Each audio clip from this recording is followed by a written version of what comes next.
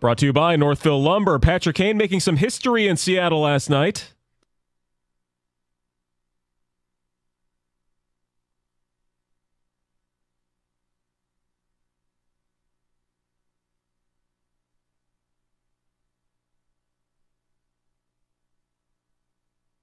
Ken Cal's call of the ultimate game winner right here on 97.1, making Kane the all-time leading shootout scorer and giving the Wings a 7th straight victory. 5-4 the final. Detroit surviving a comeback in the third period to grab yet another win. They're now alone in the top wildcard spot in the East. MSU swept in L.A. over the past few days, losing at USC and then UCLA last night 63-61 with 16 turnovers. The Bruins with a knockout blow with a shot with less than 10 seconds to go. Izzo said he's proud of his team for competing, but they did not play smart enough early. And this year's Super Bowl will be used as motivation again for the Lions. That's according to punter Jack Fox, speaking with reporters in Canton. He said it's been tough since they were eliminated by Washington, but he does plan to watch the game on Sunday as the Chiefs and Eagles get set to clash for the title again. At the Corewell Health Sports Desk, I'm Chris Villar. For more, go to 97.1 The Ticket and Odyssey.com.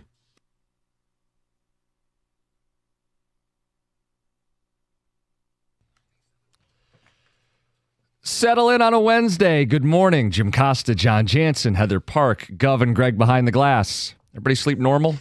No weird dreams? None here. Okay. Still no dreams. No dreams to report. Last night? Nope. Greg, don't think I dreamt. There wasn't a to be continued? There wasn't. Okay, good. Thankfully. Yeah, no, everything was business as usual. I was actually wondering if when you lay down to bed, if you're like, do I really want to close my eyes? Well, that's what Colin said. He's like, you probably don't want to go to sleep tonight, do you? I was like, oh, I really do, though. I'm very tired. Jim, have you checked the Bird app? The Bird app. Twitter? What's going on Twitter? Formerly known as X? James Honeycutt's got one out already. No, he doesn't. Oh, wow. He the does. Bird app. He does. Heather, have you seen this? How recent is this? This is it's last night. It's very recent. Yes. He did tag me in it, and I was like, oh, boy, I can't. John, you were tagging I'm not it too. ready to look at it yet. Yeah, I saw. I did see it. I did see it. Yes. Awesome. I'm glad he made it known that it was in fact a dream. Yes. Very, and not just you. us sitting together like that. So that was good. I appreciate that. I'm wearing the Cabana fit. Am I in orange? You're in orange, yes, and your head is like leaning. Yep. Yeah. Yep. There's Yes. nothing more graphic than that. The shirt is unbuttoned. Oh boy. Uh-huh. Some little chest hairs in there. Yeah, there's some chest hairs. There's even it kind of makes it look like you've been working out a little bit. Yeah, you got yourself. So you've been doing the push-up circuit. It's been generous. That or you need a man's ear. Either one. Thank you. I think Yep. from James Honeycutt. Yep. All right. At least we look. At least now we know what Heather looks like while she's sleeping. You always sleep with a smile on your face.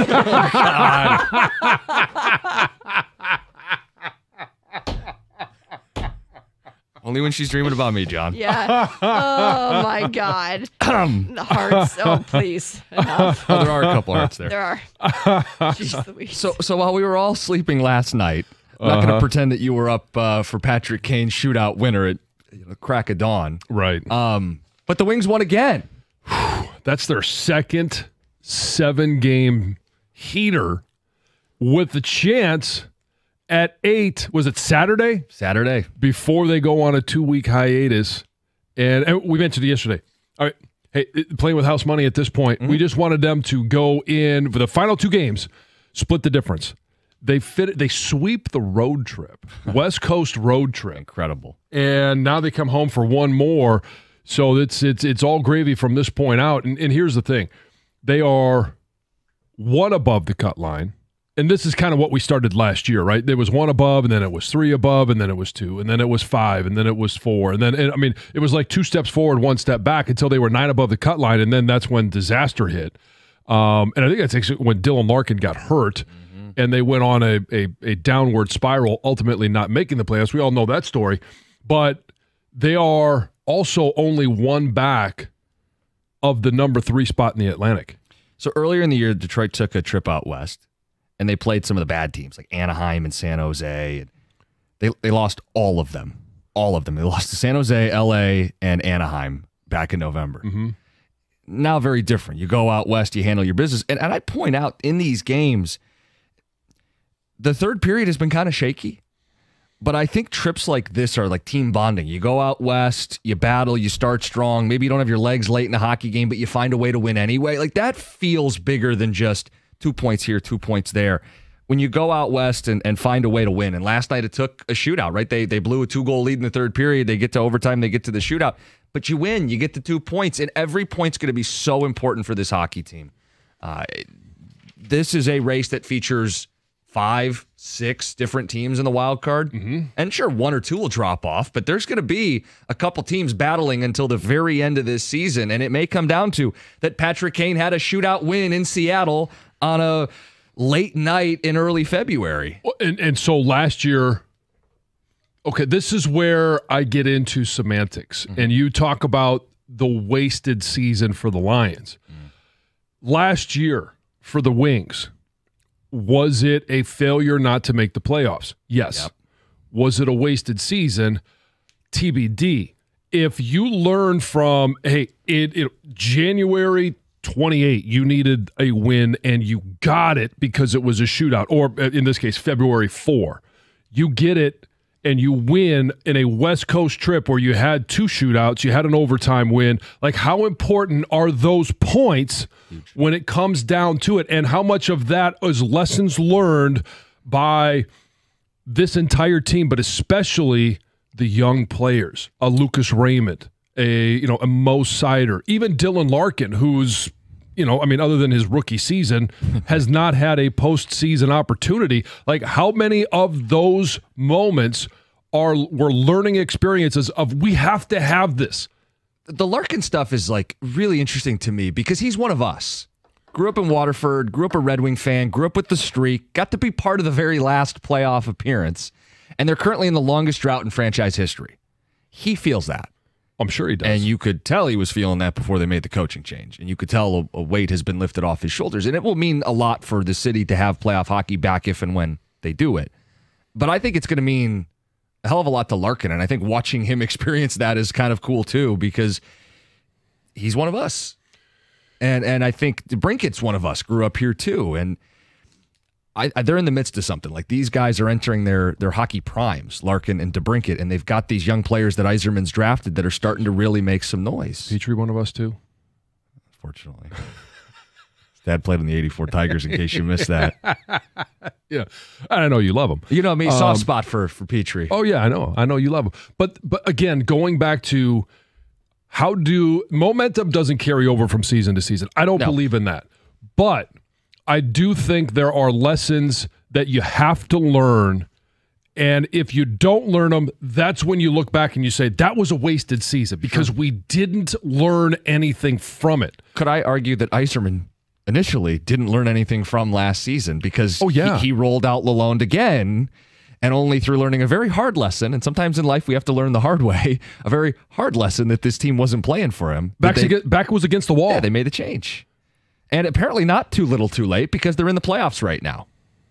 And I don't think we can count on them to continue to have 7-game streaks. Like, I don't see. You don't think they're going to rip off 15 of every 20? Because that's what they've done since McClellan took over. 15-4-1. It's ridiculous. So I don't. Well, not this way. I mean, No. I don't necessarily say that that's out of the equation. They're not going to play 750 hockey for the next 2 months of the season. Right. And so what does, when it quote unquote normalizes, and it's better than it was before the coaching change, but not as good as it's been for the last, 5 weeks? Yeah. Like, what does that look like? And that will determine if Yzerman just simply waited too long. And who knows? We don't know the answer to that question, but we do know that they have battled into a position to be in a playoff spot. Now, how are they going to remain there, and can they improve their position? I'll tell you what, my biggest concern, and this can go for every team in the league right now, is how are you going to get the engine going after this 2-week break? Yep. Great question. And I think every single team will handle it differently.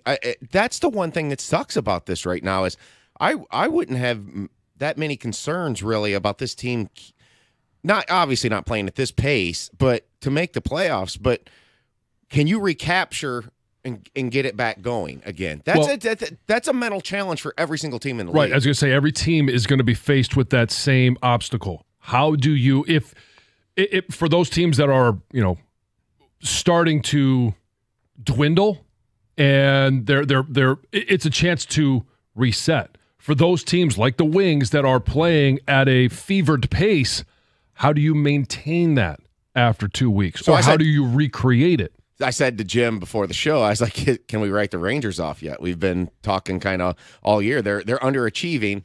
They're sitting at 54 points, but there you go. That's a team that, okay, what if they somehow just gather together and get something going and recapture the way they were playing last year, which was, they were near 110 points last year? Yeah, I mean, did they win the President's Trophy? They may have. I think they did. And so, and a team like Boston, who's underachieving a little bit this year and is currently out of the playoffs. I know if you do the now game. So, Tampa, the one thing the Wings still have is a minus goal differential. They're -8. They're the only team in the playoffs right now that has a minus goal differential. That's usually not a good sign, but they're still recovering from how bad it was earlier. You got a couple guys that are going to play in the Four Nation face-off, like Larkin and Raymond. And you worry about injury with that. I didn't want to say that, but yes, that's part of it. Somebody in this thing is going to get hurt. I know. So odds are it's not our guy simply because they don't have that many players playing in it. But I just think when do they come back? How does Todd McClellan get this team to hit the ice and running? Because they still do, because they had so much ground to make up. That's an answer that every coach is going to have to answer. Well, not every coach, because some of them are just simply out of it. But I think it's not just a question of, do any of those guys get hurt while they're playing in this Four Nations deal? What happens? Because we saw it last year. Dylan Larkin gets hurt, and that's when things fell apart. There's going to be somebody this year that has to miss a couple of games. I don't think everybody's going to remain 100% healthy for the rest of the season. Correct. So what do they do when that happens? And goaltending, what if Cam Talbot goes down? Well, last year, the goalie play was inconsistent. They'd lost their captain for a stretch. The scoring depth evaporated in a hurry. There's so much hockey, and we went through this a year ago. But hey, 7 wins in a row, not bad. Yeah. Celebrate that. Chance for 8 coming up on Saturday with yours truly in the building. Let's end this stretch, make it 8 in a row.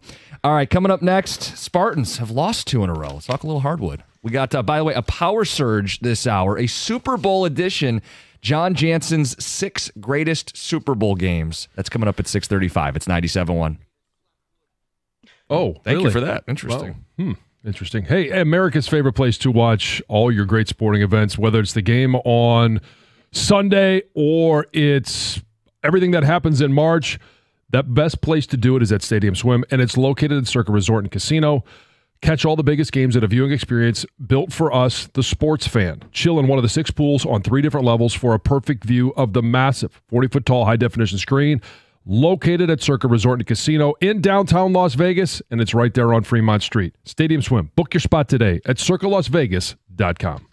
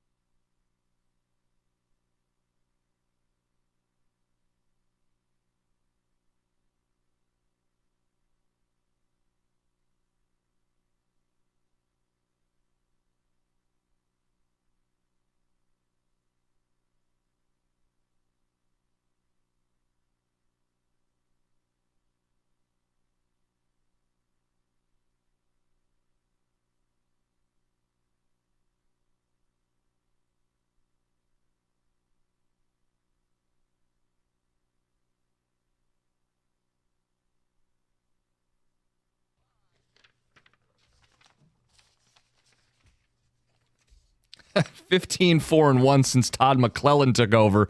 A 7-game win streak, including 4 out west on the road. Patrick Kane, shootout winner, the most shootout winners in NHL history.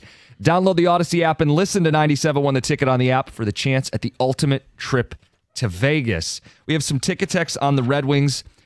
Someone let the Red Wings get hot, signed Mark. Another one says, guys, we said the Tigers couldn't play at an elite level to finish. Why not? Why not the Wings too? 600 hockey, and they're a lock to be in.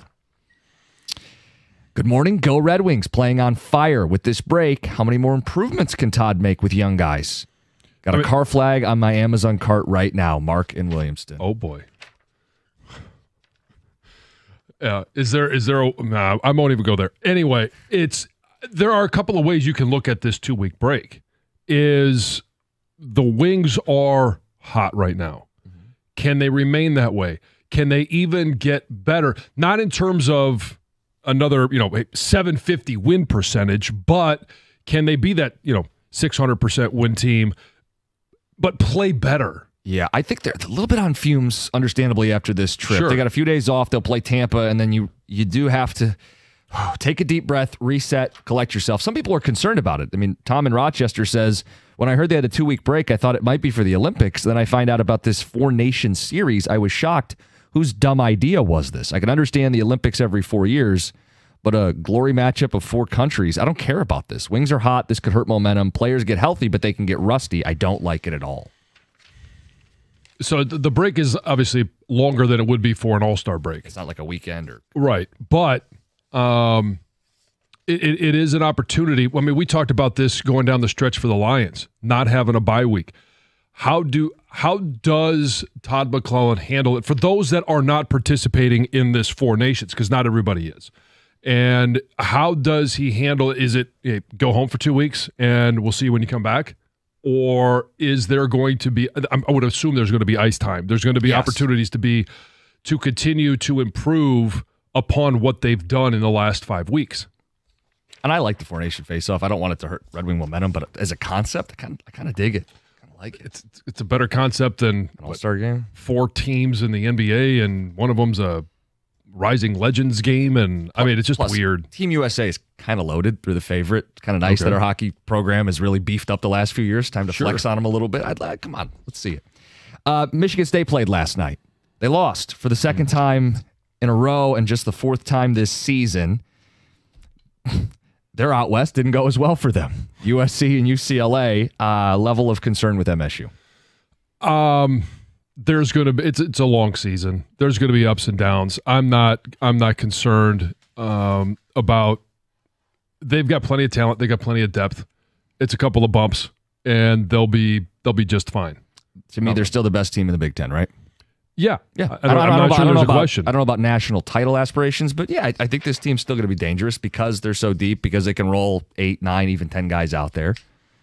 And Izzo, at this point, I'm not sure what's going to happen in the tournament, but I think they're going to have preferential seeding. I think they're the best team in the Big Ten. I don't want to flip out or freak out. And they've got an opportunity before they hit a stretch of ranked opponents. Oregon, Indiana, all in the next week at home before they start playing Illinois, who's a ranked team. Purdue is obviously a top 10 team. Michigan, Maryland, Wisconsin. All of those are ranked teams right now, which they're all ranked other than Purdue well below where Michigan State is, but it will give them an opportunity to get their mojo back. Yeah. I just say it's a shame they lost both of these. I know. I don't. You could pick whichever one, really, in the end. UCLA's a little bit better team, but I think just the one thing here was a lost opportunity to even split out there. Sure. They're not in first right now in the Big Ten. They're actually a half game out behind Purdue. Mm-hmm. And I thought last week they were, they still have a chance to do this because Big Ten champ could get this, but potential number 1 seed aspirations. But when you want to be a 1 seed, I mean, you can really only lose 4, 5, 6 games. You're right. And so, like I said, there's a little lost opportunity. Other than that, no way. I mean, this kind of always seems to happen with Izzo a little bit. Yep. Hit the blip. See what they do in the tournament. Mm-hmm. Let's get to Heather's news. Well, people didn't care about the frigid temperatures yesterday because they waited outside for hours to be the first to get their hands on some hot, fresh chicken fingers from Raising Cane's. It is crazy because it was cold. It's unbelievable because yesterday while we're doing the show, Lisa's back in town. Yep. And she's like, you know what? I'm going to take Teddy over to the Raising Cane's. We don't live far from there. No. I'm just going to take him over for something to do. And she pulled up and there was a police presence. You couldn't turn in off of Ford Road. You had to go into the little shopping center. Yep. And they had cones set up. Were people directing traffic. It blew her mind that there was so many people there. There were people, at least 2 people, who camped out overnight. Really? I don't understand that. They waited in line for 14 hours. They went there in the evening, slept in sleeping bags, and were the first ones through the door. And even after all of that, they were the first ones to get their hand on try the food, but they were not chosen. There was 20 people who were randomly chosen to receive free Raising Cane's for a year. And even though they were there for 14 hours, the first ones in the door they didn't weren't get one of random. them. No, Oh, it's random. man. Yeah. Jack Fox was there. He was serving people through the drive-thru. He was signing autographs. I mean, people were really excited about it. I mean, they were there bundled up. So have you Forever. No, I won't ask you. No. Have you ever had Raising Cane's? I haven't. I try it. Gov or No, a lot of no, no's. I've had it. Just all right? It's good. Is it any better than like Popeyes? Is or? it the sauce? I've read a lot Well, about their so cane sauce. sauce. Yeah, I mean that's the dipping sauce is what it is. But it's okay. They serve it with a slice of quote unquote Texas toast. Yeah. It is awful. The toast. Oh, really? I do not like the toast. The fries are just fries. So it all comes down to the chicken, and it is different than all the other like the breading, the seasoning, all that stuff is different. But I Let's just hope. don't think there is You're not something. going to camp out for it? Hell no. I think it was that people were camping out because they were giving away a lot of fun Yes. things. There was, to see Fox, to get some free swag, to get year's some worth free of food, So I yeah. think there was those incentives. Plus, apparently people just really like it. So good for them. Chris Illich and his wife Kelly are calling it quits. After 23 years of marriage, the couple has filed for divorce. Actually, they filed for divorce back on August 29th. Court records show that it's still pending. However, his lawyer says, no, the matter has been settled. Well, on Tuesday, they released a joint statement that said, after thoughtful consideration, we will be transitioning into separate lives and do so with love, friendship, and a commitment to our children. We will support each other in our new journey and continue to focus on family, friends, and community. We have settled this matter, and it will have no impact on the ownership or operation of the Illich businesses. We ask that you respect our privacy during this time. Because It's- that's what a lot of people want to know. Yeah. Well, yeah, they want to know, how does it impact the Red Wings and the Tigers? Sure. And It look, sucks. when they separate assets, clearly he won't be whole. And I don't know how it's going to impact the teams, candidly. I think putting she out won't that be either. Right. My point, though, is he'll have to operate these businesses without the same cash flow. Right. I mean, that's just logic. I hope it doesn't have an impact on the teams. Yeah. Too early to say. I mean, yeah, but the original story, them getting divorced, it's sad. I feel bad for them, their family, the kids. They still have one minor child. Yeah, if it's 14. Yeah. Yeah. And they want to So share custody. Yes. Yep. Makes sense. hopefully they can do it as amicably as possible. Yeah, let's hope that statement is true. Yeah. Yes. Right? That it's not just a statement to say. Right. Yes.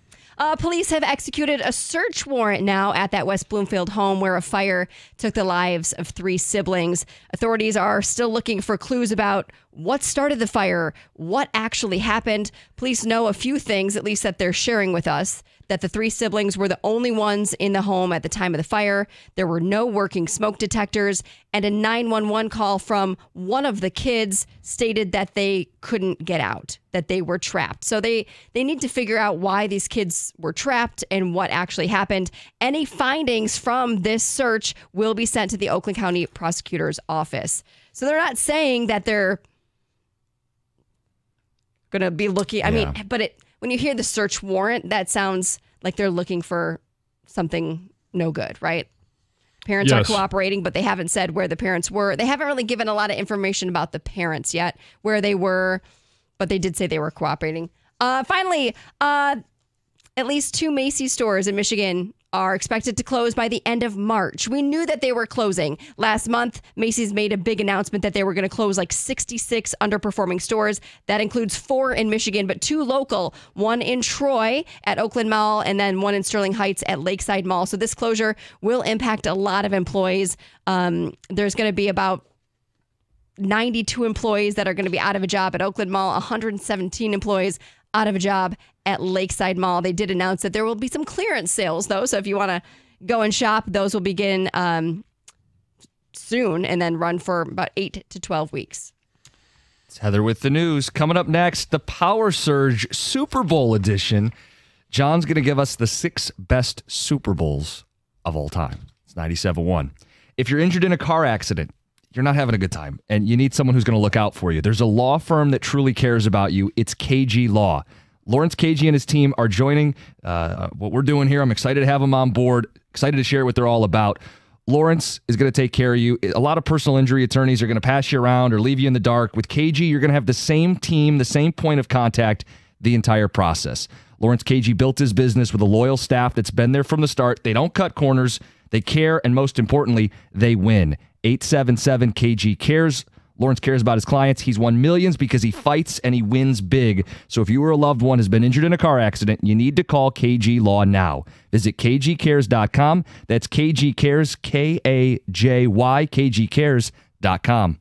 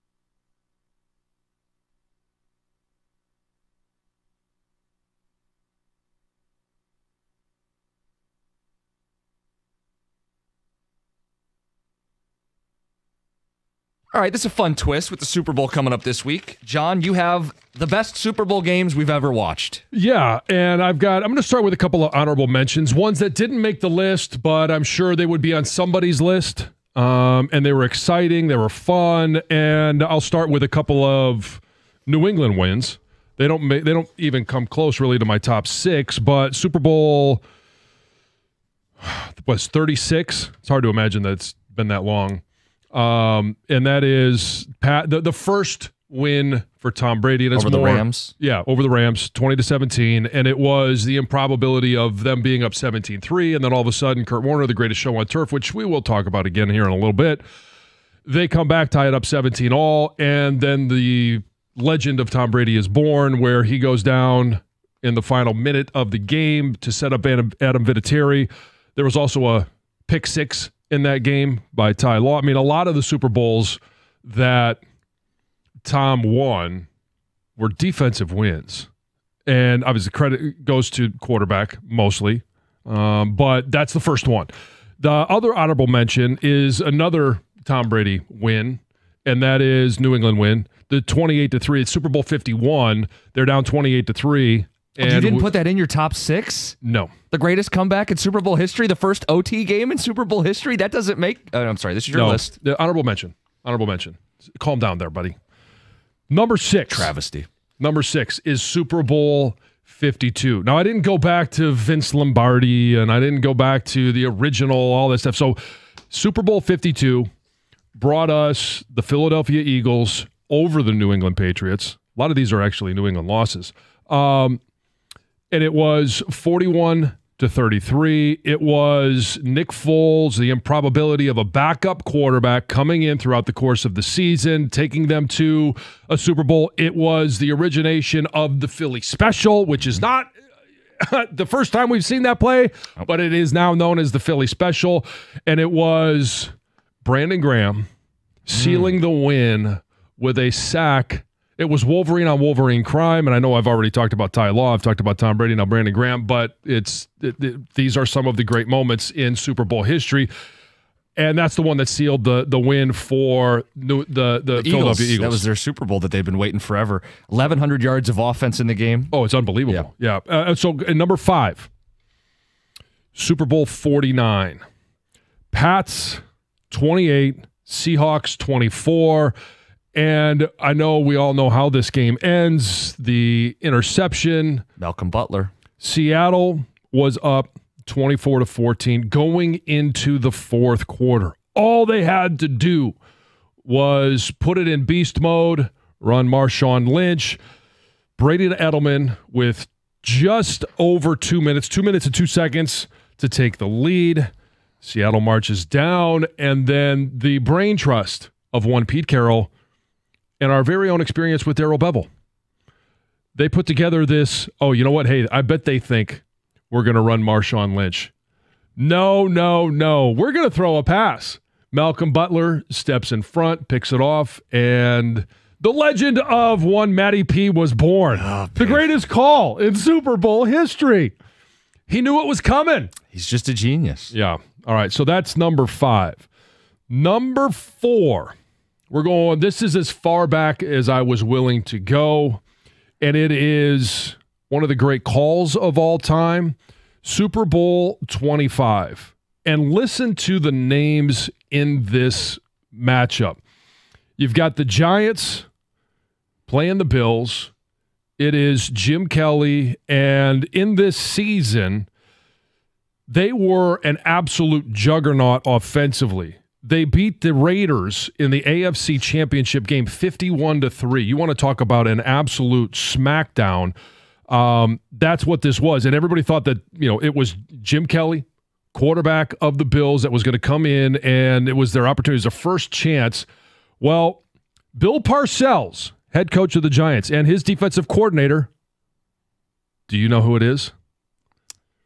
Bill Belichick? Bill Belichick. Yep. All right. They put together a game plan. They held the ball for over 40 minutes in this game. They knew coming in, hey, we can't allow this offense to go off. We can't allow them to get a rhythm. We can't allow them to do anything. So let's possess the ball. Let's run the ball.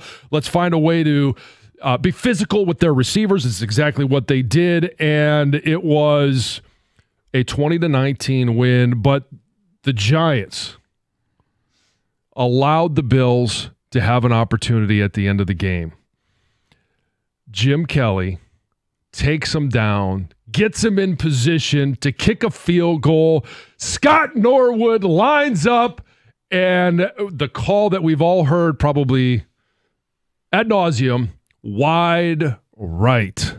Wide right. And the Bills went on to lose 3 more Super Bowls. Poor Bills. So that's Super Bowl 25. That's number 4. Number 3, Super Bowl 34. I mentioned we were going to hear a little bit more about the greatest show on turf. Rams 23, Titans 16. That's the final score. And it was, at one point, a 16-0 lead. But it was Al Del Greco that came in and tied things up at 16 all. And then all of a sudden, Kurt Warner hits Isaac Bruce on the very next play to go 73 yards. We all think, oh, okay, it's over. No, not so fast, my friends, because Steve McNair, some great names in these Super Bowls. Steve McNair takes him down and hits Kevin Dyson with 6 seconds left on the clock across the middle. He thinks he's going in to win the Super Bowl. No. Mike Jones tackles him, and Kevin Dyson stretches out the ball. Fun fact, future teammate of mine, and stretches out the ball 1 yard shy, unable to get into the end zone, and so the Rams come away with a 23-16 win. Number 2, we don't have to go far back for this one, the second OT game in Super Bowl history, and it happened last year, Super Bowl 58. The Chiefs 25, San Francisco 22. The Chiefs were down twice in this game. At the end of the game, and all of a sudden, hey, Patrick Mahomes does Patrick Mahomes things. He ties things up. They go into overtime. San Francisco strikes first with a field goal. But as we all know, field goal's not going to get it done against Patrick Mahomes. They get the ball next. Patrick Mahomes does Patrick Mahomes things and goes down, and they end up winning with a touchdown. I'll always remember Shanahan settling for a field goal, taking the ball first, which setting up Patrick Mahomes with 4 downs. Well, if you're going to do it, you better score a touchdown. Exactly. And that was a great game. It was. And then the number 1, and this one, honestly, for me, isn't even close. It's some of the greatest moments in Super Bowl history. It is Super Bowl 53, Steelers 27, Cardinals 23. Pittsburgh with a 17-7 lead. Arizona fights back. They've got a 23-30 lead. In this game, you've got the longest pick 6 in Super Bowl history, James Harrison, and he needed oxygen when he finally got to the end zone. But I think the greatest catch, and I mean, we've debated this and we've had conversations. You could talk about, David Tyree, his helmet catch. Santonio Holmes to win it in the corner of the end zone from Ben Roethlisberger. That, to me, is the greatest play, the greatest moment in Super Bowl history, and it was an absolute barn burner the entire time. That's my favorite Super Bowl of all time. I could watch that one over and over and over again. Game-winning touchdown by a Buckeye. Yeah, Santonio Holmes. And I mean, it's Kurt Warner. I mean, how many Super Bowl moments has he been in even just this list? Yeah, that was my favorite Super Bowl of all time too. And if you said 43. Yeah, 43. Super Bowl 43. So many great moments. It's one of the best Super Bowl parties I've been to, by the way, too. It's funny how you have memories of being at just the food spread, a bunch of buddies. It was a good time. Oh yeah, yeah. What was the food spread? What was on the? This is something that I am very concerned about coming up on Sunday. So I was in high school, so again the bar was a little lower at the time, but there was probably no bar. Correct. There was no open bar, John. Yes. Well, the bar wasn't as low as it would be for Colin. No. Yeah. No. All right. But unnecessary. Yeah. Flag on the play. Sorry. Anyway, best Super Bowl of all time. So you left out Super Bowl 51. Colin takes so many strays on this show. It's unfair. Someone needs to put a stop to it. You had 51 left out. We already gave you flack for that. The David Tyree game doesn't make it into the top 5 or top 6 either. No, the Giants were already represented. Okay, and it doesn't matter who's represented or not. That one to me just wasn't. And I mean, Mario Manningham catch that one didn't make it. Yeah, You guys let us know if he missed something or if he ranked something wrong or if you have a Super Bowl that just holds a special place. Yeah, like Cookies just said. Yeah. Hey, you know what? Hey, Super Bowl 43, special place in your heart because of who you were with. Yes. The experience. Sometimes that plays into how much fun a Super Bowl is. It's the Power Surge. Super Bowl edition, 97.1. We already talked Super Bowl and the greatest of all time.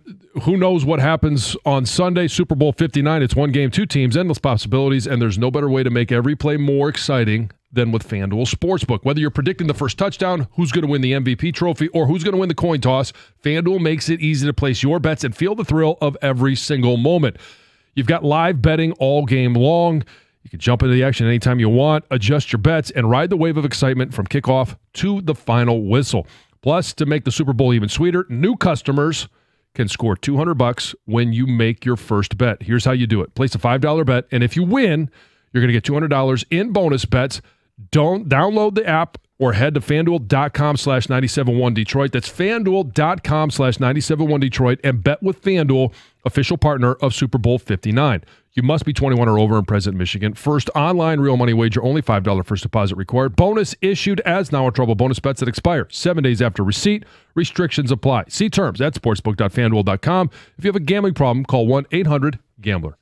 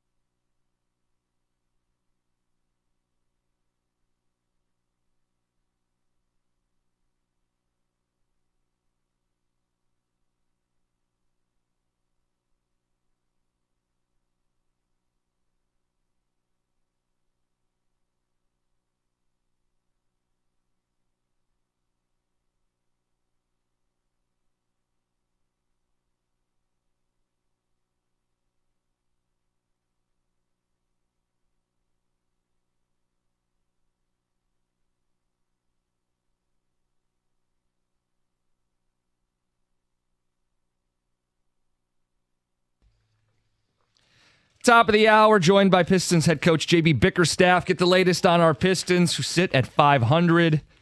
Deadline looming. What are they going to do? He's got some conversations to have with Trajan Langdon. Some reactions to the power surge. Yeah. And what I should have done, actually, was come up with the Roman numerals. I hate the stupid Roman numerals. Yes. Yeah, the honorable mention of XXXVI. I don't even know the numbers anymore. I just remember them as the two teams that played. And if it's a sequel, it's, say, Pats equals 2. Right. This is Chiefs equals 2. Right. Yeah, like when you tell someone, oh, my favorite was Super Bowl 43, they go, what year was that? Who played? Yeah, well, the one that can tell you all of that is... I'm pretty good at that. I'm getting a little rust like Greg. It's what network they were on is where yeah, we did it once off the air, and I hit every single TV network exactly. That's incredible. That every Super Bowl was ever on. That's bizarre. Like, that is the most bizarre thing to remember. Yeah, I have issues. Okay, we all do. I'm on the 43 boat. I think Super Bowl 43 had everything that you would want. I love the Harrison play. I think it's the greatest play in Super Bowl history. Agreed. It was electric. The time was expiring if he gets tackled, and the impact it had on the game. Then you had the Cardinals were kind of referred to as a joke. Kurt Warner got hot. Remember they lost 47-7 to the Patriots that regular season? Yes. Like in December. And you had the Goliath franchise in the Steelers and two great quarterbacks. But I do, me and Greg believe you guys left off one that, and it often gets dissed or slightly overlooked. So your rankings are based on the last 40 years. And the one that we both go with is Super Bowl 32. This one's for John. Yeah, but it was Packers-Broncos, Brett Favre going for a repeat. Ultimately, Brett Favre never even made it to the Super Bowl again. So legacy-defining game, and John got his. But to throw all that crap out, this football game was phenomenal. It was a good game from start to finish. Like a lot of these Super Bowls, like I think the one flaw in the Brady comeback is that the game sucked for 3 quarters. And this game never sucked. This game had star power, had Hall of Famers on the field. Backstory, Broncos were a 14-point dog. Often gets overlooked because of the Patriots-Rams. Same point spread. The AFC had lost 13 in a row. The AFC was viewed as a joke, basically, because the NFC had completely dominated. So it was really a legacy-altering game, but it was also just a great football game. It came down to the fourth quarter. It was tied. Signature play, Greg says that's a great thing that you have to have in a great Super Bowl with the legacy or with the helicopter. Brett Favre tried to lead them down the field to tie it. Remember, it was the first time I've ever seen somebody let somebody score. They let Terrell Davis score so they could get the ball back. I had never seen that in football before. It was just an all-around awesome game. So I had that written down as like one of the honorable mentions here. The one that he really screwed up on, though, is leaving out Super Bowl 51, as the ticket texters will attest to. Super Bowl 51 was the 28-3 overtime comeback. Yeah, I had that an honorable mention, Yeah, that one people didn't like that you left off. Texter says, no shot John has last year's Super Bowl on the list, but not Super Bowl 51. Love you, man, John, but after hearing honorable mention for 51, I couldn't take it seriously. Says that's the best one by far, at least in my lifetime. I just it wasn't that. It just wasn't that exciting or important to me. I don't know what it is. I mean, I get the 28-3 comeback. First OT. And we talk about it all the time now with, obviously, Shanahan and his choke jobs in big moments. That was the first one as OC. Now he's come up small with San Francisco. I think why you say that, John, is because that game is known for a situation. 28-3. Right.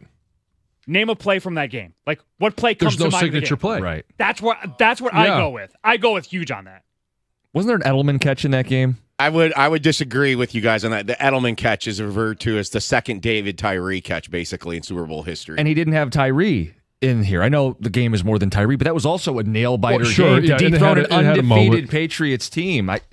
I know it's hard to trim it down to 6. Right. It's not like you put in any bad Super Bowls in your power surge. Yeah, we didn't include Peyton Manning's first Denver Super Bowl. Oh, that's got to be one of the worst. That might be the worst, yeah. I mean, I really think like start to finish game, just the game itself was back and forth.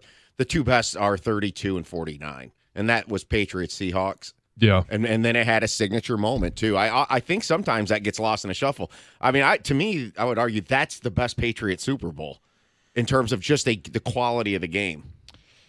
Ticket Texter says the best Super Bowl game was XXV. That's 25. John did have that in there. Giants ball control masterpiece. Dan in Plymouth. We have a vote for whatever Super Bowl Janet Jackson performed at. That was my favorite. Oops. Tom has the note that was Super Bowl 38. Was that a signature play? No, but I would say the Panthers-Patriots fourth quarter is one of the wildest fourth quarters you've ever I would seen. agree That's with this that. game, right? Yeah. Yeah, the Delome. Now, Tom, what network did that air on? Please, CBS. Okay. Of course he knows. Got to have Steelers, Cardinals, Holmes catch, Harrison return. That was the best Super Bowl of all time. Yeah, that's kind of our consensus, too. That game was so wild. It was. And I thought Tom brought up the improbability of Kurt Warner and the Cardinals even being there. That game had 2 plays, which would be the greatest plays in most Super Bowls, and a third play, the Larry Fitzgerald play where you just see the safeties closing in and they can't catch them. Yep. A third play, which would be the best play in a lot of Super Bowls. That's a 64-yard touchdown pass. Still, I had a friend who before the season or before the playoffs had started said the Arizona Cardinals are going to win the Super Bowl. Tragically, he passed in early January before the Super Bowl, about a month before. And so when I see Larry Fitzgerald running in, I say, oh, my God, he's going to be right. One that we didn't mention has not come up. Ticket Texter says 09, Roman Harper INT to seal the game. I think it was Tracy Porter. Either way, he says that game had the onside kick to start the second half. Breeze against Manning. Roger and Ypsilanti wants that game to get a little more love. Okay. Chris Fullard, do you have greatest Super Bowl of all time? What's your most favorite? I think my favorite one was the Seattle refusing to run Marshawn Lynch and throw it, because that won me like $1,000 on a square at the end of the game, and I didn't realize it until I actually looked at the squares. I was like, oh my God, I never even think to look at the other square. Oh my God, it's me! And that was unbelievable, just because of money. Thank you. Right. Thank you, Pete Carroll. Yes. And so Super Bowl 43, again, we think because of the couple of plays, the moment, and how dramatic that game was, and in the fourth quarter, the game winning by Santonio Holmes, but Costa mentioned his viewing experience. I think there's a lot of people that they may put Super Bowls higher on their list simply because of where they were, who they were watching it with, and the party that was going on at that moment. Yeah, again, I'm with all my high school football teammates. We've got, I'm offensive lineman. We can eat and eat and eat. And then you're watching this legendary game just unfold right in front of you. Everything kind of just crystallized as the perfect Super Bowl. Look at Cookie selling himself as an offensive line. I did play offensive line, John, even though you're not going to claim me. We'd take them all. We'll talk about the Pistons, JB Bickerstaff, after the update. It's 97.1.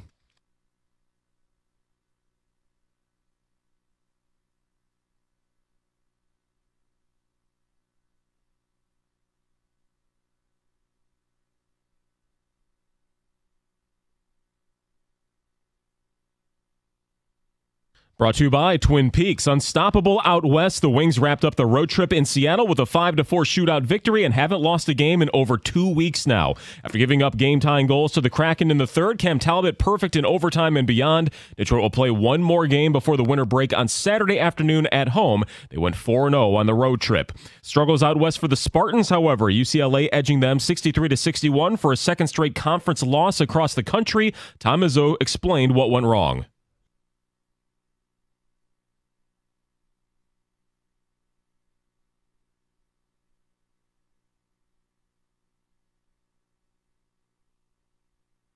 Yeah, 16 turnovers will do it. Jay Nakin's the only player in double figures with 15 points. Michigan Hoops will be in action tonight at home as they host Oregon at Chrysler Center. And seeking his fourth Super Bowl win, Andy Reid says that he still has at least one more season in him as he gets ready to lead the Chiefs down in New Orleans yet again. The 67-year-old future Hall of Fame coach says that he simply loves the game too much, loves being around his guys. He has 301 career wins and 3 rings already. At the Corwell Health Sports Desk, I'm Chris Villar. For more, go to 97.1 The Ticket and Odyssey.com.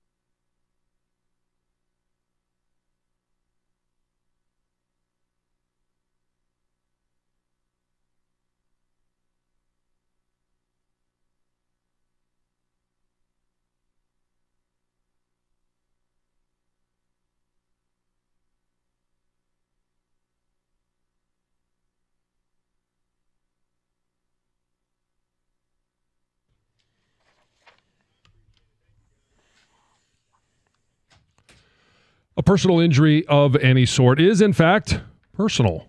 Injury attorney David Femminilio has dedicated his career to securing justice and maximizing recovery for those who have been injured. David is also dedicated to ensuring that you get all the medical care that you need to put your life back together after an accident. You need an attorney who's going to make it personal, and that attorney is David Femminilio. So if you know someone or if you've been injured in an injury, you need to tell them to call David Femminilio at 855-65-CRASH, or you can always go to his website, getdavidgetpaid.com. That number again, 855-65-CRASH, or on the web at getdavidgetpaid.com.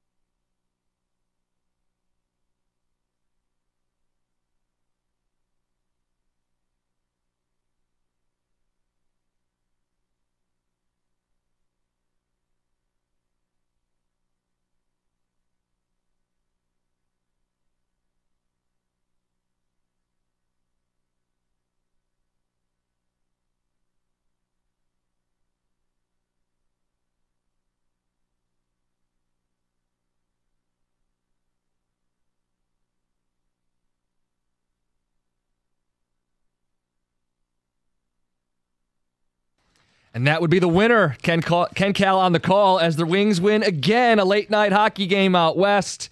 And it's now 7 in a row for the second time under McClellan. 2 different 7-game win streaks. Can they make it 8 going into the break? Saturday. Can they possibly? Do we even broach the subject of tying the franchise record of 9?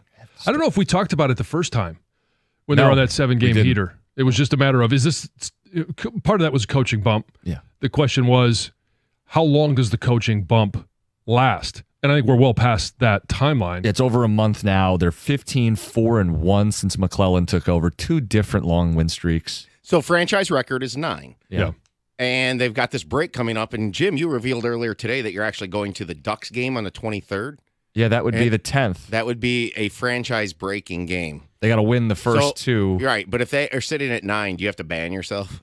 Why would I ban myself? No, What he doesn't have happens? to ban himself. He just can't do anything out of Character. the normal. Okay. No, not out of character. Character would be putting the flags up, and then all of a sudden, things go south for the Wings. So just be you. Okay. Now, I will also be in attendance at that game, so I could see history too. But I think this is how you handle it. I think if you see a 10th straight win, the flags come on the car when you leave the garage. Yeah, something to celebrate. Are they in the car now? They are. Okay, so just being in the car is not, it's You're laughing. not. Of course they're in the car. Where's the disco glasses? Oh, By the boy. way, I shouldn't share this. I'm still getting ads for disco balls on browsers from what is now almost a month ago. It's just this painful reminder. Hey, you could have bought this. Well, I'm sure those websites are like, wow, somebody visited us. I know, right? Somebody searched for disco It's a fetish. shirt. Yeah. Yeah, not great. Yes. If you want to take it to the next level, here's a disco ball that's even bigger, more shiny, works better. We do have a couple ticket texts before we get to Heather's news. It says we're just going to gloss over the fact that Cookie said he was an offensive lineman. No, I did not gloss over that fact. I did make note. Costa played O-line. Yeah, that team wasn't winning state. We set the school record for points at the time. Must have been an air raid offense. We did switch to the spread, John. We were not ground and pound. Mm-hmm. And this one says, go Chargers, Cookies, carry the shield, John, and Dearborn. I Livonia Churchill Chargers. Okay. The Chargers. We beat Stevenson my senior year. Big deal. Big rivalry win. Okay. Final Good for you. Final game on that All field. right, John yeah. walked off with some How many pride. grades? How many yards on the ground? I don't remember. You don't remember the stats of the big rivalry win? No. Okay. Well, you got to get them in the paper the next day. We weren't it's not like you had box scores. I feel like I played not that long ago, but yeah, we didn't have live stats. Can you just Google it? I could pull it You might up be for young you. enough to be able to do that. Sure. All right, let's get to Heather's news.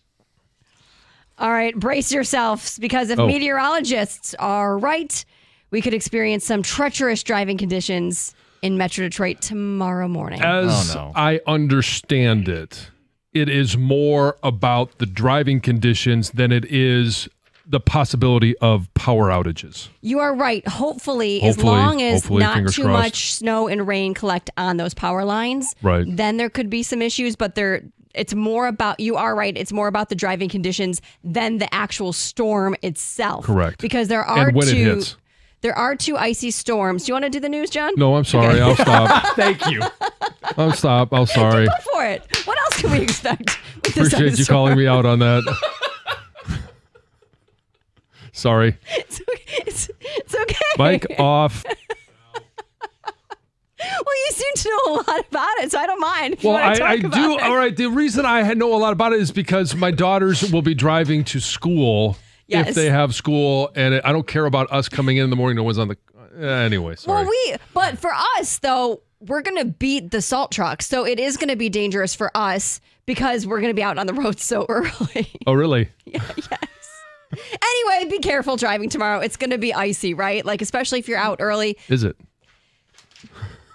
Yes. Yesterday morning, you guys, we learned about Avondale High School and how it was on this soft lockdown after a student was stabbed by another classmate in the bathroom during this fight. Well, police say the fight involved a 15-year-old and a 16-year-old student. The 15-year-old was stabbed with a small pocket knife. taken to the hospital by his parents. Minor non-life-threatening injuries, is going to be okay. They say the other student, the suspect, was seen on surveillance video leaving the school, leaving campus shortly after that. Oh, yeah? You got some information on this one too, John? No, I'm soaking it in. So they say they were able to locate the suspect. I'll call this older student his parents. They're cooperating with the investigation. He was actually taken into custody, taken to the Oakland County Children's Village Detention Center, awaiting a decision on charges from the county prosecutor's office. So most likely will face some sort of charge for this, which if you're going to stab another student, stab anyone, you should. So we'll see what he will be charged with later. After 23 years of marriage, Chris Ilitch and his wife Kelly are getting a divorce. According to court records, the couple filed back in August. And while the records show that it's still pending, lawyers say no, the matter has been settled. And of course, now fans of both the Tigers and the Wings are wondering, okay, what does this mean for both franchises? Well, they did release a joint statement yesterday, and the couple said that their split will have no impact on the businesses. Articles that I've seen online basically say that it does depend on Chris's ownership stake and whether there were legal documents in place to prevent, splitting of the, was there a prenup? Assets. Was there a postnup? Was there, yes. What kind of documents were in place? Experts say that a family with, the wealth and the business savvy of the Ilitches are most likely going to have precautions in place so that this really doesn't split up the assets of the team. His assets will obviously, as sports fans, we're all concerned about that. But the sad part of the story is that this is a marriage that's ending, and divorces are horrific. Yeah, it is sad. 3 children, one still young. They're going to have joint custody of their teenager. Yeah, I read the Free Press story that came out yesterday, and they cited how the ugly versions of this, the McCourts with the Dodgers over a decade ago, that got ugly. It was not a private divorce. It was very public, and it did result in eventually the sale of the Dodgers. So you don't want to see anything like that. Yeah. Right. Michael Jordan's 34-year-old son, Marcus, had a little too much fun on Monday night because early Tuesday morning, he got busted for drunk driving and cocaine possession outside of Orlando, Florida. So it all started when he got his SUV, his Lamborghini SUV, stuck on some train tracks. And when cops arrived, they noticed that he was slurring his words. So they gave him a field sobriety test, which he failed. And there is some body cam footage, which he kind of disagrees with the officers. Like, I didn't fail this. I'm doing great, right? He does name drop, says who his dad is. Doesn't really help him in this situation anyway, because officers also found a small baggie of coke in one of his pockets. So he was booked on 3 charges: the DUI, the possession of cocaine, and resisting an officer without violence. John, what's your interpretation? You have more to add to the story? Nope. Okay. I'm just here. Yeah. Okay. Thank you. I don't know if you'd also seen the body cam footage. Yeah. You wanted to weigh in. Nope. Weighing in at all. Nope. I'm just happy to listen to Heather so eloquently thank you. describe her news. Perfect. It is Heather with the news. Coming up next, Myles Garrett, you may have heard, he's on the market. The Athletic put out 10 potential trades, what it would take to get Myles Garrett in Detroit. We'll present that to you next. Plus, of those other teams he could end up with, which one would tick you off the most? It's 97.1. Guys, as we get into a new year, you have New Year's resolutions, better diets, workout plans, maybe adding a pass rusher to your football team. But don't forget about your smile. At Brightside Dental, there's no judgment. If you put off seeing a dentist last year, make a plan to come and see them this year. If it's been more than a year, if you're feeling self-conscious for any reason about your teeth or your smile, you don't have to with Brightside Dental. That's 1-800-PAINLESS, brightsidedental.com. They're not going to shame you. I've been there where you don't get back to those regular dental appointments. You switch jobs, you move, you miss an appointment. It's easy to fall out of that routine, but get back into the routine with Brightside Dental. 9 Metro Detroit locations, including the newest in Trenton.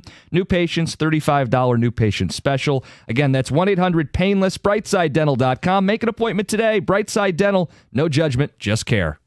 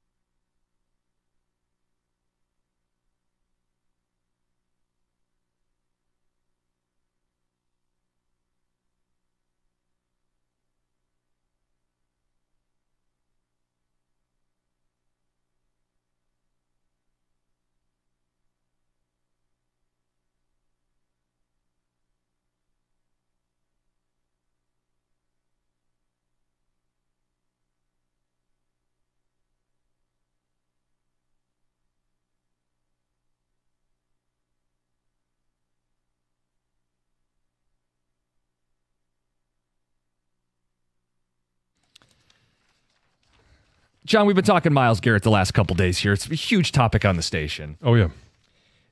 And everyone goes, well, yeah, I'd want him, but what would it take? Well, The Athletic canvassed 10 different writers in 10 different cities and said, throw a proposal out. They collected them. So I want to start with what they propose for the Lions. Okay. But then I want to go through the other 9 teams and ask you, who do you not want him to go to? Right? Yes. Because if he's not playing here, he's going to be a problem if he ends up in a certain place. So we'll start with the Lions. And Colton Pouncey is the athletic writer for Detroit, and he put this proposal together. The Cleveland Browns would get the 28th pick in this year's draft, a third-round pick, a 2026 first-round pick, and quarterback Hendon Hooker. The Lions would get Myles Garrett and a 2026 fourth-round pick in return. Yes or yes on this deal? Oh, yes. Okay. It's easy. And, I mean, the Hendon Hooker, like, okay, do you want him? We'll throw him in. Sure. Like, I don't know. The only way, and I mentioned this yesterday, that Hendon Hooker is at all a part of this trade. And I know, we've had people call in and say, throw him in like it's going to be something good for the Browns.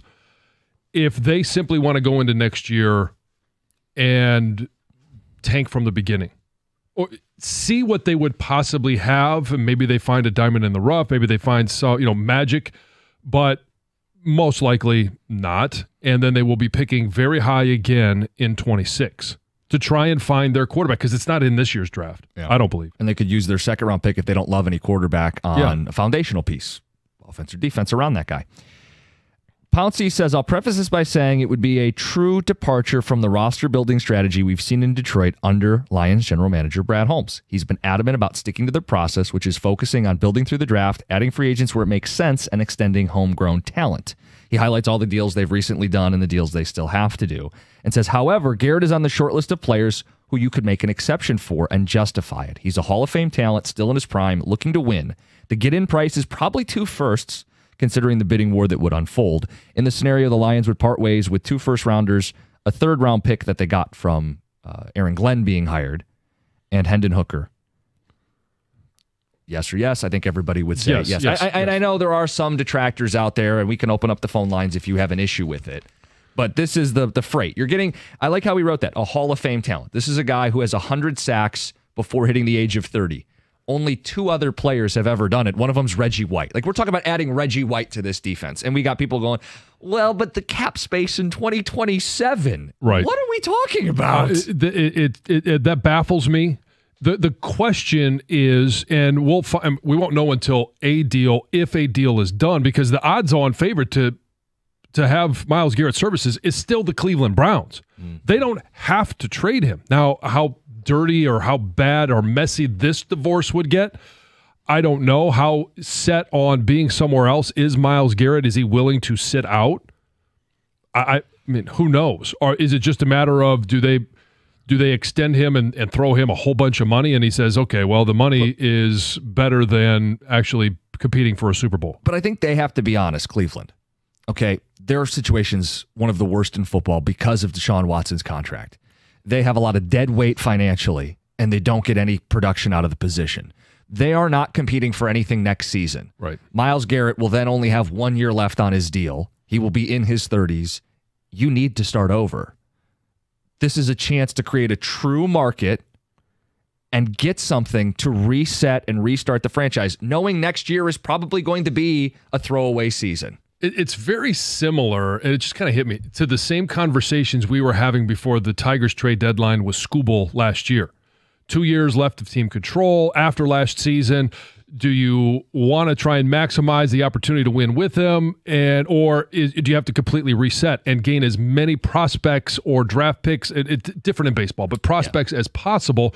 Now it's a matter of a team that absolutely needs to reset. It can happen a lot quicker in football, but what is the one piece that you have as most valuable that eventually could be a free agent and could walk by himself? That is Myles Garrett, and you're going to get the maximum amount of return from anybody else that you have on the roster. And I would point out with that comparison, the Tigers had the edge in that there is no cap. Right. And in the case of the Browns, there is a cap and there are cap constraints with Deshaun Watson. It's going to be a lot harder for them to wiggle out of it. I don't think they're going to go on a Tigers miracle run. No. So I think they have to strongly consider trading Myles Garrett. They should trade him at this point. Here are some destinations, John. Okay, this is just in alphabetical order from The Athletic. Make note of any that you would go, I don't really want him to end up there. The first one, Atlanta. Whatever. They propose a couple first-round picks, get it done. So a minor concern, simply because you could face them at some point in the postseason. Could be a playoff opponent. The Bills. Again, minor concern. Super Bowl opponent. Super Bowl opponent. You will play him next year, and you could have to face him, obviously, as you said, in the Super Bowl. The Chicago Bears. Twice a year. Okay, the concern level starts to go up even more. Their proposal is the Bears would offer 10, 41, and a future first-round pick to get Myles Garrett back. The Lions, who we've talked about. The Green Bay Packers. Level of concern, that's a playoff team that you will play twice and maybe 3 times. So starts anytime, to ramp up a little bit here. You have to play against them, especially twice in the division. And the one thing that I'm not concerned about is I don't have the same feeling as some do. It's probably less now than before this past season, is I don't think Jordan Love and their offense is ever going to be good enough to be a threat. The Indianapolis Colts, AFC team. whatever, and not even a Super Bowl contender. That would be, if it's not the Lions, sure, send them to Indy. The Chargers, it's a playoff team. This trade proposal has them sending Joey Bosa a first and a third to get Myles Garrett. So it's an upgrade for them, but I wouldn't be overly upset if you went there. Not really. Okay. New England Patriots, next. Yeah. The 49ers. This one would upset me. And it might upset me even more than if he went in division. Now, if are the Vikings on that list? Vikings aren't. The last team is the Commanders. That would upset me the most. And maybe it's recency bias because we just lost to him, but Jaden Daniels is going to be somebody that the Lions are going to have to deal with for the foreseeable future. You put him on that defensive line along with Daron Payne, Jonathan Allen. Now, they underperformed this year, and we talked about that going into that game. Yep. I don't think they're going to underperform. They're going to be made even better with a running mate like Myles Garrett. So I that one would probably concern me more than anything, because in division, like I said, I'm not that concerned if he goes to the Packers, because I don't think Jordan Love is ever going to make that an offense that you really have to be concerned about. The Bears, more concerned than the Packers, TBD on what Ben Johnson can do as a head coach. San Francisco and the Commanders, to me, if you are having to face them on a regular basis in the playoffs, and a regular basis, more concerned about Washington because of the young quarterback. Yeah. A lot of obstacles in the way for San Francisco moving forward. Now, they do have some cap space this year, but decisions to make with their quarterback. But that's what would make me upset about San Francisco is they have bigger cap problems than Detroit, but they're going to pair Nick Bosa up with Myles Garrett, and we can't do it with Aiden Hutchinson. They care more about chasing the Super Bowl than we do. Yeah, that would make me really mad. The Washington thing is frustrating because it feels like they're just starting with a rookie quarterback, and they were just in the NFC title, and they're taking this more seriously than Brad Holmes. Like, these are the things that would get me. They could be direct competitors in an NFC championship game. They are willing to put chips into the center of the table, and Brad Holmes is going to be stuck fishing lint out of his pockets. Like, that drives me crazy. Yeah. I think this ticket texter puts it well. This is for Brad Holmes. What's the point of having a mind if you never change it? You can change your mind. Deep. It's a very deep philosophical. Yes. Pass that along to Brad. More of your responses, 248-539-9797. Where do you not want him to go? And we gave you what it would take to get him in Detroit. It's 97.1. Hey, your New Year's resolution is to lose weight, and you can get there faster than you think with Ideal U. Go to idealu.us now, and you can lose 20 to 30 pounds in just 40 days. So whether your resolution is to lose 10, 100, or anywhere in between, Ideal You works, and it works fast. I lost 10 pounds in the first 10 days. I lost 50 pounds in those 40 days, and I got to eat real whole food. What does that mean? It means I was able to stick with it. I'm down 70 pounds from when I started. So it's not one that, hey, you got to rely on shakes and bars, and that's what you're going to eat the rest of your life. No, it's real food. Ideal You's weight loss coaches are going to work with you every step of the way. Your coach is there to help you lose weight. They're also there to help you keep it off. If you want to weigh less, go to idealu.us. Ideal You is a Michigan-based weight loss company that's helped thousands of people just like me and you lose weight. In fact, over 90%, that's 9 out of 10 Ideal You customers lose at least 20 pounds in just 40 days. Like that success rate. If you want to weigh less, go to idealu.us. Sign up now, and you're going to get a $200 Visa gift card. Start your new year off right, lose weight, and get that $200 Visa gift card. Want to weigh less? Go to idealu.us.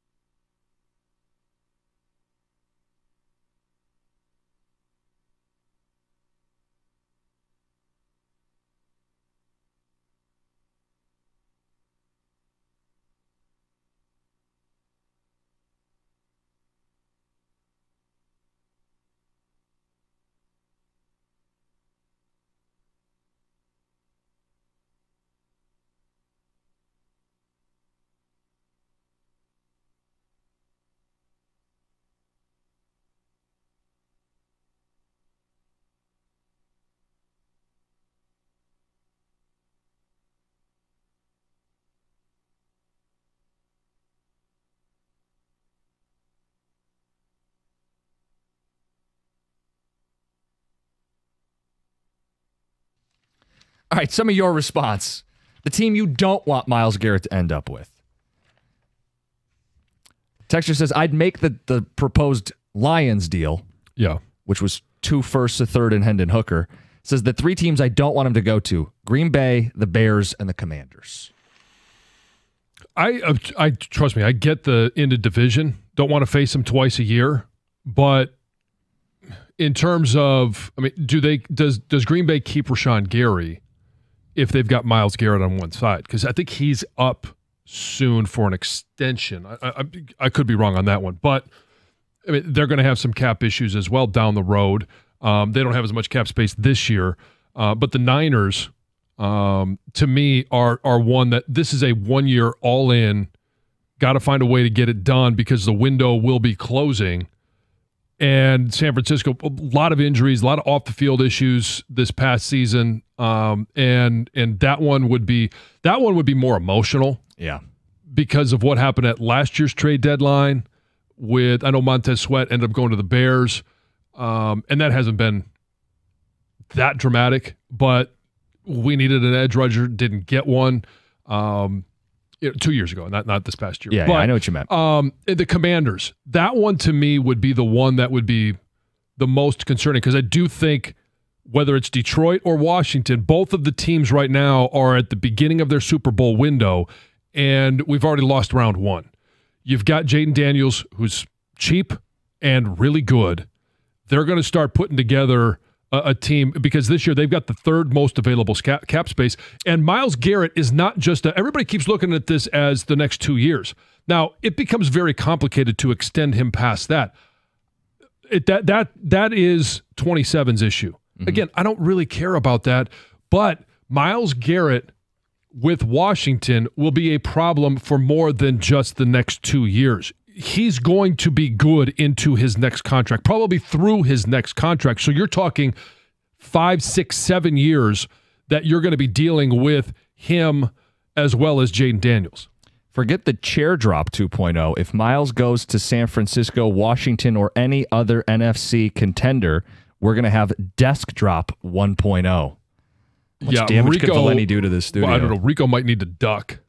Yeah. Remember we used to have like the blast shields for COVID? Like, would we need to have like the hockey glass? Yeah. Basically. San Francisco is an interesting one because I think the Lions window is bigger next year than any other year.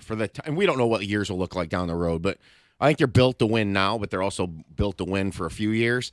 But next year, I think they can really put everything together. So if the Niners went and did that, I view them as a threat. Yep. Again, and I think the Niners have one more kick in the can. Especially if they add Garrett, yes. Yeah, and, really their thing's going to come down to health. They're old. But Trent Williams, does he come back? Mm-hmm. And does he play at a Pro Bowl level? And McCaffrey was out most of the year. So I do think that could get a little scary. But I'll tell you what's going to make me mad. What'll make me mad is if that trade you have there from the Lions, so it's 2 firsts, a third, and Hendon Hooker. Yeah.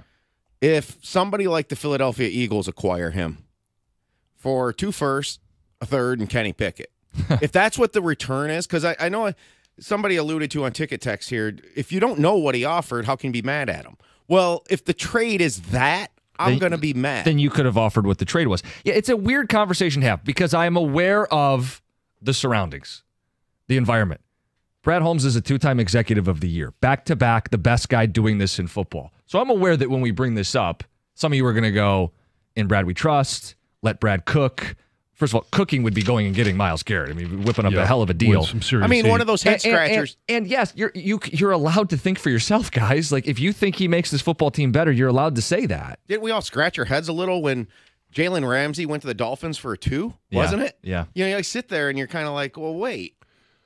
I am curious to see what actually gets this deal done.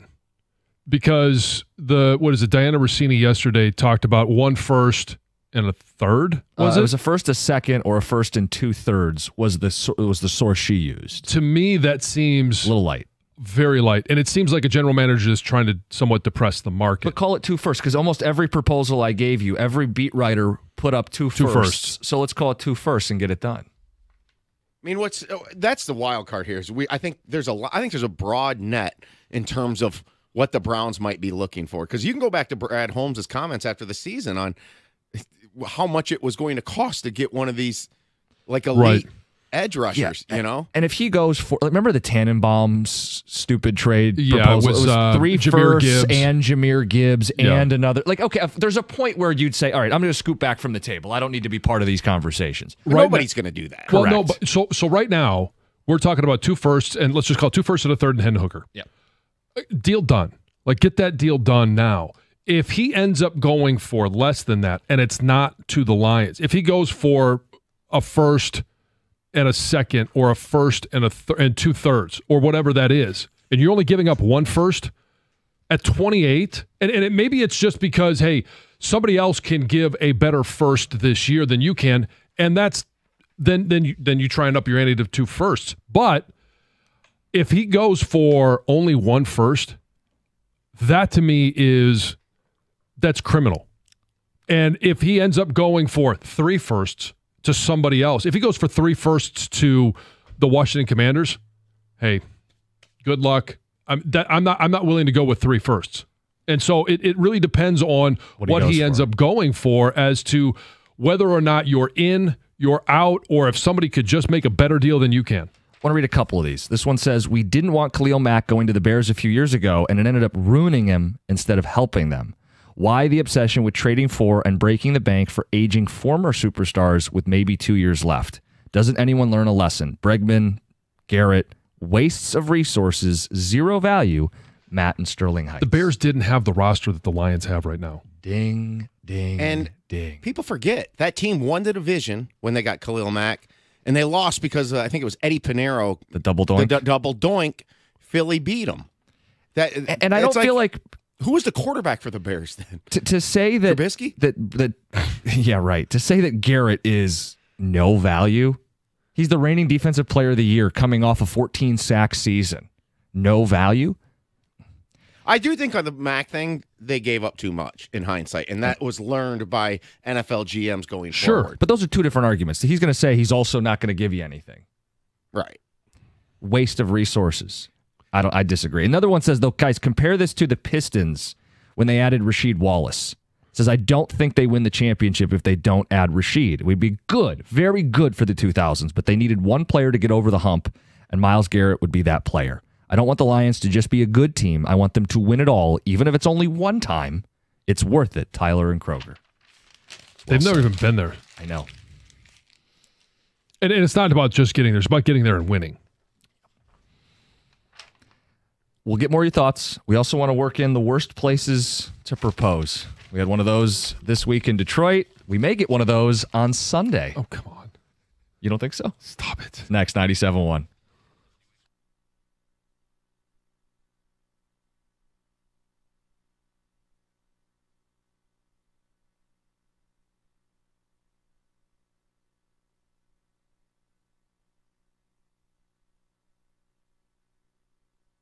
Brought to you by Moran Buick GMC. Make it 7 wins in a row for the Red Wings. Patrick Kane scoring in a shootout to earn the extra point against the Kraken to end the road trip 5-4 and remain in a wild card spot in the East, the top one, in fact. And Kane is still amazed by how things have turned around.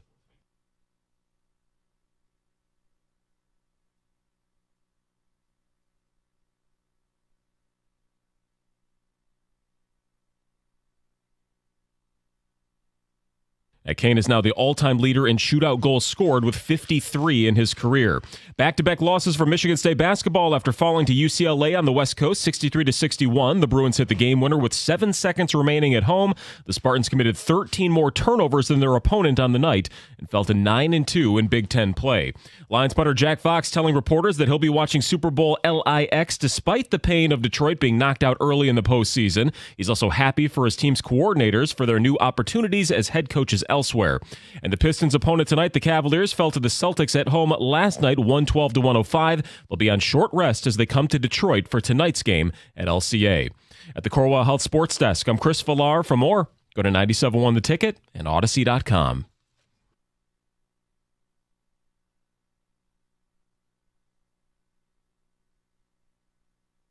If you're just hopping in, our hockey team can't lose. 7 straight wins for the second time under Todd McClellan. We brought up the latest Myles Garrett proposal from The Athletic. 2 firsts, a third, and Hendon Hooker. The article also details proposals from 9 other teams, and it got us thinking, which of these destinations would make you mad? And it's quite a statement because there's not a lot Brad Holmes can do to make you mad. He's back-to-back executive of the year. He's built this thing up.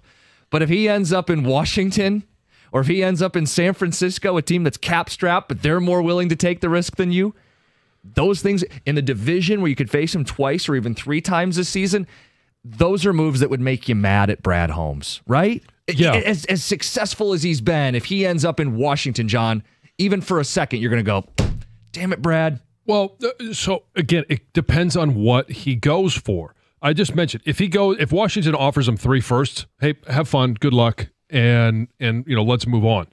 I'm not willing to give up 3 firsts, but it's really going to depend on what the deal is that sends him to whatever team. Yeah. Quick phone call and then proposals. Worst places for him. Ken in Plymouth, you're on 97.1. Ken, good morning. Ken, need a little more from you. All right, never mind. Must John? have been on mute. No, it wasn't because you could hear the car. No, you're right. Maybe you couldn't hear us. Myles Garrett, he says, how can you get mad at Holmes when you don't know what, if anything, he would have been offered? Well, we'll know when the deal gets done, to John's point, what it ended up taking.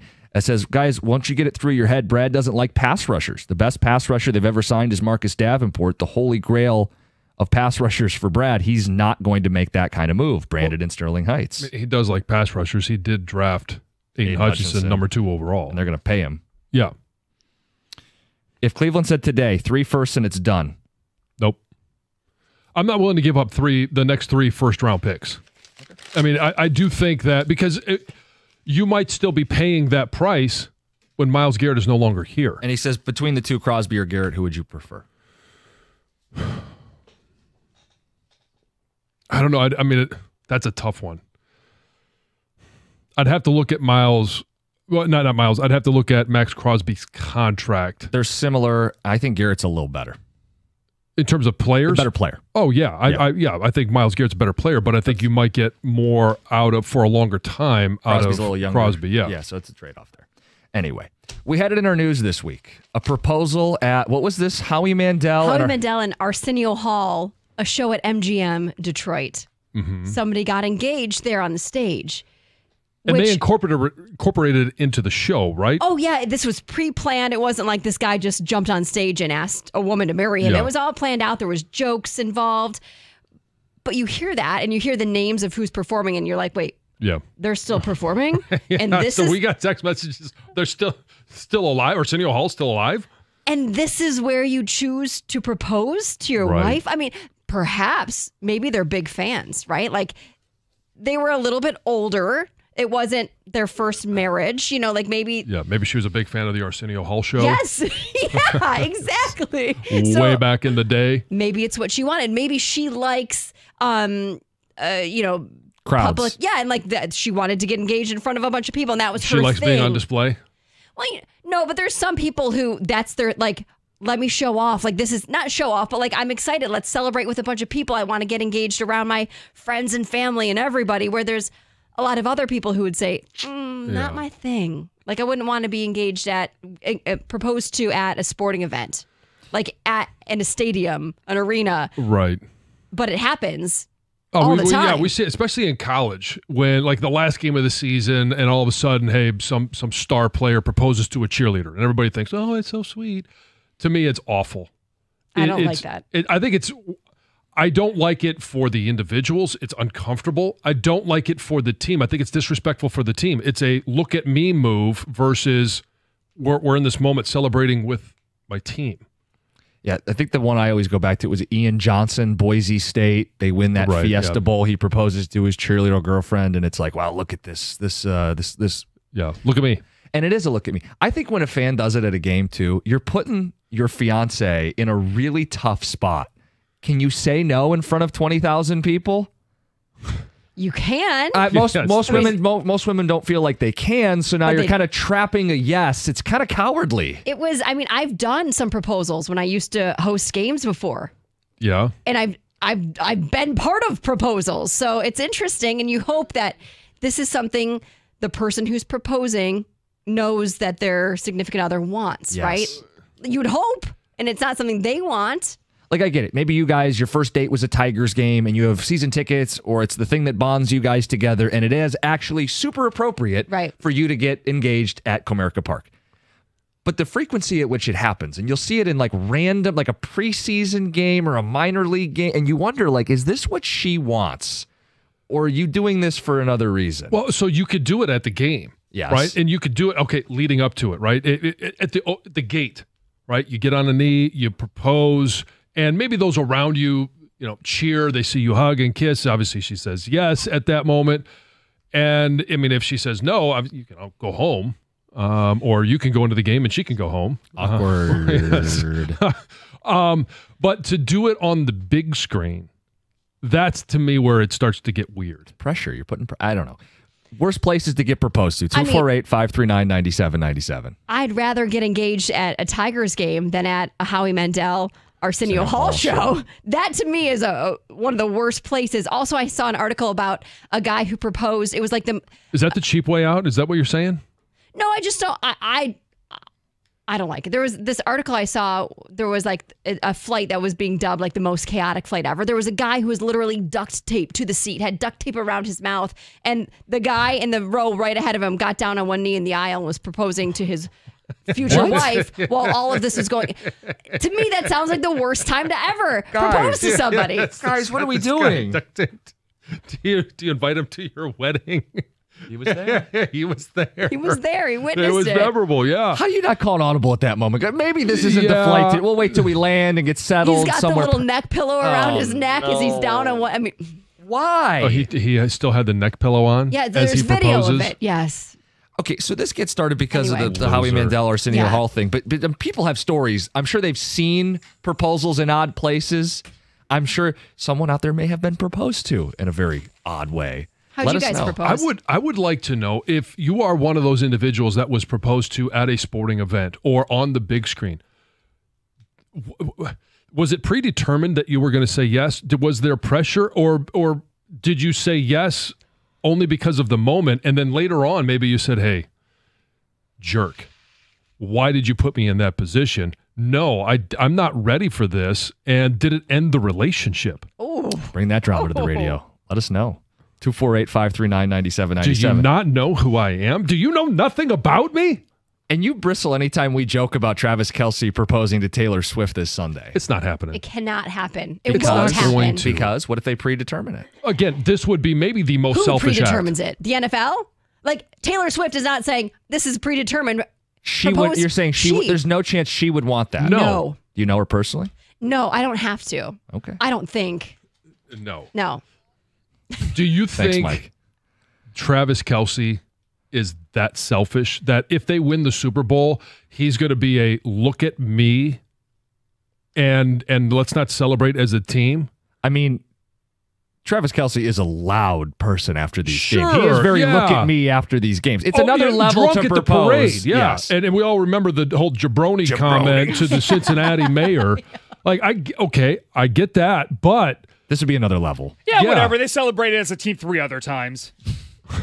This one's about Taylor. Tay-Tay. Getting her ring. No? It's you don't not think happening. so? No. there's no chance. Absolutely zero chance. Ticket texters, 248-539-9797. My friend owned a small fire and flood restoration company. He brought his girlfriend to one of the jobs to show her what he did and popped the question there in a flooded out, moldy, infested, vacant office building. She was not happy. 15 years later, they're still married, though. Mike and Of course they Clarkston. are. At least he didn't drop the would ring. go through your mind to say, I think this is the right setting to propose to my future wife? Nerves. He's nervous. He's nervous, Excited, so anxious. you pick a moldy basement, flooded out. Office space, whatever it was. Not great. Hey, you know what?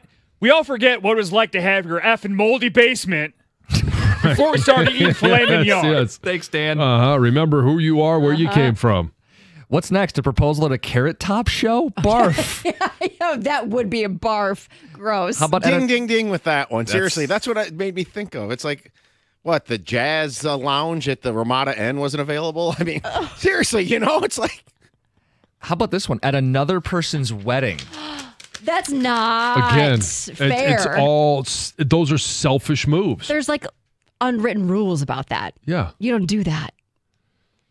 It's a complete look at me moment. Take your attention off of what is supposed to be going on, whether it's a championship for whatever team. It's a look at me moment versus let's celebrate with the team. Let's let all these guys put in this work. And if you're at a wedding and it's about the bride and the groom, and then you pull a look at me moment, that's disgusting. Yeah. Nope. Weddings, sporting events, D-list shows, moldy office spaces, worst places to propose. It's 97.1. Hey, when it comes to managing your finances, you need a bank that gets you and is genuinely interested in your success. That's why I bank with First Merchants Bank.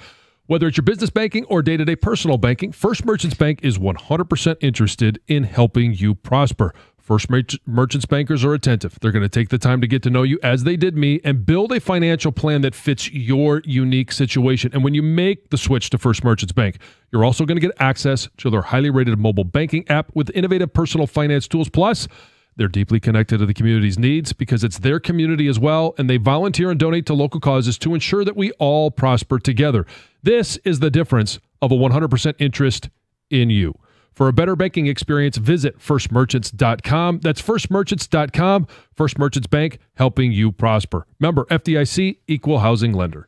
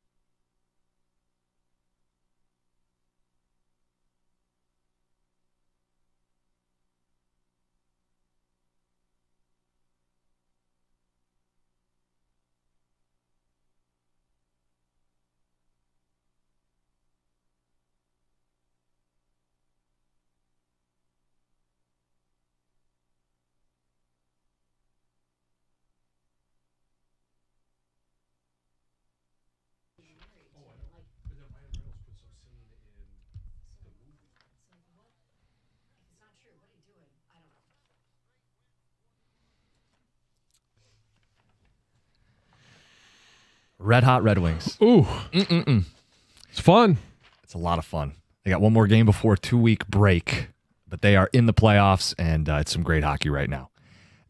Blew a 2-goal lead, found a way to get it done anyway, and I think you build something when you go on these West Coast trips, and you have to kind of gut it out late in some of these hockey games. Mm-hmm. Yeah, they're building those calluses. Yeah.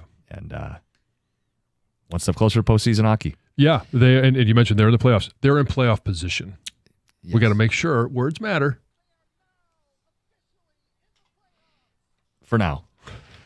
Words matter. Some of the ticket text pouring in, we asked you guys about the worst places to propose. Uh-huh.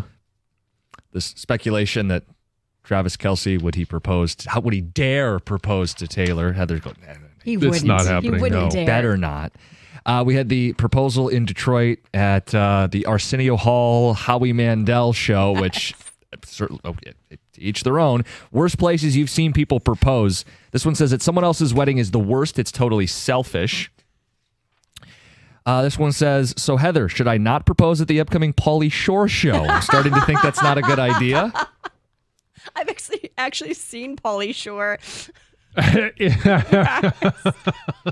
That's 2 admissions in Oh back-to-back my days. We're like, gosh. I'm not sure I'd admit to that. Well, it's the truth.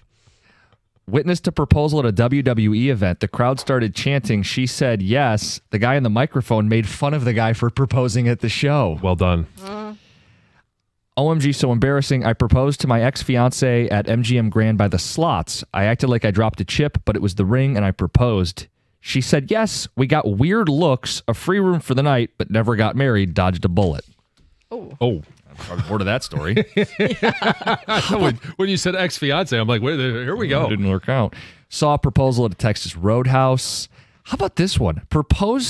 A friend proposed to a girlfriend at Buffalo Wild Wings during a fantasy football draft. We were all in shock. Buddy, what are you doing?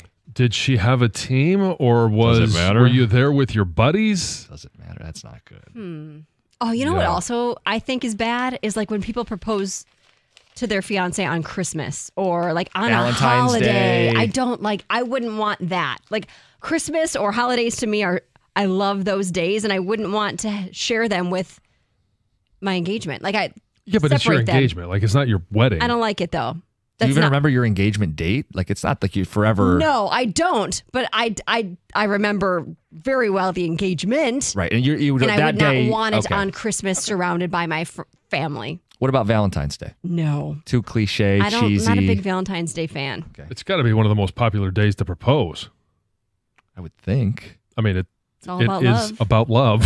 It's kind of like on a tee for you as a guy, right? Like, Right, easy yeah. to go out to dinner. And Uh-huh. And it's kind of one of those things like if they're at some point expecting it, are they, hey, Valentine's Day comes and goes and you don't, and now all of a sudden it raises the question, are you ever going to ask the question?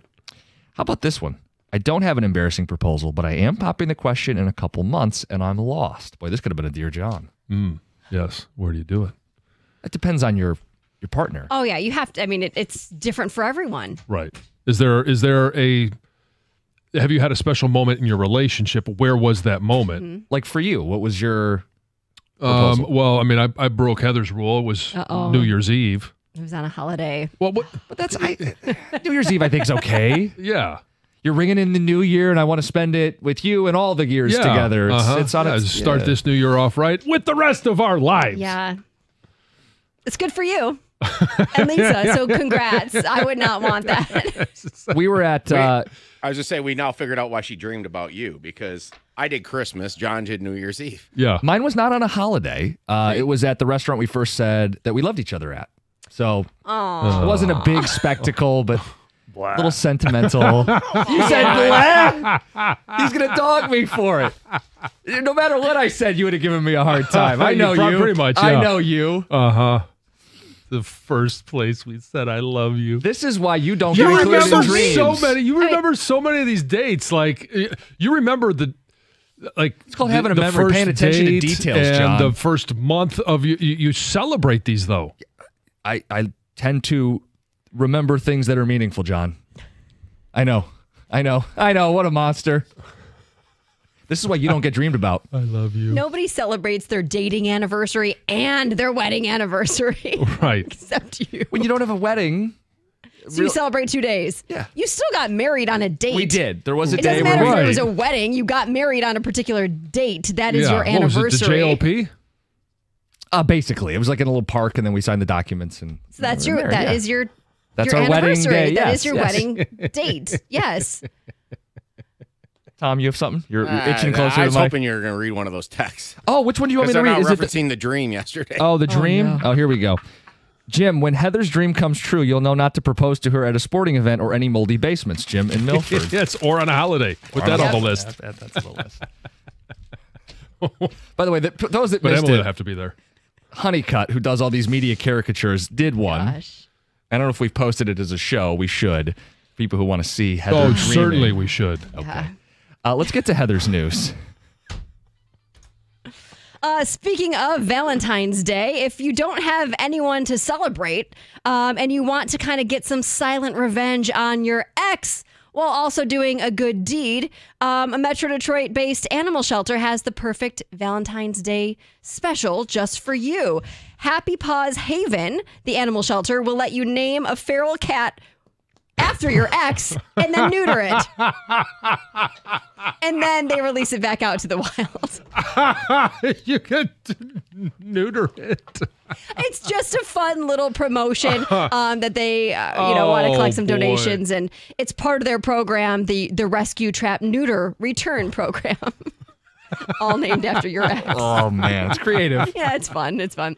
If the Kansas City Chiefs beat the Philadelphia Eagles on Sunday and win a third straight Super Bowl, they will be able to use the three-peat phrase when they celebrate. So the Chiefs have apparently struck a deal with Pat Riley, who has owned the trademark to the phrase three-peat since 1988. So he trademarked the phrase back when he and the Lakers were trying to win their third straight NBA title in 1989. And at this point, the terms of the deal haven't been revealed. I don't know how much he is getting from this, but he did receive $600,000 from the Chicago Bulls in 1998.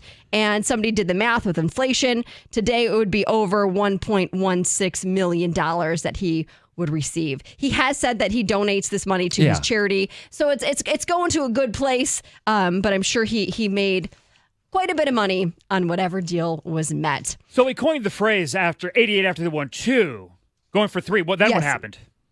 They didn't make it. That's right.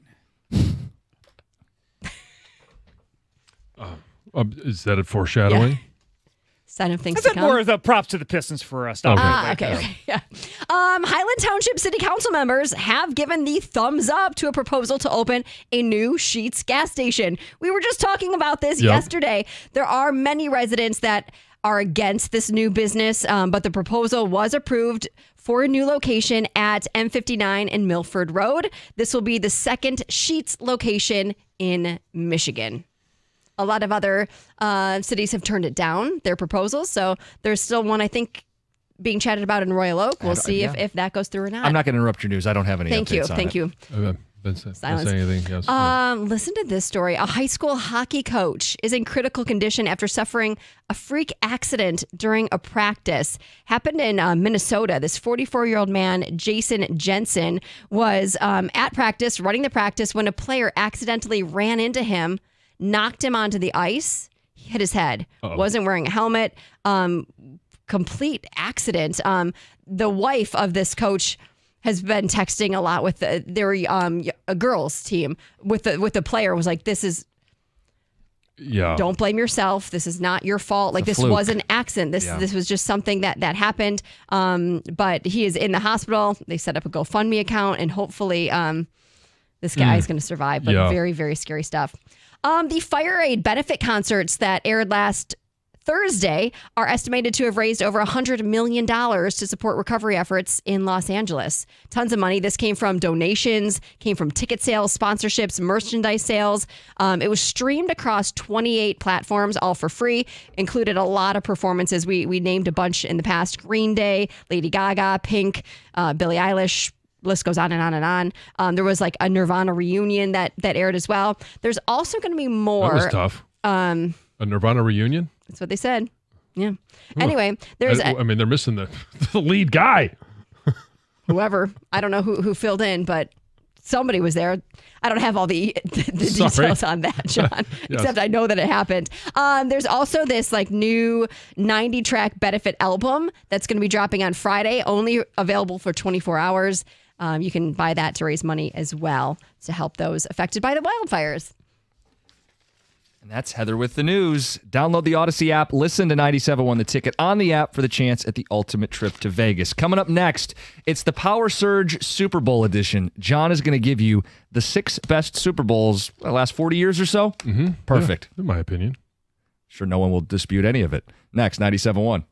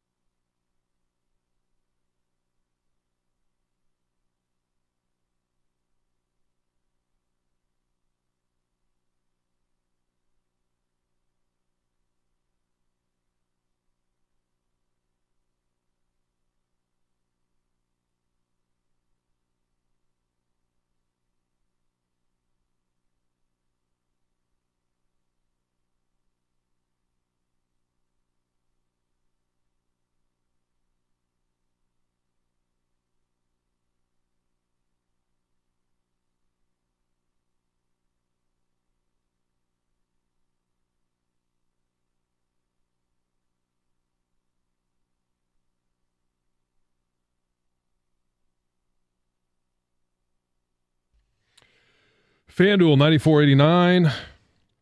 Super Bowl 59 is your chance to hit the jackpot on FanDuel, America's #1 sportsbook. With FanDuel's $5 million touchdown jackpot, you can win a share of $5 million in bonus bets. All you have to do is place an anytime touchdown score bet before the game kicks off. And if your player scores the first or the last touchdown, you're going to win your bet plus a share of bonus bets. And it doesn't matter if you're watching your favorite team or rooting against the rivals, FanDuel is giving everyone something to cheer for during Super Bowl 59. So don't miss your chance to score in the biggest game of the year with FanDuel's $5 million touchdown jackpot. Just visit FanDuel.com/971 Detroit to get in on the action. That's FanDuel.com/971 Detroit and make every moment more with FanDuel, official sportsbook partner of the NFL. Must be 21 or over and present in Michigan. Opt-in required. Each $2.5 million prize pool to be split equally among all eligible participants who made the correct picks. Bonus issued as now a trouble. Bonus bets that expire 21 days after receipt. Restrictions apply. See terms at sportsbook.fanduel.com. If you have a gambling problem, call 1-800-GAMBLER. Yeah, way too long. Let me do that again. Sorry. All right, take two. Where's my timer? Super Bowl 59 is your chance to hit the jackpot on FanDuel, America's #1 sportsbook. With FanDuel's $5 million touchdown jackpot, you can win a share of $5 million in bonus bets. Here's what you have to do. Place an anytime touchdown score bet before the game kicks off. And if your player scores the first or last touchdown, you're going to win your bet plus a share of bonus bets. And it doesn't matter if you're watching your favorite team or rooting against your rivals, FanDuel is giving everyone something to cheer for during Super Bowl 59. Don't miss your chance to score biggest game of the year with FanDuel's $5 million touchdown jackpot. Visit FanDuel.com/971 Detroit to get in on the action and make every moment more with FanDuel, official sportsbook partner of the NFL. Must be 21 or over and present in Michigan. Opt-in required. Each $2.5 million prize pool to be split equally among all eligible participants who made the correct picks. Bonus issued as now in trouble bonus bets that expire 21 days after receipt. Restrictions apply. See terms at sportsbook.fanduel.com. Gambling problem? Call 1-800-GAMBLER.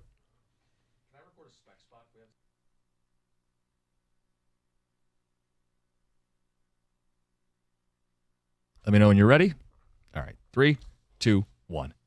Recently, Odyssey Detroit took on a huge Recently, Odyssey Detroit took on a huge restructuring project. Miles of data cables everywhere. We needed the best. We chose PCS, Professional Cable Solutions, the one company that could handle the project. If your company's in need of structured cabling, IP surveillance, access controls, or audio-video capabilities, call PCS 248-430-5147. That's 248-430-5147. If you need fiber optic installation, overhead paging, sound masking, go with the best, Professional Cable Solutions. Professional Cabling Solutions. Find them online at professionalcablingsolutions.com and tell them 97.1 The Ticket sent you. Can you clean up a couple spots there? Perfect. Time doesn't have to be perfect. They just want a spec.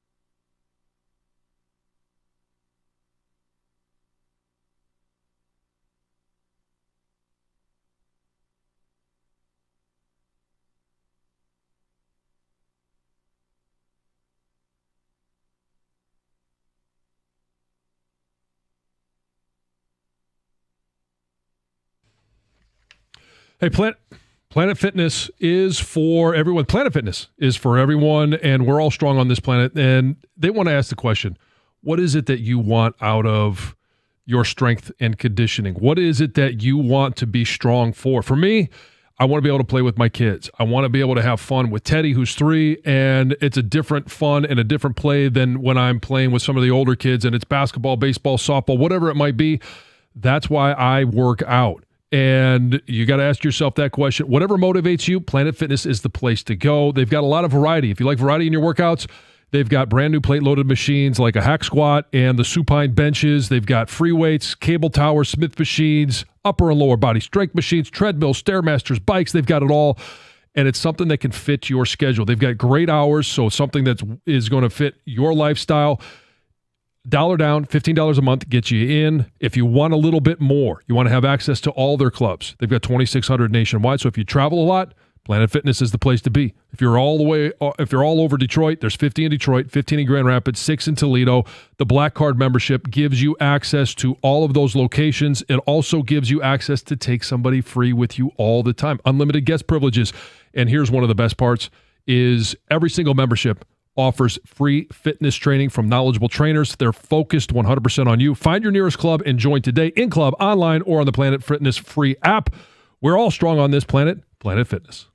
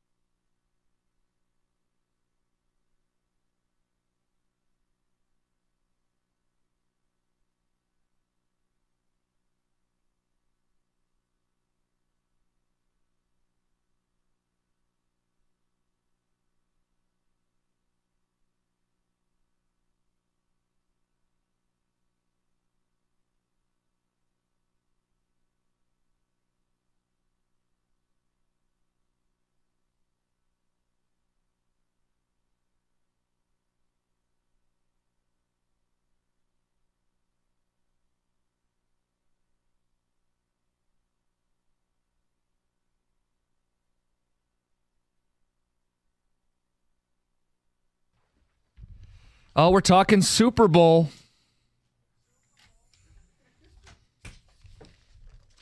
John ranked them. We got your feedback. Yeah. Coming up at 9:02. I got an issue with some people out there. Some of you not putting your money where your mouth is. On the Super Bowl itself, John, you left out Super Bowl 51. It's 8-year anniversary from the first OT Super Bowl. Brady's 6th. The greatest comeback in Super Bowl history. Yeah, it just didn't do it for me. You left out David Tyree, maybe the greatest catch in Super Bowl history. And I know the whole 17-0 regular season. Takes down the undefeated Patriots. Okay, cool. All right, fine. Left out the Super Bowl here in Detroit. It was not a great Super Bowl. No, but the bus, obviously, local hero. Yep. The 88 Super Bowl with the Niners and the Bengals is one that people love. Joe Montana leads an 11-play, 90-plus yard drive, throws a touchdown at the end. Vintage Montana. The only thing I remember from that game, I mean, there are some moments, but is it Tim Krumrie breaking his ankle at the beginning of the game? John, I was -6 years old. Yeah. Let's get to James and Romeo. James, what's up? Hey, good morning, Jim. Good morning, John. Good morning. Jim, you just mentioned it. My story's about the David Tyree game. So I was at DTW waiting to catch a flight to Philadelphia, so I was able to watch the first quarter at the Westin lobby. I get on the airplane. They're keeping me up to date, keeping everyone up to date. I get into Philadelphia International with about 5 minutes left in the fourth quarter. I go straight to the nearest bar, grab a pint of Sam Adams, and then within minutes, the place is erupting because of the David Tyree catch. So it's a pretty notable experience because of watching it in two different cities, and arguably one of the most fascinating endings to a Super Bowl. Yeah, sometimes the Super Bowl, it's the game, but it's also like where you were for the game. Like I think, John, you were saying, and we both alluded to it, that's a huge part of some of these memories. Oh, it is. It's your experience of what you were doing at that time, because it is a party. Absolutely. Looking to your left and right. I don't know this Jack or Jill, but they're going ballistic. I'm like, well, I might as well go ballistic. So yeah, so it's definitely one of the top 3 Super Bowl experiences. And I was, in the air for half of it with no visual on, being able to watch a game. The pilot, of course, would come over and give you updates periodically. So yeah, so it's ultimately a very cool experience. Well, now times have changed so much. Everybody would be watching that game on the flight now. Oh yeah. So me and Greg took exception, maybe leaving one off, that we think that Super Bowl that's got lost in the shuffle was 32, which was Packers-Broncos. Win one for John. The Packers were defending champions. They, acquired Reggie White a couple years before that, and had Favre, and people thought Favre were going to win many Super Bowls. He never got to another one. But it was way more in Elway because the Broncos were a huge dog. They were 14-point dogs. NFC had won 13 straight Super Bowls. So there was basically this world where one conference was superior to the other. I mean, the Super Bowl sucked for the most part in like my wheelhouse, childhood years and stuff. So, and then the legacies that it defined. Elway got his. Basically, Elway became what Marino wanted to be. The first touchdown that I actually saw a team on purpose allow, Terrell Davis, so that the Packers could get the ball and try to go back down and tie it. But the game itself was great. It was multiple scoring lead changes. Back and forth, start to finish, great plays. I think it gets forgotten big time. Is that the game, Ticket Texture points out, that Elway did like the helicopter, that got hit, he helicoptered? Yeah. As Greg said, every Super Bowl needs a signature play. Let's get to Joe in Sterling Heights. What's yours? You're on 97.1. Hey, what's up, man? I will never forget the Super Bowl in 2007 because I was deployed, and we were in Kuwait. And they told us at 3 o'clock in the morning we had to go to the Chow Hall in at Camp Patriot in Kuwait to watch this. And so all of us got up. We still had to go to work the next day, but we all got up. We all went to the Chow Hall, and the majority of us were rooting for the Patriots. And it was just so gutting. But I'll never forget all of us dudes just sitting around, deployed, waiting to go for our next thing, and just seeing watching that Super Bowl in the middle of the night. I'll never, ever forget that experience. Yeah, I mean, that's an experience that's it's a rare one, obviously. It's a very unique one. First of all, thanks for your service. Thank you. And that's amazing. Which Super Bowl was that? You said Patriots and who? The Patriots and the Giants. The David Tyree the catch. Yeah. Touchdown grab. Yeah, we had one guy in our platoon who was a diehard Giants fan. His name was Meat. His real name wasn't Meat, but this guy was just a big sack of meat. And, dude, he put it in everybody's face for the rest of the deployment. The guy was just, I mean, I'll never forget it. It was such a great time and, sharing it. I was in the Marine Corps, but they had Army guys there. They had Air Force guys there. Everybody was there watching that game. It was just an amazing experience being a 21-year-old overseas. Yeah, Giants fans, unsufferable. Yeah. Insufferable. Yeah, there you go. 248-539-9797. Ticket texters saying that the greatest one is Arizona-Pittsburgh. That's my number one. Mine too. You had it number one. Tom has given that one love. It's Santonio Holmes, you had the Harrison pick six. Yeah, that game. The Harrison pick six, I still get goosebumps watching that. Wow. The clock expired. If he doesn't score, they get nothing for it. Right. He made such a move. He knew the ball was going to Bolden, and he jumped the route. He outsmarted Kurt Warner, a Hall of Fame quarterback. I mean, he just had everything. The game-ending play, the Fitzgerald, Greg brought up, the Fitzgerald 60-yard touchdown. He had 3 great plays in that game, and it was John Madden's last broadcast. I learned something today about you. I don't know if you still can. I don't want you to do it right now. No, we're not going to do this on the air. But you can name like the network that broadcasted every Super Bowl since the beginning of time. Yeah, we did something back in the day when it was Jamie and Stoney and Greg was here, and I think it was during a break or something. We just came up somehow, and I nailed every single television network that every Super Bowl's been on. It's a weird thing that. And there was one like outlier that was like an NBC. It was the end of their era where I kind of took a guess, but I got it. Super Bowl 47. 47 would have been Ravens Niners in New Orleans, the last one, blackout game, and that would have been on.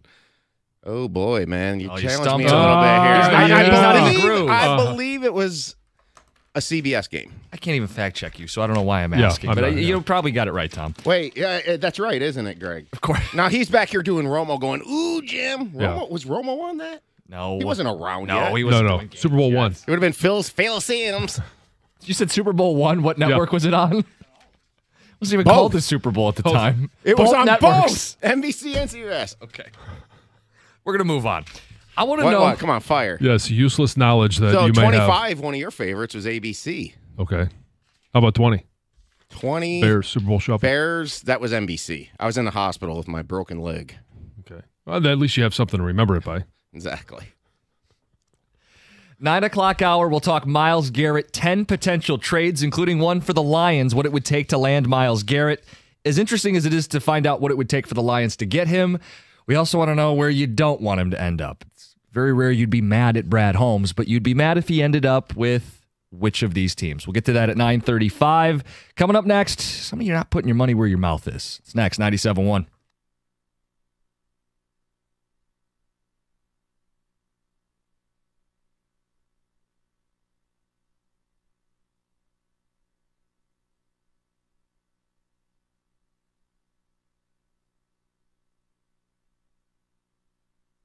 Along with the Jets, the Wings are the hottest team in hockey, winners of 7 in a row again, including their last 4 on the road. They beat the Kraken 5-4 in a shootout late last night to continue their streak. Coach McClellan says the players have completely bought in. The spirit is up. It's getting easier to get guys to believe when you're winning. And you've got one more game before the break coming up on Saturday. No luck for MSU Hoops, though, in California. Their first back-to-back losses of the year.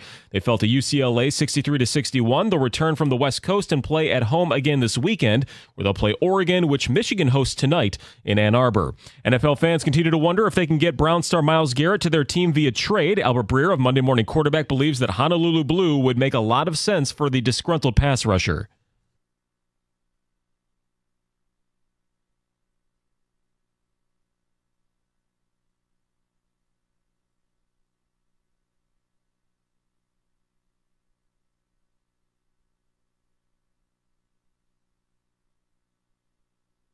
At Breer on the Dan Patrick Show there, multiple Cleveland players have said they hope the team and Garrett can still patch things up and convince him to remain with the team.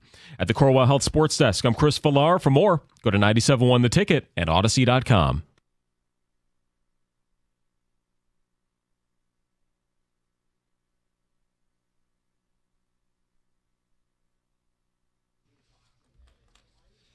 John, you passed along a note, and it got me all riled up. A lot of money going to be bet on the Super Bowl. No surprise there. North of $1 billion. I see that right? Yes. It's going to be another record, which as more states allow online betting in sports betting in and of itself, it's going to obviously generate more and more money. The Super Bowl is the one sporting event every year that people put a lot of money on, whether they have a horse in the race or not, because there's only 2 cities that actually, that are, have fan bases cheering. But whether it's coin toss, whether it's the color of the Gatorade, all of these different things you can bet on, but the one that everybody always wants, who's going to win? Who's going to win? And the spread is 1.5, so it's basically just who's going to win. Americans are about to bet a record $1.39 billion on this Super Bowl. And the issue I have is with those of you who think this is rigged. Because Action Network, one of the leaders in the betting space, has about 70% of the bets on the Eagles. Wait a second. They're on the Eagles? Yeah. If this is rigged, if it's all about Taylor Swift and Travis Kelce and three-peats and they will not be denied even if the refs have to go out and do it themselves, why are 70% of you betting on the Philadelphia Eagles? Are you stupid? Like, if it's rigged, you would bet the Chiefs, right? Am I missing something, John? No, I don't get it. I don't understand, because after the Bills-Chiefs played, everybody was talking about, oh, Josh Allen made the line to gain, or this receiver caught it and they had it, shouldn't even gone down to that. There's so many the penalties that are called against a team when they touch Patrick Mahomes.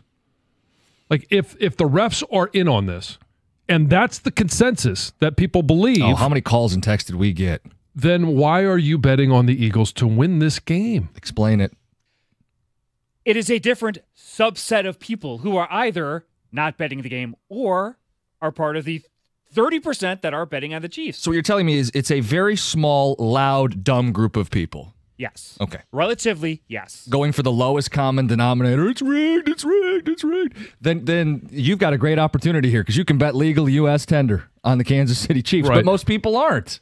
Well, so Greg, what you're saying is that the 30% that are putting money on the Chiefs are either Chiefs fans or people that believe in the conspiracy that they can't possibly lose because the refs are in on it. Or it doesn't even have to be the all 30% of it. I mean, 2% of people can think this and say this, and those 2% of people can do what they want to better than not. But a lot of the people don't, and they'll bet on the Super Bowl. They'll take the chance on the Eagles. Just to help us seems understand. So lopsided, though. Yeah. 70-30 is not close. So the consensus is the Eagles will win, but the consensus is it's rigged for the Chiefs to win. Can't square that. Doesn't add up. Yeah. Are people just donating the money? 1 does not equal 2 in this case. Listen, it's gambling, not winning. You lose plenty, but I just don't understand if you think it's rigged betting on the team that's supposed to lose. And we've heard from a lot of different individuals that have experience in the NFL. Uh-huh. And, I mean, whether it's not experience in the NFL, a lot of talking heads, or others that are just fans, have watched a lot of football, but Terrell Owens, who obviously, I mean, he's a Hall of Famer, played for the Eagles. Played in the Super Bowl. And he's been watching football.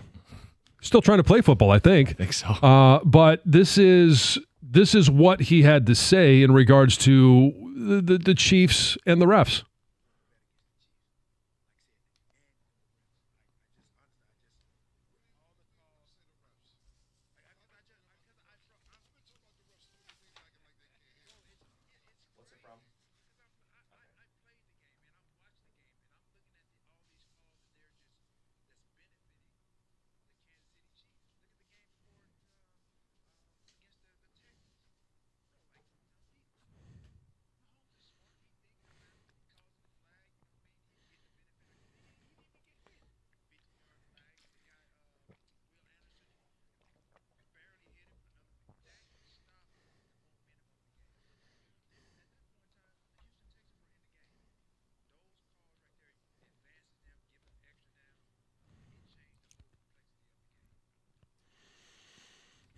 So he thinks, hey, don't bet against the Chiefs. Yeah, I mean, without the music, I might not agree, but with the music, I certainly agree.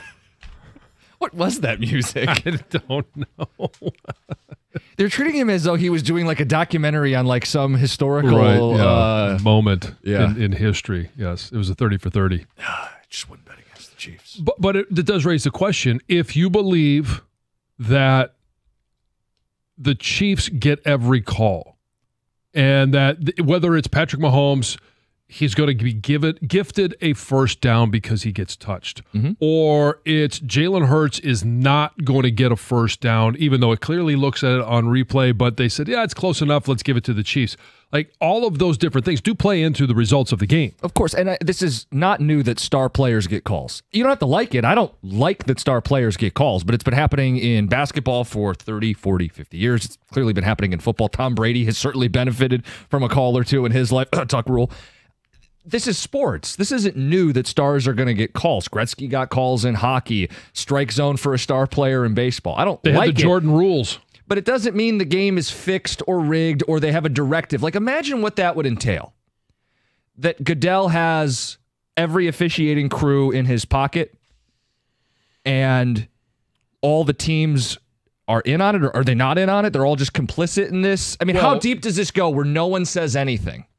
How am I supposed to believe that? It's all about advancing the brand. And how is the brand, you could agree with it or not, but there has been a host of new fans because Taylor Swift is there. That's also what complicates the matter. For some people. Yes, for some people. And the whole conspiracy theory of the Chiefs getting all the calls is for some people. But when it goes to review and they look at it in New York and all of a sudden it comes back, favor of the Chiefs, and it happens repeatedly, then some will start to connect the dots and think that Roger Goodell is in on that discussion or has given a directive that if it's close, it goes to the Chiefs. It's low-hanging fruit. It's lowest common denominator. It's not based in anything other than a call that you didn't like, therefore the entire system is rigged. But we bring this up because people don't actually believe that, because if they did, then the Chiefs would be the overwhelming betting favorite. That's and why they're we're not. calling BS on the whole conspiracy theory. And the people claiming conspiracy theory we're calling BS on too. I am with you guys, but I do think the Chiefs get the benefit of the doubt. They do. That's why the Owens thing, why he can't accept that. Guess what? He gets the benefit of the doubt on the Will Anderson play. Okay, so it's not a conspiracy, but it's a benefit of the doubt. If it's a benefit of the doubt and they're going to get all those calls, then why are 70% of individuals putting money on Philly in a one-possession, one-point game? Because they're not looking at it under those eyes. The thing is I believe a ticket texture pointed this out, that sometimes it's not necessarily about the Chiefs winning it all, but getting there. That now at this point, first off, there was that whole thing out there that the Lions were going to kill Vegas if they won the Super Bowl or even won the NFC Championship because so much money was on them. We got one ticket text that said a friend told him that he thinks Jared Goff threw the game because of that. I mean, so people leave crazy things out there and stuff. But I do think the benefit of the doubt is real. It's a real thing. I don't know one person who does not have some sort of bias. Oh, sure. Yeah. So referees are biased. When they see Patrick Mahomes, they're going to call the game differently than when they see Baker Mayfield. So you're saying that the benefit of the doubt is just for the Chiefs to be there. Now it's going to be a fair game, and it's going to be equally called. No. I still think that Patrick Mahomes will get the benefit of the doubt if there's a 50-50 call. The 51 to 53, 54 goes their way. And that affects outcomes of close football games. Right. I don't dispute that. I don't. I've not denied that. I'm not running from that. What I'm denying is this like grand conspiratorial belief that is out there. That is out there. Those people are nuts. But there are a lot of them. Apparently, but they don't believe it because they're not betting it. But even if that is the thought that, hey, the 50-50 calls are going to all go to Patrick Mahomes or the Chiefs, then why are you betting on the Philadelphia Eagles? Yeah, let us know. 248. Or are you just simply betting that the Eagles are going to just flat out win? They're just going to be able to overcome Patrick Mahomes, Travis Kelce, Taylor Swift, and the referees. Goodell, the Illuminati, Roger Goodell, yeah. Kanye, like I said, I else. believe this is in the realm of the 53 to 55% things will go the Chiefs' way. Well, a team can overcome that. Yeah, the Eagles can overcome that. That can be overcome. They have lost. You know, it's just you skew things a little bit in favor simply because of human bias. I'm calling people out because you can't have it both ways. And I think John's right there with me. Let's get to Jordan in Detroit. Jordan, you're on 97.1. Yes, I agree with everything that you guys saying, but it's just football. I played, you guys played, and the cool kid, hot girlfriend in the stands, that's nothing new. The reason why I'm taking the Eagles is because that will irritate you as an opponent when they get all the camera time. They constantly just, it's the new dynasty. So just because of grit, and they are the villains now, because KC, they, with the calls that you guys said and just him flopping now, they are to cause themselves to be the villain, and I think they're going to shoot themselves in the foot, and that's why I'm taking the Eagles. That's all it comes. Look, the Eagles got the best defense in football. I thought the Eagles had the better team 2 years ago when they played, and Mahomes got the ball last. Yeah. I mean, same thing last year's Super Bowl. You could have argued the Niners were a better roster. Mahomes got the ball last. In both the game, the regulation time, and in overtime. 248-539-9797. Just a curious question for people out there who are convinced this thing is rigged. And why is everybody betting the Eagles? 248-539-9797. 97.1.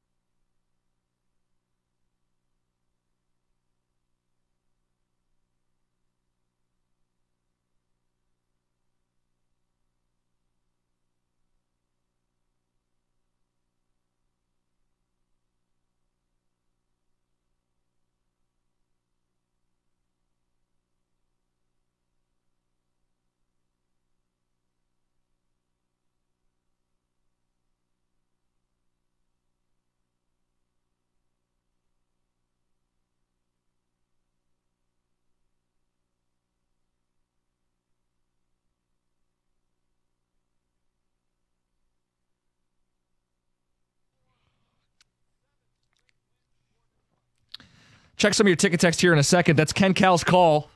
Red Wings win. 7 in a row, baby. They're on a heater. Want to tally it up since Todd McClellan took over? 15-4-1. 15 of 20 games they've won. 2 different 7-game win streaks.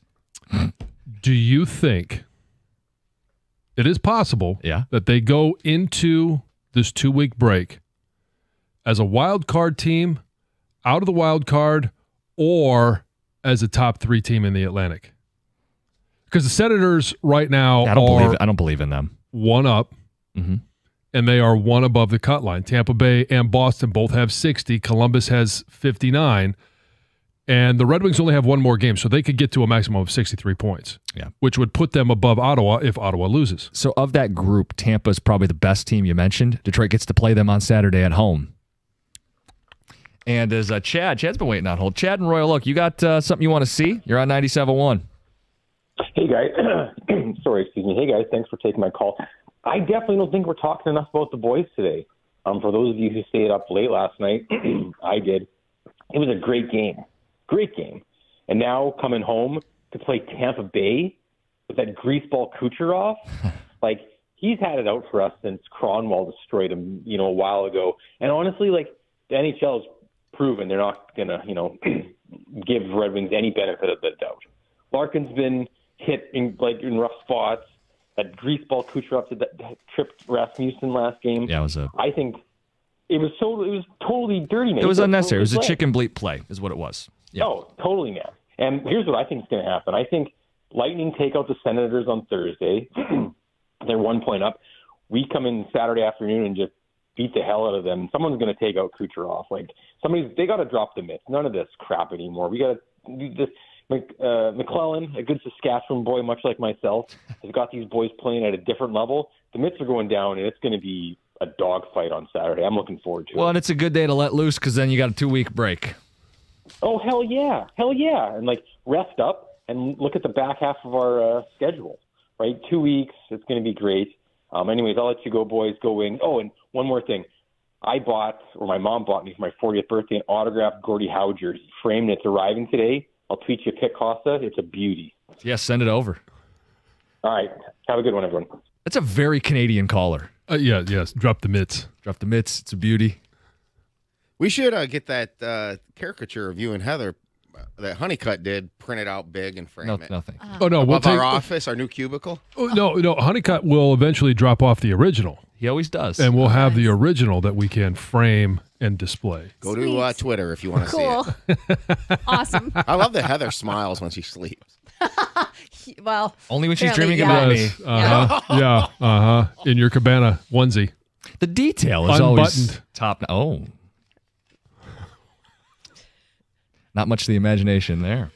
Anyway, some ticket text. We brought up this gambling thing. A lot of you out there have expressed frustrations about the Chiefs and the refs are in their back pocket and it's fixed for their three-peat and Taylor Swift and all this. I don't believe in that conspiracy, and I don't think you guys do either, because the Chiefs aren't the overwhelming betting favorite. Most of the people have bet on the Philadelphia Eagles. So if you're screaming conspiracy, either you don't believe it or there just aren't very many of you. And either scenario checks out for me. I don't think it's this grand conspiracy to fix games. I don't know how many people would have to be involved, and none of them would ever say anything. It just never passes the smell test. Do I think refs make mistakes? Yes.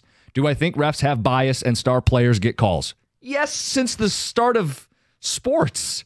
None of this feels fixed to me, which is why you just bet who you think is going to win the game. And if you think the Eagles, go for it. That to me makes more sense. Yeah, and it's a 1.5 spread. So it's basically a pick 'em. And if you just believe that the Eagles are going to win, then that's where you put your money on. And if you believe that the refs aren't going to have as big of a factor or be as big of a factor, then that's where you go. Texter says, it's kind of ironic if all these people are betting on Philly. Wouldn't it just give the powers that be more reason to make it the Chiefs? Yes, sure. In theory. Yeah. This one says, people are degenerates, so they like to bet on because people are degenerates, so they bet on a known outcome. Well, no, they're not betting on a known outcome. If they know it's the Chiefs, they'd be betting on the Chiefs.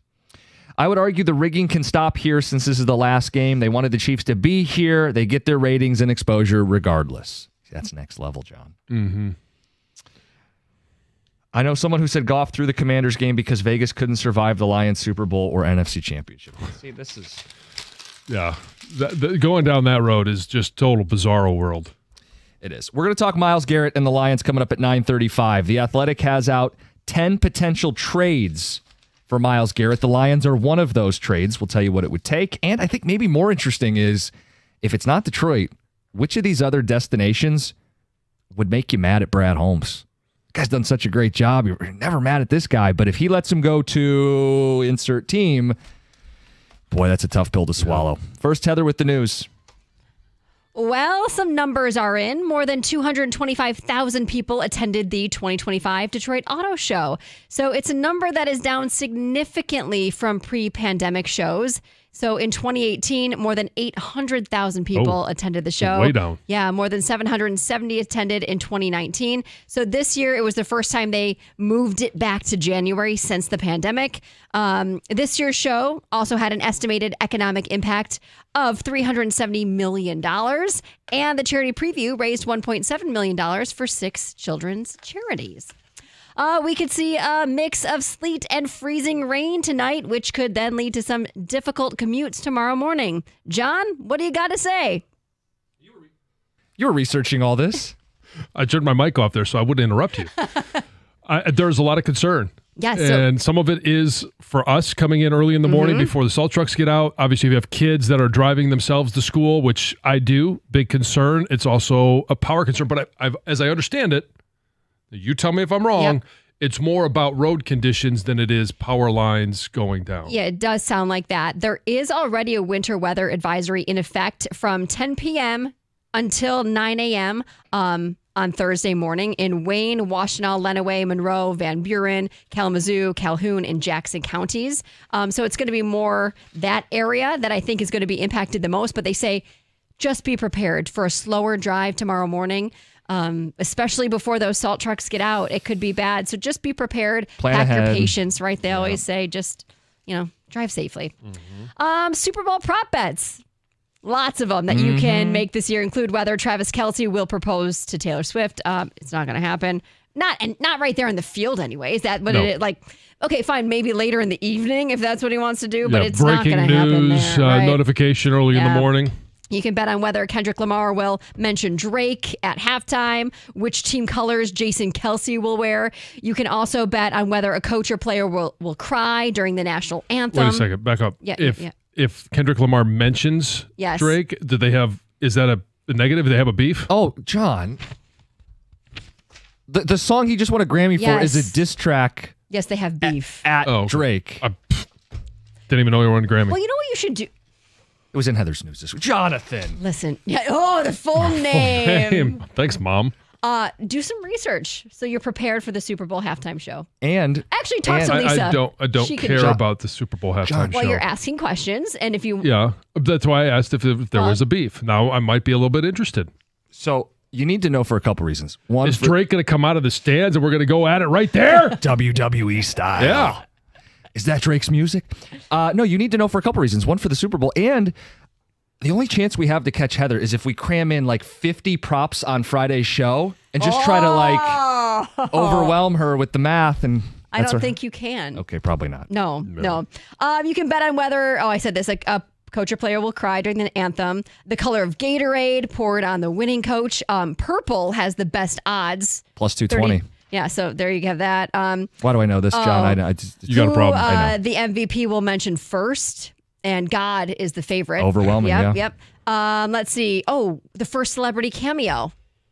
Taylor Swift is clearly the favorite, but Peyton Manning is second, so that's up there as well. Well, so that one might be a little bit skewed because they're doing the kick of destiny. Is it only after the kickoff? Is it non-ads? After And, the coin toss? like A-list celebrity. I mean, there's going to be so many celebrities And who there. qualifies? Who qualifies as the celebrity? Who knows? Lots of prop bets you can make. Let's see. Little Caesars is the official sponsor of the NFL, and they're bringing big flavor to the big game with a commercial starring Eugene Levy that showcases their latest bacon and cheese crazy puffs. Something brand new. They say it's packed with rich and savory flavors, combines mozzarella, Munster, and cheddar cheeses with pizza sauce topped with crispy applewood smoked bacon and a buttery garlic drizzle and Parmesan cheese. Featuring a delivery to Alex Bregman's I house. say proceeds of every purchase go towards Alex Bregman. There you have that. I hope. Cedar Point's highly anticipated new roller coaster is one step closer to actually opening. Siren's Curse is set to open sometime early this summer, and it's going to be North America's tallest, fastest, and longest tilt roller coaster. And on Tuesday, there was a big update. Construction hit this like major milestone. They had the crews that were lifting their ride's signature element, which is that tilt track up to the highest point of the roller coaster. So it's getting done. You know, I feel like I may never be able to ride a roller coaster again. Why? After I went sledding a couple weeks ago, because of my back. Like, I was in so much pain sledding down a hill that was not very steep and pretty darn smooth It's a red flag. that I'm like, you know what? I don't know if I'm going to go There's on a no roller coaster harness again. on the sled where you are fully harnessed in, or at least not all the time, but some of them. Maybe not the blue streak, but maybe on this one. I'll have a neck issue after that, after the blue streak as well. I don't know. I'm going to, obviously, I'll have to try, but I just, lots of painkillers. Never know until you try. Yeah. Heather with the news. I can't believe you asked if there's a beef between Kendrick and Drake. Not Ask your me if world. I care now. Not your world. I know. We'll talk Myles Garrett next. 10 potential trades. What would it take for the Lions? And the worst possible destination. It's next on 97.1.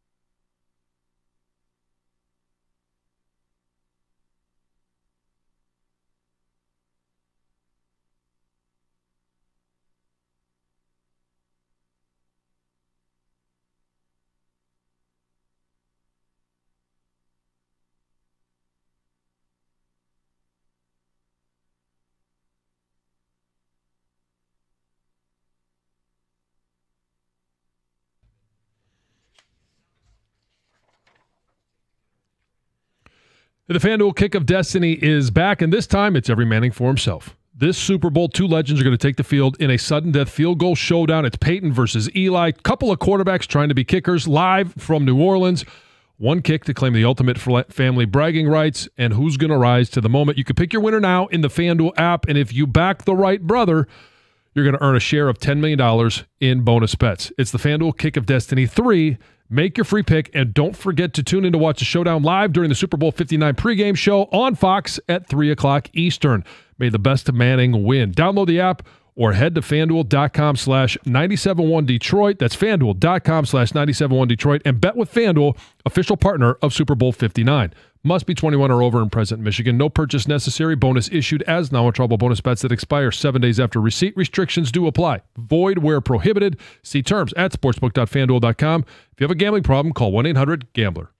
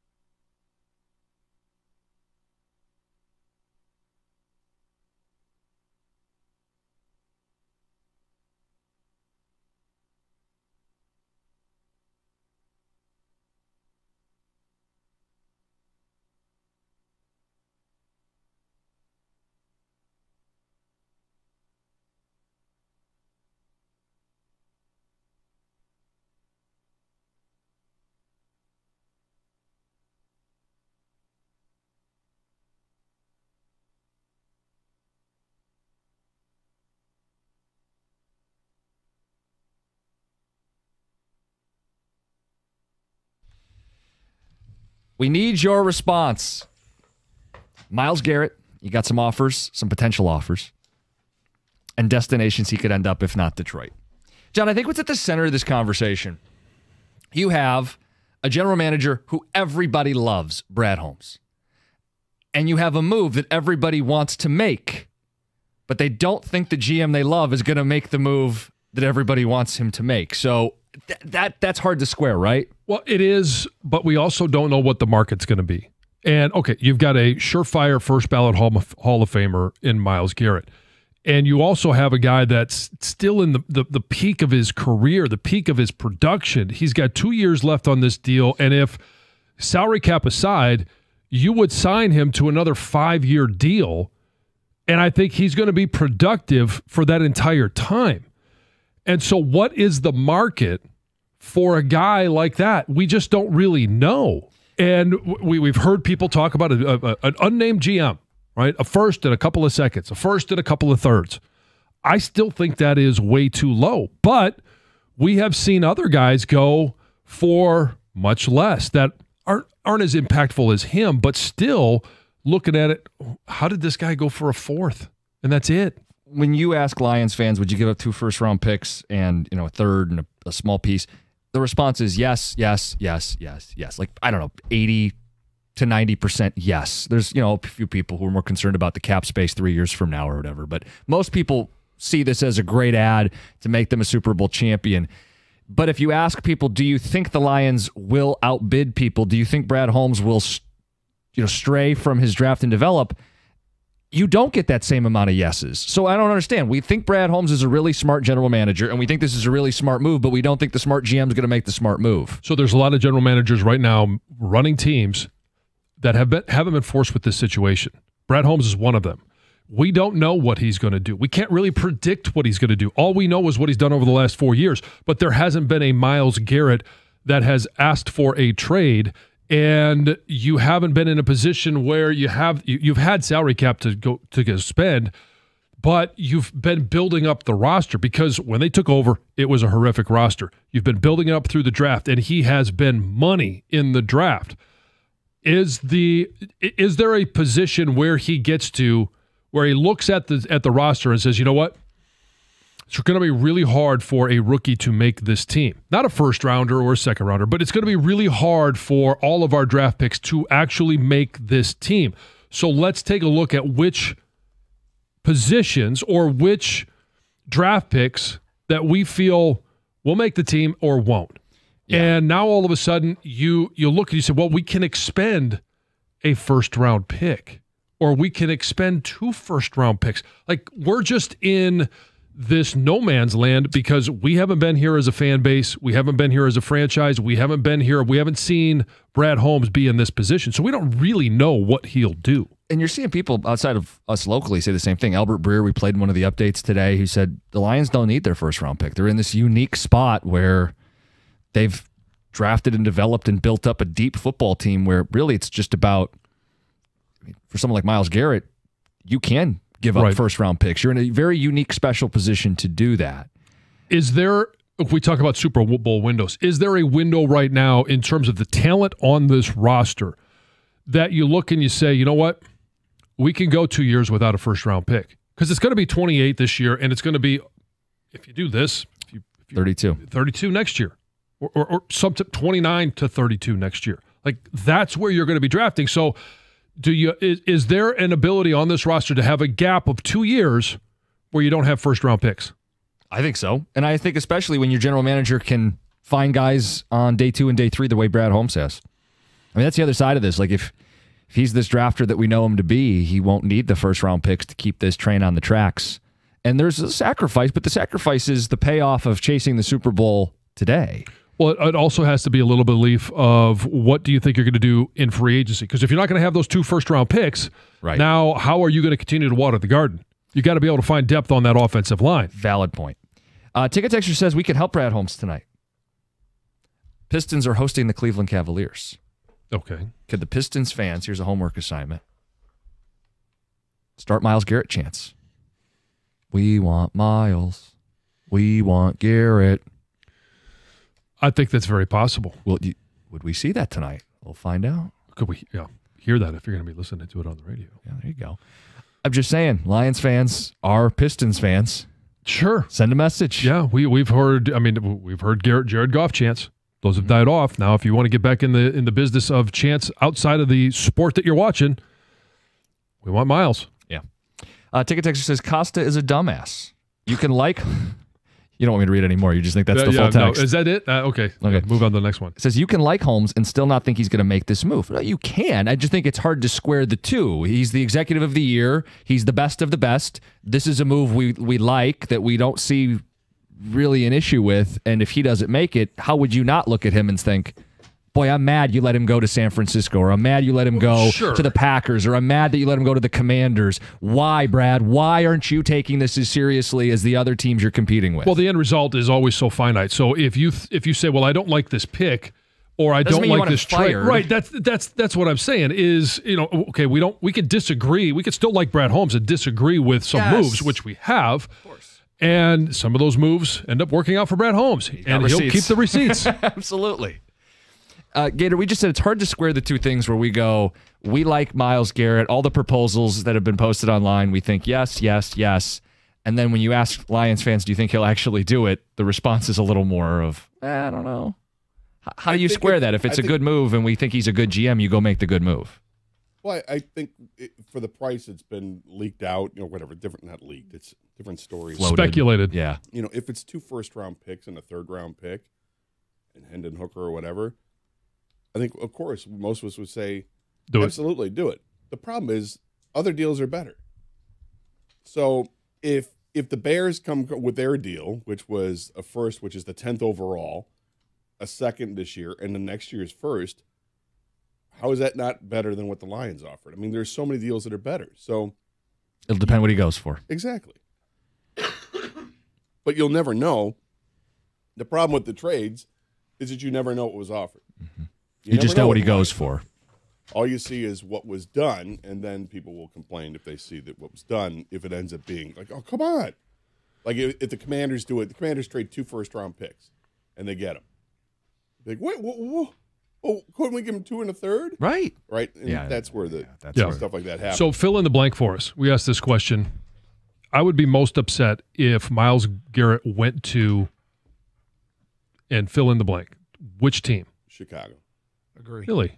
Chicago. Yeah. Interesting. I think the Bears are a real up-and-coming team. I think they're a problem. They've got a really talented roster. They had a horrific coaching situation last year. They've got a young quarterback who I know he's kind of polarizing at this point. Caleb Williams has a ton of talent. He can be really good. He's got players around him, and they've got lots of draft capital, and they've got money to spend in free agency, and it's a team waiting to explode. And if they got him, I'd be a little scared. You said Commanders, John. Yeah, but because you got you. What's that? Is that personal? No, I could see how you'd think that, but no, it's just because Jaden Daniels young. I mean, it looks like he's going to be a problem for a decade plus, and it's the obstacles not in the division, because I think the Lions are still the best team in the division. There'll be challenges. Green Bay is going to I think get better. Chicago get better. Minnesota with Kevin O'Connell, as long as he's there, they're a threat. I think they're still the best team in the division. I'm concerned more about the teams that you're going to have to go through to actually get to the Super Bowl. Yeah. And that's why I said the Niners. If they compare Bosa up with Garrett, but we can't pair Aiden up with Garrett, they have more cap concerns than we do. If they're more serious, if they're going to get resurrected back into the contenders, I would hate that. I'd hate if they let that happen. Yeah, and the thing with the Washington proposal, didn't that included Deron Payne going? He was in that, yeah. So, I mean, it kind of, you create a weakness by adding a strength. Potentially. And I get it. And look, I don't want to see him go. I want to see him come to Detroit. Thank you. Yep. And I think there's a deal to be made, but I would imagine there are lots of other teams that could make better deals. What's on the docket today? We kind of crystallized that the possibility of getting Myles Garrett. I think it's becoming clear what the asking price is and what challenges the Lions will have to get him, but it's not impossible. We'll get to that in the later half of the show. We'll open with a question for Gator, and I have a mind-blowing stat. He's been teasing this for an hour back there. All right. Carson Anderson next, 97.1.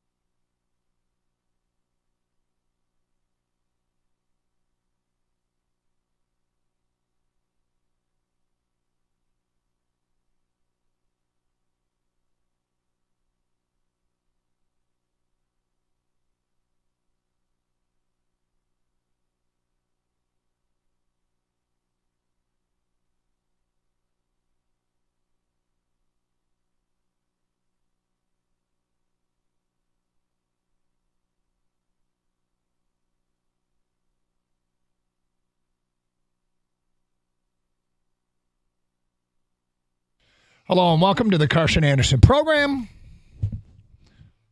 I am Doug Karsch. That is Scott the Gator Anderson. Gator, how are you today? I'm all right. Good. Yep. Stayed up, watched the game last night. Which game? That's one of my questions. We had 2 10 p.m. starts. Yeah, I primarily watched the Red Wings, and I saw the last 8 minutes, I think, in the Michigan State game. So there was some overlap, but obviously Michigan State game was real tight. I had to watch that. Disappointing finish to that game. And I was quick to turn off Peacock and move over to watch the Red Wings, and then was not happy with them blowing a 4-2 lead in the third period, but they managed to hang on. Talbot didn't play his best game, but was good in the overtime and was good enough in stopping, 3 shots in the shootout, which was great. And thank goodness for Patrick Kane and his brilliance in the shootout, the NHL's all-time leading scorer in shootout play. Yep. He's fantastic. Yep. He appears to be pretty good in that form. Of course, the shootouts are relatively new, but it's nice to have him for these occasions. And the Red Wings stay hot, huh? They're definitely hot, and it's, 7 in a row again, a second 7-game win streak. The franchise record is only 9. So this is, and they've done this twice with a new coach on a team that we thought, a month ago was at best. But they've really stepped up this game. What is it, 15-4-1 in the 20 games since he's taken over? It's fantastic. And he's getting better play out of everyone. Like everyone. Even Tarasenko is not he's still waiting to score his 300th goal in his career. He's been on that for a while here. He's getting opportunities. He's getting chances. Now, he's not scoring, but at least he's part of it. He's getting those chances. But other guys are starting to bury it. Elmer Soderblom, a 5-game point streak for the big fella. He's only played 8 games with the Wings. He's got points in his last 5 games. That's good to see. A guy that we had hoped was going to turn into something. We didn't really know. And now here he is playing and playing a regular shift with Rasmussen. I like those two guys together. Twin towers there. It's 6'6" and 6'8". It's great to watch that, and they're delivering.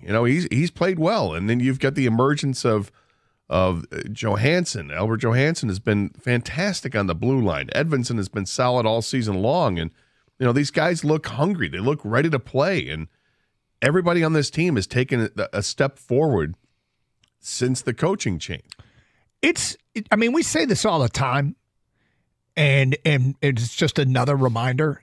Seasons are long, man. Seasons are really long, and lots happens from the beginning to the end. And you can get hot for a stretch, and when you're on a winning streak, it feels like you're never going to lose again. And when you're on a losing streak, you wonder if you're ever going to win again.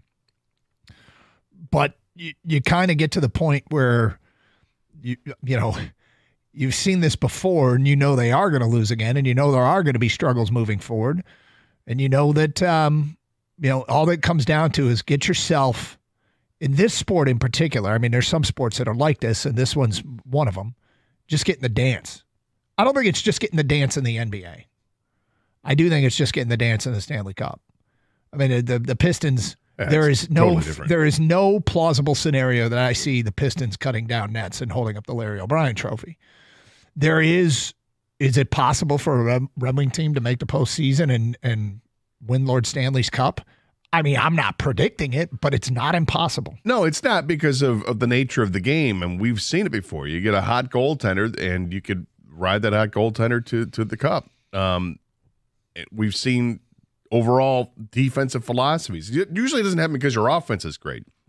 It's because you've done something defensively to neutralize the other team and then take advantage of a mistake. We've seen it happen to the Red Wings many times over the years.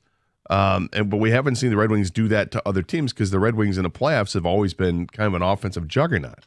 But this team is playing so well at all aspects of the game right now. It's fun. Even like last night, they didn't have their best game defensively in front of Talbot and Talbot himself. It wasn't great, but when they needed to, they got the goals.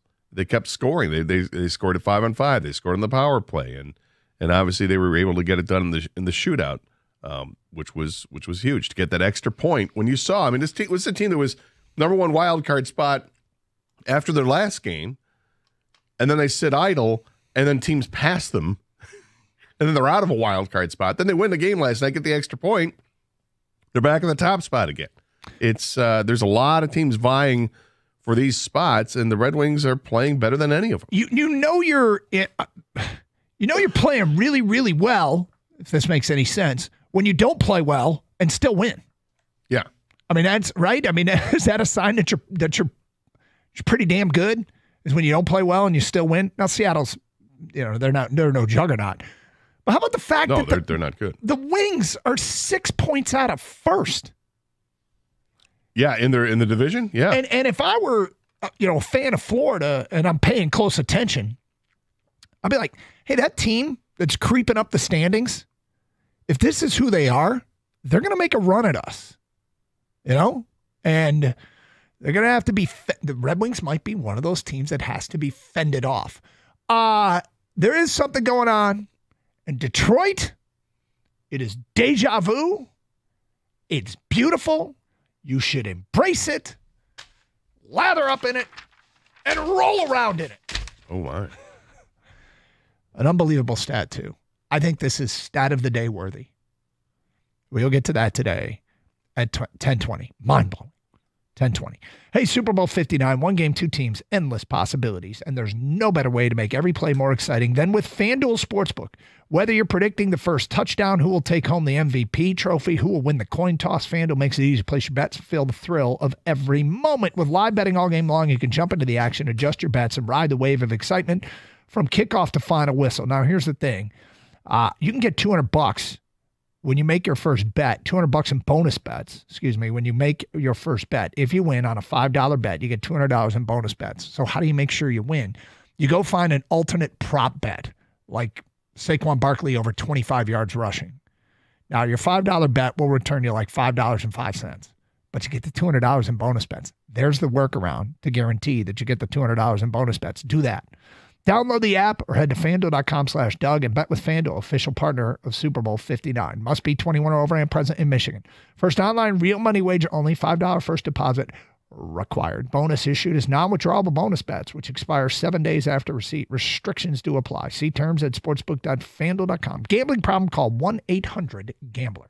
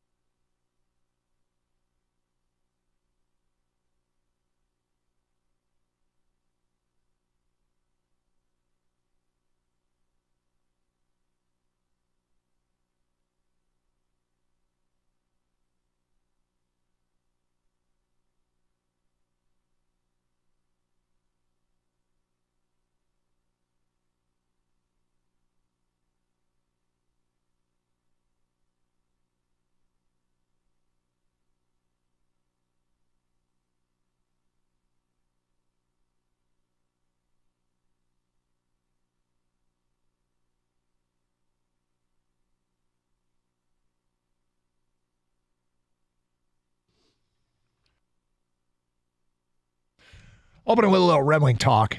As this hockey team is white hot, it feels like it's a moment in time that you can trace it back to what happened, which is great because you can say, all right, there's a reason for this. It isn't a random occurrence. It was a coaching change that has them really playing a much better brand of hockey. Gator, I decided to sit down and do a comparison. Okay. Yep. Do you remember that St. Louis Blues team, the 2018-2019 St. Louis Blues? Yeah, from worst to first. Yep. Well, that team was struggling right out of the gate, Gator. Mm-hmm. And they fired their head coach. And they started to get some white-hot goaltending. But that team in St. Louis, before going from worst to first, they bottomed out. They bottomed out after 37 games at 15, 18, and 4. All right. The Detroit Red Wings, Gator, after 37 games, were 15, 18, and 4. And that is your stat of the day. Now, you don't care. I care that the Sounders there. That's what I care. We're about to win the Stanley Cup, Gator. Uh-huh. So that St. Louis team, we're now through 54 games. That St. Louis team through 54 games was 27, 22, and 5. This Red Wing team is 28, 21, and 5. We're actually on a hotter pace than that St. Louis team was that went from worst to first and went on to win the Stanley Cup. So, again, is it deja vu? I don't know. They got a long way to go. But they weren't the worst team in hockey when they started to turn it around. And a team that was worse than this, playing worse than this, did turn it around and won a Stanley Cup. The point is it can be done. It can be done, and there's a lot of similarities in terms of the parallels between this Detroit team and that St. Louis team, what they were doing on their way to the Stanley Cup and what the Red Wings are currently doing. I mean, I am starting to love the thought of this team making noise in the postseason. And the biggest thing is, I think what they have shown is they might have the one thing that I want to see it the rest of the way, but it's the goaltending.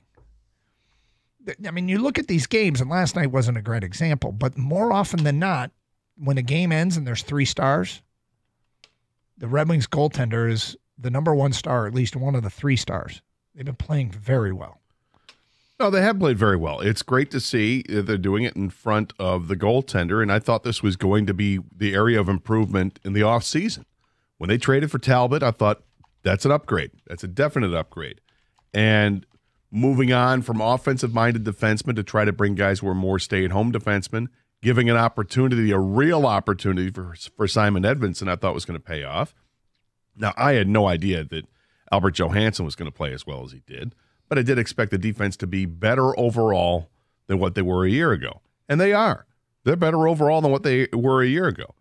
But to put things in perspective, when you look at the goals against average amongst the goaltenders, Alex Lyon is still the best the Red Wings have. He's 17th overall at a 2.58. Cam Talbot is 30th overall at a 2.83 goals against average.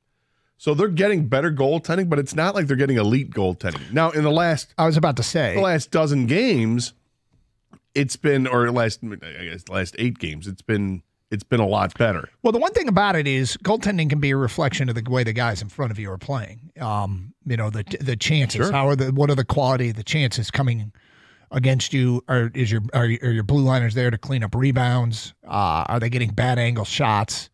All those stats can be a reflection of the quality of opportunity that a team is getting. And I would say that overall, the truth is that goaltending is a reflection of the way the entire team is playing in front of them. But, the hot goalie thing, the emerging stars, and Lucas Raymond being one of them. He had scored again last night. Stand by it. 40 goals this year for Lucas Raymond. We'll see. But they're playing extraordinarily well, and I think there's a reason for Detroit to be excited. Yeah, I think for me the reason to be excited is that the young players that are guys that are in their first, second, or third year of their careers are really starting to play better minutes out there. I mean, Marco Kasper looks like he's fantastic on that first line. He's gritty, he's abrasive, and he's got the energy to play with Larkin and Raymond and not look out of place there. That's great. We talked about Soderblom earlier, how good he looks with Rasmussen, and he kind of gets him going. The defense with the young players there, they've been so good, and then you get a guy like Gustafsson in here, and now he's playing and taking his game to a different level. There aren't many players on this team that you can look at now and say, "Oh God, that guy." I mean, what is he? He's skating with a refrigerator on his back, or this guy, he doesn't belong. Oh, fans will find somebody. Yeah, and they will, right? But those guys have kind of been somewhat eliminated. You got Petrie, who's out for 6 to 8 weeks. He's been the bane of the existence for lots of Red Wing fans. They complain about him all the time. Justin Hull was a guy who people were complaining about a couple weeks ago vociferously, but that's kind of died down. People aren't talking so much about him, and it's because they're winning. Another 7-game win streak, that'll eliminate a lot of that stuff. And when you're subbing guys in and out of the lineup, whether Fisher's playing one night or it's going to be Dominic Shine the next night, those players are chomping at the bit to get that opportunity to play. So I like what they have with those guys. Aren't star players by any means. They're role players, but they know what the role is, and they know that if they want to play more, they're going to have to continue giving everything you got on those shifts. And I'm impressed with what Shine brings to the table when he's on the ice, because he's just a ball of energy out there. Now, he doesn't need to play 15 minutes a game. He doesn't need to play every night. And right, exactly, because they can harness that energy. Do the same thing with Fisher or with other players, and getting excited about what they have in the pipeline. And they just came out with some rankings yesterday. I think it was The Athletic came out and said that the Red Wings have the 5th best group prospect pool in the NHL. And there's a number of players there. You look at it. I'm excited to see what happens when Sandin Pellikka, the defenseman, comes up. They've got a couple of Finnish players that are playing really well. Like, wow, I'd like to see what they look like. And then you get Danielson and Brandzeg Nygaard, who are both guys, or Nygaard, who are both guys that play a defensive style but can add some offense to the table as well. I think they're players that can step in when they're ready to, and hopefully they wouldn't look out of place. But we're still a couple years away from seeing all of those guys. But this team right now is a younger team that is showing up. The younger guys, at least on the team, are showing up, and you kind of rejuvenating what they have with other players, because now Larkin's taking his game to a whole other level at top lines, one of the top lines in hockey. Tim is in Royal Oak and on 97.1 The Ticket. Hi, Tim. It's all part of the Yzer plan. All part of the Yzer plan. Leave the kids down there to blossom and bring them up when they're ready, and don't bring them up until they're ready. But they really weren't, though. That's what's impressive about this, is that it's not like anybody was lighting it up at Grand Rapids. You're right. It's they got the opportunity to play here, and McClellan's like, okay, we're actually going to play you. I'm not going to just let you go out there on a 4th line and play every 10th shift. Well, I'm going to use you. Or I'm going to put you on defense, and you're going to go in the number 2 pairing. They were him and Hahn with Johansson early in the year, and he's just been like, nope. Going to put Trent Yanni comes out and says, let's do Edvinsson and Johansson, see what they can do together as a number 2 pair. They look great. All part of the Yzer plan. Got to get on board, brother. Do we not sound like we're on board? No, I'm yanking your chain. Oh, okay. Could not be more excited about these guys. It makes my days when it's game day on FanDuel. Well, really. what a difference! I'll keep on trucking. All right, thanks. What a difference 20 games makes, though, right? A coaching change, because prior to that, people weren't trusting the Yzer plan, and there was reason not to trust it, because there was nothing. The team looked listless. They looked like they didn't care. There was a lot of apathy on the ice. They'd skate for 1 period out of 3. It was bad. It was bad hockey. But they've lit a fire into this team. They've found a way to get back at it and get engaged again, and now we're starting to see the fruits of that labor. It looks like the Detroit Pistons are swinging a deal. We will get to that today at 10:31 here on Carson Anderson on 97.1 The Ticket.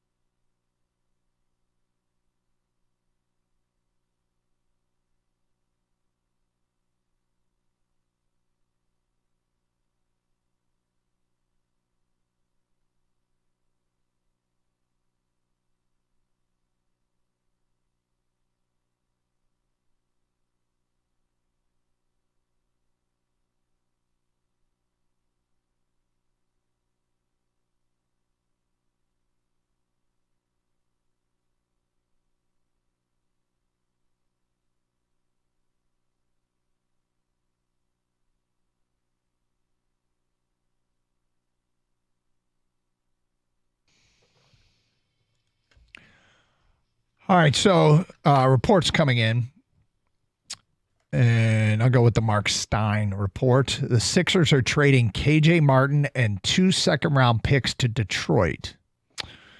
Philadelphia is sending a 2027 second-rounder via Milwaukee and a 2031 second-rounder from Dallas to Detroit, and the Pistons will absorb Martin's contract into their room exception worth nearly $8 million. And I guess my question is Detroit giving up anything? Nope. And they're not getting much either. No. No. And when the report first came out, it was Kenyon Martin's kid, right? And I'm like, there's got to be picks attached because they're just taking on salary. Yeah. And there's picks involved, and that's what they get. So KJ Martin is 6'6". He's 24 years old, and he's played almost 300 games in his career. He's only played 24 games this year, but in the 24 games, he's averaged 20 minutes a game. So not a starter by any means, but a guy who has, is part of that rotation when he's healthy enough to play. This year, his numbers he's put up this year are like career best with the exception of points per game, but his field goal percentage, 61.6%. That's a number you see for a guy who's like 6'10 or bigger, right? Their game is just underneath the hoop, and that's what they do. But 61.6% is his best field goal percentage in a season by 5% nearly. His three-point field goal percentage shooting is 38.1, which is almost 2 points better than his previous high, which was his rookie season at 36.5%. His free throw percentage, he's knocking down 82.8%, so 83% of his free throws. His previous high was 71.4%. That was his rookie season. So those numbers are interesting. Those have gotten better for him. And I'd like to get excited about it. He's taken like 23s this year. He hasn't shot the ball much. He hasn't played much. So it's like 1-3 a game. But where does he fit on this team? I don't think he fits on this team because they have lots of guys. Yeah. So is he appreciably better than someone else in that rotation? I mean, you're not going to give him minutes over guys like Asar Thompson or Holland or even Marcus Sasser. In the best of scenarios, okay? In the best of scenarios, this is a secondary three-point shooter. Yes. And what I don't know if it scares me, is this we may move Malik Beasley move? Not even close. Yeah, I wouldn't imagine they move him, but will they move Simone Fontecchio more? They might move Kenyon Martin Jr. Like he might get waived immediately, honestly. Like he's an athletic, he's young. Obviously, you just mentioned how old he was in his stats. He's a young athletic wing, but there's no room for him on this team with Ron Holland, Asar Thompson. Malik Beasley is obviously your shooter on the wing. But I don't see how he even fits. I think they're helping the Sixers out and getting second-round picks. But there's not room for him on this team. But what if they're selling somebody?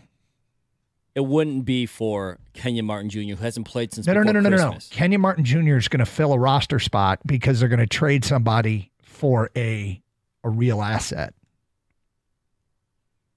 Is that a possibility? Because you're saying, because what if they trade Malik Beasley for a couple first-round picks or something? Yeah, I'm not saying that KJ Martin is brought here because they think he's playing a role. He's brought here because they're going to have an open roster spot. I guess that's always a possibility. I mean, the NBA trade deadline's crazy, and it seems like it might be crazier this year than ever, especially starting off the Luka trade. So who knows? I mean, I've seen some names floated out there, like Hall of Famers, right? Like all-stars, Durant, all-NBA type players. So who knows? Suns are listening. Jimmy Butler has been on the market forever.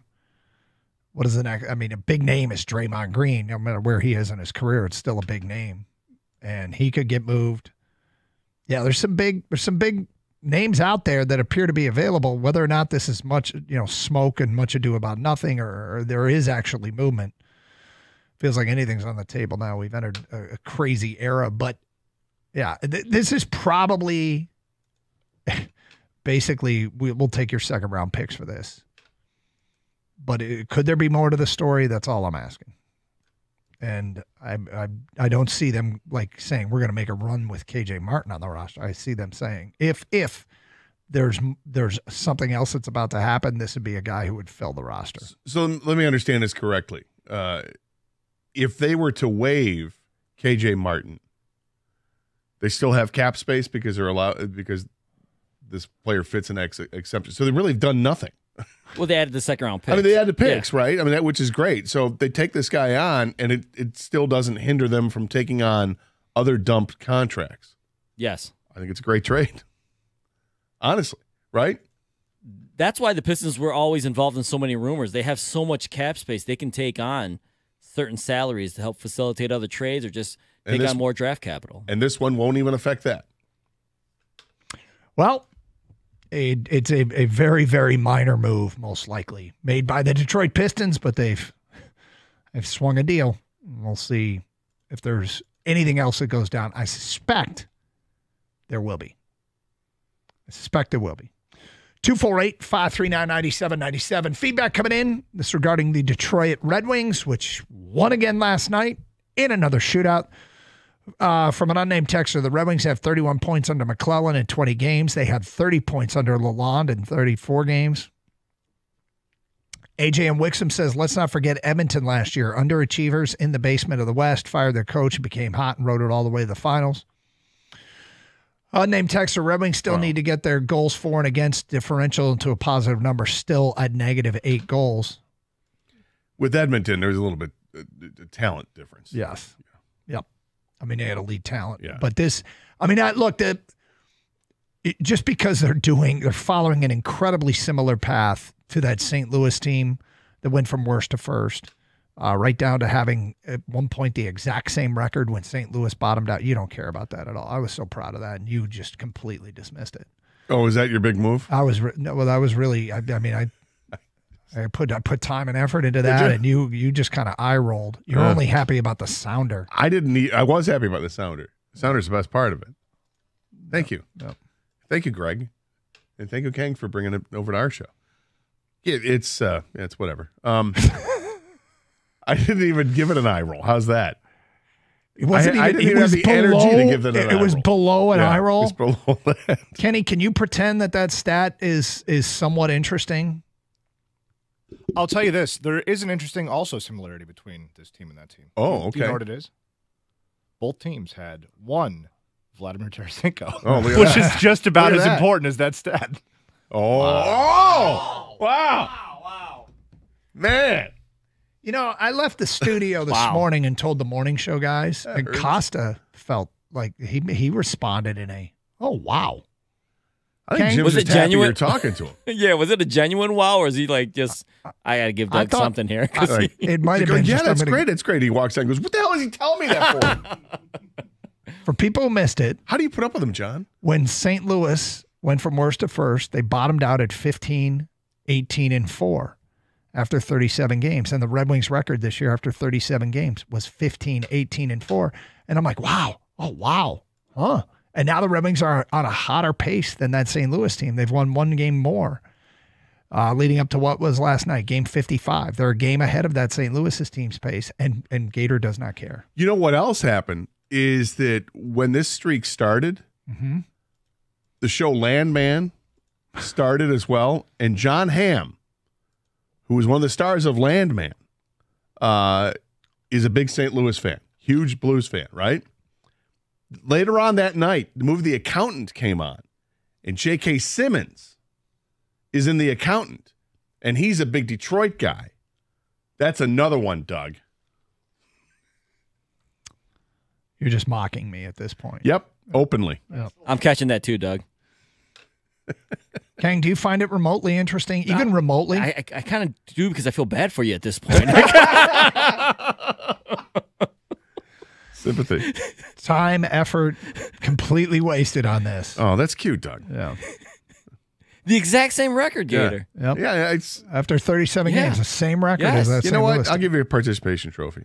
Or not even that. I'll give you a participation certificate. Doug tried. Yeah. I like it, though. There's an effort. No, you don't like it at all. Well, you should have stayed up for the whole game last night. I tried. It was between that and the Michigan State game, trying to take all that in, and I eventually found myself, wait, I've been asleep for a while. I'm going to bed. 248-539-9797. It's Carson Anderson. Just a reminder, you can stream the show using the Odyssey app. Download it for your mobile device today, AUDACY. You can also stream us through our website, 971theticket.com. When you do that, you can see all the fine material, content put out there by the Birchie Kid and Evan. Additionally, we stream with video. Go to twitch.tv where you can watch the show and participate in the streaming chat. And same thing, youtube.com. Go to youtube.com, search on 971 the ticket, and bam, there we are. It is Carson Anderson here on 97.1. All right, Twin Peaks fans, it's hump day, and you know what that means. Bourbons and brews back at Twin Peaks. Every Wednesday, your favorite Twin Peaks girls dressed to impress in their finest black lingerie, serving up samples of special bourbons and beers. Get there between 5 and 7 for sampling opportunities of those high-end bourbons and whiskeys, and some of their famous craft cocktails. Enjoy them with the beer of the month, Blue Moon. And what's better? Well, the beautiful Twin Peaks girls are there with the awesome drinks. And how about pairing it with some scratch-made food? As far as restaurants go, their food can compete with just about anyone. Hand-cut New York strips, house-smoked ribs, and brisket, and the best wings in the state. Have you seen their wings? Hand-cut, battered to order. Their boneless wings, smoked wings, their naked and breaded wings. They're enough to tackle any appetite. Biggest ones you've seen. And you know what pairs well with wings? All your favorite sports action. Twin Peaks should be your destination for sports all season long. They deliver the best game day atmosphere apart from actually being at the game. Game audio and 50-plus TVs, the best food and drinks in the state. Ask your Twin Peaks girls about awesome drink specials during every football game. Twin Peaks eats, drinks, scenic views.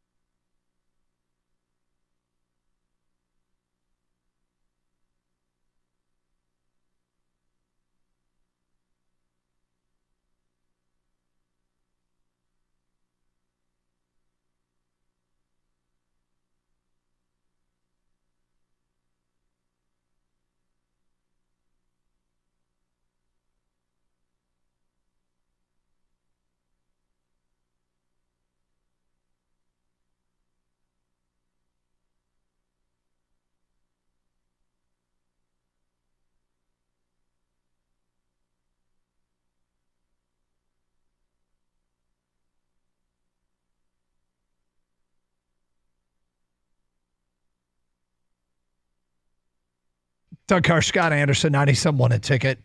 By the way, it's Bregman Watch Day 38. And look, we continue to wait on a move that would really feel like it would catapult the Detroit Tigers into, if not the sole favorite, one of the favorites to win the American League Central.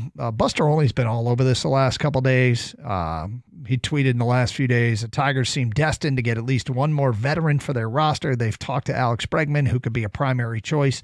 If that doesn't work out, they could turn to Jack Flaherty, a pitcher they value. That was before they signed Flaherty. So then they signed Flaherty, and Buster Olney tweets, after signing Flaherty and augmenting the rotation, the Tigers are one of the teams, again, pursuing Alex Bregman. Then again, about the Tigers' serious pursuit of Alex Bregman, Detroit is in a window to win right now. Tarek Skubal, who is in the conversation for the best pitcher on the planet, is eligible free agency after next season. Jack Flaherty is under contract for at least 1 year. And he spoke today about the Cubs and the Cubs being a landing spot for Bregman, but said because of his doubles gap-to-gap power is exactly why he should avoid Wrigley Field at all costs. You know, there are ballparks that you go to to boost your numbers if you go on a short-term deal. The good news for Detroit is that Chicago apparently is not one of them for Bregman, and Detroit might not be one of them, which is why a long-term deal. I heard Jim Costa from the morning show make this point.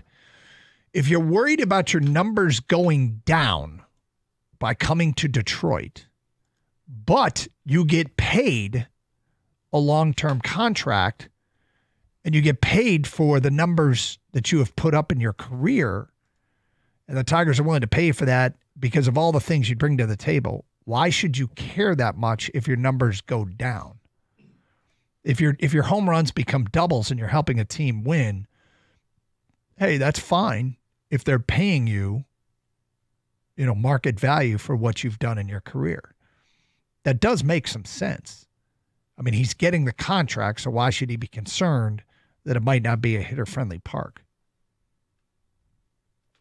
Yeah, I understand it. I think that's the benefit of that long-term deal. And I think if he were to be entertaining a shorter-term deal, if he were to do that, then I think there'd be a bunch of teams that'd be interested. I just, but to do that, are you going to take a 1-year, $30 million deal effectively and then, opt out after that first year after making 30 to try to get another long-term deal? Or do you take a long-term deal that's going to pay you 30 over 5 or 6 years? You put something in your show sheet, and I'm intrigued as to why you put it there. You wrote, should the Tigers leak info about their offer to Bregman? Why would you do that? Because at this point, it's been weeks, it feels like, since we've heard any kind of offer other than, there's a couple teams that have thrown some long-term offers out there. But the numbers haven't been leaked. The only number that's been leaked is this Houston offer that was made over a month ago of the 6 years and $156 million. So I think that if you were to somehow leak an offer, that maybe that gets the ball rolling and getting something done quicker. Now, that's not how the Tigers operate. There's no way that Scott Harris is going to leak anything out there because that's just not who he is. I mean, he keeps everything very tight to the vest. You don't know things are going to happen until they happen. People could have speculated, hey, Jack Flaherty's out there. He'd want to be in Detroit. The Tigers should go get him. But there was no smoke about it. The next thing you know, Tigers signed Jack Flaherty. So I don't think he's going to let anybody know how the negotiations are going here. And yet, at the same time, I'm just throwing it out there. Why? If you were to leak some information, does that just get things done quicker? Does that kind of call to the table? And it's really calling out Boris at this point. Dude, Esser, get off the pot, Well, considering the only way I would do that is if there was an alternative, which there may be that we don't know about. If you need to make another decision and there's some sort of deadline, then yes, force the hand. The part that kind of sucks about this, it feels like it's Bregman or bust. And before the season starts. Now, could they revisit or go back, and say, all right, let's go trade for another, and specifically a right-handed bat? They could, but at this point, there are no other reports of them being in on any other player. But as we talked about yesterday, in some ways, it might make more sense to just go ahead and start the season without Alex Bregman and say, okay, let's get out there, let's compete in this division, and let's be a buyer at the trade deadline. In which case you might walk away with a better player. Now you have to give something up because it wouldn't be a free agent, but they have stuff to give up now. Yeah, they do. They do. And I could see that being an absolutely legitimate option for them to do. Something else I mentioned, and now I have the data to back up, I guess, is if people talk about how punitive it is to play at Comerica Park. And throughout his career, Alex Bregman has not played well at Comerica Park. In 21 games, 96 plate appearances, he's hit .227 with a .702 OPS, below average, right? That's at Comerica Park. That's where half the games are. In the division, though, playing games at the White Sox, he's got 79 plate appearances in his career at Guaranteed Rate Field there. His OPS is over 1,000. It's 1028. Playing games at Cleveland at Progressive Field, in 106 plate appearances, his OPS is 875. Playing games at Kauffman Stadium in Kansas City, 80 plate appearances, his OPS is 928. and playing at Target Field in Minnesota. 124 plate appearances. His OPS is 871. Those numbers in the division are way above average for OPS for a player. So if the fear is that playing at Comerica Park is going to bring his numbers down, it's going to be a struggle for him to adjust to life at Comerica Park. I'll admit that. But do you make that up more so playing all these games in Minnesota, Kansas City, Chicago, and Cleveland? I think it can be argued, yeah, you can make that up. Well, you can, but you'll play more games at Comerica Park than you play in those stadiums. You will. But I'm just saying because it is those are the division games, and then you could look at other parks in the American League. Hey, sell it, Gator. Sell I'm it. trying. Yep. I just want it done. I guess my point of putting that in the show sheet really is for me selfishly. I want it done. I know you want it either done. He's here or he's not. And I guess if I were negotiating with Scott Boras, I'd be losing my mind right now. Like, dude, what are you waiting for? And it's clear at this point, you only have a couple of offers. So either he's going to accept one of these offers, or your client is going to come back and say, fine, I'll do a short-term deal. And then we can open it up to everybody else. And, you'll see who comes up with the best offer that way. 248-539-9797. Feedback coming into the Carson Anderson inbox. A lot of Red Wing stuff here. From Duffy, it's still okay to say the Yzer plan failed. This is the McClellan plan, and he is the difference. Yzerman can kindly leave. I'm sorry. It's Steve Yzerman's players that are getting the opportunity to play now. Well, and he's the one that brought in McClellan. I mean, look, I don't – it hasn't happened quickly. I mean, one of the least popular things ever said in Detroit is coming to fruition. When it was said, it was scoffed, and it doesn't mean it's necessarily true. It just so happens that it happened, and that is rebuilds can take a decade. And that they don't have to take a decade. Like, they do not have to take a decade. Let's be clear. But this one, we're going on a decade. So since Ken Holland said that. The whole seat warmer analogy I like to use, you get to the 3 levels of the seat warmer before you're really on the hot seat. In one's vehicle, like yes. the car, the most seat warmers do have 3 levels, yes. So Lalonde was on level 3 and had to go. And we were like, all right, this is pretty much on Lalonde watch here at some point, and he got fired. And then I believe I said that Yzerman's seat was now at level 2. Mm-hmm. Does it drop to 1 now with his hot streak, or will it not drop unless they make the playoffs? I think it takes the playoffs, but it's trending. Right. It's trending towards being. I mean, if they make the playoffs, my guess is it's turned off. But like the seat might now. Hey, it's on level 2. It feels fine. It's not too hot. It's not too cold. Yeah. My back feels good. I'm gonna ride this out a little bit. Let's see if we're still playing hockey in May. Tim in Sterling Heights writes, Doug, I love the stat. Don't let those other guys give you grief. Tim, thank you for the support, and I do need more of it. Was there any snark after that?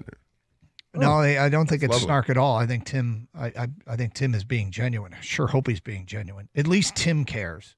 Tim, I'm here for you. Do all the shootout wins make you guys hesitate a little bit?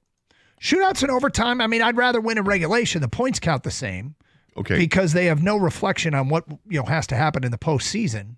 But when you're in the regular season and everybody has these opportunities, I don't care all that much, but a little bit. I'd rather win in regulation. Okay. Are we aware of how many shootout wins the Red Wings have?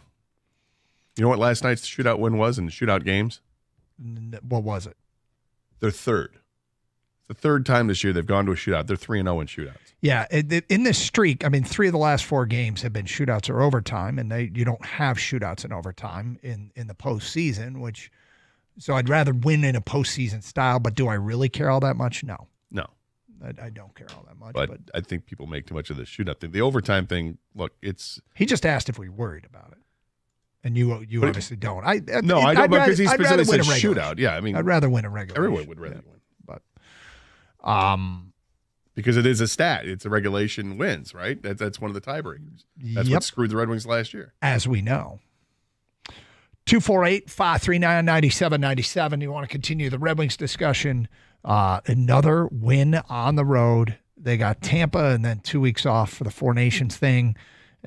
Stretch run. They're right in the mix here. Only 6 points out of first place. Of course, they're not also deep into the playoffs either, but it's a tight race. In the NHL, NBA trade, well, the Pistons make a minor trade as they get KJ Martin from Philadelphia and 2 second-round picks and what feels like a salary dump then exclusively, but it could be a precursor for another move. I don't see them really fitting KJ Martin into a role, but I would perhaps, if they make another move, it'd be a guy that they say, well, this guy will fill a roster spot and play a role for us. We'll talk a little bit more about the Myles Garrett possibilities. I think it's somewhat crystallizing in reading and listening to a lot around the NFL and out of Cleveland, what it may take to get him and what it means for the Detroit Lions. We'll get to that today at 11:30. It is Carson Anderson here on 97.1 The Ticket.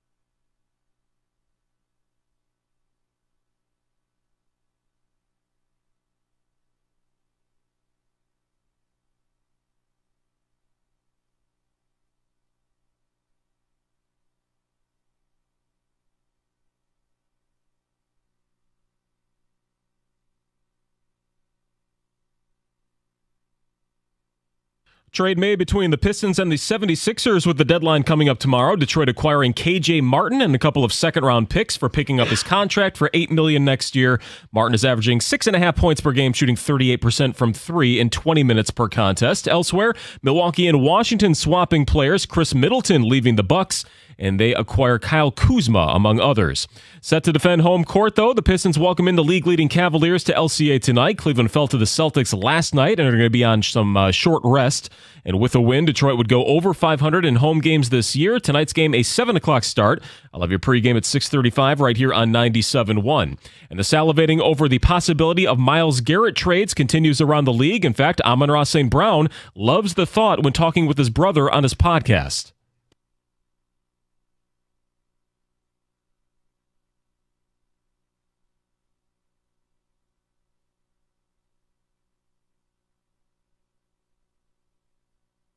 Yeah, The Athletic theorized a trade between Detroit and Cleveland that would send 2 firsts, a third, and quarterback Hendon Hooker to the Browns in exchange for the Defensive Player of the Year. At the Corewell Health Sports Desk, I'm Chris Villar. For more, go to 97.1 The Ticket and Odyssey.com.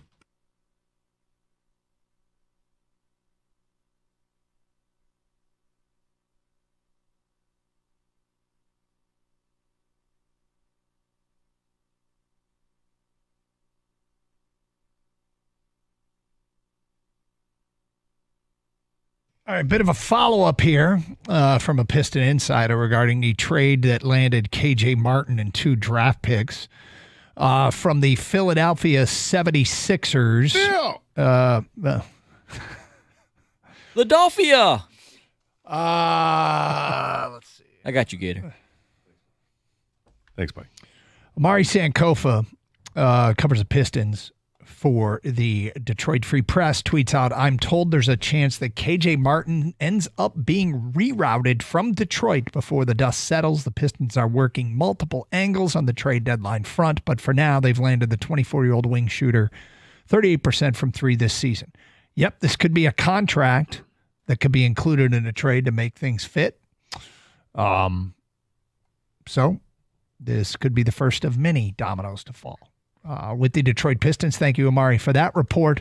And that is something we will be paying attention to. What do I do with my jersey? Well, it hasn't happened yet. Yeah, but if it does, what do you remember most about the KJ Martin era? I think we're being premature about this. We probably are. I'm all for the bit, but we're premature on it. We haven't done it in a while. So He could be rerouted, man. I started to get the tear duct ready to go here. Who was the lion that Robert was Ayers. Robert Ayers. Who got signed on a Tuesday and like released on a Wednesday? I think he had like a half a practice. It was like, I'm out of here. Yep. Wow. God, that was sad, wasn't it? I mean, you're really starting to evoke some emotion in me now. I'll be all right. You think you'll? I'll be okay. I think. Yeah. I don't know. I mean, can't speak how it will be later in the week if later today if something changes. Here's the thing about KJ Martin front. KJ Martin is what I'll remember if this is it. I'll remember envisioning him hitting a 3-pointer. The way I dreamed about him potentially hitting a 3-pointer once every 3 games. Just hold off. All right. Hasn't happened yet. Okay. Yeah, first Luka, now KJ Martin. I mean, what the hell's going on? Out of nowhere. Hey, did the Lakers know that KJ Martin was available when they made the Luka trade? Rob Pelinka's on line 3. Yeah. All right, Gator. So we haven't really touched on the Super Bowl, and I don't want to. I despise both these organizations. I don't see a good guy. I'm not rooting for a fan base. I'm not rooting for a player. I'm not rooting for anything. Insert meteor strike joke here. Kang's like, dude, we got to get into the Super Bowl. It's Wednesday. And I'm like, do we? Does anybody like these teams? I'm sure they're out there. I'm a Philly fan or I'm a Kansas City. Gotcha. Somebody put a futures bet on Kansas City 2 months ago might care. Well, am I wrong? Is this just a detestable matchup of unlikable teams? I'm not a fan of either team, but I do think there's clearly one team I don't want to win more. I absolutely do not want to see Philadelphia win a Super Bowl. You Don't want to see it. So you want to see Kansas City win more?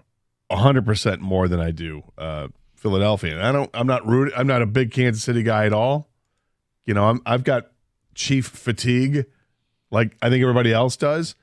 So when you start painting Kansas City as a villain in a way, it's because of the fatigue. And it's because people now will look at everything that happens with Patrick Mahomes and the no flags being thrown or flags being thrown, whatever it is, in the favor of the Chiefs. That's what has people upset because they're scrutinized. Everything they do is scrutinized. And then the Taylor Swift thing coming in too, people are tired of that, right? But as annoying as all that stuff is, are you kidding me? Philadelphia? Those fans? That coach? Yeah. They got some players nothing against. Oh my God. Jalen Hurts is a good guy. I love Darius Slay, right? They got hard to dislike Saquon Barkley. They got some players you like, but it's Philadelphia, dude. They just won a Super Bowl not that long ago. I don't want this team to be the NFC juggernaut. There they come, pencil them in every year. Philadelphia's got a chance to win it. I don't want that to happen. Sorry. No, Sirianni. Right. Sirianni holding the trophy above his head. I don't care about the AFC. Yeah, whoever, right? But don't let this team in Philadelphia, don't let them win another one. It's essentially which makes me want to puke more is what this comes down to. Dude, watching their fans behave the way they behave after games. They during were harassing games. and during, harassing the Commander fans as they're leaving Which they're the stadium. bad fans everywhere, but it does but feel they're like there's really a bad fans. They proportionate, booed a Santa Claus for disproportionate crying out amount in loud. Philadelphia. Is there, it's going to be squares rooting. I'm rooting for the appetizers. Wow. I might care more about the commercials this year than ever before. The future. Do you even know what you're doing for the game on Sunday? No. I have no idea what I'm doing. I know what I wanted to be doing. Did you even see? How about this? We all wanted to be eating beignets at this point, but we're not. Did you see that the secondary market ticket prices are plummeting? And it's because these Nobody fan bases cares. have been there and done that. They're like both spoiled. Is it the halftime show? Look, I recognize that there's a lot of people that like Kendrick Lamar. To each their own. When I made the comment a few years ago. Good time to get a beer? Is that what you say? Well, when I made the comment a few years ago, Even Doug might go for a Guinness at that point. I might. Takes a little longer to pour. Keeps away from the halftime action. Doug, I bring up Guinness because you're not going to like Kendrick Lamar just like you're not going to like Guinness. It doesn't matter. Yeah, And I've like, gone back whatever, and man. people sent a bunch of, try this song, listen to this song. I listened to like 6 of them driving home and I was like, no. Yeah, so you don't like it. Try Guinness again, Doug. You're still not going to like it. Yeah. So look, I try Guinness every couple of years. Like, all right, maybe this year my beer tastes have changed, and people love Guinness. And I sit down. Here we go. Nope. Yeah, but Still a don't musical artist can come out with a different song that all of a sudden, He well, you can. know what? I like that song. I don't like the rest of his stuff, but that's, You make an outstanding point. His entire catalog doesn't appeal to me, but suddenly he may come out with something that right. completely Like if Whiskey is Myers different. comes and plays the halftime show and they come out with Stone, you love it. If they play any other song, you're like, I don't Yeah, really that's need true. to- Whiskey Myers, Stone, great song. And I'm like, oh, wow, I've discovered a new band. And I listen to like 7, 8, 9, 10 songs from Whiskey Myers. I'm Oh, like, so it's maybe only one song. Maybe Guinness needs chelada. Maybe they do. Guinness chelada, and Doug will like it. Just thinking about a stout with tomato juice and clam juice. Hey, they need to come out with something different, Doug. Yeah, even I think that sounds disgusting. I envy you, Gator, that you're able to pick a side here because this is disgusting for me. I like watching this game. I don't know what to do with my hands, Doug, because I despise both teams I at was this like, point. all right, so, and you're right, the halftime show. 2 teams I don't like. I would think that I would root against the Chiefs, but I cannot bring myself to root for Sirianni.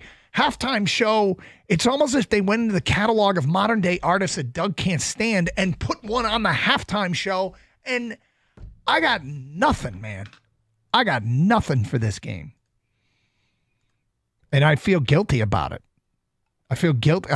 Gator, are we letting the audience down? Am I letting the audience down? No, I don't think so, because I think the Detroit audience kind of feels similarly. At best, it's tough to get excited about the Super Bowl because the Lions aren't playing in it. Because this was a year we thought the team's good enough to get there. Injuries killed them, and they weren't good enough in the end to get to this point, which sucks. I would maybe, under most circumstances, say I'm rooting for this team or that team because the Lions play them next. They play them both. I guess. I mean, I don't know what to tell you. If you can root for Nick Sirianni, then God bless you. I can't. So there it is. So you can't let Kansas City win the game. I just gave you a rooting interest. I can't root for Kansas City. Okay, you have to pick one. Watch me not. Then don't watch the game, right? I have to watch the game. At some point, you're going to get a rooting interest in the game. That might be true. Organically, happens every time. You're right. Organically, you're watching a game that you have no vested interest in. And I understand there's probably text flying in saying, bet the game, Doug, bet the game, Doug, bet the game, Doug. Yeah, I probably will. There'll be a soundbite that might come out of this week at Radio Row, or that gets aired during the pregame show, that'll have you so disgusted that's when you'll be like, all right, go Chiefs. You're whatever it might be. I'm banking on that you do not want Philadelphia to win this game. I think you might be right. I think there's going to be something that happens this week. I used to think the perfect scenario was Detroit gets to knock off Kansas City, that Detroit's the team that ends the run, that Detroit goes to a Super Bowl against Kansas City, and Kansas City, the entire universe outside of one, maybe two, because Kansas City basically gets two states. Everybody's rooting for the Lions to end it. I've got another little tidbit why I think you should root for Kansas City. All right, we'll get to that. More of your phone calls. It's Carson Anderson, 97.1. Hey, Michigan Auto Accident Attorneys. They specialize only in auto and truck accidents. Many law firms don't specialize, but focus on many different areas of law. And because they specialize, look at their record. Largest auto accident settlement and largest truck accident settlement of any lawyer or law firm in Michigan ever. Someone in my family needs a lawyer for an accident. I'm sending him to Steve and his crew at Michigan Auto Law. They care more, you win more. Michigan Auto Law, auto accident attorneys. Visit autolaw.com. That's autolaw.com.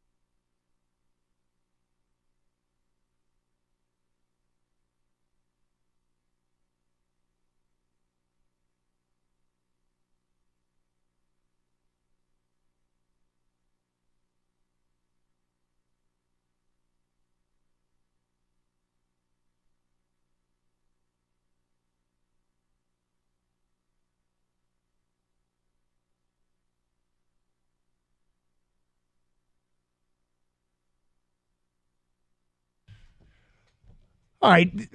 I think some stuff is crystallizing with the Myles Garrett trade stuff and how it impacts Detroit. We'll get to that today at 11:31. I did a deep dive into the Browns and what the Browns might be amenable to, and again how it impacts Detroit. All that at 11:30. Is that related to the St. Louis Blues at all?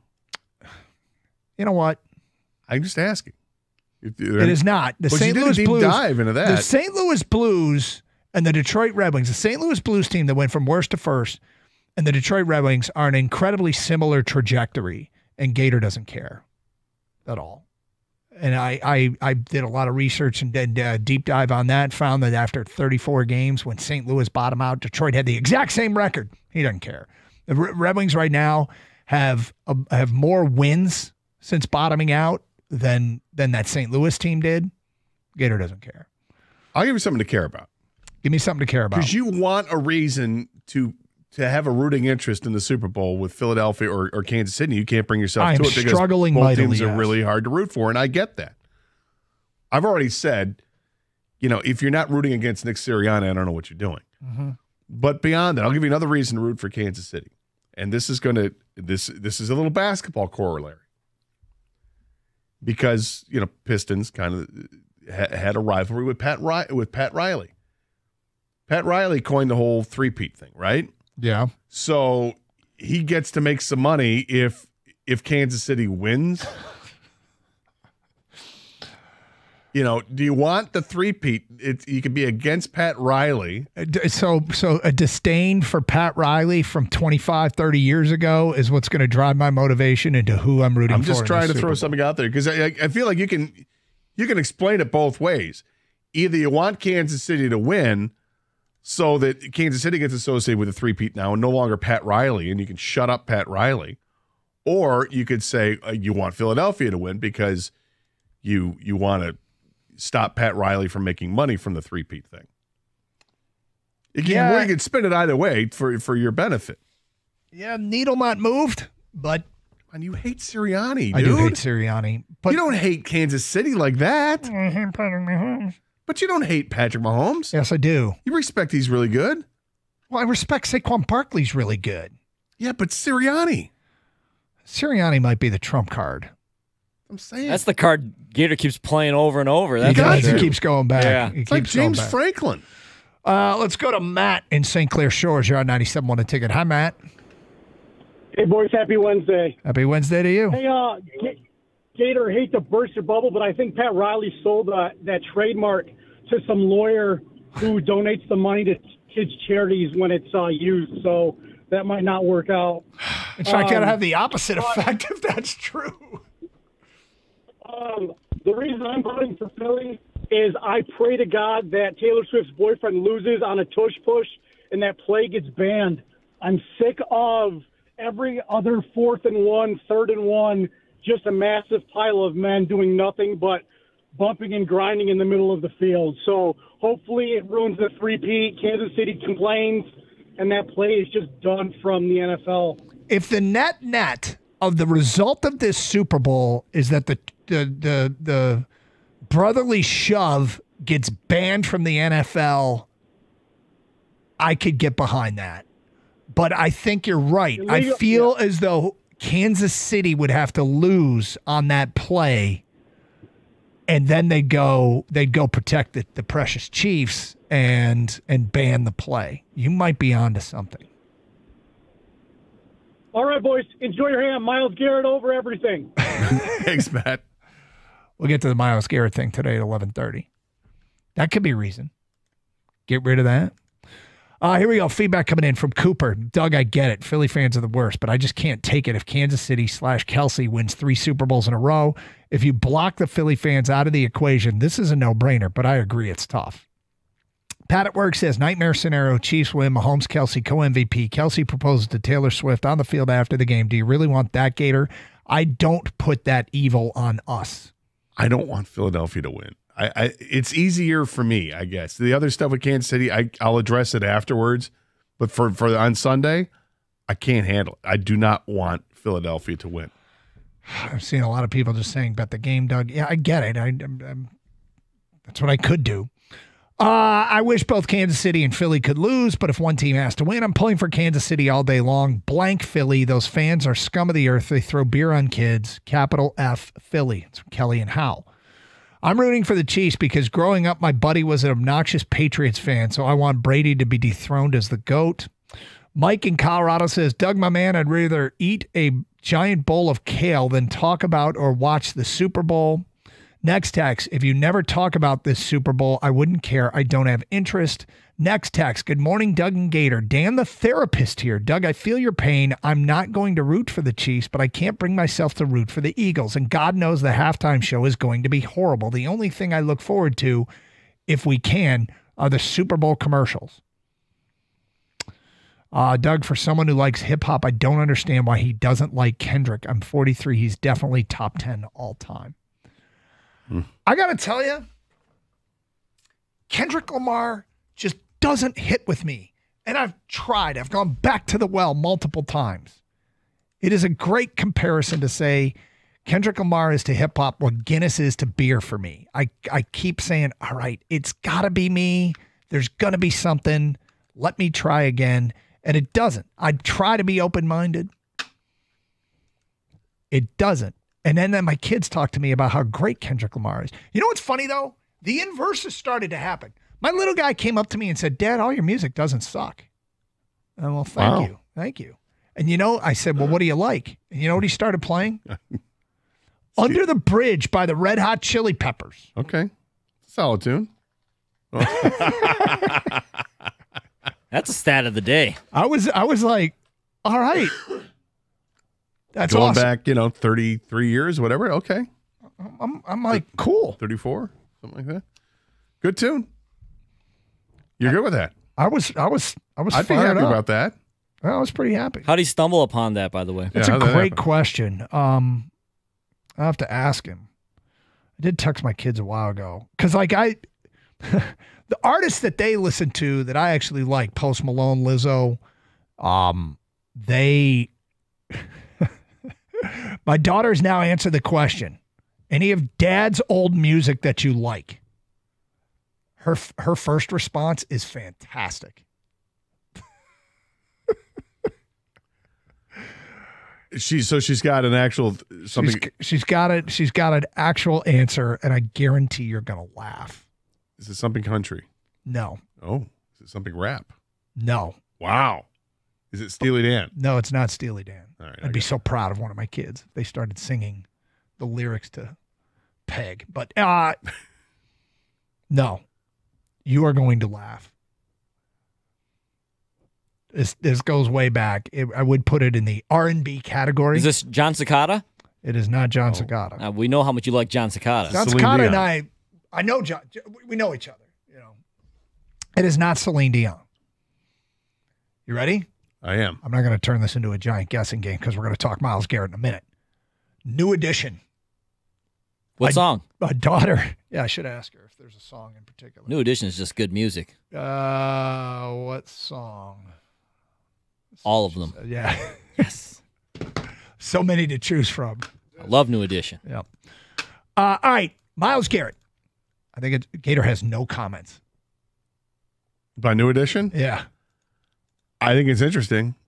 I got to go back. That's what, Bobby Brown and the crew? Yes. Yep. He was part of them. Robbie, Bobby, Ricky, and Mike. That's right.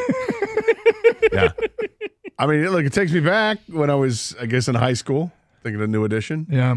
But don't have, no feelings really strong. Yeah, I one way didn't or think the you were a other. big New Edition fan. I wasn't a big, I remember hearing it. It was fine. Sunny Days, Gator. Everybody loves them. Okay. But tell me, can you stand the rain? All right, Myles Garrett, what it's going to take seems to be a consensus brewing in the NFL. Can the Lions make it work? We'll get to that today at 11:32 here on Carson Anderson on 97.1 The Ticket.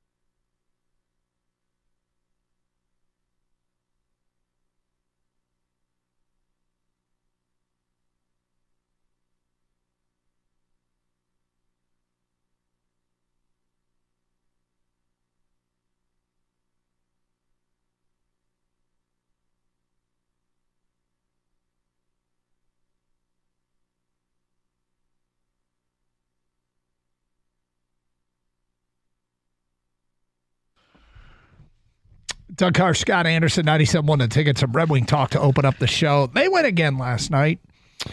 Pistons make a deal. KJ Martin and 2 second-rounders coming to Detroit in a salary dump with Philadelphia. It could be a precursor to another move. Bregman watch day 38. There's some Cubs rumors out there, but nothing really verified. Buster Olney says Cubs wouldn't be a good fit for him offensively anyway. No different than really Detroit. And Myles Garrett. Okay, so look, there's interesting stuff that's going on with Myles Garrett. I spent a lot of time reading and listening to stuff out of Philly, and I'm not going to repeat, or it's not Philly, excuse me, Cleveland. I've been reading and listening to stuff out of Cleveland, and I'm not going to repeat everything that I've read and heard, but I was trying to think about what is interesting to the Detroit audience. If a deal goes down with Myles Garrett anywhere, one of the things that has people in Philly somewhat perplexed is that Garrett was publicly behind the organization and changed his tune. He changed his tune after he went to the Pro Bowl. So did he go down to Orlando and the Pro Bowl games? And did somebody down there get in his ear? Like Brian Branch. When the defense, well, I mean, AFC, NFC, right? I mean, who would he most likely, would he have been in a room with Brian Branch if there was an AFC group and an NFC group? Probably not. None of the Lions. But were the big fellas hanging out on the sideline? Was Frank Ragnow or Taylor Decker talk to him? Did at some point he come across Amon-Ra on the field and Amon-Ra say, "You look so good in the Honolulu Blue"? Like, did somebody from Detroit get in his ear? Jared Goff, please don't hit me. And oh, by the way, you'd make a great teammate. Mm-hmm. It doesn't necessarily have to be a Lion, but did somebody get in the ear of Myles Garrett to have him changing his tune and what appeared to be a commitment to Cleveland?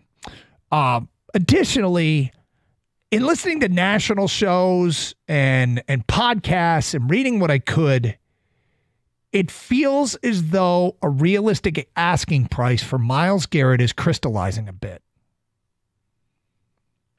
And it feels like it probably could get done for 2 first-round picks. And I don't want to speak for everybody in Detroit, and I certainly don't want to speak for Brad Holmes, but I think if it's 2 first-round picks, the answer would be hell yeah for Detroit. And, you're getting a guy who was the fastest ever to 100 sacks. He's had 4 straight seasons of 14-plus sacks. I believe he's the first player in NFL history to do that. There's still plenty of tread left on the tire. His contract is absorbable. He's not cheap, but the Lions could certainly afford him in year 1, and it might cost him a player or 2 in year 2. But a 2 first-round picks, like you would say, if you could get an elite edge rusher at 28 with the first-round pick this year, it was on the board, you'd take him. So giving up this year's pick for Myles Garrett is an easy no-brainer. It's giving up next year's first round and then thinking about the long-term ramifications is the true being cost. Unable to re-sign a Kirby Joseph. It's the name that always gets thrown out there because he's a player that needs to get extended and maybe they wouldn't be able to afford him under the cap. And they're always, with renegotiations, you could renegotiate a contract, but those things are unknowns at this point. You don't know which players will be willing to do it and whether or not you can make it work. But here's the thing about the Browns. The Browns have a massive anchor on their organization, and it's the Deshaun Watson contract. Mm-hmm. He takes up $73 million of cap space next year. That is 25% of the cap. And he takes up $73 million the following year. Now, who knows what percent of the cap that's going to be because the cap is going to go up. But we're talking about $73 million committed of their cap space each of the next 2 years for a player who may never take a snap for them ever again. These next 2 seasons are lost If you're Cleveland, you are realistically, you're not playing for 2025 and you're not playing for 2026. You're realistically playing for 2027. And if the Lions come to them and say 2 first-round picks and you're Cleveland going, I'm going to give you Myles Garrett, this year is going to be 28, next year is going to be 32. Like that first-round pick next year is almost meaningless. Not meaningless, but every other team can probably top that. Now, the good news is that applies to Buffalo, that applies to Philadelphia, that applies to Washington. These teams that are close, that might be looking to acquire Myles Garrett, will have the same problem Detroit does. Myles Garrett wants to go to one of these teams. But if you're Cleveland, you have to be thinking, if I hand you Myles Garrett, the second one of those picks is trending towards being the last pick of the first round. Which is why it's scary to me that if the team like Chicago wanted to get involved, quite frankly, if Chicago just offered up their first and second this year, it's a better deal, dude, than the Lions offering 2 first-round picks. If you look at, there are teams near the top of the draft that could match the 2 first-round pick, could so exceed what the Lions or any of these teams like that They are wouldn't actually have to give up a second first-round pick. They just give up a second-round pick and it's better. maybe. And here's the thing: depends how you look at it, but probably, yeah. If you get 10th overall, if you get San Francisco is not far away. They're picking 11th. Yeah, that's a problem. And that's now. Can they make it work out of the cap? They got cap issues. Yeah, sure. But they still haven't paid their quarterback. There are teams that can put together a deal that makes Detroit's 2 first-round picks useless to them. Yeah. And that's where Detroit has to sweeten the pot. And the other thing is, if you're Cleveland, I'd almost say to Detroit or Buffalo or Philly, because you think you're giving somebody the ticket to the Super Bowl, I want your first this year. And I want your first in 2027. I don't want your 2026 first. That'll be the least valuable first-round pick I can get. But you're Cleveland, you're hoarding assets. Now, the one thing I read and seen about Cleveland, and this may or may not be true, but it feels like there's a bit of a consensus that Cleveland doesn't really, they're not targeting players. They'd be targeting draft picks. So near as I can tell by a quick Google search, I think Myles Garrett does have a no-trade clause. So that would benefit the Detroit Lions in all this because they are a winning organization now, which is crazy to say, but I'm proud to say it. The Lions are a winning organization. So it's a destination now for NFL players. And that being said, it's better off than some of these other teams are going to be picking the top 15 of the top half of the draft. So the Lions can compete every bit as much as Washington or Buffalo would, or Kansas City for that matter, if they wanted to get in these sweepstakes. And I don't know what the cap situation is. The Lions have more or less cap space than those other contending teams. But we do know that, the Lions have the other part of this equation, which is a defensive end. They've got Aiden Hutchinson. Mm-hmm. To have Aiden Hutchinson and Myles Garrett with a dynamic duo would be fantastic, which is something that Washington doesn't offer, which is something that Kansas City doesn't offer. They've got great defensive tackles, but for that pass rush guy, they don't have that other bookend there. You do realize, though, that makes those teams want him more than Detroit. I get it. Inherently, they will want him more than Detroit because those teams don't even have Aiden Hutchinson. But then what you get into is a bidding war of the secondary picks. And that's where, because everybody's first round pick is the same when you get to those contending teams. Yep. So then it becomes who's going to sweeten the pot the most with whatever else they have left to offer. And the Lions can still, the teams, it's kind of kept even with the draft situation. But is there a player on the roster that could help sweeten the pot? Yeah, if they even want a player on the roster, because I keep hearing draft picks. And the only team that is amongst the contenders that has more cap space this coming season than Detroit is Washington. The problem is 2 years from now, almost everybody in the league has more cap space than Detroit. But there are teams that a little bit of faith, if Myles Garrett accepts a trade to a team that didn't win a bunch, and that's why I think the real contenders to beat any Detroit trade offer are Chicago, San Francisco, and I'll tell you another team that I would keep an eye on that is near the top of the draft, that could offer the draft capital, that probably never feels like they're far away, and as an owner motivated to do it, is Dallas. Now, Dallas has, I'm trying to find Dallas's cap space here. They got money issues because they got Micah Parsons' contract is coming up, and San Francisco has money issues because, like I said earlier, they haven't paid the quarterback yet, and they're going to have to. They have $50 million in cap space this offseason. Detroit has 56. So, but yes, they do have to pay their quarterback unless they just decide, and they could go the franchise route or whatever and kick the can down the road.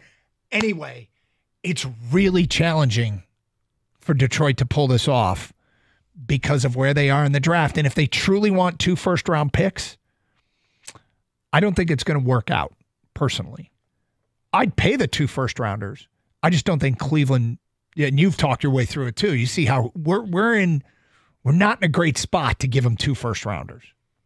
But neither is Buffalo, Philadelphia, or Washington. And being not in a great spot is because where they're drafting. Yes, exactly. I have no issue giving up the picks. It's no, just of that course those picks not. aren't terribly appealing when you look at a team like Chicago. They can give you the 10th overall. One thing that we have to remind ourselves is that the only road to the Super Bowl does not go through Myles Garrett. Of course. It would help, but there's plenty other paths to the Super Bowl. Well, and we talked about this early in the week about, does this, send a current throughout the league that to other players at that position? Does this say, hey, Max Crosby goes to the Raiders and say, move me now? Well, does Trey Hendrickson go to Cincinnati and say, move me now? I think that those players, I think Hendrickson probably really thinks he's got a shot to win in Cincinnati. Crosby feels like he could be nearing the end of the road, but we'll see on that. Long story short, Detroit has some gold to offer. Others seem to have bigger chunks of gold to offer, Cleveland, and that's going to make it difficult. 248-539-9797, 97.1 The Ticket. Hey, cold weather really wreaks havoc on your garage door. You think about all those creaks and squeaks that you hear. You got to maintain your garage doors, make sure they're running properly, because the springs and the rollers, any of those moving parts, they can break when the temperature drops. And we're getting cold temperatures again, know exactly what's going on. This is why I recommend Precision Garage Door Service. They're amazing. They'll come out, help you maintain those garage doors so they're going to stay fresh and frankly be around for years and years to come. Or if they come out and let you know, hey, you only got a couple years left on these, you're going to have to start thinking about new garage doors. That's the place you would call as well, because at Precision, they've got a warehouse full of garage doors. And in fact, they might be able to install a garage door, a brand new one for you in as little as 24 hours. So if you need a new garage door or maybe just some repairs, Precision Garage Door is the place. Just give them a call at 1-800-DOOR-REPAIR or schedule at precisiondoormi.com.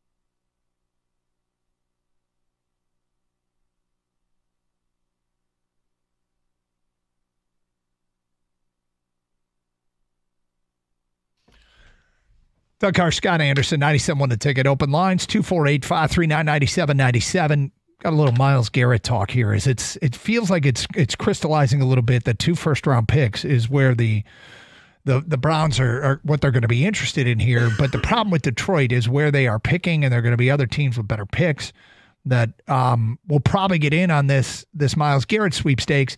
And, I mean, at some point, if you're Brad Holmes, you just have to say, I walk away. There are other paths to the Super Bowl. As great as this would be, if they don't get any better offer, because I think I'll speak for everyone, we'll give up 28 in next year or 28 in 2 years from now and maybe even sweeten it a little bit more. But at some point, you're handcuffing yourself moving forward. And Brad, and we all have our, like, I don't even want to get into the debate over what should be the walkaway price. It's just problematic because Detroit can't offer a high first-round pick. And others who will be interested and have the cap space can. And, you know, it's, hey, yeah, I love that beautiful Range Rover, but can't afford it. And others can. I don't have that resource to trade that you would want.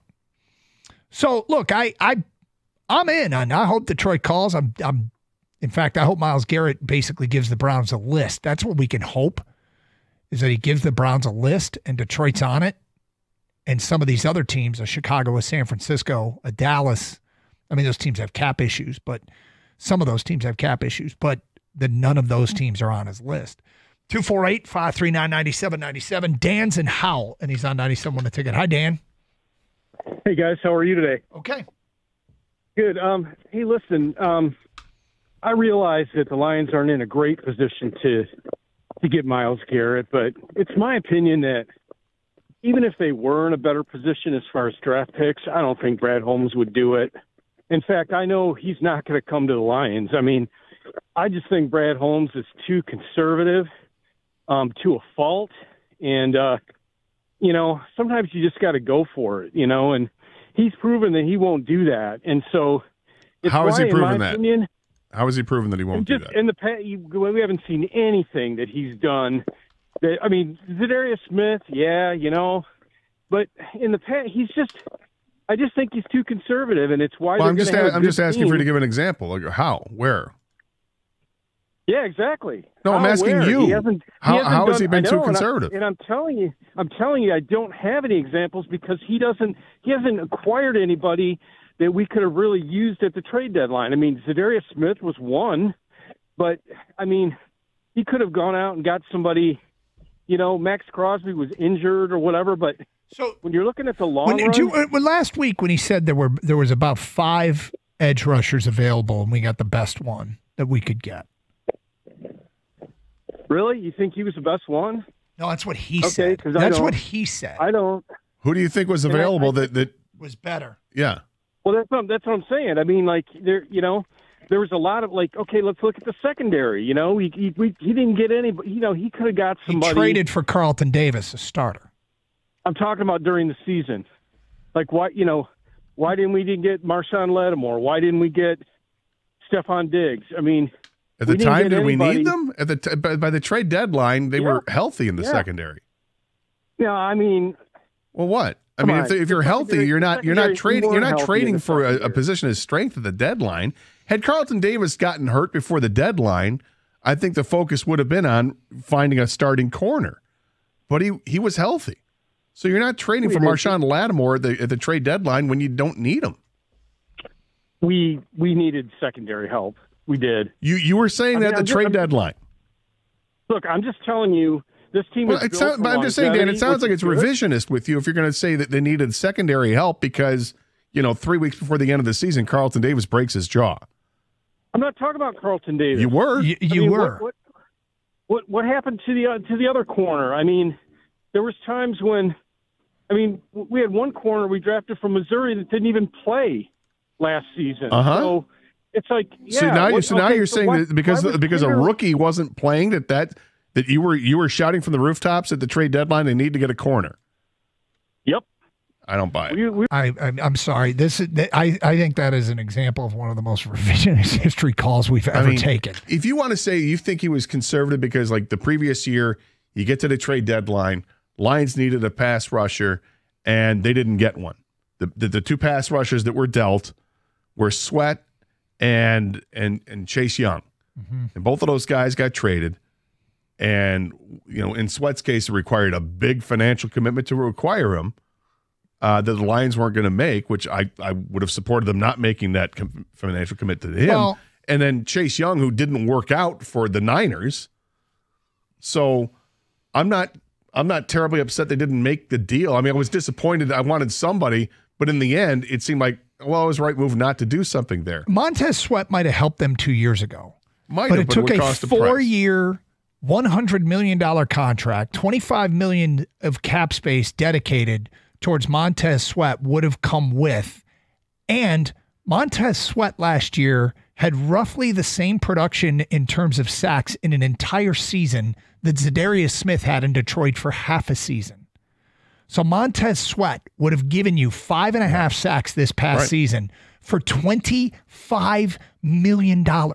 Chase Young didn't go back to San Francisco. Like, I get that people wanted that big move. My man wanted Max Crosby, and maybe Brad Holmes is lying. He said there were about 5 actual edge rushers available at the trade deadline this year, and he feels like they got the best one. And he might be lying. He might be lying. But he's got, for me, personally, I think he's got a ton of credibility in Detroit. A ton of credibility. Where I'm going to go ahead and be inclined to believe him.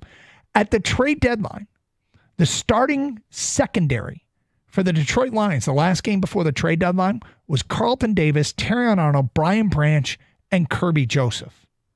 Along with a healthy Amik Robertson. A healthy Amik Robertson was there. And they were getting Melon Fonwu back a few weeks after. Yeah. So if he was screaming that they needed secondary help at the trade deadline, and by the way, the last game before the trade deadline, they held Jordan Love to 23 of 39 and no touchdown passes and a pick. Good for him. I don't know if I believe him. No, but I'll give this in fairness to Dan in talking about he thinks that Brad Holmes is too conservative. I don't think there's enough evidence to say that. You can say that your fear is that he's going to be too conservative, that you want him to go for it. Like, this is the thing. You want him to go and make the big splash move, go get Myles Garrett if he's available, go get Max Crosby if he's available. And it seems like Myles Garrett is available because Myles Garrett says he's available. So you want him to make that move, and you're worried that he's going to be too conservative. Well, until he gets traded to another team and you see what that value is, you may end up saying, dude, that was too big of a price to pay. Or you might say, yeah, that was too conservative. He needed to be more aggressive in this area. I think it's just a preemptive at this point from Dan. And I understand the concern about it because to this point, Brad Holmes has been operating about rebuilding this roster, adding foundation, adding depth to this roster. And I think now he's at that point where he can afford to be a little aggressive in moving draft picks to acquire has changed. Better players. Context has changed. Yeah, I think Dan just had he was terrible at trying to relay what he was thinking. I think he thinks Brad Holmes is conservative, and he thinks this would be breaking Brad Holmes' DNA.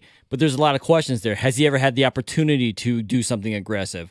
We don't know all the moves behind the scenes or what was available. But he's never been a guy that, so far, right, because he is in a rebuild mode when he got here, to say F them picks, right? And I think that's why people are asking, have we gotten to that point where Brad is going to F them picks, so to say, and so to speak, and just say, all right, we've reached the point where I can get aggressive now. And so I think this may be the bridge, Gator, that you're talking about. Like, is this the opportunity where he gets aggressive?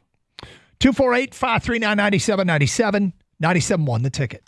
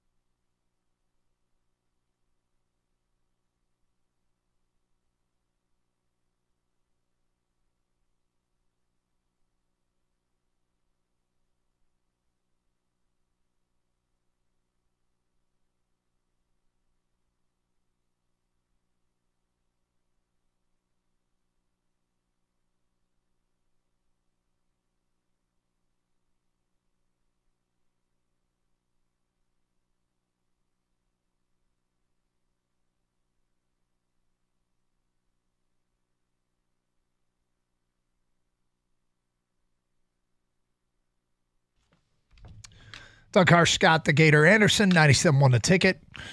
Look, you know what's funny is the previous caller, Ben. Was it Ben? It was Ben, wasn't it? No, Dan. It was Dan. Dan. Sorry, Dan. Actually, shot stray for Ben. Apologies, all Bens out there. So, Dan, I don't think his conclusion was, if his conclusion was he doesn't think Brad Holmes will do what it takes to get Myles Garrett, I actually agree with him, because the 2 first-round thing, which appears to be, an asking price that is reasonable, the 2 first-round thing is something that Detroit can't match other teams' 2 first-rounders, so you got to go above and beyond it. And I really suspect that he won't go above and beyond it. Knowing him, it doesn't fit his pattern. Now, as you point out all the time, the context has changed. But kind of start talking about the way that other teams that could get in the mix here. I think what we have to hope is that Myles Garrett tells them, I'm not going to Chicago. I'm not going to San Francisco. I'm not going to Dallas. I'm not going to these teams with way better draft capital than Detroit. And then Detroit's in a bidding war with their peer group, Buffalo, Philadelphia, like teams. The Commanders. But I think his reasoning was a little bit of revisionist history to say that he was screaming for secondary help, that they needed to make a move to get a secondary. They were healthy at the trade deadline in the secondary. Yeah, you wanted to say about the edge rusher, sure, but they got the best edge rusher that was available. According to Brad Holmes, he could be lying. He's been really pretty credible here in Detroit, so I'm going to go and give Brad Holmes the benefit of the doubt and believe him. The Crosby stuff was probably fantasy talk, okay? Well, remember the reports around the trade deadline where the Lions had contacted the Raiders multiple times about Max Crosby, and they were told the same thing every time. He's not available. Mm-hmm. He's not available. And lo and behold, Max Crosby was not traded. So, ergo, Max Crosby was not available. This is a different situation altogether. Myles Garrett has come out publicly and said he wants to be traded. Right? Yep. Now, this could just be a negotiating ploy because he wants to be paid the highest, maybe wants to be the highest paid player in defense in NFL history.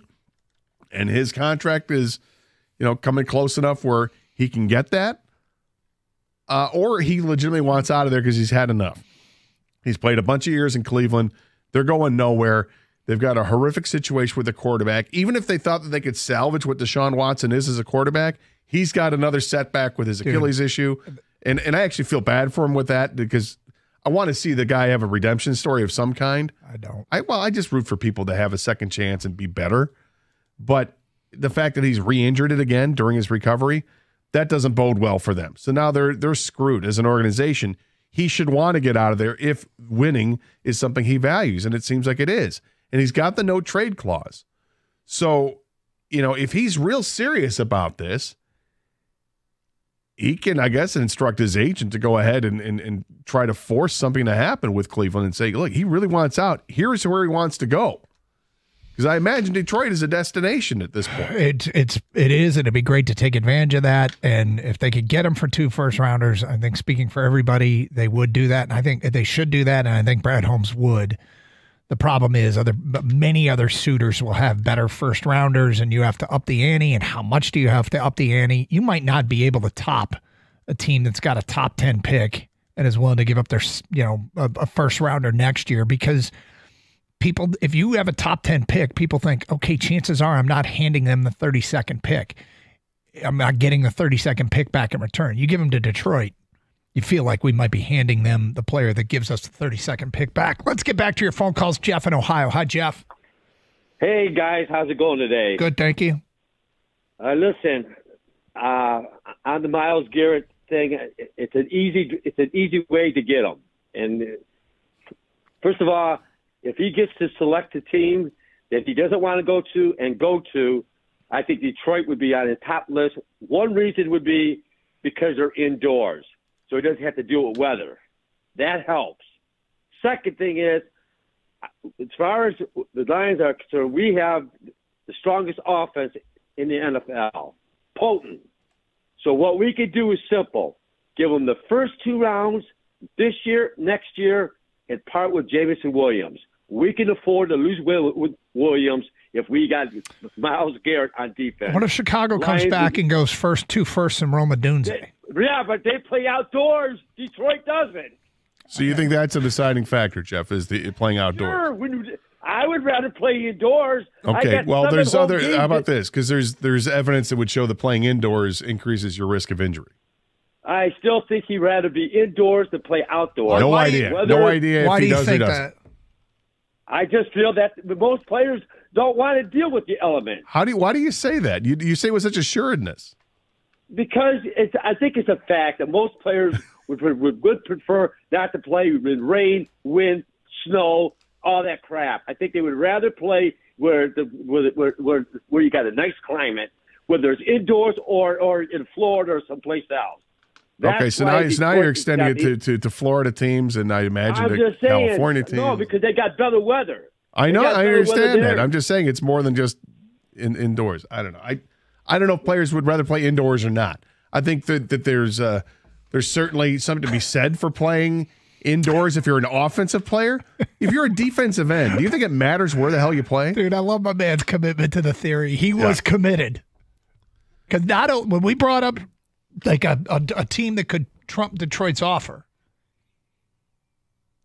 he screamed back at us, Chicago's outdoors. Right. I appreciate his commitment to the belief. As a defensive end, I don't think you care where you play. I suspect that I have no way of knowing with Myles Garrett. And if he had cited, Myles Garrett once said, I hate playing outdoors. Okay. Here we go.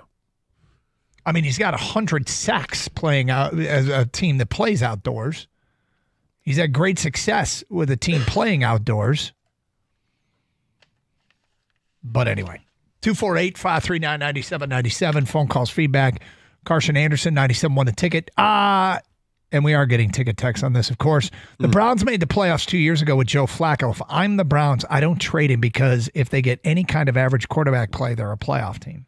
But if he wants out, if he's going to force the trade. That's A. And B is, I can't see a team with a $73 million anchor putting together a roster to be a legitimate threat. It's hard to do. He's probably, there's a chance he'll never take a snap for them again, and they've got $73 million committed the next 2 years.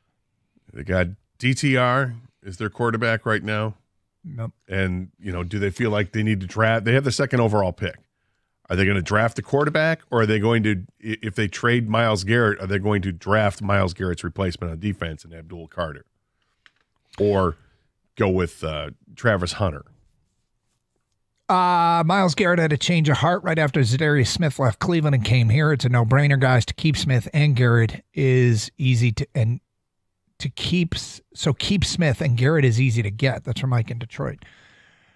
I really wish this was easy, man. I really wish this was easy. 248-539-9797. All right, coming up, I can't tell if Gator is going to be mad or say who gives an F. I swear to God, I think this story might send you off the deep end and get you irate. Oh. Or you're going to be you're going to say, so what? I will introduce this to you at 12:30 and either watch Gator go off or blow it off. Is he going to go off or is he going to blow it off? That's at 12:30. You're on 97.1 to ticket. The FanDuel Kick of Destiny is back, and this time it's every Manning for himself. The Super Bowl, two legends will take to the field in the sudden death field goal showdown. It's Peyton versus Eli live from New Orleans. Who will rise to the moment? Pick your winner now on the FanDuel app. I picked today. I picked Eli. And if Eli, because I think he's younger and I think he's going to be a little bit more athletic. So I decided to go with the younger, more athletic brother. And if he does split the uprights in this battle between Manning brothers, I'll get a share of $10 million in bonus bets. You can go pick whoever you want. It's FanDuel Kick of Destiny 3. Make your free pick, and don't forget to tune in to watch Showdown live during the Super Bowl 59 pregame show on Fox at 3 p.m. Eastern. May the best Manning win. Download the app or head to FanDuel.com/Doug to bet with FanDuel, official partner of Super Bowl 59. Must be 21 or over and present in Michigan. No purchase necessary. Bonus issued as non-withdrawable bonus bets that expire 7 days after receipt. Restrictions do apply. Void where prohibited. See terms at sportsbook.fanduel.com. Gambling problem? Call 1-800-GAMBLER.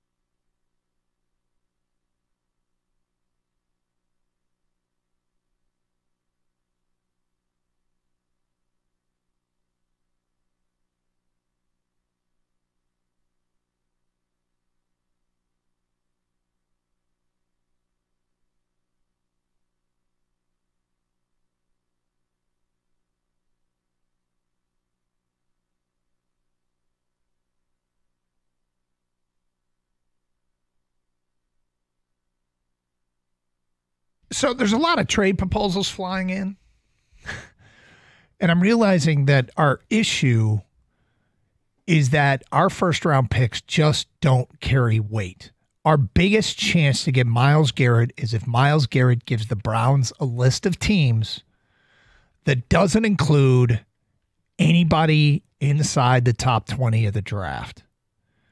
Because, like, I appreciate everybody. Like, we just got one here from Coop.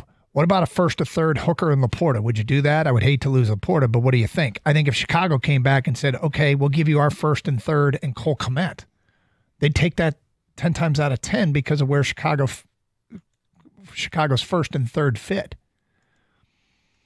So, you know, you can keep upping the ante, but because of the draft position and because of Cleveland, what appears to be the Cleveland priority and what it probably should be given the Deshaun Watson anchor contract for the next 2 years is play for 2027 and hoard assets the next 2 years. And, you know, that makes some sense. It's a timeline. It's a finish line to get out from under Deshaun and be ready to compete right away. And, oh, by the way, use all that draft capital that you're getting back to say, we're going to trade, we're going to do what it takes to move up to the top of the draft and take Arch Manning next year.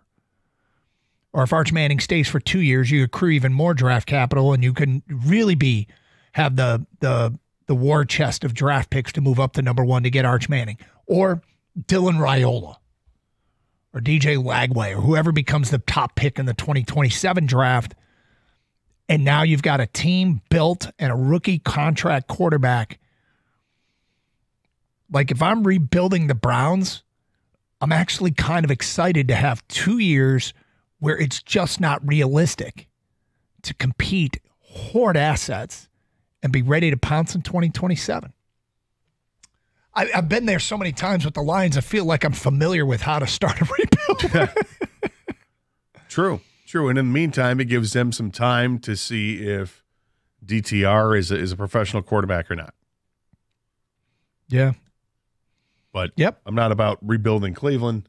I'm not, but and neither. But you have to recognize what's going to be best for Cleveland in order to see if the Lions can do something about that for Myles Garrett. And it's going to be difficult if anybody in the top 20 can put together an offer. It just is. And now Myles Garrett, he knows what's going on. He knows what's up. Lions are a spot now. Like this, we finally are the cool kid. You know? We finally are the cool kid. So let's cross our fingers on this one. That this is an example of how it works to our benefit. That it's a short list and we're on it. Let's hope so. All right, I got a question for you. Super Bowl is being held in New Orleans. Is that the question? Well, no, that's the premise. Yes. That's not the stat of the day. That's not the stat of the day.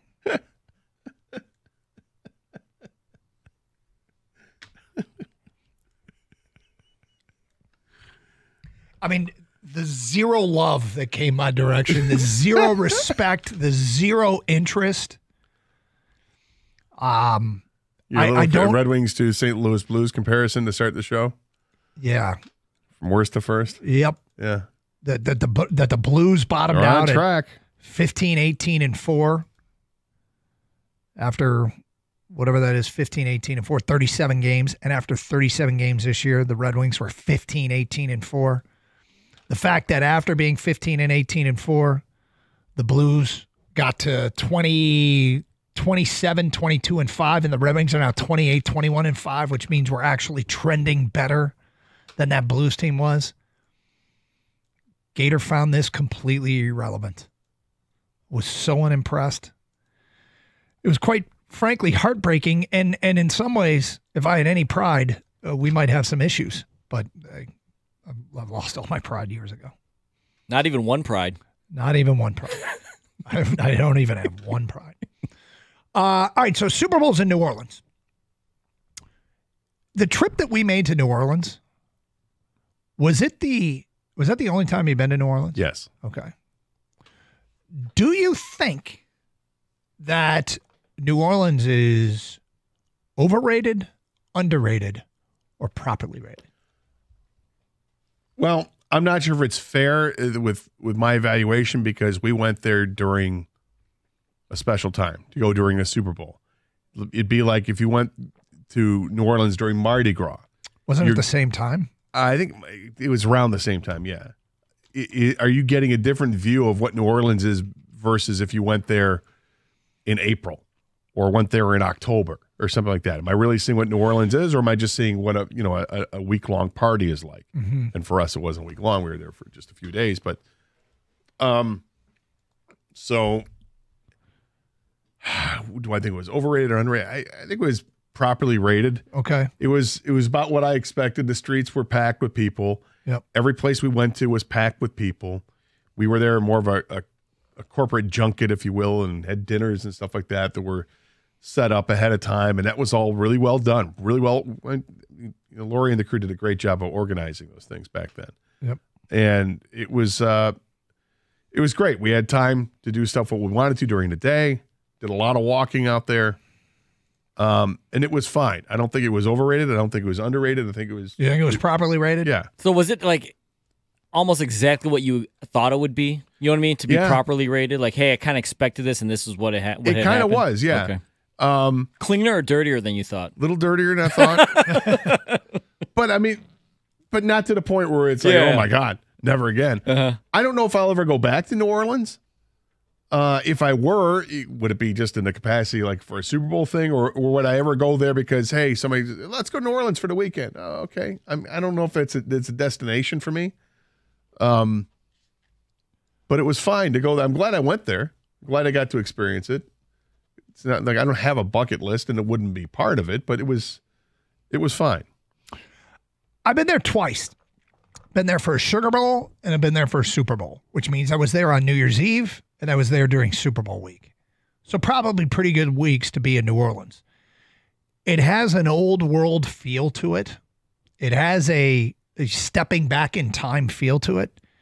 It has it has a Vegas vibe from a party standpoint. I mean, I guess without the gambling, although they do have riverboats. There was a riverboat that I remember everybody, I think we even spent was that the Sugar Bowl or the Super Bowl? Did we spend a day? Okay, then I was there during the Sugar Bowl. So I don't think I actually think it's properly rated. I think it's worth it. I liked it, but it wasn't like life-changing. And was it dirty? Yes. Did I expect it to be dirty? Kind of. So it's definitely, it's got its niche and it knows what it is and it owns it. Would you want to go back there? Under the right circumstances. But for a non-sporting event. Yeah, I've thought about it. You know, my wife and I are about to be empty nesters and we're thinking about where we might travel and stuff like that. And I've mentioned New Orleans and she's interested. We didn't do very many touristy things. We did go to Bourbon Street for sure and sampled different types of hurricanes. Evan was epic on Bourbon Street. Evan on Bourbon Street was fantastic. We bumped into Lundo, didn't we? We did. Yeah. John Lund, former morning show host. Yep. But I guess let's take 10 texts at 248-539-9797. New Orleans, overrated, underrated, properly rated. And remember to sign your text so we can give you credit. Kang? You've never been there. No, but I do want to go. I do want to experience it. It's an iconic American city, you know? And I'm not like, I don't have a bucket list to visit all of them or anything like that, but I would like to see New Orleans. It does have a lot of sports history to it as well with all the bowls you mentioned, right? Whether it's college or Super Bowl. I'm thinking it's going to be, I'm expecting pretty dirty. So it actually might be cleaner than what I'm expecting, but unless it's just insanely dirty, like the streets of Bourbon. But like I said, I have low expectations for that part of it. Is Bourbon Street long or far? Because I remember the first time I went to Rodeo Drive, and I was like, that's like half a street. You know, like it's not even, like a block, yeah. So when you watch it in the movies and all stuff, you're like, oh, Rodeo Drive, like it's barely anything. You can like see the end from where, like from one end. Right. And nowadays you see the exact same stores in every hotel in Vegas. Okay. Yeah, exactly. So it's not a big deal. But so I wonder what Bourbon Street would be like for me. Do you guys have one of those like, what was it? They call them hand grenades or something, and those drinks or anything? Hurricane? The hurricane was a big drink. Yeah. We definitely did one. Yeah, I might have had. Because I wanted to try one and see what more than one, maybe. You know. Did Evan on the street have more than one? Dude, Evan, that might have been my favorite. There were others on the Evan. trip that had more than one. That's true. All right, New Orleans, overrated, underrated, or properly rated. I got a story here. The Gator's either going to blow off or he's going to go off. We'll get to that at 12:35 here on 97.1 The Ticket.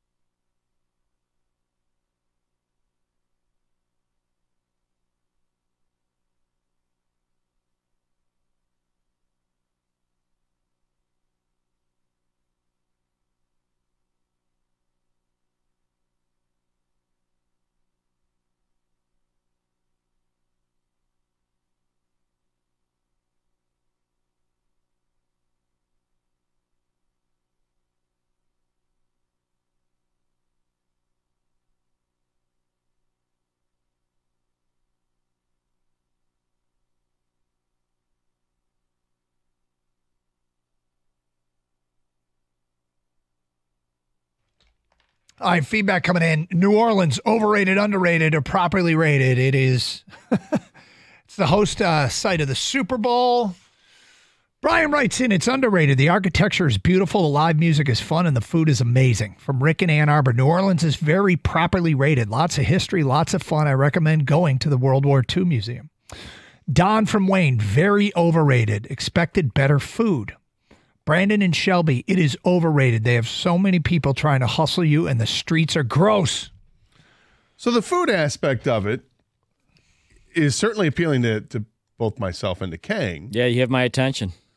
And I was there with you, Doug. Yep. Is it a challenge? No, tons of shrimp. Tons of shrimp. But how much shrimp can you eat? I ate Like every shrimp a day? lot, yeah. Dude, yes. I did not get sick of shrimp. I got sick, well, I guess it was sick from hurricanes, not of hurricanes, from hurricanes. Definitely overrated just because it constantly smells like a porta potty. That's from John in West Bloomfield. It's properly rated, a little dirtier than expected. It's from Eddie in Armada. The biggest problem I had with New Orleans was walking the streets, and you're walking on the sidewalks there. Everything is pitched to the street. So you're always walking on an angle. And I ended up paying a price after the second night. You weren't happy. No, my feet were ruined. My ankles were ruined. You sure it wasn't one too many hurricanes there, Gator? You Yeah. little sideways? It was not. Not at Dude, all. I feel like the street is crooked, dog. It's The streets city are is built slurring. below sea level. So this is what they do to try to deal with the tons of water that they get there, is everything's pitched to the street so it can get flushed out. The But- ground kept falling. Yeah. But that was a problem with me. I remember waking up in the middle of the night and I almost fell out of bed because my ankles were done. Mm. Then you threw up? Look, I have no problem admitting when I've thrown up from drinking. I did not in New Orleans because I didn't drink that much in New Orleans, or drink enough to get sick. All right, more. It's completely overrated. My cousin goes to college down there. She said it's fun for one night watching people, and then all you're left with is the smell of blank and swamp water. Chris in White Lake says overrated, dirty, and pickpockets everywhere. From Michael, New Orleans is underrated, way better than Vegas because of the incredible music pouring out of every small live music venue. Josh and Warren, underrated. New Orleans is life-changing. I'll take Vegas over New Orleans. I think I'm going to, in the next few years, have to explore which one I like better. But there are things I back like to to do in Vegas that I'm not doing in New Orleans. Plus, the humidity is completely. Was it bad? Well, not in February, Uh-huh. but I imagine any other time. If you go between May and October, I imagine the humidity is stifling. Food-wise, what were you able to? Like, Gator... Did you try Gator, Doug? Not the No, Gator I didn't- across from no, you. I didn't eat any Is it- Gator, Okay. no, Is I that the don't- other white meat as well? No, I don't consider it that. Gator No, I jambalaya? ate a ton of shrimp. Jambalaya. And I was perfectly fine with it. Just the shrimp? Yeah. Mm-hmm. We walked like 4 miles to get a po' boy. Oh, okay. We walked a long way that long day. walk. So, one of my favorite things. So we stayed like in this. It was basically a house that was turned into a hotel. It was pre-Verbo, and they had a deal with a gym. I put in quotes, and the gym was just down the street, and it was in a house. Like it was just an old Victorian house turned into a gym. So went to the gym, and it was just like, people were members of this gym. They have one of those vibrating belts that you would what stand on a platform and wrap the belt around your It looked waist and it just vibrated. Something out of a Bond movie. Yeah. Yeah. No, it was just a house turned into a gym. It was incredible. The vibrating belt and medicine balls. That's all they had. All right, Gator. So you threw this in the show sheet here, and I found it interesting. The NFL is looking towards 16 international games at some point, including an international Super Bowl, if they have a franchise outside the U.S. You hate the NFL's attempt at global domination. Yeah, I'm not thrilled with it.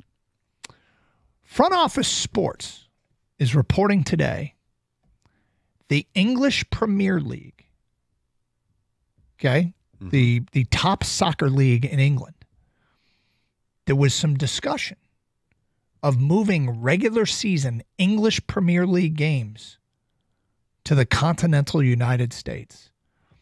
We have taken basketball overseas, football overseas, baseball overseas, hockey overseas. We have shared our big four sports. Mm-hmm. The English Premier League is approached about playing regular season games in the U.S. Every major U.S. men's pro sports league plays more and more games internationally. The English Premier League said, no, we're not going to do it. I can't figure out if this is going to make you more irate that we share our sports, or you're going to say, I don't care that the English Premier League doesn't want to come here. Do you guys want to wager as to where I'm standing on this? Do you think he's going to be mad, Kang, even though he doesn't care about EPL soccer? I think he's not going to give a crap, and there's going to be a lot of spite to that too as well. But he's going to say, I don't give a crap about you and your soccer. That's right, soccer, not football, soccer. Kenny, you think he's going to give a crap, or do you think he's going to just blow this off? I think he's going to be peeved, not angry, not full-blown rage, but I don't like that. I don't like that at all. Okay. Gator, how does this make you feel? You can have your precious soccer. You can keep it over there. I don't care. I think it's a misstep. I think you can make a ton of money off it because the United States, there is definitely a niche market. It's a big one. It is a big one. For people that love the Premier League, they care about all that stuff. Manchester United, is that Premier League? Is that what that is? Yeah, it is. And Ipswich, I don't know. Whatever other teams are there. There's definitely a market for it. I'm not part of that market, so I really don't care. I think you're cutting off your nose to spite your face because there's money to be made. You're not going to do it. You want to keep it there. But frankly, the way things are going right now in this country, I don't blame any other country for not wanting to do business with the United States. So be it. It doesn't affect me one way or the other. It's soccer, whatever. I wasn't going to go. I wasn't getting my tickets to go watch them play in East Lansing or in Ann Arbor or make a trek down to Columbus or wherever the hell they were going to play. I don't care. Okay. I thought that there was a chance that this would make you more irate, that they won't return the favor. No, if you'd asked me a month ago, I might have a different view, but now I get it. Kind of understand. 248-539-9797. It is Carson Anderson. 97.1 The Ticket. People ask me, what's behind the name Show Some in Show Some Athletic Apparel? Well, back in the day, the brothers who founded the company would ask each other a simple question before every pickup game. You're going to show some today, meaning are you going to show some respect? You're going to show some hustle? You're going to show some grit? Up your workout gear game and get into Show Some Athletic Apparel. Long and short sleeve workout shirts, performance hoodies. It's the best workout gear you will own. I've got someone to love it. Use a discount code GRIT at checkout. That's GRIT. Go to showsome.com. That's SHOSUM.com.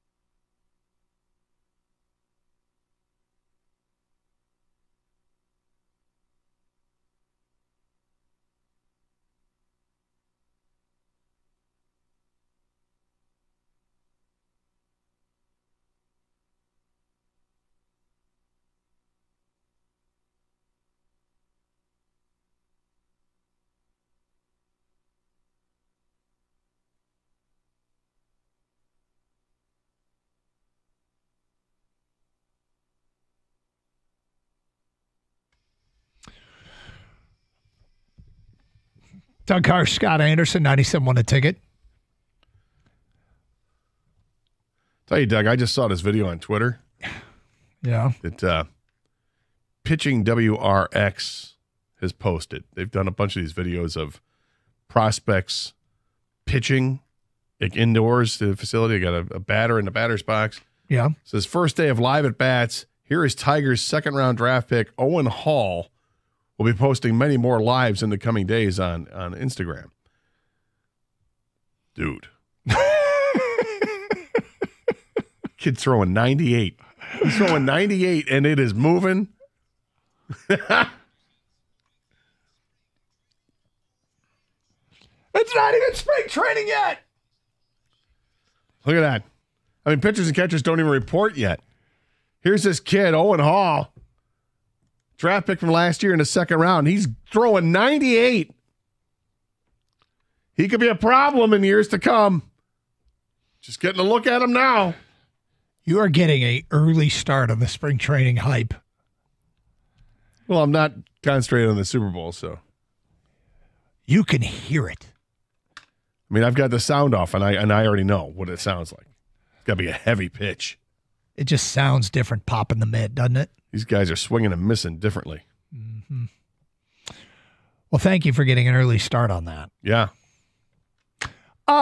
Serious note about the Red Wings. I'll repost it so everybody else can see it too. Great. You can follow us on Doug and Gator at 971. Serious note about the Red Wings, because you've been completely dismissive of my Red Wing St. Louis Blues comparison from the 2018-2019 season. Mm-hmm.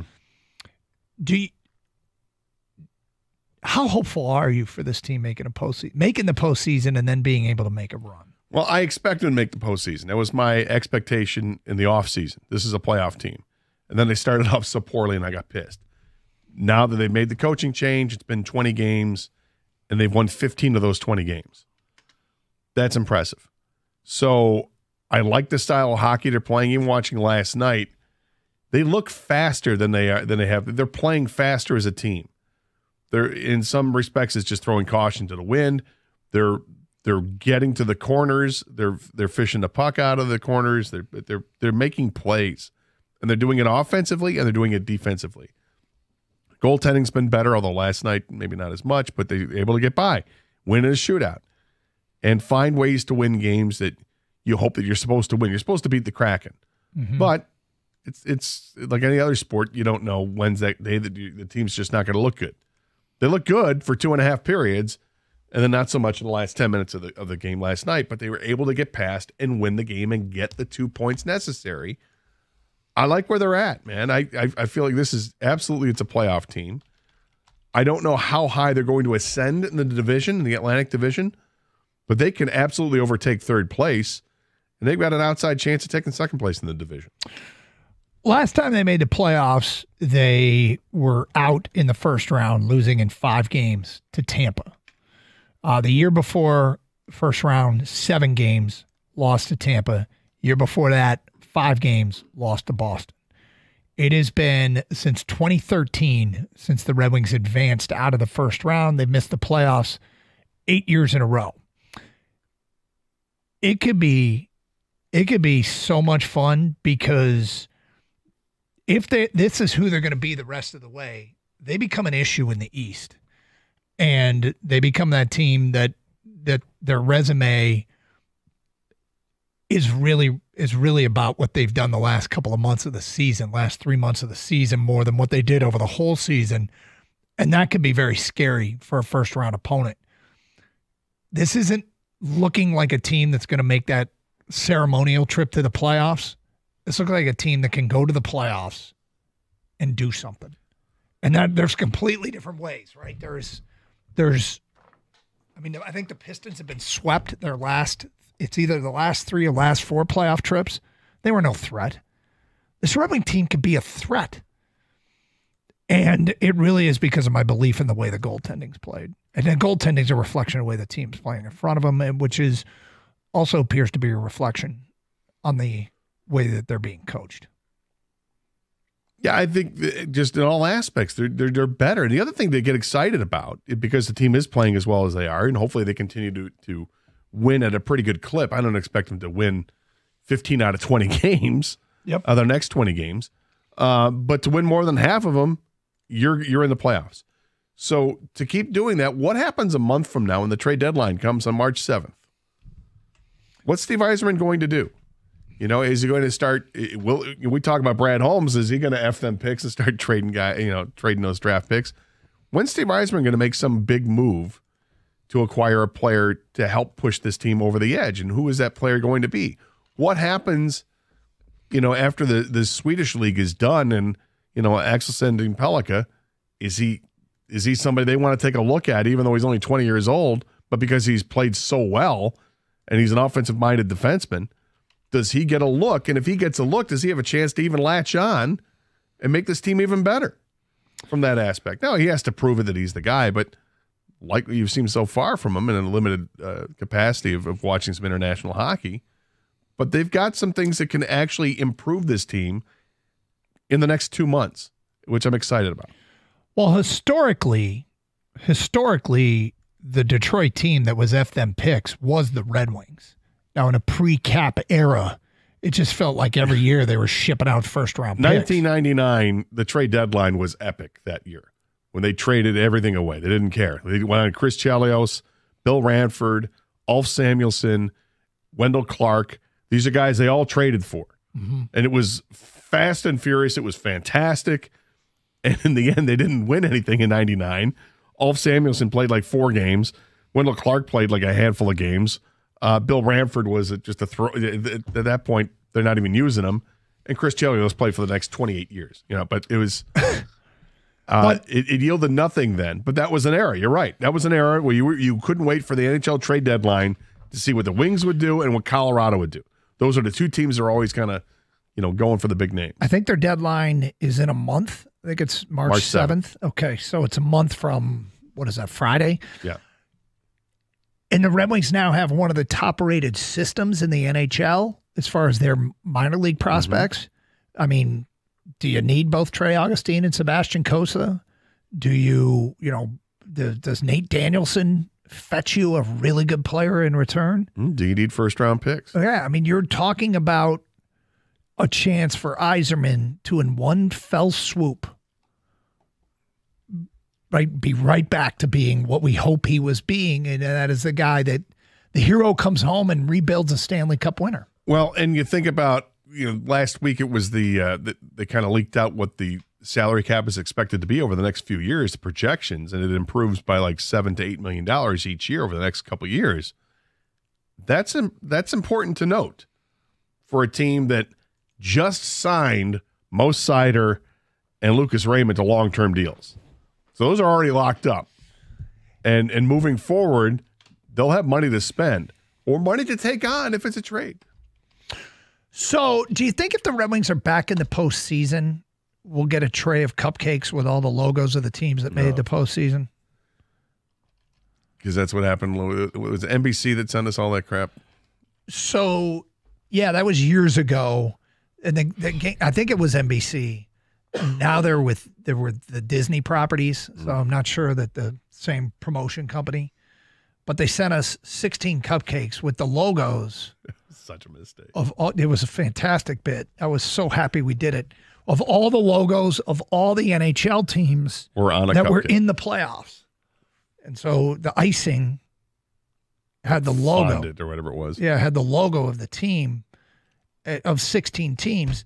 And as teams got eliminated, Gator consumed their cupcake. That was the bit. I was going to eat a cupcake after each team got eliminated, not realizing that over the weekend you may see 4 or 5 teams get eliminated, whatever it was. So when I come in on a Monday, we then had a a 4 cupcake Monday. Yeah.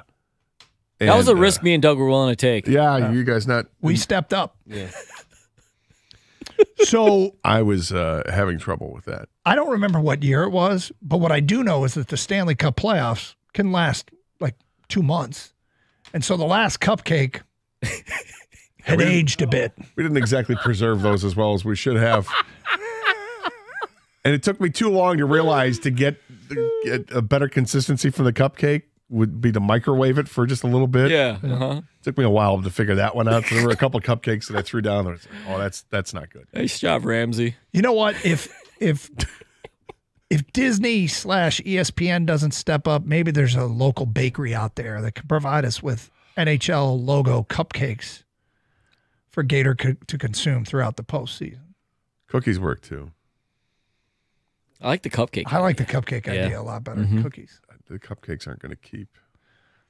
It's kind of the point. I know. Hey, remember, just microwave them, man. Yeah, you know now. Yeah, now I also know to wrap those things up in cellophane or whatever. So Saran wrap, whatever it takes. The crux of the issue is, will there be a Red Wing cupcake?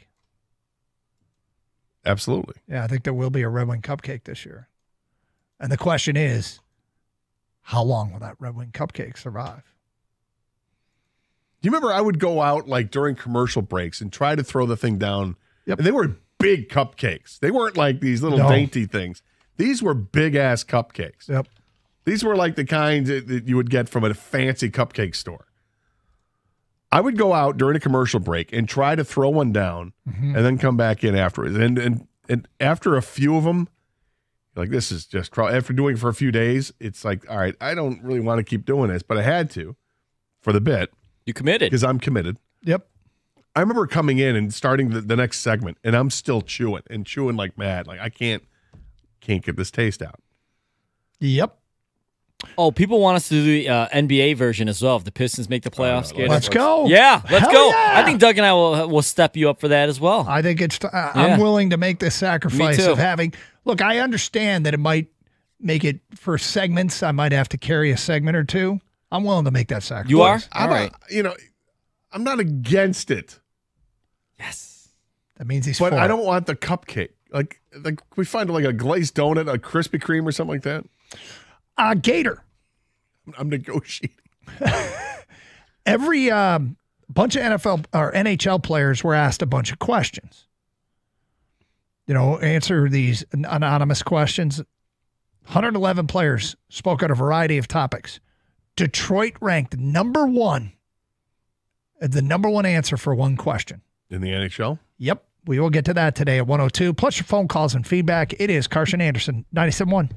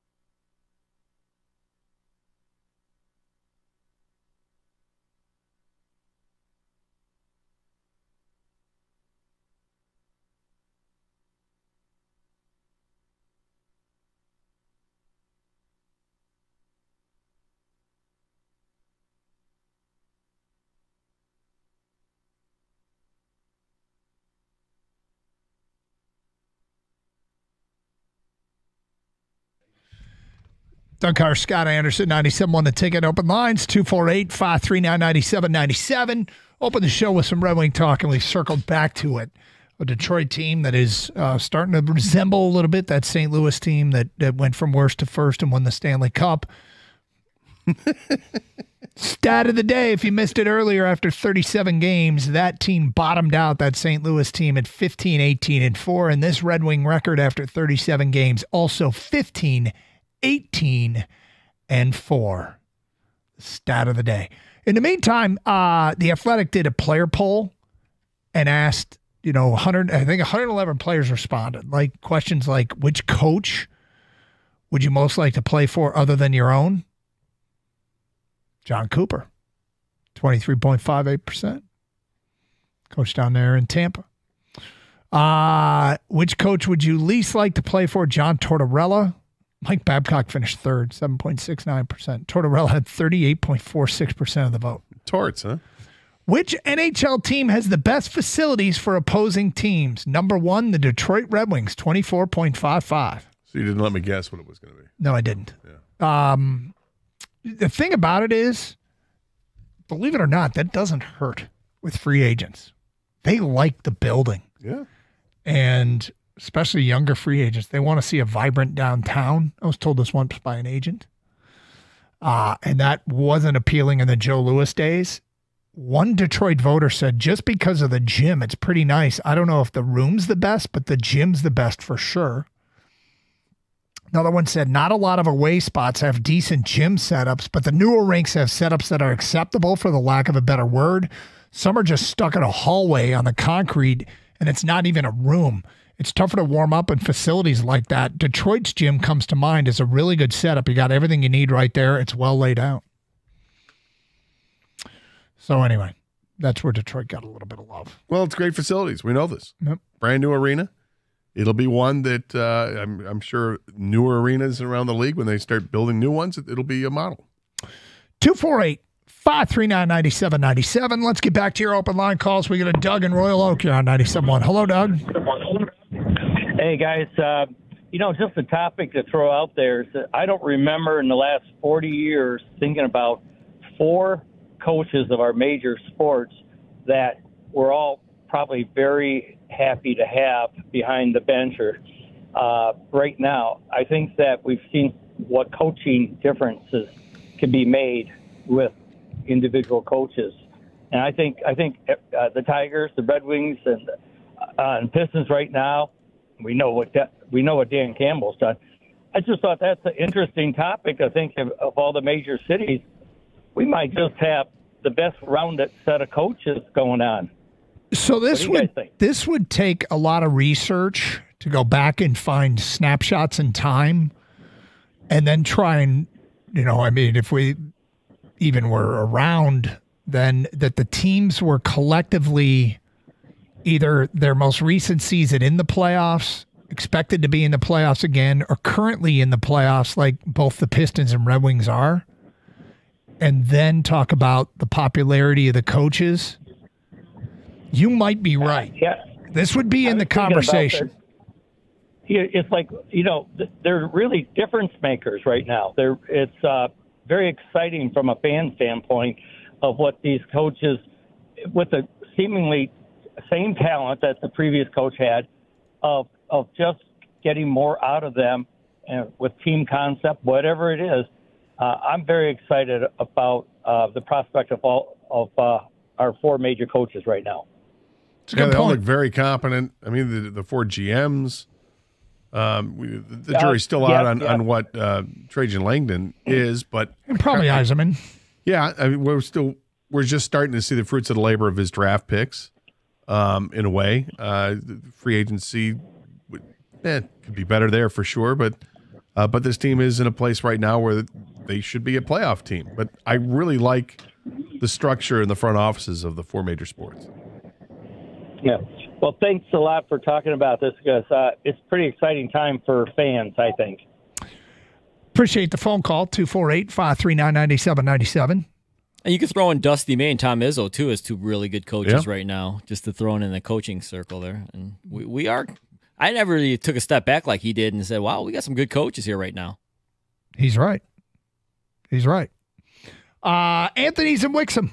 And next. What's up, Anthony? Afternoon, gentlemen. How are we today? We're good, man. I'm excited about what the previous caller said, and now I'm looking at some of the feedback. We've got something great coming up. I can't wait to talk about, Gator, and you're going to be excited as well. Yeah, I mean, the Red Wings are unbelievably exciting. I really think Yzerman should go out and look for a young second-line center with term like Dylan Cousins, Elias Pettersson, or even call to Anaheim and see what Trevor Zegras' availability is. There's a logjam of defensive prospects down in Grand Rapids, Wallander, Vero, Tuomisto. There's plenty of guys and pieces that can be moved, and I really think a good young second-line center could be that next bump to get the Red Wings to even take a further step. That way, Kopp, too, can get knocked down to play with Rasmussen, which those two seem to have good chemistry together. They played extremely well last year together. And with that, too, the NHL salary cap is raising to over $113 million over the next 3 years. So the Red Wings are going to have plenty of space to where if they want to make a move for like a Dylan Cousins, they absolutely can. Yeah, it's been a player that's been rumored for a while with Buffalo. And there have been so many rumors that the Detroit and Buffalo have been in talks, but you know, Steve Yzerman is as good as anybody of keeping things close to the vest. Oh, yeah. Feels like the Detroit, it's funny, it goes back to the previous caller about the how competent the front offices are. Steve Yzerman, Brad Holmes, and Scott Harris are all incredibly secretive about what they're doing. And you have no idea what Yzerman's working on behind the scenes until it happens. So there's a lot of speculation. And look, would it be great to add a second line center? You betcha it would be. And you're right. They have a ton of assets that they could move to get that player. And I brought that point up about the salary cap as well. It's going up each of the next 3 years by a significant amount. Cousins' reputation as a two-way player feels like the kind of guy that Yzerman would be attracted to. Absolutely. And could become sort of the template for Nate Danielson and say, see this guy? You become the next him and you're good. You follow in his footsteps, and he could help the team right now. I mean, I like it. All right, Gator. Suggestions are coming in here from listeners. God, we got some really great listeners, and I do appreciate these suggestions. M. Milton23 on Twitch says, how about we do the cupcake bit for March Madness? Shut up. Well, that's a great idea. It is a fantastic that is a good idea. If we can get a bakery to commit. Unrelated news, I think they should expand the field. What do you think? Just stop. No? The first weekend of the 68 teams, come Monday, there are only 16 left, meaning Gator would have to consume 52 cupcakes. Yeah, that's not happening. That's not happening. I mean, even if you were to put that to like chicken nuggets, that's too many. Oh, you could do the nugs in one day. I No. believe in you. I believe in you I too. believe in you on the Just cupcake. stop it. Yeah. You guys just stop. Believe. Scott writes in, how many golfers are in the Masters? Would you people just shut up? Oh, you love golf too. You do? Yeah. It's one of your passions. I mean, it's tough when people don't make the cut. Mm-hmm. But you can ease Like the half pain the field, with the cupcake. Half the field. Ha ha. Ha ha. Look, you're kind of right. I'm against it. But then again, if the listeners want it, Kang. We are, we listen to the listeners. We do. We do. We appreciate the feedback. Lumen is listening. Yes. And so we are, we definitely are listening. We open the suggestion box and read it. And this is, and we act upon it. They're merely suggestions. March Madness. Somebody can come up with a Just cupcake stop. for every If team. you want to just pick one of bakery. those. Yeah. I mean. Would you rather do the Masters? Yeah. We should leave it up. Yeah, we should leave it up Masters. to Gator. Which one? You know, Daytona's right around the corner. It's Carson Anderson, 97.1 the ticket. Look, it's really hard to find great, reliable service. So when you do, you want to let everybody else know about it because people want to be happy. This time of the year, it's cold. Your garage door is going to be making some weird noises. You want to make sure it's running properly. Call the great folks over at Precision Garage Door. They're going to come by. They're going to check things out, make suggestions for you, and perhaps they can fix any problem you have with it. Or even if you need new garage doors, like I did, they let me know, look, this is only going to last for a couple more years and eventually going to have to get new garage doors. The time came, I had to get those new doors. I called Precision. They came out, walked me through the entire process, gave me all the options, and I was glad that I called Precision because these guys are incredible. Jeff and Daryl, their whole crew, absolutely professional and fantastic. They're going to take care of you right away. Call 1-800-DOOR-REPAIR or visit them at precisiondoormi.com.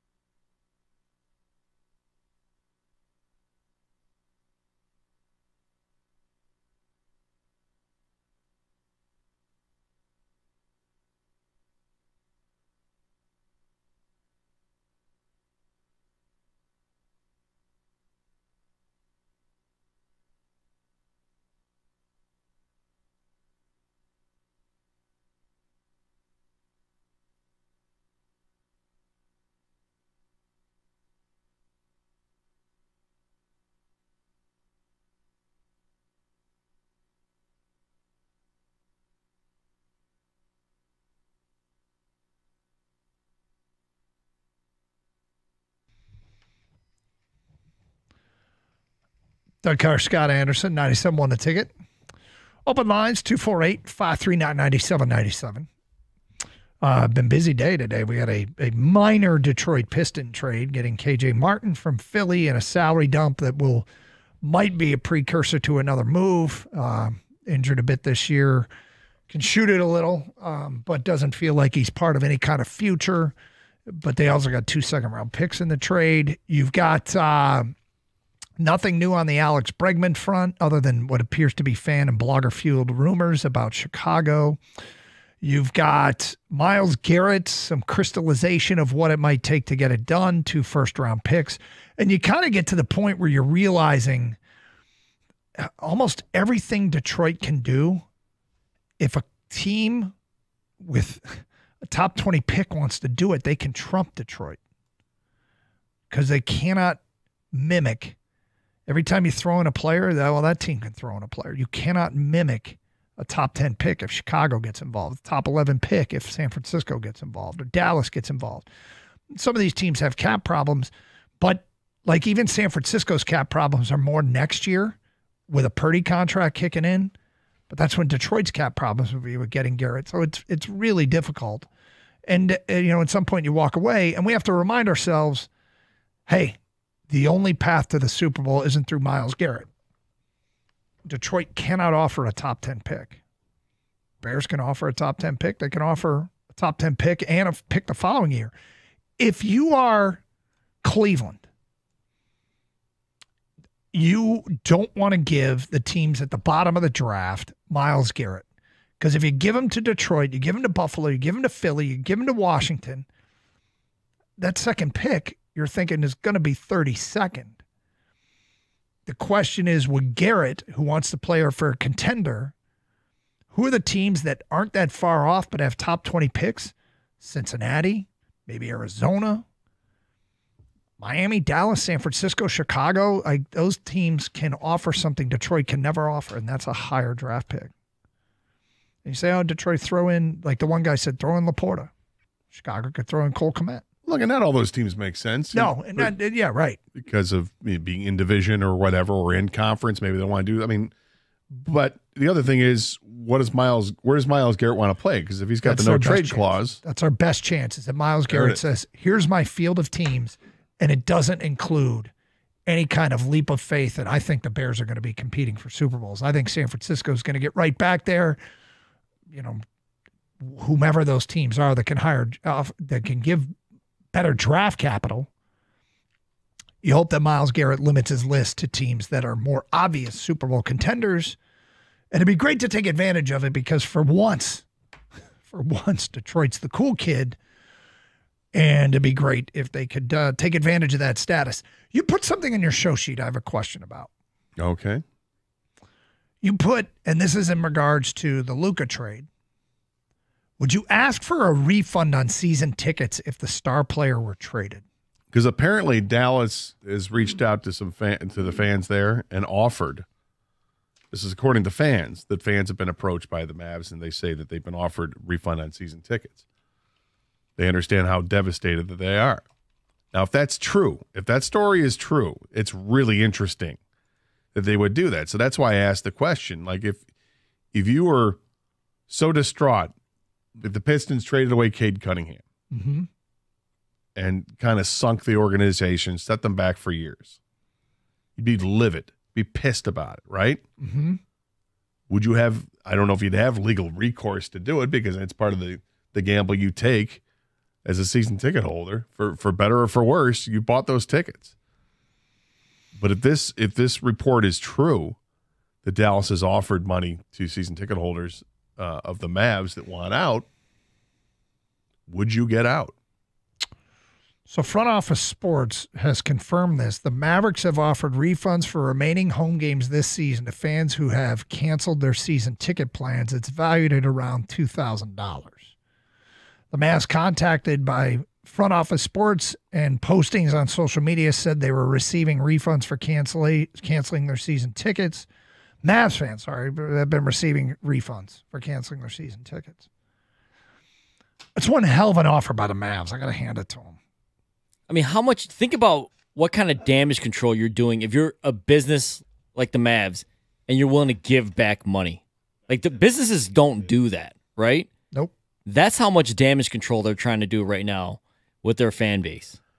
Well, I mean, this comes back to this whole situation, how crazy this idea was for them to trade him in the first place.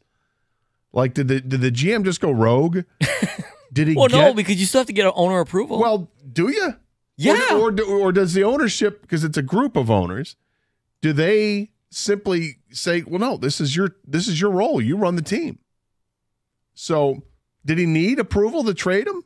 I'm pretty positive he needed approval to trade Luka Doncic. But we would also think that if you're going to trade Luka Doncic, you would open up to the entire league and not just the Lakers. Well, we're getting into different territory there. But even Rob Pelinka immediately called Jeannie Buss when it was just brought to his attention that they might get Luka. Like, yeah. Well, you got to talk to the owner. I would think, and yet I don't know. I can't know for certain because of the way that this whole trade hashed out to begin with. You know, if you are a Dallas fan and the team is offering you a refund, and then the GM saying that they're trying to win the NBA championship, which message do you believe? Do you believe the GM saying we're trying to win the NBA championship this year and we think we can do it with Anthony Davis and Kyrie? Or do you believe the fact that the organization's offering you a refund, basically saying we bait and switch you, you get your money back? Feels like the money talks. And the real message here is that Dallas is kind of are they actually conceding that they're not going to win the NBA? I think it's a horrible message to send to the fan base.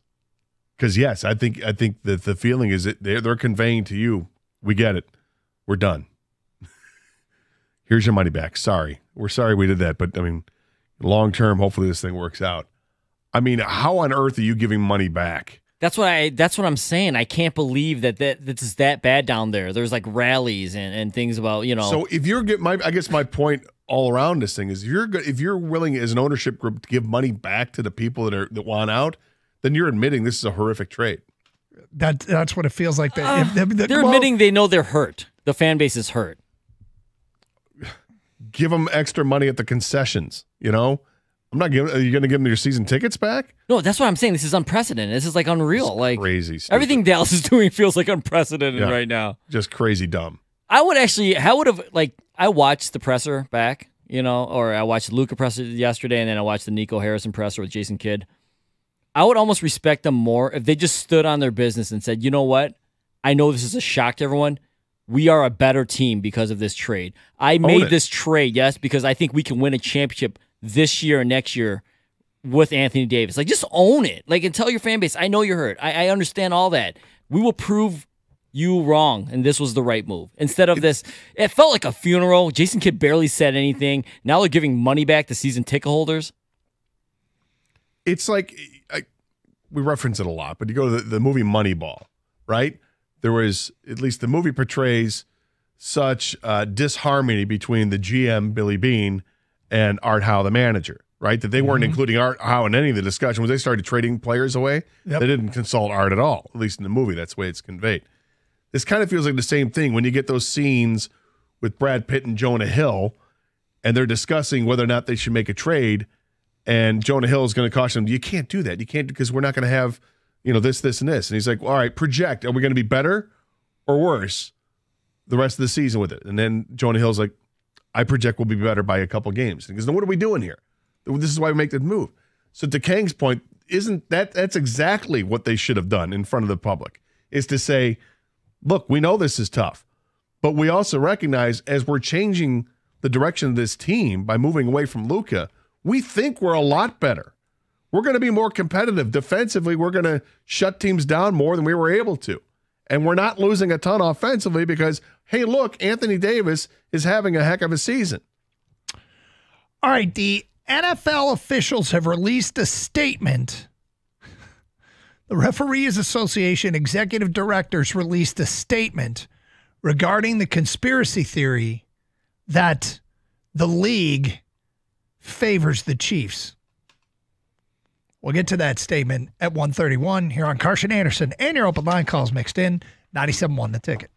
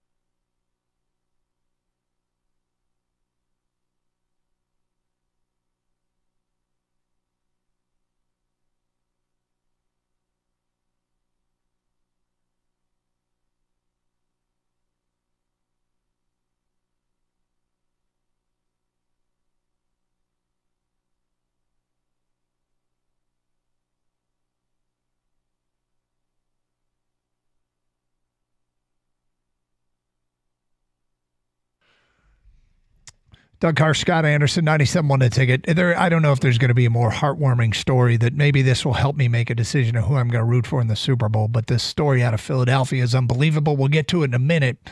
Tom Pelissero just tweeted out a statement from NFL Referees Association Executive Director Scott Green, who says, quote, "It's insulting and preposterous to hear conspiracy theories that somehow 17 officiating crews consisting of 138 officials are colluding to assist one team." Commissioner Adele's comments that it is ridiculous to presume that NFL officials are not doing everything possible to make the right call on every play is spot on. Officiating crews do not work the same team more than twice each regular season. He gives the insulting line.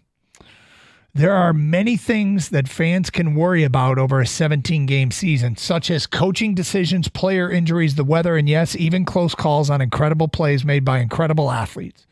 But you can rest assured that on every single down, NFL officials, both on and off the field and in the replay booth, are doing everything humanly possible to officiate every play correctly.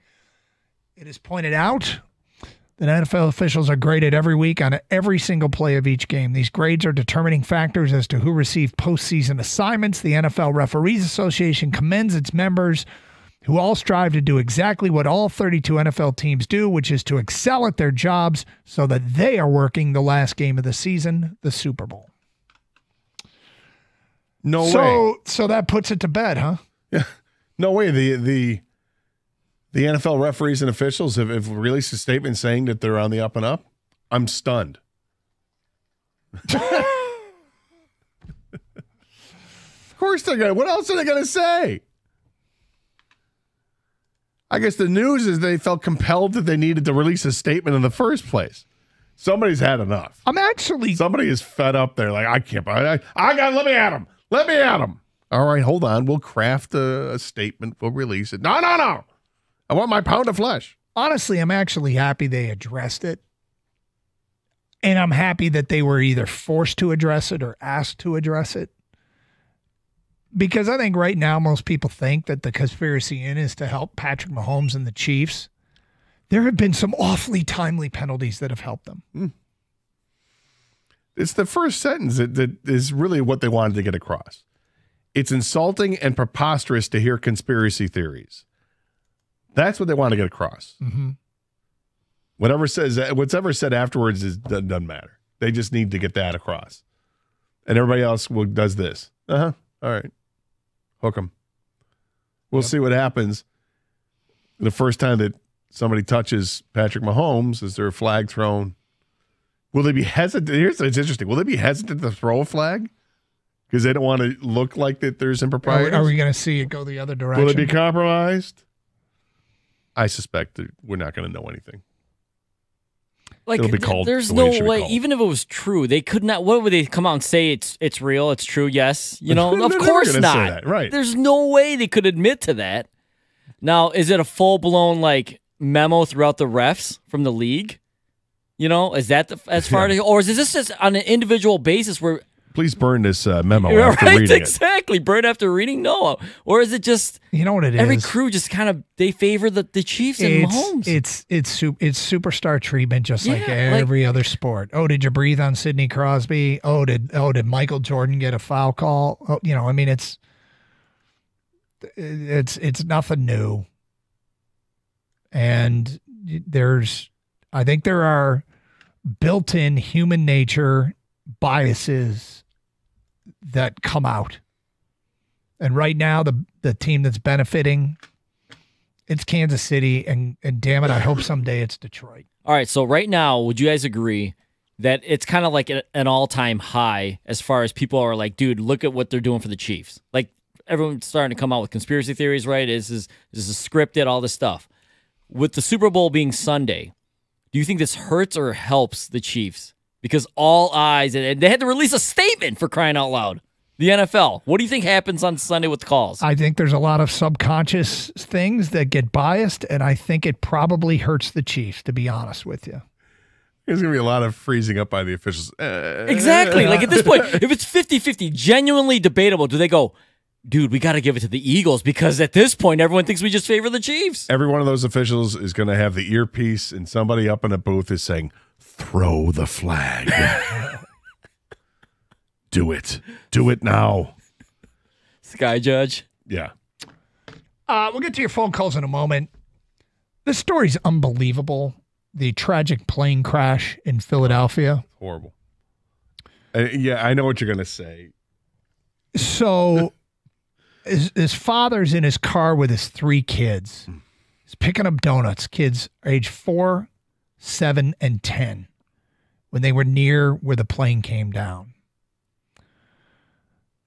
There was shrapnel flying all over the place. The 10-year-old in the back seat covered up his little sister. The father said when he turned around and looked, he had a piece of metal sticking out of his head. He said they used socks and another man's shirt to try and stop the bleeding. A police officer rushed him to the hospital where the son, Trey, had emergency brain surgery. That night, the story goes on to say, the father was told and his family was told there was a strong chance he might not survive. Miraculously, he is now awake and recovering and even talking. And completely aware. His father said that his son's first real words were, he asked me, "Daddy, what's today?" I was like, "Monday." The kid apparently said, "Okay, wait. We didn't play yesterday, did we?" Thinking that he had Missed been the Super Bowl. And he said, "No, you didn't miss the Super Bowl." He then asked, "Did I save my little sister?"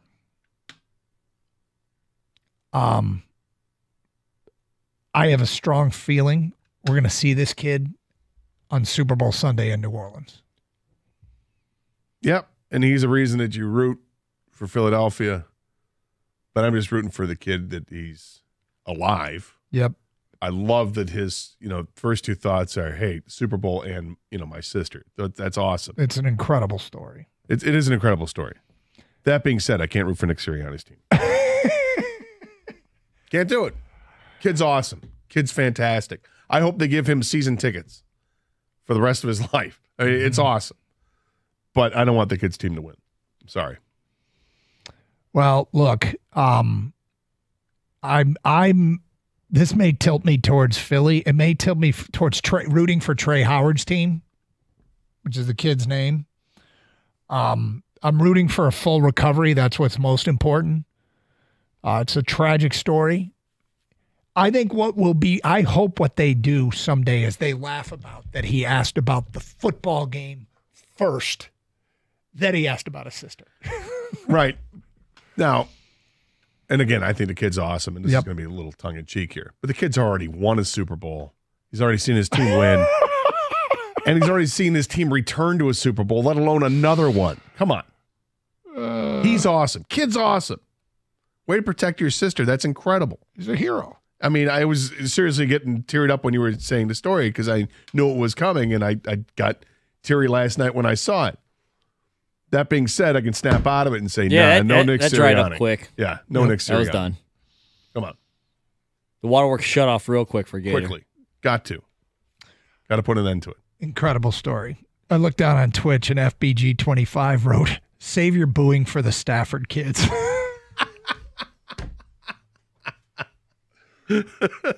I just want everyone to understand, okay, that this is all done to make light of the fact that the accusation was we were booing the children, which they were not doing. We were not booing. Nobody was ever booing the Stafford kids. Despite what Kelly Stafford wanted you to think. Yep.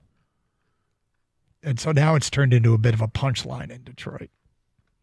But of course, if you were booing the Stafford kids, we don't claim you.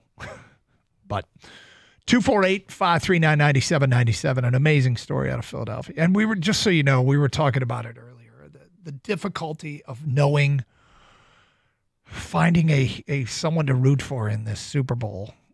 It's the Chiefs and all of their success and being back again. I hate to do this because of my job, because I'm a play-by-play guy. The Chiefs play-by-play guy with his, you can be sick of the Chiefs, you can disrespect the Chiefs, but you're going to have to deal with the Chiefs. I honestly, is that not the worst? I don't like that. No. I don't even want to watch this game. I really don't. All right, we got him back, Doug. No, I mean, you don't have me back. No, we don't. Again, it's easier for me. We lost him, Doug. It's easy for me to root against Philadelphia. It's just too easy. Dude, after that story, yeah, I don't think we're changing his mind, Doug. I mean, probably if that doesn't change It's his mind. great. It's a great, and I recognize what a great story it is, and the kid's awesome. I don't want his team to win because he's already seen his team win. It's tough for me. This might be the toughest Super Bowl to watch since Washington and Denver faced off in 1988. That was difficult. I couldn't stand that Redskins team. I couldn't stand the Broncos. I didn't want any of it, and ended up being a historical game with, Doug Williams throwing all the touchdown passes. What did you have against those two teams? I never liked Washington growing up. I hated John Riggins, and so that was early. And then this was not a Riggo team. I just did not like Washington because of it. And Denver, I never liked John Elway. So what did you not like about John Elway? I didn't like. As a kid, I recognized that I didn't like that he didn't want to go where he was drafted. Okay, that bothered me. And you put this Super Bowl on par with that one? For me, yeah. Wow. Those are some bitter feelings that developed early. Yep. I got them.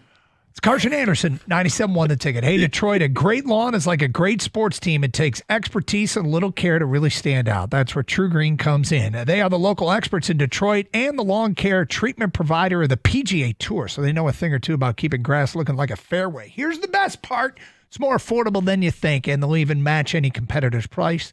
Plus, True Green backs up all its work with satisfaction guaranteed. Not happy? They'll come back between visits to make it right.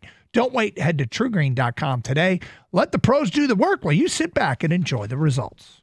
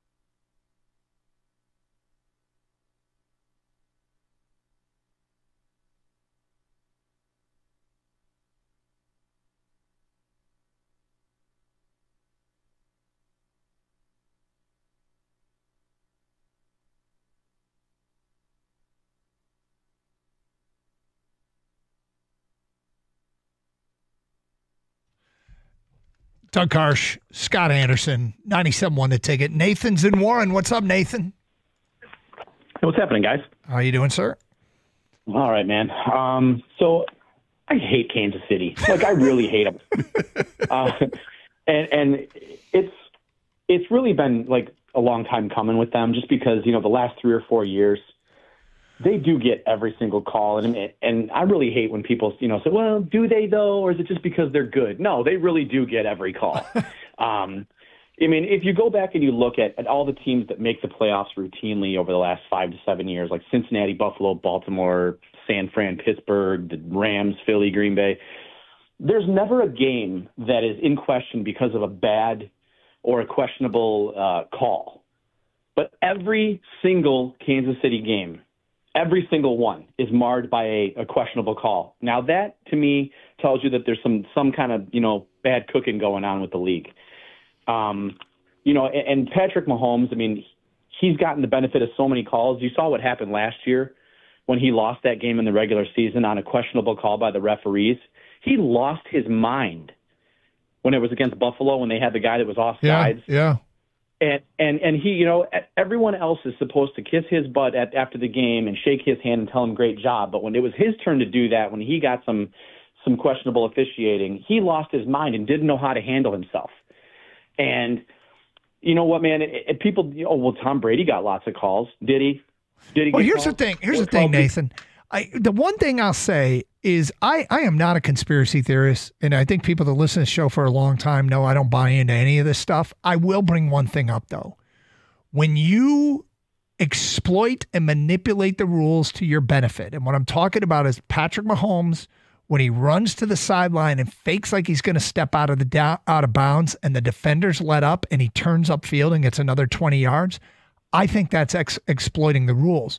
When Patrick Mahomes slows down to invite contact near the sideline and then flails his arms when he gets hit, that to me is exploiting the rules.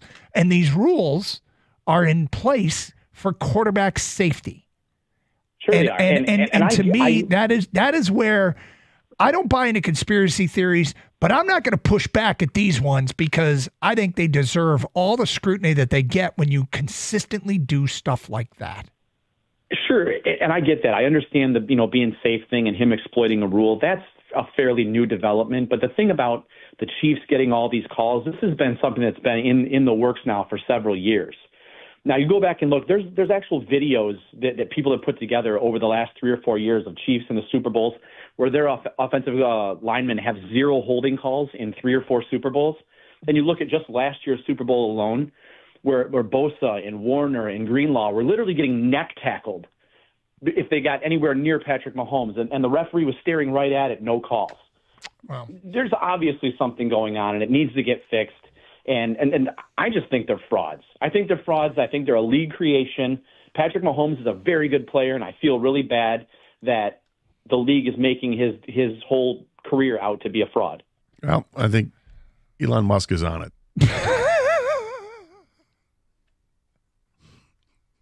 Do we have a department dedicated to this? It's about time we did. But the caller does make one good point in there for real. Like, he's right. The one time Mahomes didn't get the call, he went nuts. He did. He acted like the biggest baby. Didn't even congratulate Josh Allen. It was terrible. And you know what? Maybe I'm rooting for the Eagles. I don't know, man. I can't. Jay White Lake, you're next. Hi, Jay. Hey, gentlemen. How you doing? Okay. Well, obviously this is my kind of topic. Gator, I don't think it's a real hard choice, man. I think you need to get behind Philly. Being serious for a minute, that Trey Howard story, man. God, it's a great story. It is. I mean, it's a horrible story and it's a great story at the same time. It's just you love to hear that. I'm driving on the road from a 10-year-old. Doug, I'm listening to you. Break the story down, and I mean, it's like I almost had to pull over. My eyes were getting all watery.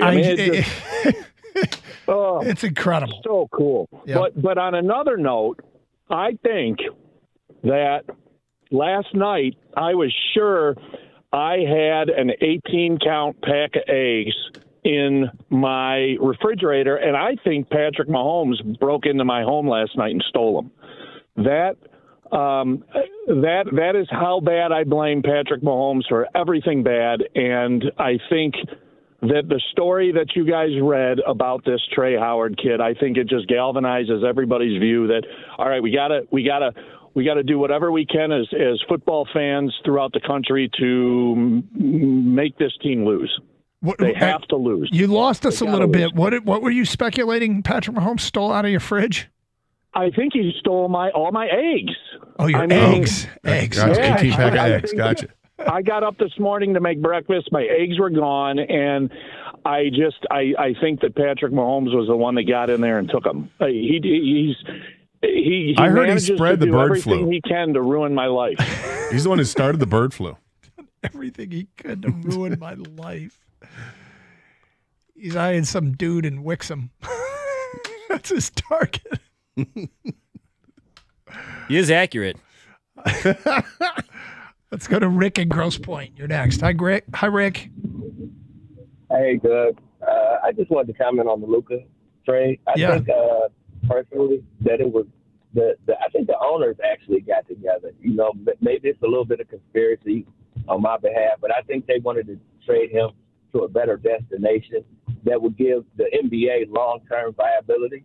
You know, and that Luka could actually learn how to be a professional and get his body in shape being with LeBron. And I think the NBA wants to grow internationally. And then you factor in Wemby being in Texas as well. So if you put Luka in LA, obviously he's going to make money, and I think he'll make up that money that everybody's talking about he's going to lose or whatever. I just think it's a little bit bigger than him just being traded. I think it was more so about the long-term sustainability of the NBA, plus, you know, just giving him a better location to be seen from, you know. So you think all the owners are in on it?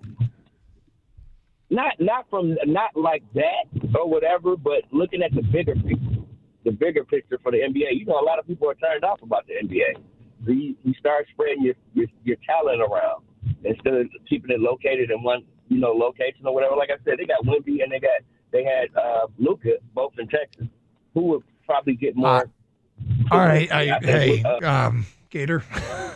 Well, I mean, this is the second time in the last 24 hours I heard somebody talk about this. It was an NBA thing. The NBA wants to have that superstar player in LA. I mean, does it explain? Could that be an explanation as to why only the Lakers were contacted about Luka Doncic? Yeah, it could. Do I buy it? It does not have my 51. No, but I also can't totally discount it. I can. I can't totally discount it. I'm there. I'm on that stage of a level of shockness still on Luka Doncic, where I'm like at the stage. This whole thing makes no sense. That's why. I agree with that caller. I do not. I do not agree that the league, the owners wanted him in LA that bad. Can't do it. Can't do it. Well, I mean, isn't the rest of the league shocked and outraged? How can they be in on it and also be shocked and outraged? Right? If they were part of it? Oh, well, I guess that's where I disagree. I don't know if they would consult the other owners around the league about this. Like, if you're going to fully buy into that conspiracy, it's just that, Commissioner Silver talked to Dallas and said, you got to move this guy to L.A. All right, Rico Beard has made his way in studio. Hello, sir. The two least conspiracy people I know. Yeah. Are you two?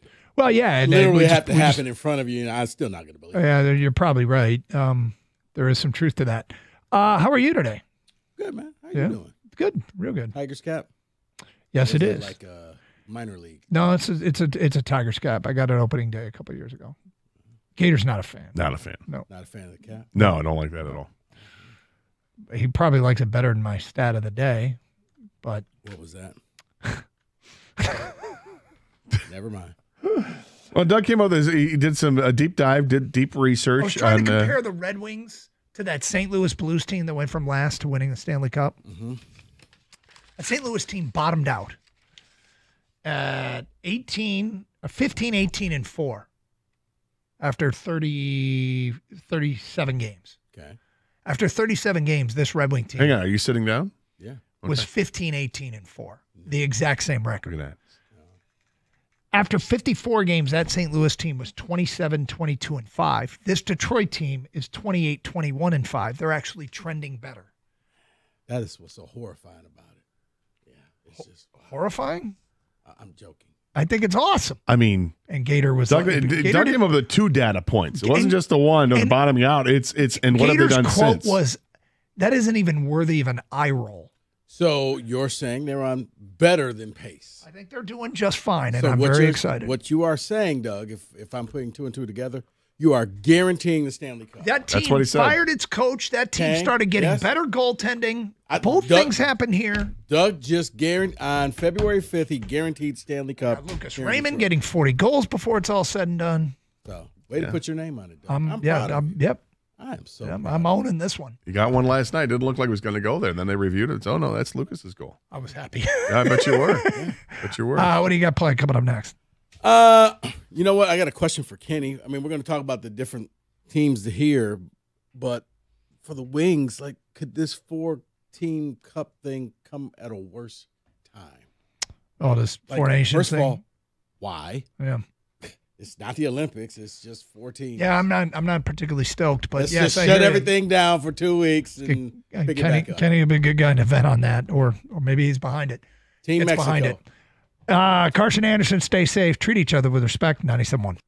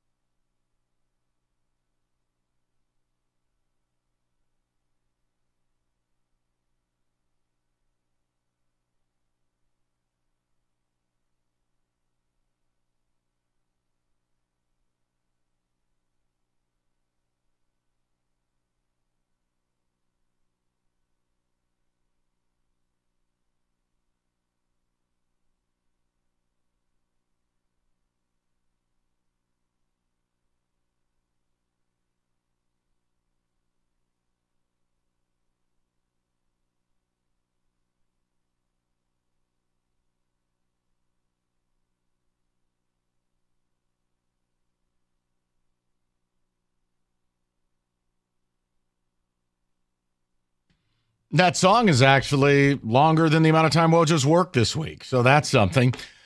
Hi, everybody. We got to have a conversation, and it's not Myles Garrett or football yet. We will get to the NFL later because conspiracy has landed at the doorstep of Roger Goodell and Travis Kelce. We're going to have a conversation about it. We are on Bregman Watch. Like I said, I'm not going to yell and scream about it. I'm indifferent. I'd be happy to have him. I like him. But it's not a pound-the-desk move. I thought the Flaherty thing was much more important. And we will get to, another gambling scandal in sports. But I want to start with this. Kenny has a big take on the Department of Education and the executive order later, so we're going to let Kenny go to work on that. No, that's not making the air. Okay, so we're going to start with post-football apocalypse. Because I'm at a weird place. Is the Red Wings won again? First of all, they don't lose in overtime. Basically, if you go to overtime, the other team should simply pack up and go have orange slices. They won again last night. They basically had 2 7-game win streaks with a 3-game losing streak in between. Mm-hmm. They've catapulted. They're in the playoffs. Here's the problem. Nobody cares. Pistons are playing really good basketball. I mean, they're not even in the play-in. They're at the 6th spot. Mm-hmm. NBA trade deadline is tomorrow. Everybody should be bricked up. And what they got Cleveland tonight on short day. Yeah. Nobody cares. And we're a week from spring training, and the Tigers, I think, had a pretty effective offseason, and no one in the division did anything. We're on Bregman Watch, but if I've brought Tigers up, wait for it. Nobody cares. So here's my question, because there is a question in all this. This isn't slander in any way, shape, or form of any of these teams who are all doing their jobs. Who are you going to fall in love with? Lions fan, I want you to understand something. She's having somebody else's baby. She's not coming home. She's gone. The Lions are gone. They're in someone else's bed. And they ain't coming back till next year. So maybe it's too soon for you to love again. Maybe you're watching Lions highlights still. But we have 3 teams, 2 of which currently reside in playoff spots, one of which will start the season with an expectation of making the playoffs. And nobody cares. Now, I'm fascinated in that conversation because, Rico, I do think I think it's the NFL's fault. Let me be candid. And I do think the 82-game, or in the case of baseball, 162-game schedule, no one cares. Attention spans aren't long enough. I think for all intents and purposes, fans can only be totally monogamous in their love for their teams. They love the Detroit Football Lions. Mm-hmm. Here's your problem with the other 3 teams. None of them are serious championship contenders. They all play an endless amount of games. And at the end of a Lions season, they're heartbroken. They're like you. You went to bed in your little PJs last night all heartbroken about State losing to UCLA. Terrible. I really didn't, but sure. Will you just let me live in that world where you went to bed in little PJs and you were all bummed out? Can I just have that win? Why do you want that as a win? Because you stayed up till 12:30 to watch a team shoot 5 for 23 from deep. I don't know. It's just the place. It's what I want to do. I know. It made me sad. I wanted to see you win. Listen. I don't get paid off of that. Look, I had UCLA minus 2.5, okay? I thought about that. I laughed and said... Oh, so there we go. I was just like, oh, wow, Vegas knows again. They do. It's rigged. It's rigged. But I want to ask the question. I mean, are you capable of loving any of your other teams? If so, when? If so, who? Because the NFL doesn't stop. We did Myles Garrett shows. That's not even a real thing. Mm-hmm. Let's just think this over. Not a real thing.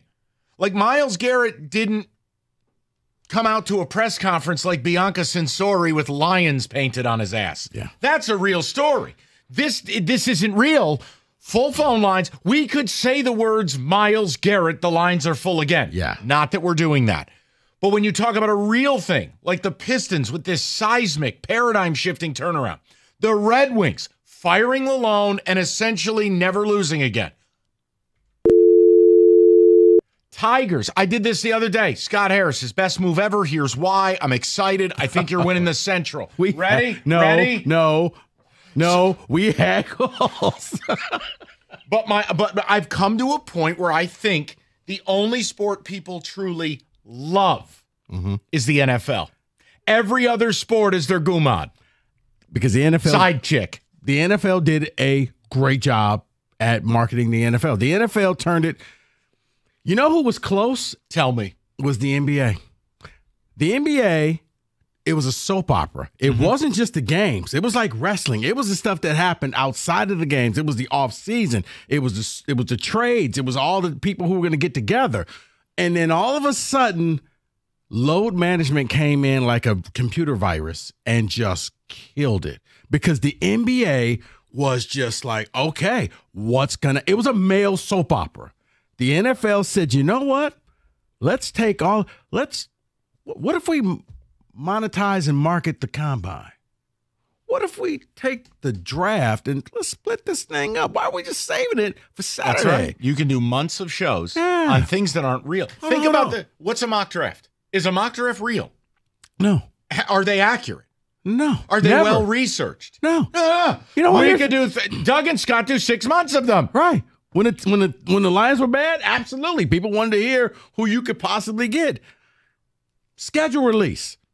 Let's turn that into an event. They've mastered the art of turning who's going to be performing at the Super Bowl is an event. The NBA was close to having it, and then they lost control with load management, and the players stopped caring. And once the players stopped caring, fans stopped caring. Baseball, the games are just long. Baseball is trying. I'll give them. They're trying to bring it back. When they eliminated the shift and they eliminated all of that stuff, it started looking like baseball again because I didn't understand. Like, what am I looking at? There's 8 people standing on third base. I don't even care. I'm not even going to fight you on it. I think what you're saying is truth, and people don't have more time to watch sports. Yeah. They have less. So the more you're dedicating to the NFL, the less you have for everything else. And now, again, the Lions are in someone else's bed. It's over. They're gone. And you do have these stories. And, nobody cares. Yeah. And so I'm interested to see what people are going to do because maybe you do simply pay attention to Lions free agency versus a Tuesday night Red Wing game. Maybe you do pay attention to the draft. Or at the words Myles Garrett. You're irrationally bricked up and you care about that versus Pistons Cavs. And the Tigers, Rico has always beat me up over this. They're just a social thing. People don't love them. Okay, well, I really want to know, like, are you capable of loving your other teams? Or has this simply gotten to obsession? You're Glenn Close in Fatal Attraction with the Lions, and everything else is nothing more than passing the time. Because the NFL owns everything. Everything. David, go ahead. Now, are you making an announcement with that shirt today? No, not making an announcement with that shirt, but I am making an announcement that I am all Does that say most fertile dad ever? No. No, it does not. And Kenny will understand what I'm saying when I say this. Today. Yeah. I am all in on the Wings, but I'm not watching them. And Kenny understands why. February? I feel like... Are you watching Remember the Titans? No, I feel like I'm a jinx, but I'm all in. I pay attention to everything. I'm reading everything about the Wings. I just don't watch them because I feel like I'm going to jinx them. But I'm all in on the Red Wings. The Pistons, I was already in, even when they were losing. But Kenny's screening calls. Don't tell him. No. I've been watching them. Shh, don't tell him. He told me I'm not allowed either. The point is, guys, in this room, we are not the norm. Right. The average Detroiter who enjoys the show, they like to get a laugh, they're passionate about football. What I'm advocating is this. It's like a monthly budget for a family. There is no more. There's only altering where things go. Mm-hmm. The sports budget for Detroiters, to me, has been turned to about 90% Lions. There just isn't space for these other teams. Until or unless They are true championship contenders. You know what, Michael? You've earned this one. Thanks, Dad. You are correct. I appreciate that. Because here's what we saw. When all of a sudden pitching chaos and the voodoo and all of that started working for the Tigers, park was packed.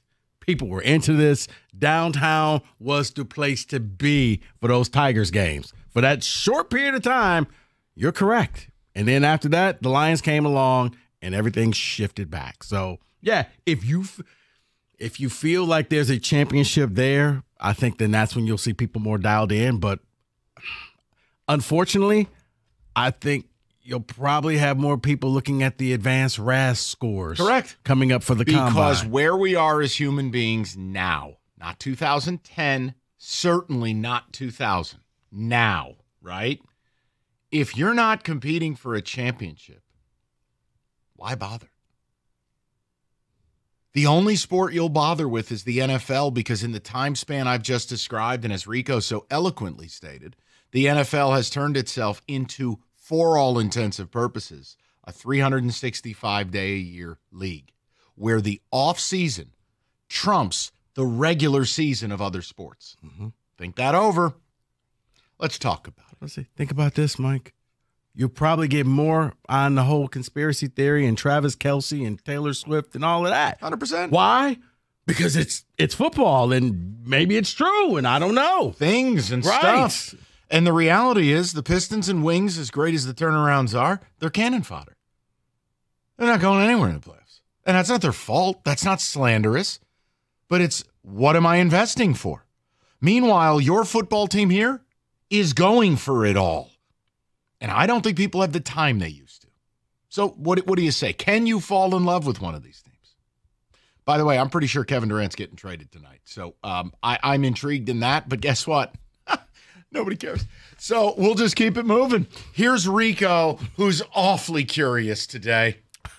I am, but not now. Damn it. But actually, somebody asked me the other day, do you know how many devices the average home has connected to their Wi-Fi network? Guys, it's more than I thought. I actually went home and counted the number of connected devices I own. It's more than a dozen, all to keep me connected to all the good things like streaming, video gaming, interneting, you name it.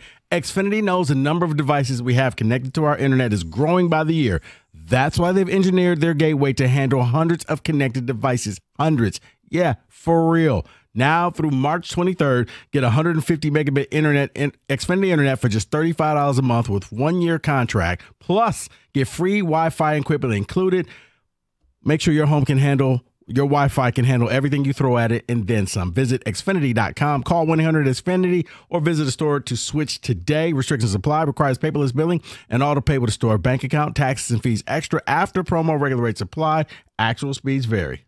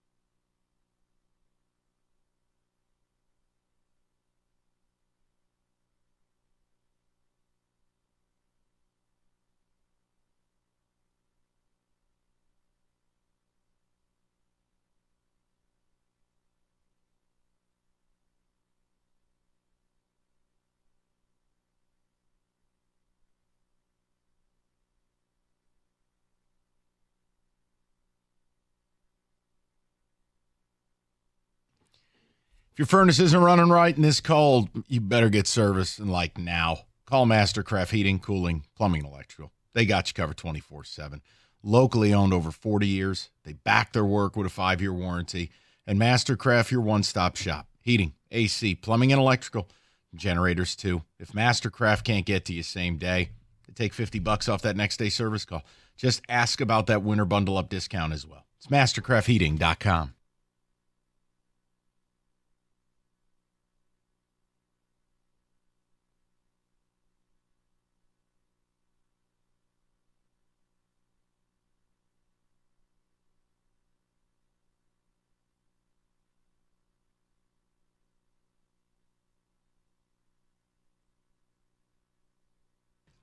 All right, Kenny, I want to ask you the question now. What I need you to do is take yourself out of this. Kenny, you are one of the most tried and true, dyed-in-the-wool hockey fans that has ever been birthed into this world. This is not about you. I'm asking about the premise that the non-cots, the average Detroiter who likes sports, they're only capable of loving the Lions. They don't have anything left for their side piece, a.k.a. Pistons, Wings, Tigers.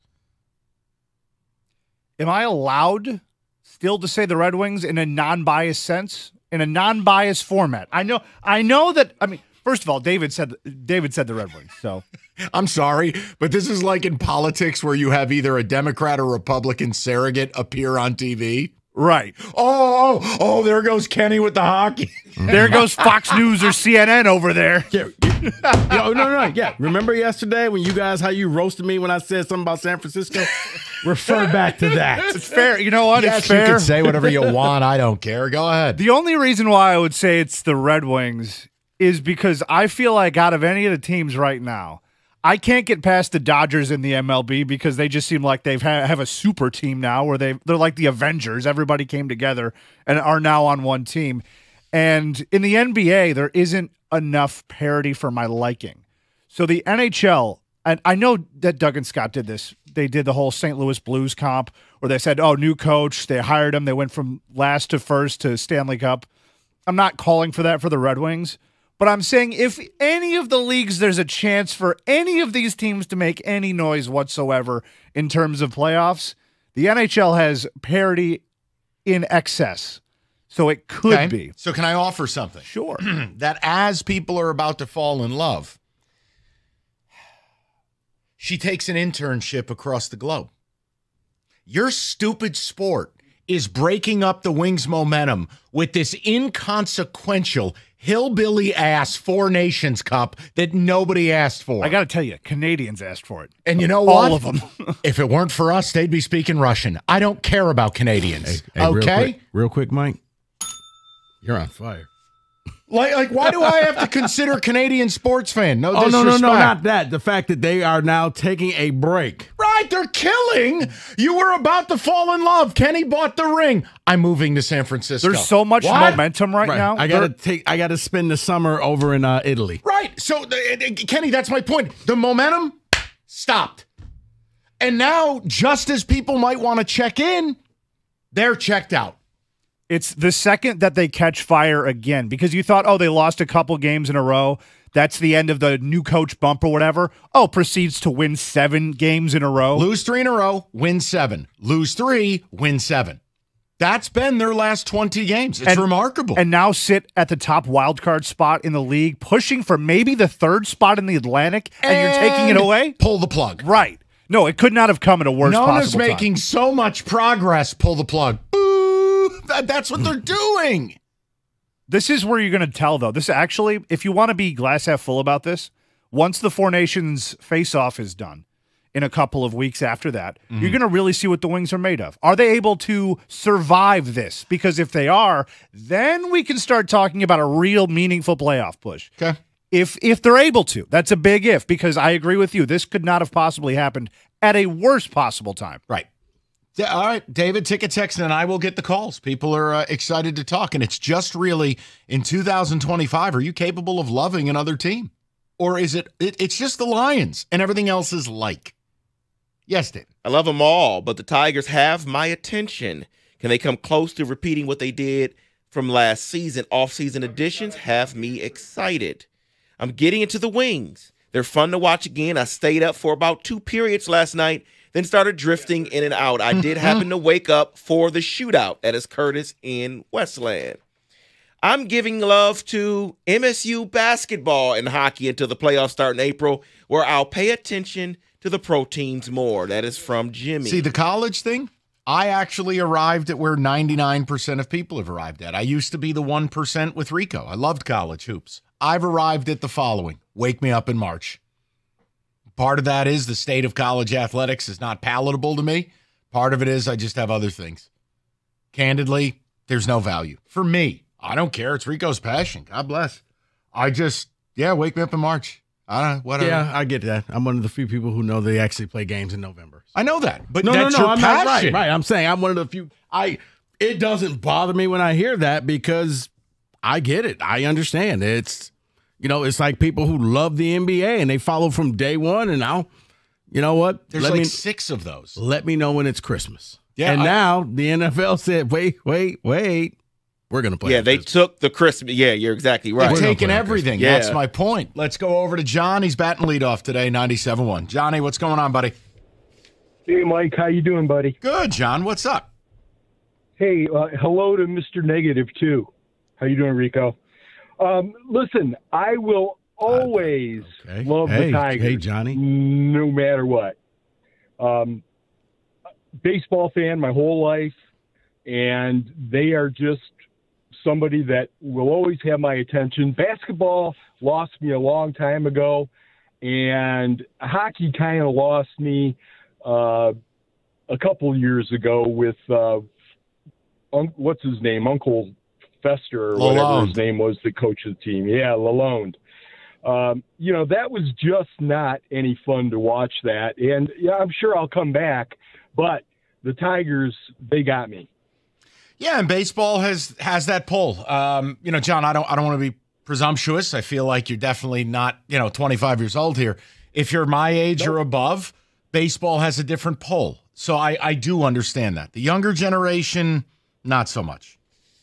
Right. And Rico, I was just kidding, man. I did not mean anything offensive to you. No, John, I was just like, I don't understand. Right. But hey, give him time. But no, with baseball, I think baseball helped itself when they did some self-correcting and said, especially that shift thing, like it wasn't fun watching. Like, because it's an art for somebody to slap a hit down and not a home run derby. Here's your problem. Case in point with the Detroit Tigers. Okay, the miraculous run was what it was. People were thrilled about the winning, not how they were winning. True. They didn't play entertaining baseball. You can delude yourself whatever way you like. But Moneyball is not entertaining baseball. Not unless you're a nerd. You just keep this over there because you hit it yourself. Okay, thanks. You just Hold on. hit it yourself. Always wanted to do this.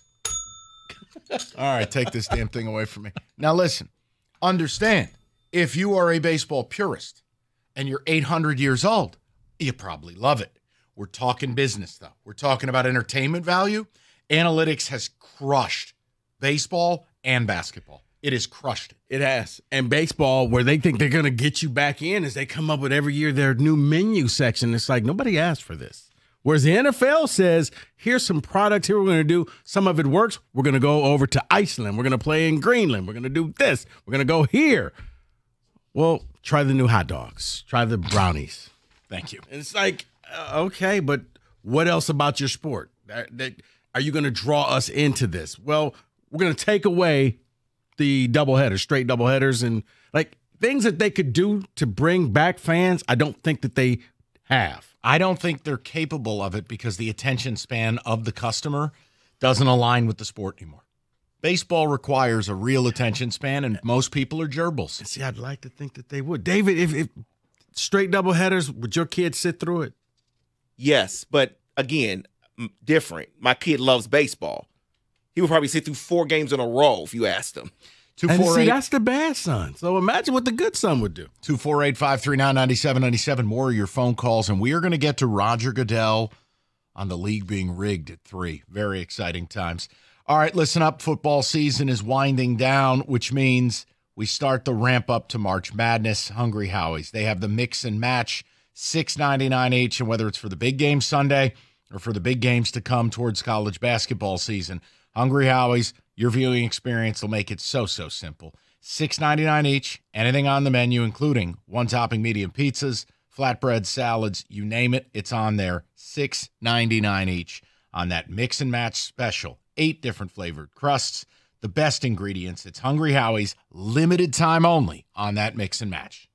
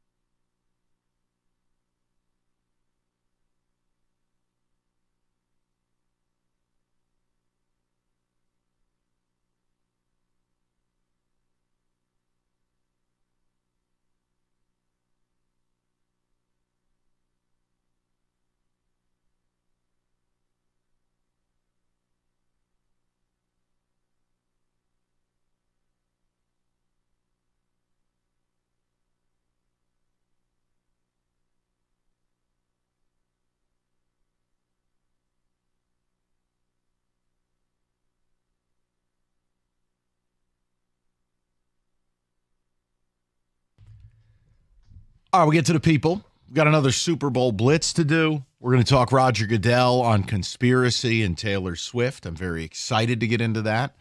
I wish I could sell you something on the NBA trade deadline, but at best, the Pistons are going to be a dumping station. They're just not going to do it from all accounts. They're not going to make a move that makes them better. Not that you're going to sell your soul to the devil and do something stupid, but they're not going to do nothing. They'll take a dead body. They'll take on some money and acquire some picks no one cares about or will remember. But I can't sell you anything. You know, the Wings, it's the Four Nations Cup. They are rolling right now. You know what I don't need? A pause in the season. But it's Kenny's stupid sport. The only time there should be a pause for anything should be the Olympics. Period. But it's an idiot sport run by idiots. So that's the deal. And the Tigers, pitchers and catchers report in a week. We're on Bregman alert. But I don't feel like anyone can love any of these teams because the Lions have taken up all the oxygen. We go to Chris, 97.1. What's up, Chris? Yo, how are you guys doing? Good, Chris. What's on your Hey, mind? buddy. So I'm a diehard Red Wings fan. I started listening to you guys. Actually, got into the Lions, like a year and a half ago, and I haven't been able to turn off the station since then. So calling in regards to like the Four Nation break. So I've got kind of an interesting twist on it. So the Wings, how long has it been since they've won 7 games in a row? It's very unlikely that the streak continues much further than 7. Maybe this break kind of gives them a moment to regroup, and then we can pick up where we left off and continue that streak, having a little break in there. So kind of just a weird twist on it. But back to like the St. Louis Blues thing. I mean, I don't see this team going to the Stanley Cup. I do see the similarities there. The one thing I think we are desperately missing that St. Louis had back in 2019 was Jordan Binnington, a rookie goaltender that stopped everything that came at him. We've got 2 glass goalies who are constantly injured, and neither of them can perform consistently. But we have Sebastian Cossa in Grand Rapids that is dying for a chance to get up here. Performed lights out the one chance he had, and then immediately was sent back down. So I'm hoping we see Cossa come up at some point due to injury. Maybe he kind of takes over, and maybe the Wings do end up surprising us. Maybe it's the first time they get past that first round in the last 15, 20 years, I think what you're bringing up is interesting on both fronts. But I think the latter is, here's your issue. They're winning. They are painfully patient. They're not going to upend the apple cart. So the second thing you brought up, Chris, things would have to happen. Injuries would have to happen for that to take place. I'm not arguing what you're saying is you're looking for something to go all in with. And these goalies that are here are not the answer. And you think Coast is the future. But look, when you've won, for all intents and purposes, I think 14 out of 20, they're not doing nothing different. They're going to keep rolling this thing out. McLennan's pushed all the right buttons since taking over. If it keeps up at all, Chris, you're looking at a guy who should be up for Coach of the Year. I don't care he didn't start the season. He walked into a team that was bottom 5 metrically in just about everything. And has 2 7-game winning streaks. But yeah, I do think whether it's the Pistons or Wings, if people were to fall in love, were to get involved, it's wake me up at the playoffs. Only the hockey diehards are going to follow it all the time. And there's no trade that's within reason that either team would make that would alter perspective because, candidly, the average person doesn't know any hockey players. Sorry. The average guy thinks Peter Forsberg still plays. I'm glad Kenny got a chuckle out of that. 2-4, Ray Ferraro. Milan Hajduk, let's go. Right, but Kenny, you get my point is, it's not like the old days where it's like, oh, look, hey, the Wings just got Brett Hull for $10. Like, it doesn't work that way anymore. Yeah, with the cap and the way the league is structured right now, there's no way you see massive moves do happen, but just look what happened last week. Yeah, it was a huge 3-team trade. Absolutely, but that's the point though, is that happens once in a while. It doesn't happen like it did back in the day. Yep, and again, the Pistons just aren't going to do it. So it leaves you in this space of, well, whatever. Wake me up if you actually make it. And then all of a sudden the car flags come out. The only sport that has your true, unwavering passion at large is the NFL. Mm-hmm. It's fascinating to look at how the NFL has altered the sports landscape. Go to Jeremy, 97.1. Jeremy, what's up, buddy? Hey, guys. For me, I think I'm a very average sports fan. And, yeah, the Lions, love watching them. The team I get back in love with is the Red Wings. But there's been one thing I think for a lot of us average sports fans that's changed things is Bally's and all these dumb apps or whatever that you have to subscribe for to watch regular season games. I just kind of refuse to do that, and so therefore I don't watch a random Red Wings game on a Tuesday anymore. The Lions, I was able to watch every game this year. Yep. Now, maybe that'll be changing, but that's been a big changer for me. No, you've also seen it with something like college basketball. I mean, candidly, Jeremy, Saturday, I hear we'll all get a chuckle, but like I was watching a couple of the Kentucky Derby preps and watching horse racing. I go, well, State's going to tip off. Let me go find this game. Here we go again. It's on Peacock, which means I got to drop everything else I'm doing or get a second screen. It's a pain in the ass. Well, just so you know, you're right. 3 of the next 4 games are on Peacock, I believe. What a blessing. We got a lot of other things to do, and I'm just not going to do that. So I'll go on to other things. So, yeah, I know, and I'm with you. I think if you're passionate about something, for instance, Rico loves it. Rico has no qualms about it. That's a part of the plan. If you're not passionate about it, you're going to go, F it. Because again, March is so far away. And okay, they win, they lose against UCLA. Do I really care? I'm basically turning into Larry David. I think that's the moral of the story. Let's go to Eric 97.1. Eric, what's going on? Hey, how you doing, guys? Good, Eric. What's up? Hey, it's like the NFL, they, like y'all said, they just got a hold over everybody. And it's like the Lions, once they went down, Detroit fans was on a respirator. And the Myles Garrett trade news was like, it revived him. And it's like, no, but he's not here yet. Correct. So my thing, I've been watching the Pistons from the beginning. And like the other customer said, you got to subscribe to Bally's, that's FanDuel now, and it buffs all the time. So I found ways around it to watch my Pistons games because I'm not paying $20 for something that buffs all the time. So I've been invested in the Pistons since day one. And it's like I've been through the Stan Van Gundy era. I've been through the Troy Reaver era. Right, you're a diehard. Might as well go through the Tristan Layden era. Yeah, you're a diehard. But understand, and Eric, I'm glad you called because I do have a question for you. But it was more geared towards the non-diehards. And what the hell you're doing with your time now that, as you said, the Lions had people on a respirator. But Eric, my question. I'm a diehard Lions fans too. And when they lost, at first I was like, man, I ain't watching nothing else. But then I'm like, I can tune in to the Pistons because I see the life they're trying to do. Like, I see their games are competitive. And anybody that's out there, like the Pistons, they play competitive ball now. Like, it's interesting. So it is. Here's my problem. Eric, where do you stand on the deadline tomorrow? Do you wish the Pistons would make a move? I wish they would. If they could go get a Brandon Ingram, a CJ McCollum, I'll be good with that. But I don't know, what they going to do. But Luka got traded, so anything is possible. So I'm going to tell you, Eric, I don't want to say it. Well, I'll say it because we're not going to get into it. How about that? I am putting a moratorium on this. I'm just going to say it to Rico as if no one's listening. What is this, Lions talk? Nope. I don't want to go here. But I'm more interested in the NBA trade deadline than the actual NBA. And in the canvassing, there's one player you might get. Like, if you thought Luka was deeply discounted, there's one player that might come at a massive discount. And I almost wonder, like, would what you have to give up be so insignificant? And maybe it would ignite this team.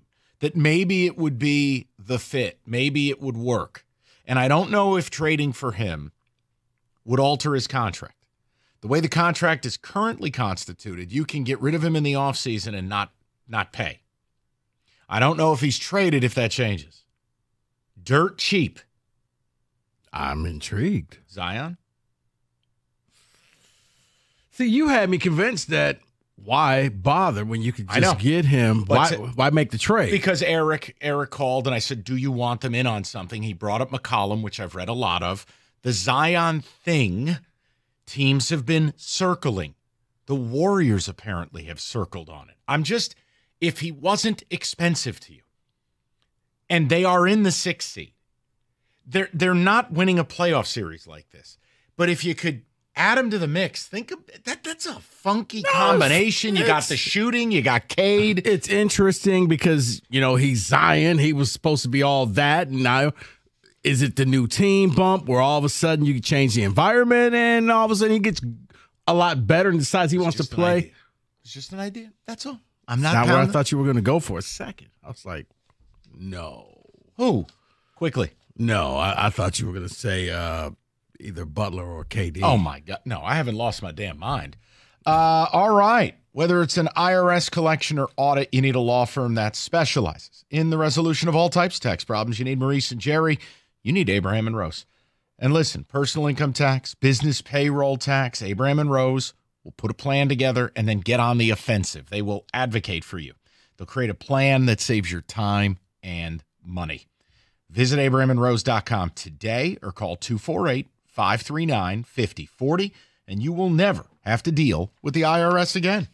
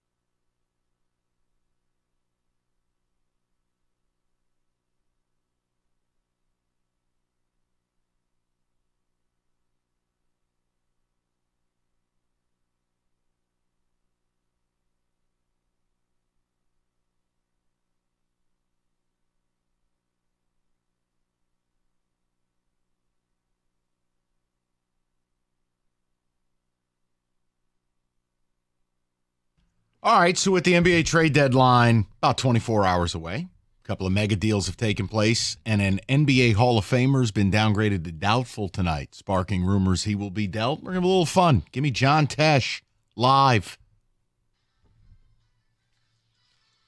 Give you that remix because we have some remix ideas here for the trade deadline, including what you said. We'll get to that in a second. Sure. Let's start with a trade that already happened.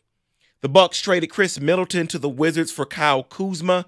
And according to reports that just came out, Washington intends to keep Middleton. So no buyout, no 13 thing. So if I'm Middleton, I retire.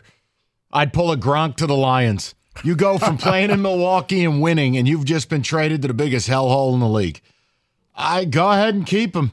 Good luck. That's not going to make you look good with anybody. I don't understand deals like this. I mean, Kuzma's score doesn't provide much else. Is that really a difference maker to you in Milwaukee? That's a big whatever to me. You tell me. No, it seemed almost like a move to make a move. Like somebody was bored at the trade machine. Yeah, like we need to do something. And that was a do something type of a move. So no, doesn't move the needle. So let's get to the big one here because there are a lot of layers here. There are other teams involved here, and it's Kevin Durant. But we have to start with the Warriors first because, yes, they are in talks with the Suns trying to get Kevin Durant. They feel like they're getting the runaround, however. Like they're not getting the full truth on if he's available. What they want, it's a lot going on here. But according to Sam Amick of The Athletic, they may be willing to trade Draymond Green to get a star. Yeah, good luck. Is it Draymond from 2018? Yeah. Look, here's the other thing. It's no secret what the Suns want. The Suns want Jimmy Butler. Well, the Warriors can't facilitate that. So it would have to be, and Windhorst talked about this briefly this morning, it would have to be a 4-team trade. Windy was doing one of these with his little meme thing. and it gets to a point where it goes, I tell you what, I can't wrap my mind around this. Wake me up if it happens. But Durant is doubtful tonight in OKC. I mean, look, man, the other one that Golden State really wants is Zion. So give me the deal again, David. Well, the Warriors are willing to give up Draymond Green. But again, they feel like they're getting the runaround because there's also a report that the Suns want to keep Kevin Durant, Devin Booker, and then try to get Jimmy Butler. So there's a lot here with the Suns. And remember, they've tried to move Beal, but Beal's got the only no-trade clause in the league. Right. Look, it's... No, because I was just like, oh, wait. Because if Kevin Durant goes back to Golden State, but Draymond is gone, that's where another team has to get they thrown fell in the out mix. on the court. What, does Draymond fit Heat culture? Yeah. Look, it's going to have to be a 3-4 or dare I say 5-team deal. That's the only way to facilitate it. Now, it'd be different if Jimmy Butler wasn't such a bleep hole. Okay, all of a sudden, if you told me it was Durant for Butler, then you would have a mutual swap and it would make some sense. But that's not been what's reported. And then there's issues with that. And then there's also issues with Bradley Beal, where he's not going to accept just getting traded anywhere. There's so many layers here of guys that don't want. How did Bradley Beal gain this power? Guy hasn't won a thing since high school. This guy's got an ironclad no-trade. I mean, what are we doing here? Yeah, good agent. Great agent. It's crazy. So then let me just get down to this here because the Knicks are talking about Kevin Durant. The Rockets are talking about Kevin Durant. The Warriors are talking about Kevin Durant. The Rockets are the one. Yeah. The Rockets can facilitate it, whether it's capital, young assets, and it's time to win. The Rockets would be the move. Anytime you hear Durant, you're hearing Golden State. Correct. Now, if you're the Rockets, do you dare? No. You say no. I say no because you went from the bottom and now you're one of the better teams. I look at the Durant history. He kills teams. Does he? Because they're looking for a veteran to take him to the next level. He takes teams to the championship. Rico, by the way, this is a verbal medium. Rico is giving David the dirtiest look ever if you're driving around. No. Yes, the Warriors. And then they did. And then he has other players with him. Yeah. So I'm most fascinated with Durant's legacy, but that's not a part of the Blitz. No, but let's set it in stone, though. Nets championships. No, you're right. Okay. Well, let's set it in stone. Not going to hold you to it. Not a receipts. Will he get traded? Yes. Yeah. Okay. Why? Because I want something interesting on a Wednesday night. Yes. I need Zion traded. I need Zion on a playoff team. I got to just see it. Come on. Well, the Cleveland Cavaliers are looking good in the East. Are they? Reportedly, they're showing interest in DeAndre Hunter. According to Cleveland.com's Chris Fetter, the talks between the Cavs and the Hawks regarding Hunter have focused on the veteran Karis LeVert going to Atlanta in return.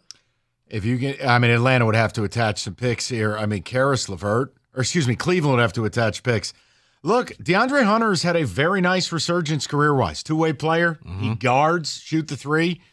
But the Cavs, listen, last night's a preview of their future, David. They're cute. They're fun. They're just a better version of the Pistons. They're beating the hell out of the East where no one's any good. When the Cavs get into playoffs and they face a real team, they're going to get aced out, just like they did last night against the Celtics. I'm sorry. It's just what it is. I don't make the rules. No. So let's move over to Denver here. They are a team that's always up there because of who they have in Nikola Jokic. But they're looking to add bench for them. They need an upgrade on the bench, and it's not looking – well, it's looking like they'll have to trade Michael Porter Jr. That's the only most valuable asset they have. Yeah. What can they get for Michael Porter Jr.? $35 million. Look, they paid him. They took a bet on him at the draft when he had like Quasimodo's spine. Yeah. It worked. He turned into a really nice player. David, the NBA this week has really flipped values because of the Luka thing. So I can't. I have no way to guess, and I'm not afraid to. It's just they have no one else. They have Jamal Murray, well, they're probably not going to trade him. They have Aaron Gordon, probably not going to trade him. That's the most valuable asset. The next guy they have is Zing Naji, who's making $8 million. You can't get much for that. No. So at this point, you're hoping that either you can find a team that just needs that one extra piece, and what are you getting? Probably nothing. See, that doesn't make sense. Second round picks and trash off the bench. No thanks. You mentioned Zion Williamson. Well, another name in New Orleans is CJ. Brandon Ingram. Nope, not CJ. Brandon Ingram. And the Pelicans have discussed Ingram with Toronto and Atlanta. Toronto? Listen, he's due a huge contract. Pelicans don't want to give it to him. Anyone who signs him, you got to give him a contract. And availability is an issue. Is he an all-star caliber guy? Sure. But he's frail, and he's up and down shooting-wise from deep. I think McCollum is a much better bet. I mean, that is a locker room plus. That's a veteran leader. That's a scorer. He's a pro. You never question effort or availability. And McCollum's only got 1 year left on his deal. If I am a playoff caliber team, I'm looking at finding a way. Get C.J. McCollum in my locker room. You know where McCollum would be nice? Right here. All jokes aside, McCollum would replace Jaden Ivey. And you only got him for 1 more year. McCollum would be very nice as a Piston. And I'm not just saying that because we do radio in Detroit. There's a need. You're right. Ball handler can take some pressure off of Cade. Right? Like could you take Tobias and some picks? Bye Tobias. But I'm saying from a salary standpoint, you have cap space. You're one of the only teams in the league that can take on money. You know, Tobias, maybe a young asset and a pick. And from everything I'm hearing, I don't know if this has anything to do with it, but yes, the Pistons traded for KJ Martin, but it has not become official. So some people are believing it could be sent somewhere else. Good. Maybe. And where did Trajan Langdon come from? New Orleans. Doesn't he know CJ? Yes. Yep. So I'm just not because we're here. No. It makes sense. I would much rather have McCollum than I would Brandon Ingram based on culture, professionalism, availability, and he is a direct replacement to Ivy. Now the pressure's off where Ivy blew out his hips. I mean, that's a bit of an issue. Broke his leg, whatever the hell he did. I'll be quiet. CJ McCollum would be intriguing. You're exactly right. And that is our NBA Fast Break.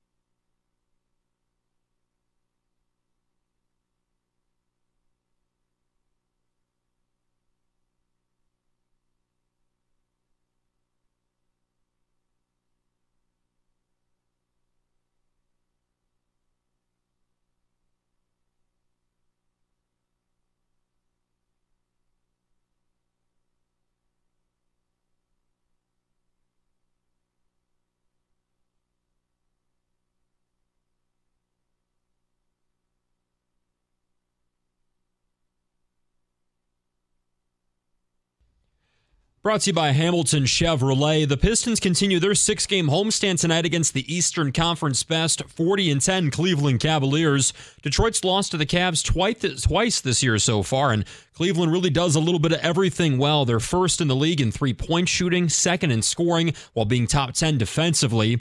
Forward Isaiah Stewart says that teams are taking notice of the Pistons' success, though, and Detroit gets everyone's best.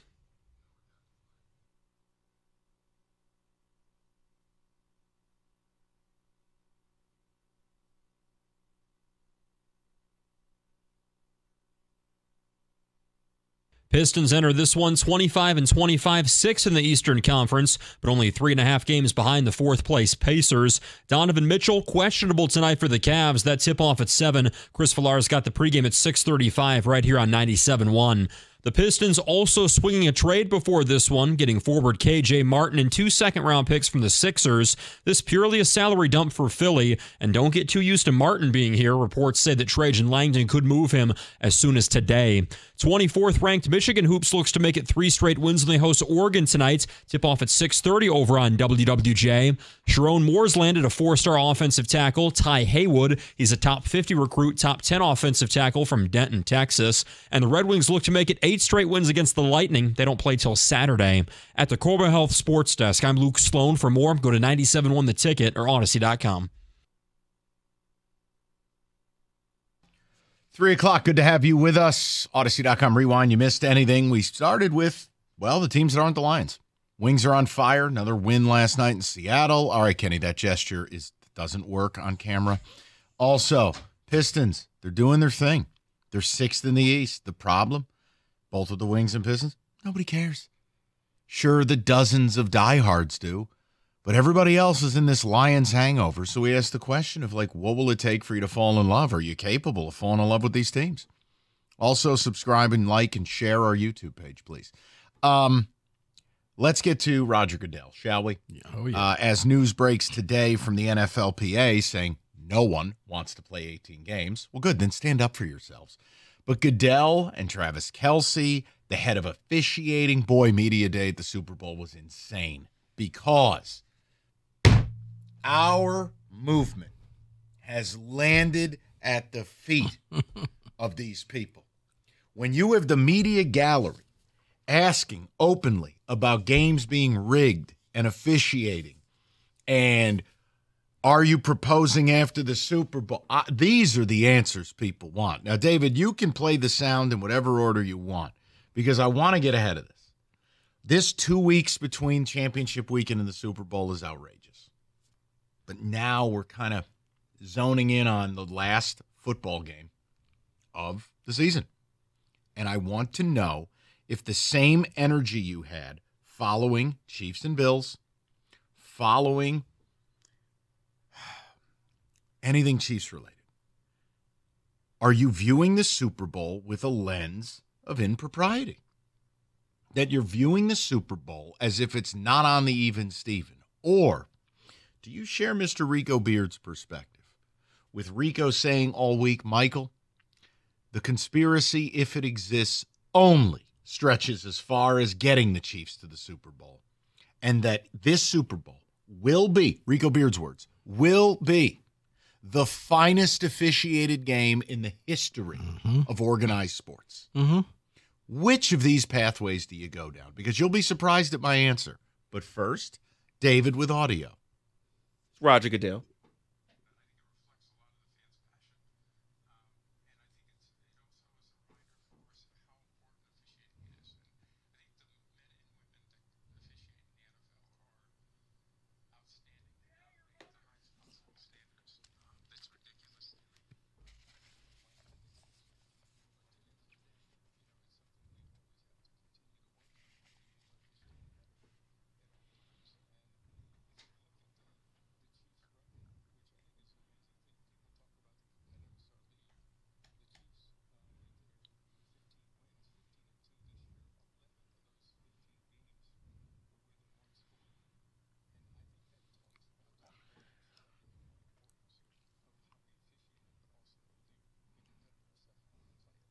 Yeah, the fact that they're one score, it gives your officials a chance to massage them to victory.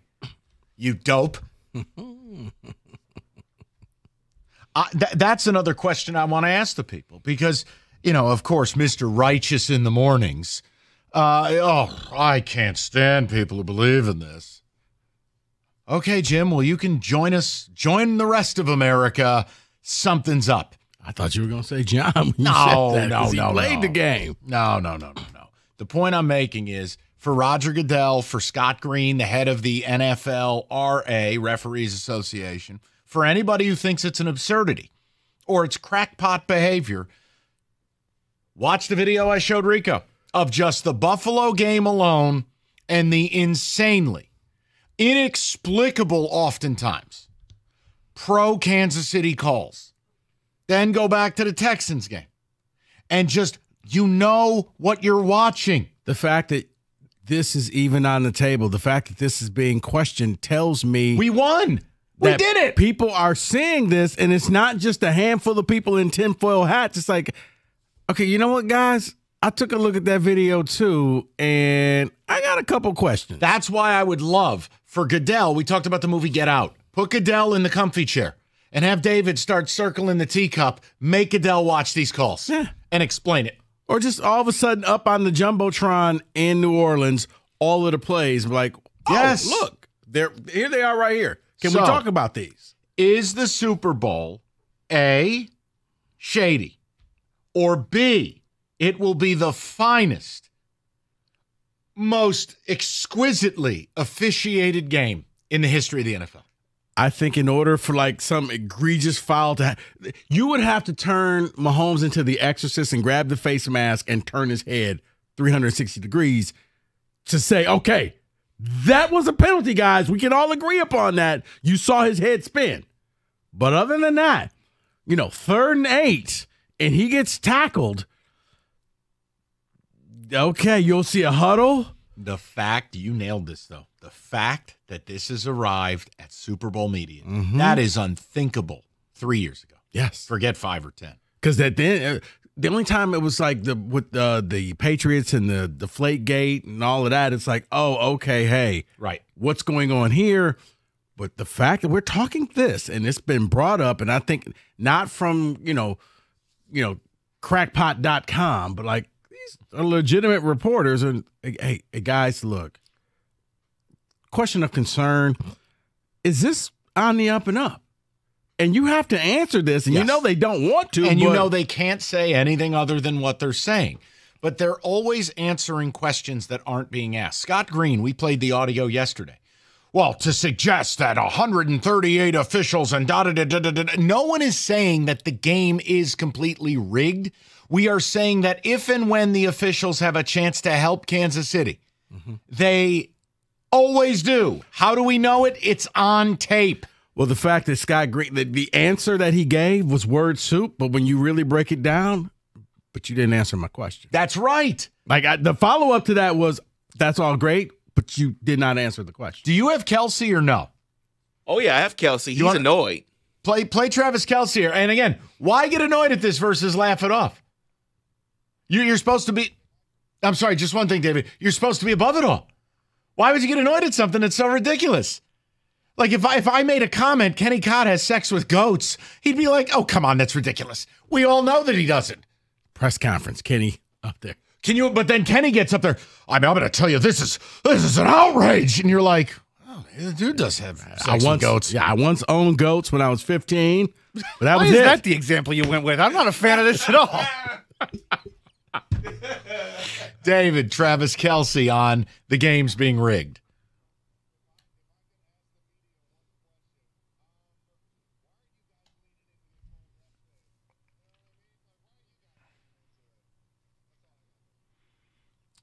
First of all, you have 6 brain cells. Second of all, because they cater to the fans. And the fans are leaning into it, you dummy. And we watch the games. We see it.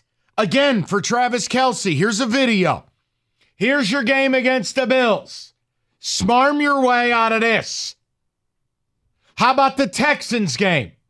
How about the fact that in the 8-game win streak the Chiefs have had, not a single time has a Chiefs defender been called for a personal foul on the quarterback. Yet, You and your quarterback, your amazing Patrick Mahomes, 6 of them.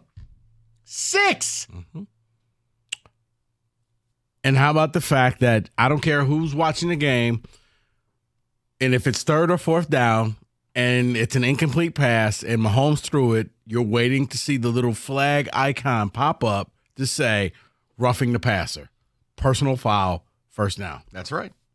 I want to know where or people are the mysterious flag that was there but wasn't there when the Bills did their 4th down, because it was almost like, okay, in the event that they caught that pass, we got a flag. We're going to back them up. We're going to make them do it over again. Wait, he dropped it. Sounds like, feels like, seems like. Yeah. What flag? I want to know your reaction to it. The fact that this was the talk of media day says it's way more than just a couple of goofballs. Or, just this stupid show. No. This was brought to Roger Goodell and Kelsey and Scott Green, the head of the officials union. I think it proves a point. I think it says that the customer base is fed up. And I actually agree with Rico Beard. This will be the finest, most perfectly officiated game in history, because if it's not, if the Chiefs steal this Super Bowl, if there is any hint of impropriety. And you know what the NFL becomes? WWE. Pro wrestling. That's right. Where Out on the line. Entertaining, but yeah, we all know. And the Chiefs do feel like WWE. They just do. 248-539-9797, Northville Lumber. They move more Trex decking than anyone in the state. It's because Northville has the best pricing and everything in stock all the time. Right now, you can get Trex decking as low as $1.59 a foot. Buy it, get on the schedule for spring, beat the price increases, and you'll be ready to roll as soon as Mother Nature says, all right, enough. Now spring can commence. See all Trex product on display. Take home a few samples as well. Call Northville Lumber now or visit them online anytime at northvillelumber.com.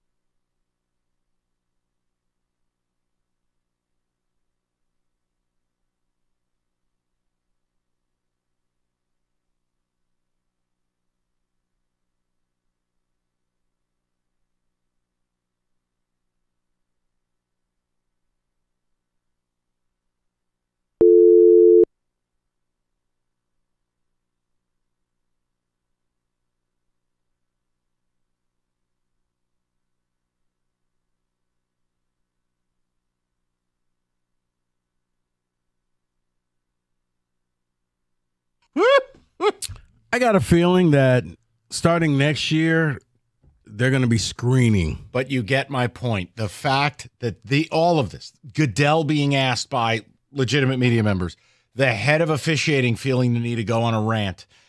Now, again, it's funny what happened to Kelsey and Mahomes. No harm, no foul. There's no profanity, and I don't think there's anything wrong with the questions. They're funny. Right, but the fact that you brought that up. Yes. Yeah. That's my point, though, is as NFL fans, we are sitting here and getting ready. Do you believe this game will, when we are on the air after this game, we're going to be bitching about calls, or do you believe what Rico says? The con has gone on long enough. All they needed was to get Kansas City here. Now, it'll be a beautifully officiated game. I actually agree with Rico Beard. All I've ever told you is they need the Chiefs in that Super Bowl, and they need Taylor Swift at that Super Bowl. Now, once that happens, who wins is actually immaterial. So I stand with R.L. Beard. Kenny. Why are you so confident that there's not going to be any massaging by the officials? Because that's kind of where I'm leaning is they're not going to rig the game. They're not going to make it some conspiracy tinfoil hat situation. But, I mean, we saw how close those ball spots were in the Buffalo game, the picked up flag, whatever you want to reference. But they needed tweaks. I know. But once they get them to the Super Bowl, mission accomplished. Who wins is immaterial. They get the Chiefs. They get the 2 weeks. They get Tay-Tay at the game. They got what they want. They want the proposal at midfield. That's what they want. But if that happens, I'm leaving. But too many eyeballs are going to be watching this. It's kind of like baseball. Right after the Ohtani thing, hey, we got to make sure. Too many eyeballs are going to be watching it. It's the NFL. There's plenty of eyeballs watching every week. I understand it's a Super Bowl, but the NFL Kenny, is the most massively consumed league out of any league. Right. New eyeballs, new people, new fans. That don't know anything about football or spotting balls. Right. But when they're sitting there at the party, wait, what just happened here? Now somebody explain. Well, they always cheat for the Chiefs. And you don't want that. And they can say that, and then the person, that information will resonate with them for maybe 10 minutes. Because it's a new fan who's going to be an old fan once the game is over. Because, Kenny, if the I'm Chiefs... full tinfoil hat here, I think, actually. The more I talk myself into it, I believe the refs will impact this game. You can put it on the board. I believe it. If the refs impact this game, now you're going to be considered wrestling. Now people are going to look at the credibility of the league, especially when you thought it was funny a few years ago to come out in the preseason with the script commercials. Hey, we scripted. People say we script the season. Here's the script commercial, and you got all your stars doing a table read like, oh, wow, that's going to happen in this week. Isn't that kind of being like, again, I'll go full tinfoil hat here, is like, why would we do that if we were actually scripting it? What kind of a crazy lunatic would do something like that? And I would say because sometimes the best way to hide things is in plain sight. Do you want to do a 2-for-1 sandwich bet that the refs will be a headline after this game is over? Because I'm happy to do so. Okay. See, I'm with Kenny. I do think the refs are going to affect this game, but I think they're going to use a wrestling turn heel. I think they're going to affect the game for Philadelphia because of all the backlash. Even I think this is ridiculous. 248-539-9797. Please, pretty please. Right, because you know what's going to happen? So, Kenny, because I think David may be right. Because imagine. I'm not right. I'm hoping to be right, though. They do the tush push, and the Chiefs are offside. If that happens, I'm throwing a pizza party. That's what's happening. Let's go to Greg, 97.1. Greg, what's going on, buddy? Hey, what's going on? You guys kind of stole my thunder with the Kincaid drop at the end of the game. That was my favorite moment of the playoffs so far. I couldn't stop cracking up. But I think I read somewhere that in the last 11 playoff games, the Chiefs have had less penalty yards than their opponent in all 11. 4 out of the 6 last Super Bowls have been Eagles, Chiefs, 49ers, Chiefs. And then I also heard that the Super Bowl commercials were $7 million for a 30-second spot. And then when the Chiefs got announced, it went up to $8 million a spot. So, I mean, since Joe Burrow's been getting boned in the AFC title game, long time, it's been happening for 3-4 years now, I feel like. If you face the Kansas City Chiefs in the playoffs, not the Super Bowl, If you faced them in the playoffs, you're getting screwed. It's as simple as that. Greg, I'm with you. And I have not read that the prices went up based on Kansas City being there. But if you want, that would be your Taylor Swift. 100%. And you would have to apologize. You made fun of that angle. She is a global icon. She is attached to the modern Death Star. The value to the NFL, and then I'm sorry, I can't overlook it. Andy Reid, Patrick Mahomes, Bundle Ruski, biggest sponsor of the league. It's all there. But once they're in the Super Bowl, I think the NFL does what you're saying. Hey, got to play the game now. Job well done, fellas. No hanky panky. I'm with you because if they don't. If this game's a clown car like the Texans and Chiefs or the Bills and Chiefs, whatever credibility they have is toast. Mm-hmm. I stand with Rico Beard. Let's go over to Jason, 97.1. Jason, what's going on, buddy? Hey, good afternoon, guys. Afternoon. Hey, Jason. You know, I was telling the screener, you guys made a reference a couple moments ago, but in honor of Rico's prop bet casino, and now, granted, I do have my tinfoil hat on at the moment, but I offered my friend from high school a prop bet that if the Chiefs win the game, that we will see in the post game or the on the field post game marriage proposal, whether it's Taylor to Travis or Travis to Taylor, and that is going to be the draw for all the Swifties and getting the eyeballs, and that's what Goodell wanted. Although I told Roger Goodell we wouldn't take my call that. Excuse me, but 14-year-olds don't buy pickup trucks and beer. But you do you. But just the fact that I'm entertaining such bizarre notions, and in the back of my mind, no, I don't.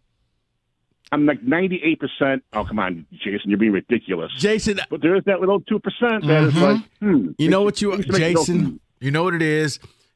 You're not that far off, but I think it's the curiosity that will keep people there the entire time. Be curious. But you know what it is? It's and I don't know if you watch it, but David and Kenny, you'll understand. It's almost like the Marvel end credits. Oh, God. Where you sit through everything just to see the final two scenes. Everything happens, and then now there's a final scene. Flag. Right. I think that's the same. That people are hoping that when it's all said and done, and he drops to his knee and he's proposing. I want to support Jason. Jason, I'm going to support you on something, okay? And I'm going to do this next because I don't want you feeling bad about yourself because I think Jason and I view ourselves as well-reasoned and rational adults. I have already thought of a scenario that would create one of the most, if not the most watched television event in the history of television. I want to build on something Jason said. Oh. And I'm going to tell you about it next. Oh. Well, that's an accident. We were just close to the break. That wasn't some Karshian tease. Don't sell yourself short. Don't sell yourself short. Coming up next, Gator ranks his top 20 burritos. Don't sell yourself short. That's why you're in the MSU Journalism Hall of Fame. Man, there ain't no damn Hall of Fame. Get out of here. Go ahead and read the damn thing. Planet Fitness is the home of the judgment-free zone. It's a judgment-free environment where you can feel free to get strong your way on your time. Feel your strongest, your best self in the best in-class equipment that for full body workout, from strength training to cardio to stretching. Brand new equipment, whether it's cardio equipment, strength training equipment, treadmills, Stairmasters, they have it. And they also have convenient hours that will fit your schedule on your time, which means you're running out of excuses. And let me take care of another excuse. It's too expensive. No, it's not. It's $15 a month. That's it.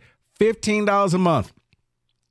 Well, I need some motivation. Guess what? Free fitness training from knowledgeable trainers who will focus on you. So now you just need to head over to one of the 50 Planet Fitness throughout the Metro Detroit area, or you can go online at planetfitness.com, or you can even go on the app, because right now, $1 down, $15 a month. Planet Fitness, home of the judgment-free zone.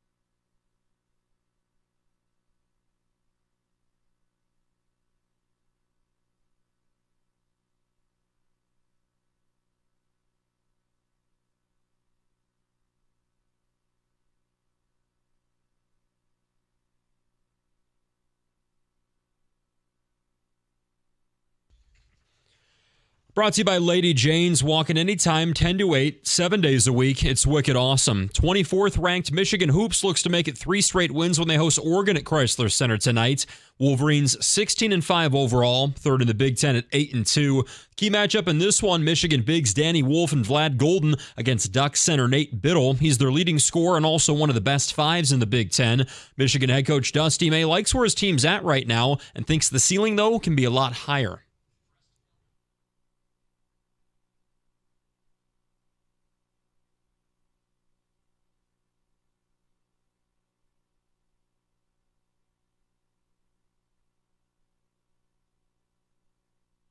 Oregon's middle of the pack in the Big Ten, 16-6 overall, 5-6 in conference. Tip-off from Ann Arbor at 6:30. That pregame at 6 over on WWJ.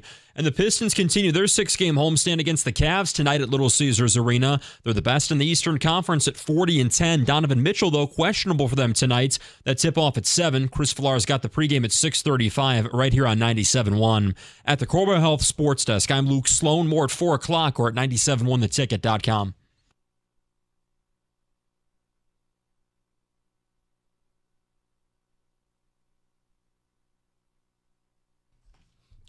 So as promised, we're talking a little bit about Super Bowl Media Day, and conspiracy has arrived to Goodell's doorstep, the head of officiating, Travis Kelce. And we just had a guy call in, caller Jason, I believe. And he almost seemed like he felt bad, like he was giving himself a pep talk, like, come on, man, you're better than this. And I'm like, Jason, you don't have to be better than this because I'm just as bad as you. Let me offer you something. Oh. While Kenny and Rico were bickering, let me tell you something I've pondered. That while the NFL, I agree with Rico, is not going to shape the Super Bowl, their credibility is at a crossroads. What if there was a way they could have their cake and eat it too? I want you to think about we're all watching the game Sunday. And as we approach halftime, it's an hour long. Who's got the most powerful PR team on the planet, if not the NFL? Taylor Swift. What would happen if a rumor leaked out, a well-placed rumor of an engagement post-game? Socials would explode. In fact, you'd have servers crashing. You'd have people who don't know what a football looks like the State Farm commercial where he has the Bundle His Life football. Mm-hmm. People would be tuning into oh my God, she might get engaged. All of a sudden, you have built the biggest television audience in the history of television audiences, waiting. They'll put her on the screen twice as much. Taylor's people win. The NFL wins. Sponsors win. Then, nothing happens. Because it doesn't have to. It was Taylor in the NFL doing a dance with the devil. Think about what a rumor. Let's say they bring out fire hydrant Jay Glazer. And he's like, people are telling me Taylor might get engaged. Dude, what number are they doing? So caller Jay, you think you're bad? This is the stuff I think about. Think about what a rumor of a Taylor Swift post-game engagement, if the Chiefs win, would draw to the second half of that game.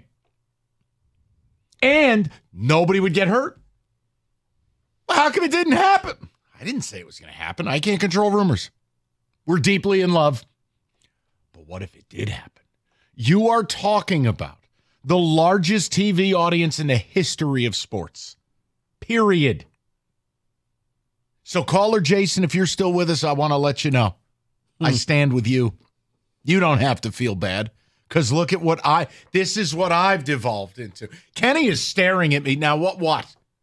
Did I say something wrong? No, I just think that's a great idea to happen. That combined with them shorting the Eagles a couple of yards, bam, we got ourselves an engagement. No, but then you have WWE and Goodell has to saunter down to the field like Vince McMahon. We're already there. We're already there right now. I'm laughing because I think back to you won't get this. They will, and some listeners. the Marvel end credits, Spider-Man, when we all sat around waiting and it was Captain America saying, well, patience. Sometimes it pays off, sometimes it doesn't. And that was it. And like, wait, I sat in here for an extra 15 minutes. And that's it? You know what I think the best thing we can all hope for is a blowout. That way nobody can accuse anybody of anything. It can be a boring blowout Super Bowl game and nobody and can the accuse league anybody could of still anything. get. Think about this. The league draws record viewers. They over-deliver for their sponsors. Next year's rate goes up. Yeah. And it's just on a rumor. All the NFL would have to do is get a Schefter tweet, a Glazer tweet. You don't even have to do that, Mike. You simply would have to put up somebody credible, and it's just a shot of a wedding ring. That's it. I'm not arguing. That's it. Nobody said a word. Nobody said anything. It was just a photo that went out. See, here's the thing. Here's the thing. I don't want to believe this. I don't want to go with this. They not like us. But these numbers are telling me something's up. The post-game ad price was $2 million last year. It is $4 million. Engagement. For post-game commercial. Confetti engagement. I think that gosh. No, because people thought the same last year. And they stuck around. It was too soon. They weren't ready. Fireworks theme song, WWE. We've arrived there. I've fully bought into that. And I really hope it's a blowout. Last year, people stuck around thinking this was going to happen, and it didn't. But I think their love wasn't mature yet, but damn it. Here's the thing. No, I think it's a little bit of both. It's $4 million, David, because people are banking on the Chiefs winning, and she's going to be down on the field. And you may not get the wedding, but you'll get the hug, the kiss, the embrace. But the just family. think about the rumored engagement as the NFL's final massage of the season. Now, while the game will not be impacted, because I'm with you, I think they're going to play this straight up, especially after our media day went. Don't tell me there haven't been meetings this week. I refuse to believe that. David, go ahead with ticket text. What, you're disgusted. I am, because I don't want to believe it, but those numbers tell me that. Yeah, but tell me I'm wrong that what the impact of that rumor would do to the broadcast and what it would do to the audience. You would draw in an extra billion people. Yeah, I don't know. Extra billion. You'd have people in Guam. No, you would, because Swifties are everywhere. So, yikes. You'd have to have somebody who'll be heavily compensated for putting that rumor out because they would get roasted. No. If it didn't. Oh, come on. No. Listen, not saying it's happening. I'm just telling you the whispers here at the Superdome. Do you not know how social media works? No, I haven't been on it in 12 years. It's like, that's not how this works. That's not how any of this works. You got it wrong. Oh, they're going to find out your grade school, your teachers, where you live. They're coming after you. How dare you, David, make me sit and watch something for free? That entire theory makes me want to throw up. I hate everything about but it's not like or dislike. It was about caller Jason, and I was making a point that this is what the NFL has degraded itself into, allowing this, and this room of well-reasoned people can't shoot that down. I'm supporting caller Jason, nothing more. I think it's preposterous that the refs take us for idiots. Most fans are aware of the rules of the game, and you are overshooting them and giving the Chiefs everything that they want. Oh, I would agree with you that it is going to be a spotless refereed game, because with all the money being bet on this football game, I would think there couldn't be any trace of impropriety. And I have only said it is about getting the Chiefs to the game, not giving them the game. The NFL and the referees, their work is done. They got the Chiefs, Bundelruski, Michael Jordan, and Taylor Swift in the Super Bowl. They're good. I'm with Rico in that regard. I don't think you'll see any hanky-panky. Well, here's what you may see from Jody in Orange Park, Florida. Okay, guys, who's to say the engagement isn't a Super Bowl commercial saying Travis went to Jared? Oh no. The world is your oyster when you're the NFL. It can even be funnier. He goes up to Jared Goff. No, wrong Jared. I need the other one. 248-539-9797. We'll get some of your phone calls, get some ticket texts as well. 97.1. Super Bowl 59, no better way. Now, I don't think you can bet on this, some of our scenarios here. Although, Cookies did tell me there is an engagement bet on FanDuel. It is there. It's possible. But your SGPs, and whether it's a big man touchdown, Jalen Hurts to score and get the 2-point conversion, they have things on here that are just insane. You bet the Gatorade color if you like. Place a $5 bet. If you win, you get $200 in bonus bets. Just download the app or head to FanDuel.com/ticket and bet with FanDuel, the official partner of Super Bowl 59. 21 and up, present in Michigan. First online real money wager only, $5 first deposit required. Bonus issued. Non-withdrawable bonus bets that expire 7 days after receipt. Restrictions do apply. See terms. Sportsbook.fanduel.com. You get a gambling problem, call 1-800-GAMBLER.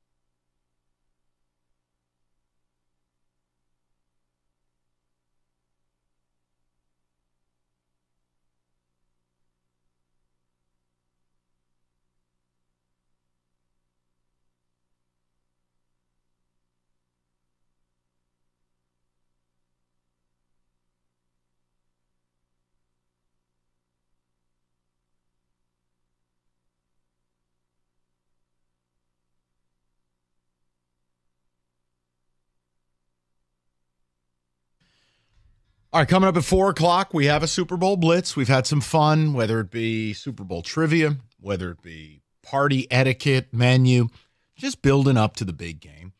And then I've tinkered with an idea for the 4 o'clock hour. And it's localizing the Luka trade. I can explain. And if you guys hate it, we just opt out. Fair? I want to get to the people. We'll get some ticket texts, and then I want to do the Super Bowl runaround or whatever the hell it's called these days. Let's go to Ryder, 97.1. Ryder, how you doing? Good. How are you, Mike? Good. What's on your mind? Hey, first time, lifetime, by the way. Oh, good. Appreciate it, buddy.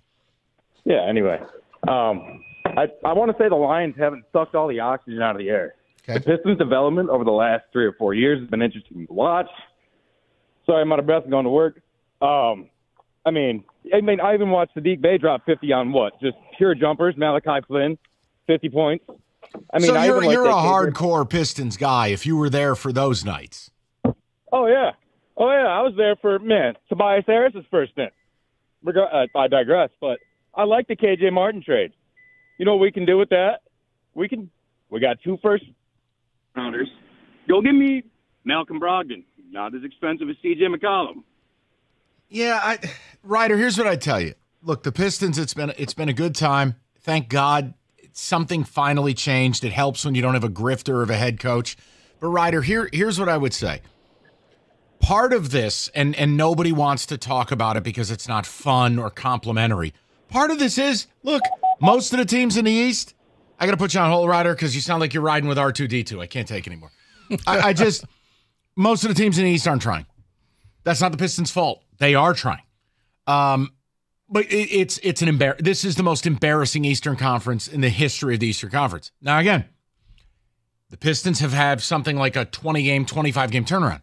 If you want real buy-in, one or both of these things have to happen. A, you got to get closer to the playoffs. Or B, they got to do something before tomorrow at 3.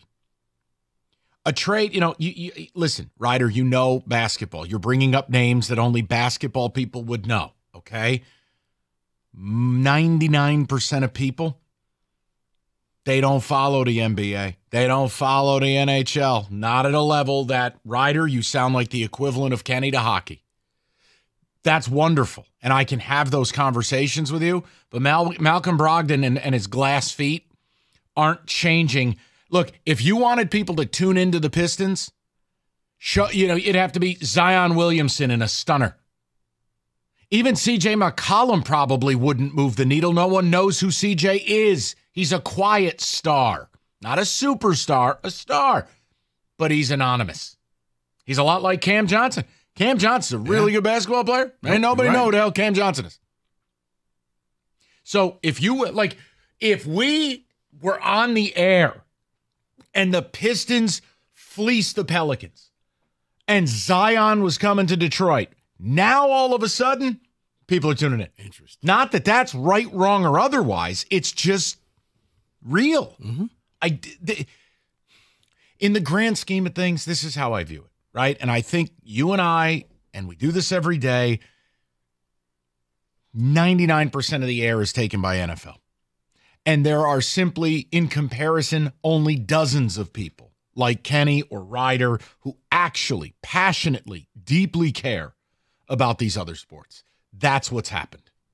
Now, if and when the Pistons and Wings turn into legitimate championship contenders, the pendulum will swing. Mm-hmm. But in the here and now, no. I can't change that. I can't force people to care. No, I think that's fair because you want the other reality to that was the fact that the Lions got so good and we started talking Super Bowl. Championship contender plus NFL. Yeah. That's peanut butter and jelly. So that was at the top of the food chain. So now it's just like, oh, wait. So if you have an NFL back to team, Salisbury steak. Okay. You have an NFL team that is competing for championships. The other teams in your city, if they are not at championship level, are forgotten. And it's a shame because what McClellan's done on the ice, what Bickerstaff has done for the Pistons,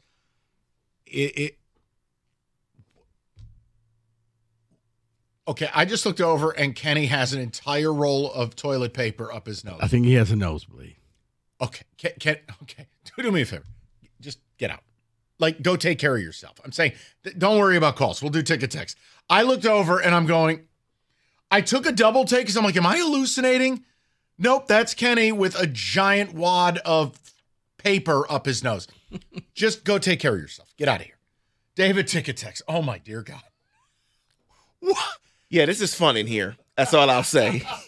Oh, my God. Pat from Troy says, it's a cop-out from the NFL to not admit that Mahomes and the Chiefs excel at gaming the refs. His out-of-bounds flops, last-second slides, faking, going out of bounds, and then turning upfield for more yardage. Give me a break. Super Bowl refs are on the hot seat. They're never going to cop to that because then it would point out the own ineptitude of their officiating. They can't acknowledge any of this. If I'm the Eagles and I know that they're going to get called for fouls anyways, I might as well hit Mahomes as hard as I can to rattle him. Great. We've got Greg Williams back. It's Bountygate 2.0, huh?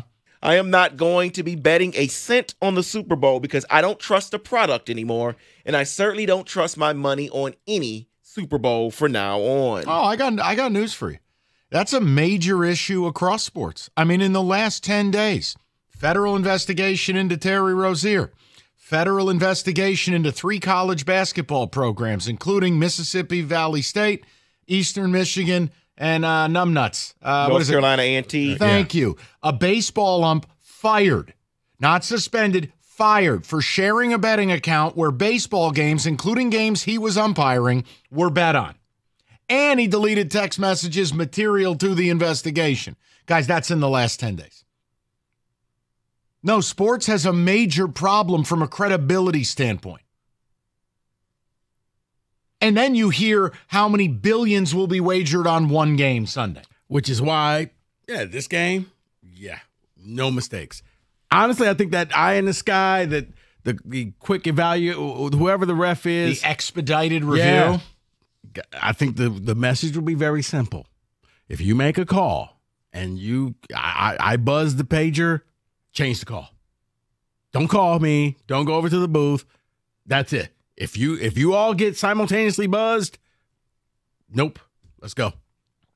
Change the call. Officials treated Jordan the same, Sidney Crosby the same. It's human bias to give the stars the star treatment. We all know what they're doing for Mahomes. I have never seen anything like what I've witnessed with the Kansas City Chiefs. Nothing.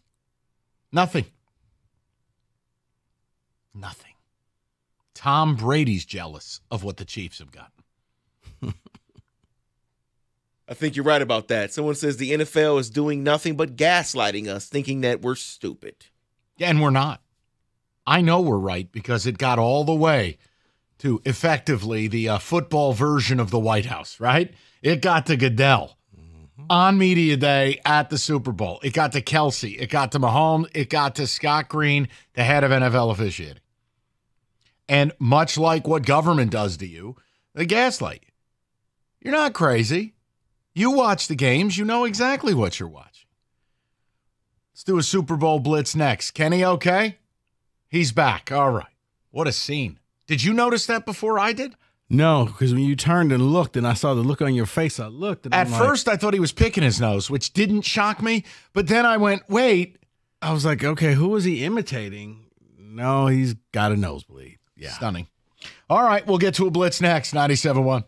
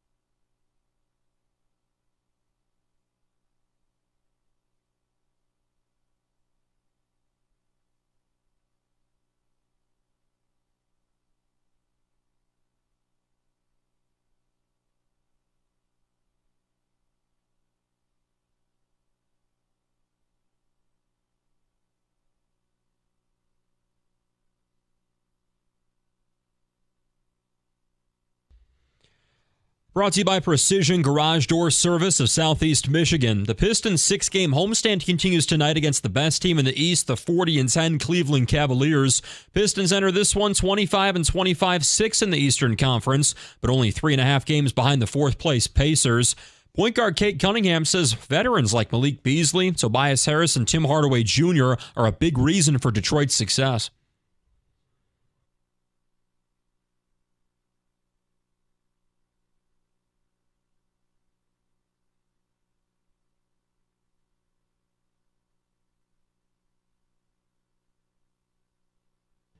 Detroit's lost to the Cavs twice this year, and Cleveland does a little bit of everything well. First in the league in three-point shooting, second in scoring, while also top 10 defensively. Donovan Mitchell questionable tonight for the Cavs. That tip-off at 7. Chris Villar's got the pregame show at 6:35 right here on 97.1. Pistons also making a deal before this one, getting forward KJ Martin and 2 second-round picks from the Sixers. This really only a salary dump for Philly, and don't get too comfy with Martin here. Reports say that Trajan Langdon could move him as soon as this afternoon.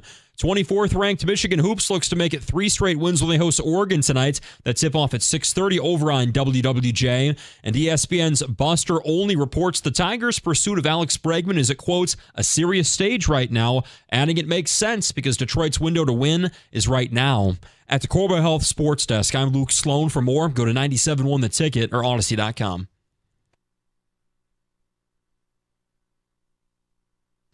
All right, every day we've been doing one of these just for fun, because if your team's not in it, the Super Bowl is only for fun. David, hit the music. There it is. The ridiculous. Who selected this? I love this music. All I love right, it every let's single time. do it. What's today's portion of the Super Bowl to discuss? So today, what we're going to do is Super Bowl party etiquette. Oh, Jesus. That's what we're going to discuss here. This is going to be a distinct problem for me. Okay. Let's start with this one here. Okay. The first one is you must bring the host of the house party a dish to maybe some booze saying thank you. And you must try to coordinate with other guests to make sure you don't double up on the gift. Agree. Be less specific. Be a contributing member of the party. Yes. I'll usually send a text or a phone call will be placed and say, what do you need? What are people bringing? Right there. And then I usually disagree with it. And usually the standard is I'll bring some beer. Okay, here's what I would recommend. Don't put people in a position to ask you for stuff. You know the person. Bring them what they'd like or text them. I'm making X. You good with that? The guys whose parties I usually go to, I know that they always need the case of beer because usually they're doing the food. Degenerates, got no it. problem. Noted. Or it could be, you know what? We ran out of ice. Can you stop and pick up a couple bags? Cool, no problem. But be a contributing member of the party. Yes. Well, here's Stop another off one. and pick up some Fernet. Here's another one on the line of the dish. Mm-hmm. Now, I love this one. It says, whatever you bring, and yes, bring something, make sure it's ready to go when you get there, meaning don't try to ask for the oven to heat it up. Make sure it is already ready and prepared and ready to be served when you get there. Disagree. Because unless you're from the west side of the state and you're just a crock pot bum, you know what? Some things need to be made live. Well, then it says, let the host know if you need to use the Respect. oven. Don't come expecting That's it to fine. be ready for you. You got to tip them off. I got something electric happening, but I'm going to need a little kitchen time. I always bring the beer cold. It's always ready to go. Yeah, we have an idea of what you contribute to things. Why is this so You outlandish strike me that as the beer type is at of a Super guy. Bowl party? You strike me, and I've had this happen. You're the guy who says, "Hey, I brought the beers." Cutscene. You drank all the beers you brought. Well, I'll usually bring enough so that can be taking place also as well as the party because I'm a polite man. Kenny brings a 6-pack and drinks 7. I know you. Okay. One more regarding the dish. Okay. One more. It says bring your dish in a disposable plastic or some kind of container that if you lose it or if it doesn't get back to you, fine. No, that's so that you can take it home with you. Do not add dishes to the sink. No, I think it's what he's saying is in the event that, you know what, you had to leave early. Right. I'm not. Yeah, the calling host you can then saying, just throw it away and say, Mike, "We're done." This expensive pot that I left there, I need to come back and get it. How You're did like, people in prior generations function without the disposable aluminum pan? Honestly, it's one of the greatest inventions in history. No, you're right. It was you left a pot, or you found an old pot or something, and that you didn't need. This next one is for Kenny. Okay. Because I want to make sure he understands this etiquette for the party that he goes to. Don't bring a bag of opioids. No. Oh. Throw your own trash away. Don't expect someone to come around and throw it away for you. Throw your own trash away, Kenny. Why am I being painted like this? I drink all the beer that I brought. I don't throw anything away. Kenny, you've painted your own canvas. No, don't do that. All right, I'll let Rico vote. Is this something that should have been directed towards Kenny or not? Rico. There it is. Rico. Be very careful. Looks like race relations have taken a hit.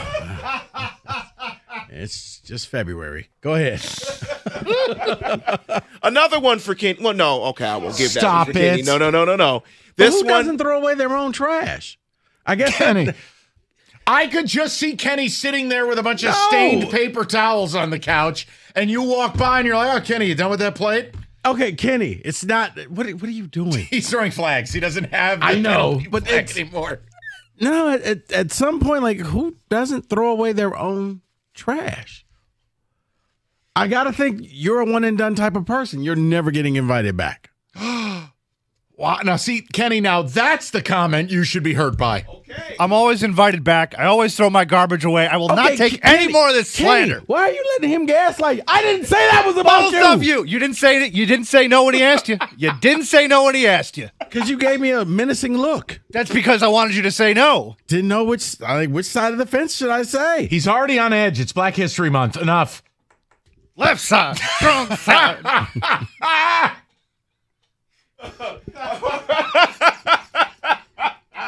All right. The next one is the setup for the Super Bowl party. You want to make sure that you have multiple screens available in different areas so people can watch it in different areas if they want to. I think it's a nice touch, but not everybody has that type of setup. You're right. Let's be very You're right fair about that. So, but if you do, yes. Yes. So let's keep it to this one because I think everyone can make sure this happens. Comfortable seating. Make sure you have enough chairs, bean bags, blank, whatever you need. Make sure you have enough. Dog has a bean bag. It just listed it. What is this, 1985? I'm just reading it. I'm just reading it. I mean, make sure you plug in your lava lamp too while you're at it. Yeah, like honestly, like if you told me like Carr showed up to college with a beanbag to Rico's room, I'd be like, oh, that makes sense. Carr seems like a beanbag guy. I think he did have a beanbag. It was 1987. Right. He probably showed up with a copy of Top Gun and a beanbag. Creative Records. Here's what I would say. With your setup, your setup has to be commiserate with the amount of people you invite and vice versa. Right. Correct. If you do not have the ability, this is like a holiday. If you don't have the ability to host 20 people, don't invite 20 people. Correct. But I would say you need to plan for the couple of extra, like, hey, brought my buddy along with me. Or see, that's a Kenny move. I can absolutely see Kenny showing up. The significant other decided she wanted to come, and it's like, wow, where am I supposed to go? We are straying so far away from the reality of how I am at a party, okay? This is my buddy Nicholas. I didn't invite him. The next is about not being that guy. The next one is about, do you bring your own hot dog roller? Yes. Just keep going. So the next is about not being that guy, meaning. Here we go. No. No. So if you're a guy, if you're going or anyone going to a party, if you don't necessarily care about the game, don't stand up or don't be the big or the loudest person at the TV. Agreed. Stay away from the game and you can do your thing. Also treat the viewing like you're at the game, which means, hey, down in front. Do not get up during game action. Correct. You can wait for the copious amount of commercials. Do we have a policy, by the way, for, I don't know if this is in there, David, and I'm sorry if it is, but do we have a policy about kids? Because there's very specific ones that I'm talking about. And let me help you. The party is either totally kids friendly because it is a group of people who all have kids. Have at it. Go play Jenga. Do whatever you like. Or no kids. What about the Davids of the world? And this is not an insult, I promise. But the guy that says, two families? My kids are different. My kids won't cause any kind of a disruption. No, the answer is no. No, you can't make a special accommodation. It's either a kid-friendly party or it is not. Correct. That is it. Correct. I mean, again, agree, disagree? No, I agree, because here's what happens, Kenny. You make that one exception and somebody's like, wait, so I had to jump through hoops to get a babysitter and I could have just brought my kids with me. And here's the other thing, and I'm sorry I have to say this. David or otherwise, your kids are not special. Your kids are bleep holes just like the rest. No, here's the thing. They're only special because they emanated from your ding-a-ling. No, here's That's the thing. it. No, here's the thing. It's good for me to say that, but when you have a 4-year-old, you have to understand you have a 4-year-old. No, you have and a take bleep control. hole. No, what I'm saying is you take control. You know, either he ain't coming or he ain't coming. There's Period. no kid under the age of 7 that Correct. isn't a bleep hole. So they're realistically, kids. right, David, that's my point. Yeah. You can't, my kids are special. Yeah, but that's not how. No one else's kids are that. No, No, That's not reality. Here's the thing. Yeah. There's the chance that everything, it's like when you're on a flight and you see a kid. Correct. And it's almost like a countdown clock. Okay. Yeah, can we parking make meter. it all the way to Correct. landing before this kid starts crying? Right. But if it's a The kid, potential is there. if it's a kid-friendly party, no stress. That's it. But there's a line in the sand on that.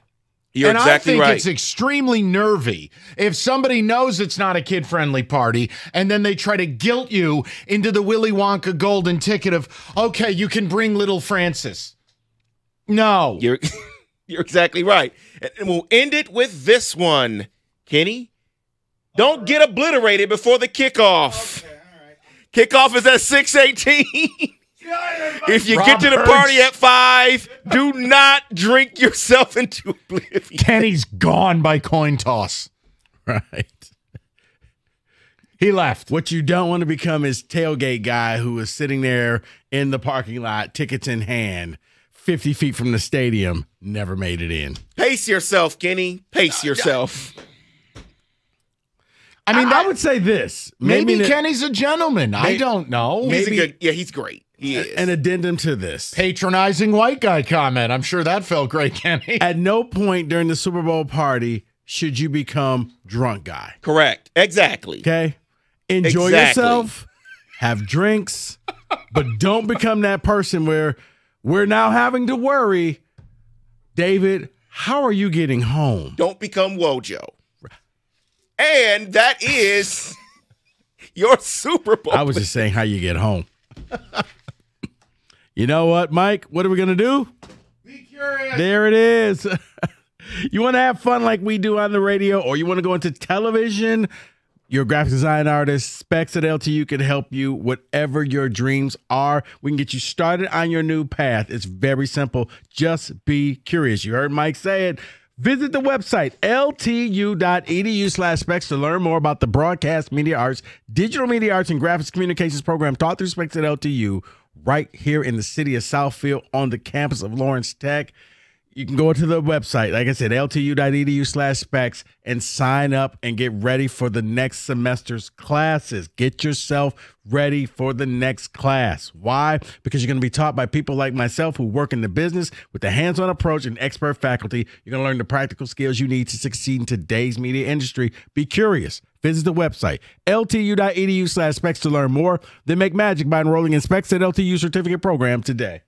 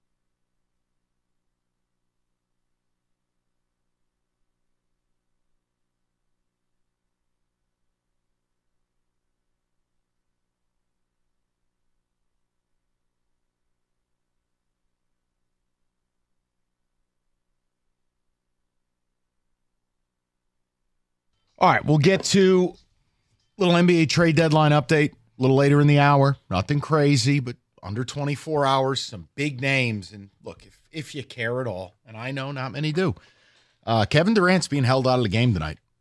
Phoenix and OKC. It sounds like Kevin Durant's going to get dealt. And again, if you don't care, respect. I put the NBA and the NHL basically on the same level. Unless your team's competing for a championship, nobody cares. No. And that's not disrespect to the Pistons or the Wings. Their turnarounds are commendable. But only hardcore people like us or dyed-in-the-wool fans, for instance, Kenny, a diehard Wings fan. The Lions are the only thing people in this town care about. And if you want people to care about your team, you better be competing for a championship. Now, certainly, if you're in the playoffs for 2 weeks, people will care. Mm-hmm. But that's it. David, go ahead with the text. What do you got? Someone says bring plenty of toilet paper or make sure you have that at your party. You know what? That. That's a host thing, but you should probably take care of that before you Correct. Get there. I agree. Someone says, don't be Madden guy, breaking down the game or saying people what you would do if you were playing Madden on that play. Agree. You don't need that. Let me tell you, I do this all day. You know the last thing I want to do when I watch a game? Don't ask me nothing. I want to sit there and socialize and watch football like a normal human being instead of the guy with his laptop out taking notes like a loser. The worst guy is, why would you run the ball there? Why wouldn't you throw the ball there? That's the equivalent of shoot the puck guy. 100%. I hate that guy. Oh, another one here says, don't be the bet guy. No one cares about the bet that you made, if you got it or not. Group texts are for the gambling talk, not the Super Bowl party. Nobody cares about your anytime touchdown. Yeah. Come on. I just need one more for my parlay. That's the equivalent of fantasy football guy. Nobody likes that person. You're correct. Someone says the abuse on Kenny was a little bit too much, David. Thank you. But I did laugh. Okay, then. That's all I was looking for a laugh there. Someone else says, I enjoyed that segment. That was good. We need to do more of that. Etiquette for everybody's party because people are stupid. Well, they are, but here's the other thing is I think Super Bowl parties are dying or dead. I feel like post-COVID, no one really does big Super Bowl parties. Just parties in general. Yeah, you're right. It's family affairs, maybe, or neighbors, but it's not like, oh, I'm going to do this extravaganza. Nah. It does feel different. I mean, like, David, are you going to a party? I am, but it's a little different. My church does it. So see, that doesn't count. Exactly. That's religious. It's not. It's not. That's like saying you go to a party every Sunday. No, it's called Mass. That's not a Super Bowl party. That's going to be a highly judgy event, too. No, judgy for Taylor Swift. Yeah, exactly. We'll judge her every time the camera goes to her. Yeah, David's Super Bowl party. They sit around and talk about how they're morally superior to everybody.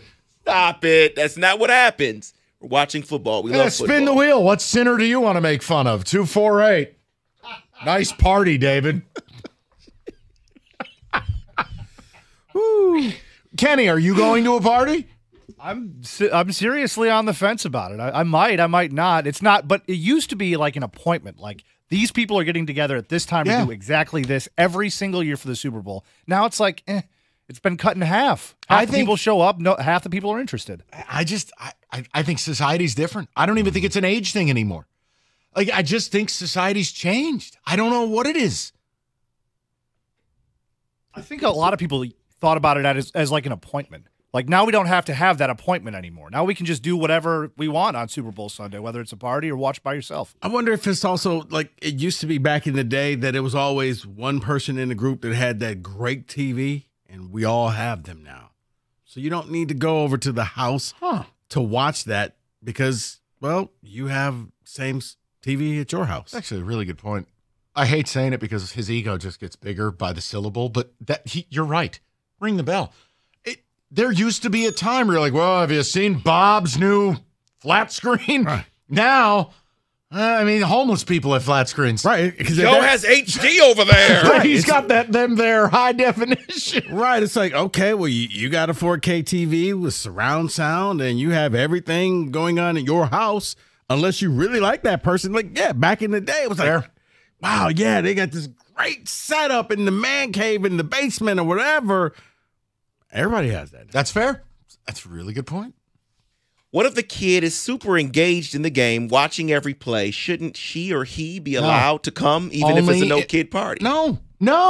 You cannot make children exceptions. Because once you make that exception, I promise you, even though little Johnny's engaged in the game, there's 5 other couples are sitting there whispering, didn't he say we couldn't bring our kid? Right, David, there's a difference. If you're getting together with people who all have kids, it's an established code of conduct. Or if there's a family party, no problem. But you ask the question, Super Bowl, and what do you do if somebody says, I know there's no kids, but mine is special. Newsflash, Bob, no, he's not. Right. He's a jerk just like the rest, and we can have the conversation. The only kid allowed at a party like that is home field advantage. Kid lives there. So there's nowhere for them to go. Nowhere to go. But even then, I don't like it. Yeah, I don't like it, but at that point, you know what? Go to your room. Go watch the game in your room. Don't come down here. What if I invite 20 people hoping that some don't come, but they all do? You have to plan. That's your fault. If you invited 20 people, seriously plan for 30. If you don't have enough to accommodate 30 people, you're doing this wrong. No, but also here's the thing, and because you don't want to run out of food. No, you don't want to run out of space. Because you don't want to be that guy either. Like when you send the invite, you make it explicit. I've done this before. Explicit. No plus ones. Don't ask. I'm inviting you and your wife. I don't care about your cousin. I don't care that your best friend just broke up with a stripper girlfriend and he's sad. No plus ones. And if that means you can't come, say no. The answer's no. Literally. Don't text me because the answer will be no. What about Aunt Joni? No. My friend's home from deployment. Then hang out with him.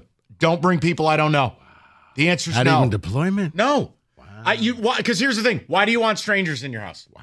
Ask yourself that. I'm just asking, maybe he played in the Army-Navy game. I don't care. But if there's deployment. I don't know the guy. So I don't want to hang out with him. But here's the thing. The Army and Navy. Go if ahead. you have a family member, whatever, that's, deployed in their home, then that means you stay home and watch it with them. There it is. Get your priorities right. When you send the invite, you dictate who's allowed in your home. Okay. Jesus. I like this because here's a question. What if it's a legitimate surprise? Like somebody I know, we were buddies. We hung out. Okay. He's in town. You don't know he's in town, and I'm going to show up to the party with this person. And you know I'd like to see him. You have established I am on good terms, but he didn't get the invite because he lives out of state? Yes. Green light. Okay. I don't like surprises, so I don't either, but I am saying but it's one of those, you know what? We hung out in college, and you absolutely know that they want to hang out. We're in the group text together, and it's just like, hey, don't tell them I'm coming into town. All right, cool. I like that. That's fine. No. You see why I don't throw a party anymore? No, this is just stress. It's just work. I don't want to deal with it. I'm with you. I used to throw them. I gave up. I was like, nah, we're done. Well, here's this one. We do a Super Bowl party with just neighbors, a couple friends. We don't go crazy. Most people are gone by halftime, but the majority of parties dead. It is. It's all different. I can't figure it out. It just feels like once 2020 started, it all died. I don't know. Someone says, what about the person that constantly asks what happened from the kitchen? Not watching the game, but constantly asking, what happened? Or hearing the loud noise. Oh, what happened in there? Come in or set up a TV in the kitchen. You're watching it. Leave us alone. Someone's really trying to get their kid to this game. I have a 12-year-old who loves football and the NFL, sometimes overreacts on certain plays. Yeah. Is he allowed to watch the game with adults? No. He's your kid. You know what you should do? Watch it with him. Right. A perfect bonding moment. You're right. This is what kills me with you people with kids. I'm just going to say this. People. That is you people. No. Because you make your problems our problems. I'm sorry, but I'm tired of it. I'm tired of people bringing dogs on planes. I'm tired of people with kids on planes. The kid can't wipe its own boo-boo. It shouldn't be on a 6-hour flight. Figure it out. I didn't get on a plane until I was 12. Now, zippity-doo-dah. I got a stroller with 3 seats in it. Hell, it's got a 4th seat, and I picked up a homeless guy out front, and they're tooling around the airport. Where do you gotta go so bad? These kids can't even talk. They have to show the kids off to grandma. Then put her old ass on a plane. I'm tired of it. Every airplane now, it's an effing circus. And none of these service dogs, 99 out of 100 of these service dogs are a total lie. See, there's a bigger issue here. Is people don't know how to be parents. That's the problem. That's the whole point. When you have a kid, here's the deal: you're not traveling for the first 3-4 years. Well, No, it's just not happening. You know how to be parents. You scar the kid with the road trip from hell. Thank you. That's what you do. Thank you. We're hopping in the car, Just don't and it's an understand. 18-hour drive. And no, we're not there yet. Oh, I couldn't find a babysitter. What do you want me to do? Stay home? That's what my parents did. My parents parented. That's what they did. I'm sorry, David. I'm sorry. I'm tired I of was it. 16, my first flight. I get Yeah, you. great. First trip I took, my grandmother died while I was on it. Super. On the plane? No, she wasn't on the trip. She died at home.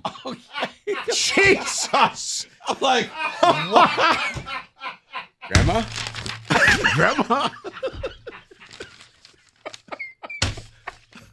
They call the flight attendant. Yeah, we all know Rico's behavior when people die on planes. He tries to score their seat. Well, it worked. What a story. All right, I think that's sufficient. All right, hey, Super Bowl. Listen, here's the deal. Forget parties. Just upgrade your setup and watch the damn thing by yourself in solitude. LG, Samsung, Sony, all the best TVs for you. Screw your guests. The sale at Paulson's end Monday the 10th, and they got the latest and greatest. And it's audio month. Soundbars, speakers, you name it, they got it. Stop in the showroom. Shop for you. To hell with catering to other people. Honest to God. It's Paulson's, your technology partner, to the best in the game. It's Paulson's. Get there today.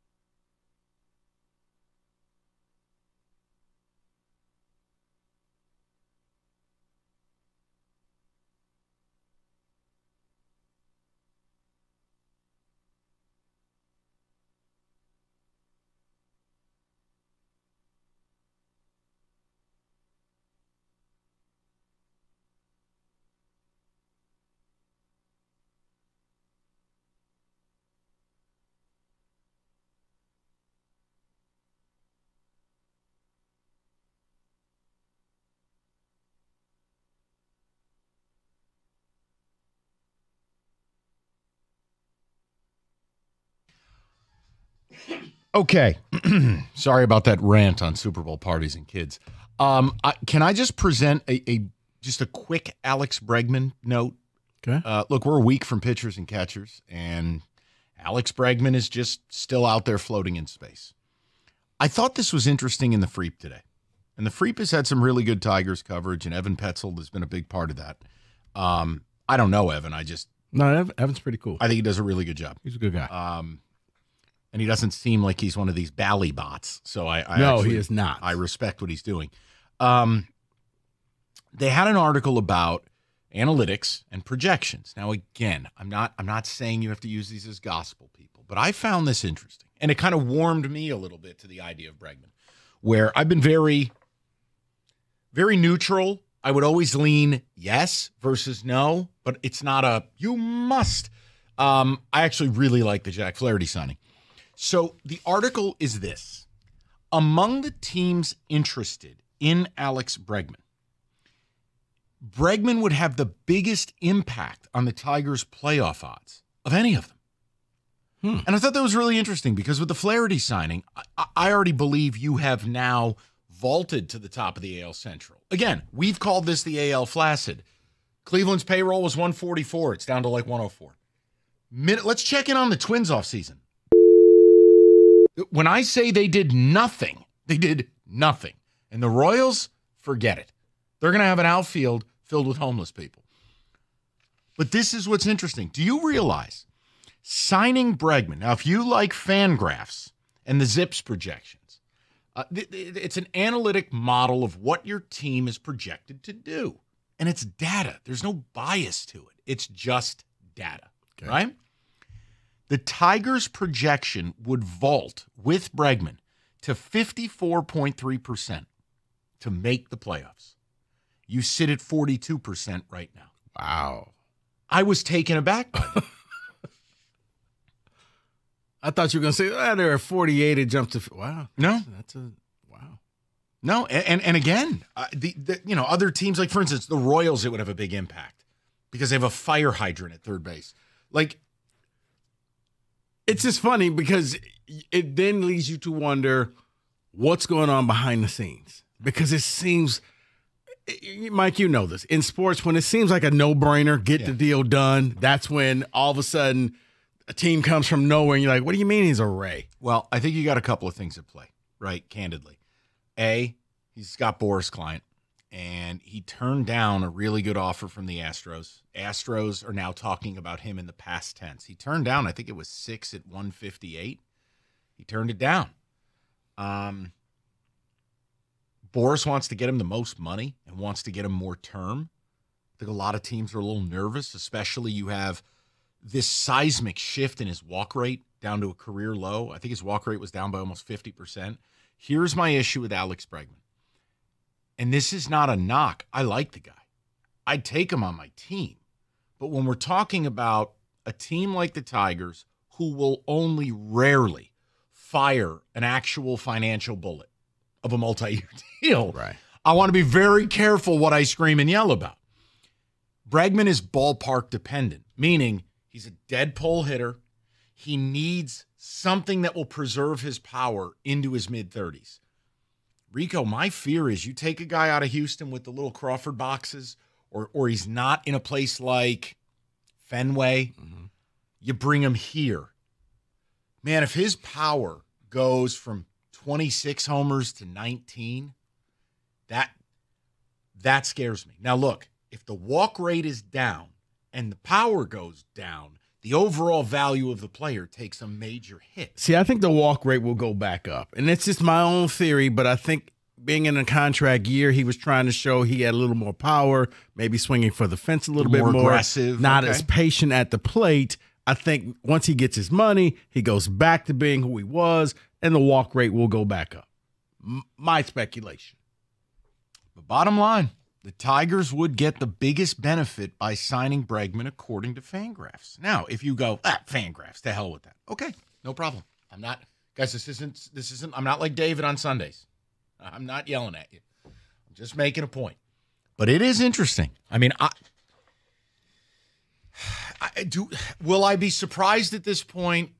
if he signed a 6-year deal with anybody for, 170, 180 million, yes, I would.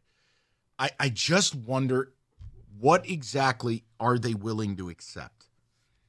The only way I see that 6-year deal is somebody just blows out a knee, and now you're like, man, Or it's 6 years on paper, but there's opt-outs in the first 3.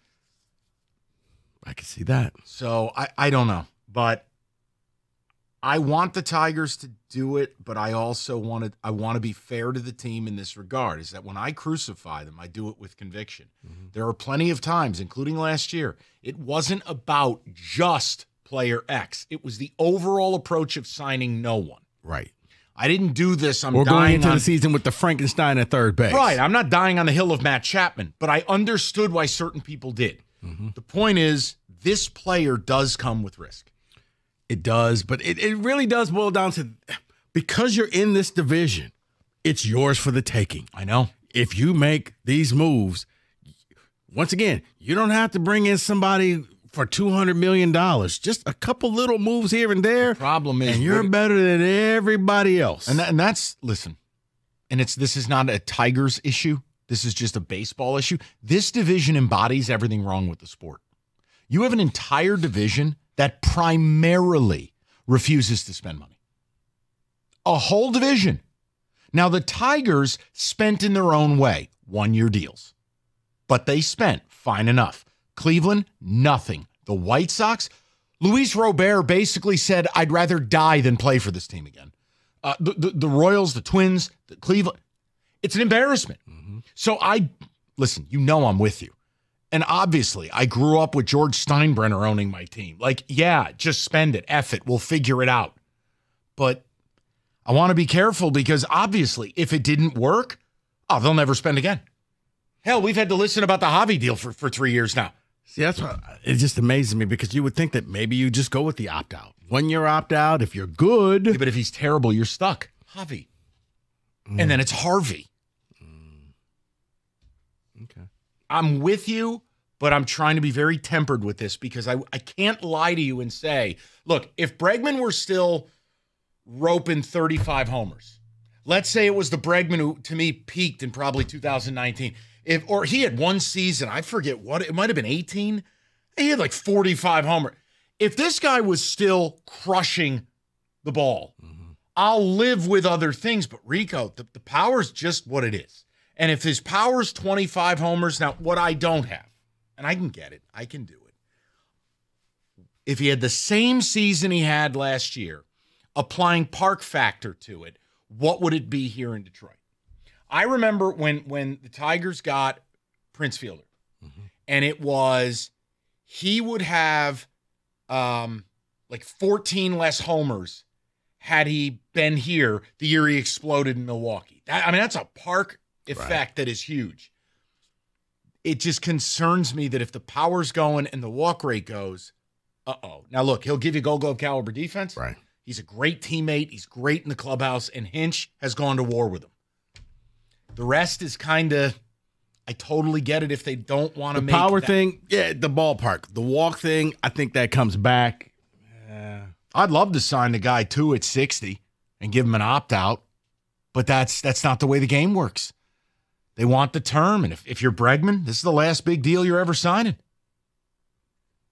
All right, there you go. There's your Bregman update. That's all we got for you. So just so you know, the year you were talking about was 2019. He had 45 home runs. If that was in Detroit, he would have had 32 home runs that year. Thank you. And I mean that, no smarm. You see what I'm saying, though? Wow. Now, all of a sudden, he has a year at 25, and the number goes to 19. Or less.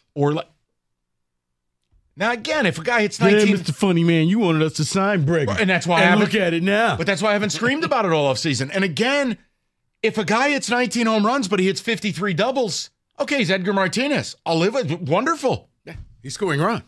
But that's not really what's happening here. All right, FanDuel, Kick of Destiny, Super Bowl Sunday. Everybody's going to be watching the game. Peyton versus Eli, live from New Orleans. One kick for your chance to share in $10 million in bonus bets. The FanDuel Kick of Destiny. Make your pick, and then tune in to watch the Super Bowl pregame show on Fox at 3.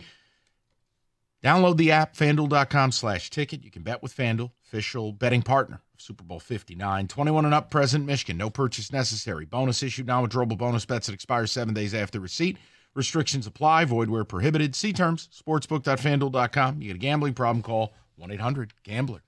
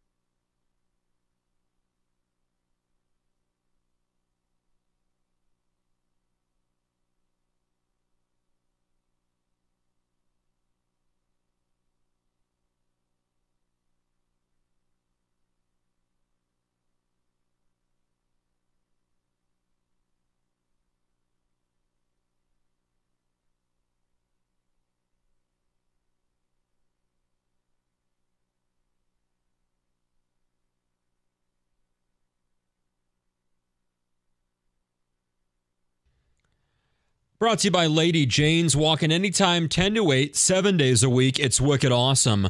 The Pistons continue their 6-game homestand tonight against the Eastern Conference best 40-10 Cleveland Cavaliers. Detroit's lost to the Cavs twice this year, and they do a little bit of everything very well. Cleveland's first in the league in three-point shooting, second in scoring, while also being top 10 defensively. Forward Isaiah Stewart says teams are taking notice of the Pistons' success, though, and everyone gets Detroit's best.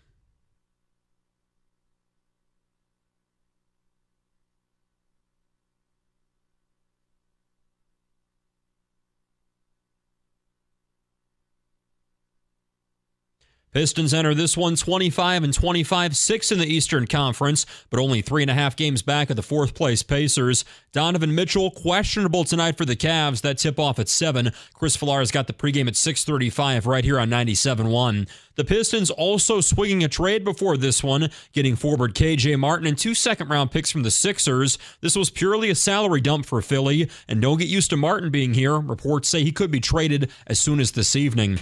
24th ranked Michigan Hoops looks to make it 3 straight wins when they host Oregon tonight in Ann Arbor. That tip-off at 6:30 over on WWJ. Sharon Moore's landed 4-star offensive tackle Ty Haywood. He's a top 50 recruit from Denton, Texas. And the Wings look to make it 8 straight wins. They don't play until Saturday when they host the Lightning. At the Corba Health Sports Desk, I'm Luke Sloan. For more, go to 97.1 The Ticket or Odyssey.com. 5 o'clock. Nice to have you with us. Odyssey.com Rewind. You missed anything? Give you a little Alex Bregman update last hour. Also, some Super Bowl conspiracies and an etiquette conversation about Super Bowl parties that kind of spiraled while Kenny had a nosebleed. I want to bring back what we opened with because it involves everybody. You know, we're sitting here. Red Wings win again, 7 in a row. Unfortunately, that's stupid sport. They've got a Four Nations Cup that's going to upend all the momentum. The Pistons are playing well. They're in the 6th spot. Trade deadline's tomorrow, but they're not doing anything, or so it seems. Tigers, we've talked about it a couple of times. Spring training, right? Pitchers, catchers going to report in a week. Here's why I'm bringing it up the way I'm bringing it up. We have talked about the monolith that the NFL has turned into in the last decade and how the NFL has now expanded their sports calendar to essentially be year-round. The Lions are the only team in this town that are championship caliber. That's not an insult to anybody else. It's factual, right? I want to know, look, the Lions have moved on. Their season's over. They're pregnant with someone else's baby. You've got to move on. She doesn't love you anymore. Can you love any of these other teams? Or has this evolved into the Lions are the only team that the average Detroiter can be passionate about? Look, if you're Kenny, you are a diehard hockey guy. I know this. There's nothing wrong if you're a diehard fan. But I'm asking you to look around. Look outside of yourself. What's left for these other teams until or unless they become championship caliber? Look, in a vacuum, we can say, man, it's really commendable what Trajan Langdon and Bickerstaff and this group of players, especially Cade, have done. The problem, first-round playoff exit, if they make it. Red Wings, McClellan, I mean, you want to say coach of the year? You want to say that it has saved Steve Yzerman's reputation? You can say all of those things. The reality, most likely a one and done in the playoffs. So you have this weird sales pitch. Baseball, it's okay to be excited, and I am a baseball person, but I don't think there's any illusions of the Tigers being a World Series type team because last year was a complete fluke. It just was. Now, I think they can win the division, and therefore the Tigers would be where I would reside. But even then, the brand of baseball they play, it's not for me. I'm not a Moneyball guy. I don't like it, don't appreciate it, don't respect it. I don't like that style of baseball. That doesn't mean they're wrong or they're lesser than. It's not for me. So I wanted to know what you're investing in this post-Lions world. She ain't coming back, guys. That's a good way of putting it. She's married up. It's over. The season's over. 248-539-9797. And please, don't take what I'm saying as slander. It's not disrespecting any of these teams. You have a shot. You could sell me that the Pistons, Wings, and Tigers all make the playoffs. The problem, they're not the Lions. And I wonder if football has simply taken you do a budget with a pie graph. There ain't no more. Well, you can simply reallocate what you have, but there's no more. Right. And I think that a lot of it is if you thought that the Wings could win the Cup, if you thought that the Pistons could win the NBA final, then I think you would be heavily invested. If this was car flag season, you'd be all in. Like, okay, Wings can get this thing done. Which, maybe you side with Kenny because if the Wings make the playoffs, they go the St. Louis route, and next thing you know, they're hoisting the trophy. Do we have Brian Bennington? Well, Doug did the deep dive today on the show of how they're the same team. Okay, then. But you're right. It's like the Tigers last year. It was a fun run because you knew it wasn't going to go. You thought that it was just going to end right there, in Houston, and it didn't. And you went a little bit further, and then it got fun, and you're like, okay, we got this jumpstart lead on Cleveland. Maybe we'll play the Yankees, and season's over. But yes, then you had the Lions, and it was Super Bowl or bust, and it's hard to go backwards. And I think that's where a lot of fans are right now, where they like the teams, they like the other three teams, but it's almost a sense of taking a step backwards and watching a JV rather than watching a varsity, where the Lions were the varsity. JV, I can take it or leave it. Wake me up when the playoffs start. And again, for the Pistons, here's what I would tell you. And I don't know if this is the right thing, so I don't want anybody going nuts, being like, well, there Mike goes again. No. They have an opportunity that they could kind of storm the gates here, and they could make a move before the trade deadline tomorrow. I don't think that's what they're going to do. It would defy all reporting on the matter. I'm not saying you do some ridiculous Tom Gores-inspired party shirt Blake Griffin deal. That's not what we're talking about. But are there players that could move? Are there bold moves you could make that all of a sudden you go, you know what? These guys are must-see TV. Mm-hmm. Yeah, because the NBA is a star-driven league. So if a team wanted to step forward, it's just much easier in basketball than hockey, candidly. I mean, you can trade for high-level players. In hockey, it's hard to have that same impact as hoops. And look, I think that's part of the issue is none of the teams here operate with great urgency. Now, the Tigers, we talked about it. No team would benefit by – I don't love Bregman the way some people do, and I'll tell you one thing. Cookies better be careful in the morning. He's setting it up like you're signing Mike Schmidt. Better be careful.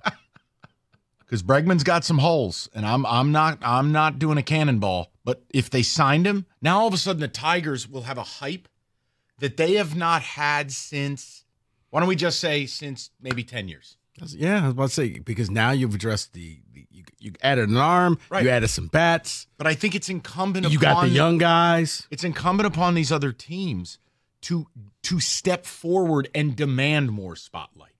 Remember, these are entertainment products.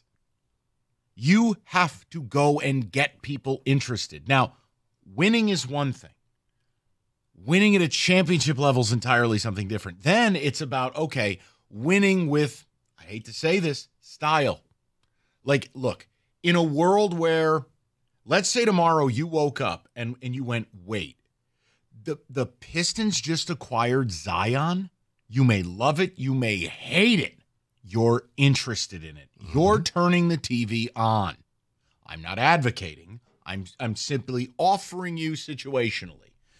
The Wings, I would leave it to Kenny, to again with that gesture. You got to stop.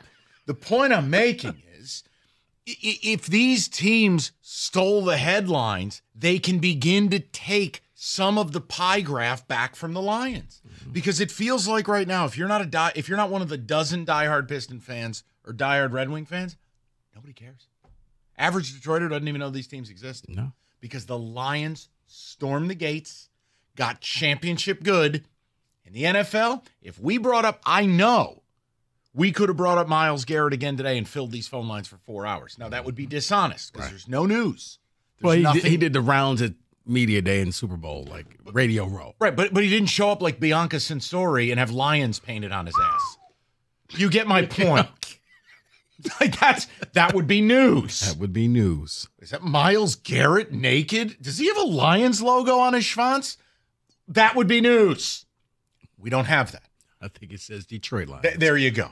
313 248-539-9797. So asking the question, are you capable of loving again in this post-Lions world? We'll get to your phone calls, ticket texts, and all the rest. And because I do have I think I know where people may be going. I'll give it to you next. I'll be curious. That's tremendous.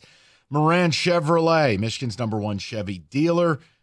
They're moving product, people. 25 Blazer at Moran, only $299 a month, 24 months. 25 Trax, $249 a month, 39 months. And both are $999 down. New stock arriving daily, and they have what you're looking for. So stop on in. You go to MoranExpress.com for the certified service. You get the loaner, go about your day, and do what you got to do. Score your best deal at MoranExpress.com or on Gratiot, north of 15 Mile in Clinton Township. Chevrolet, together, let's drive.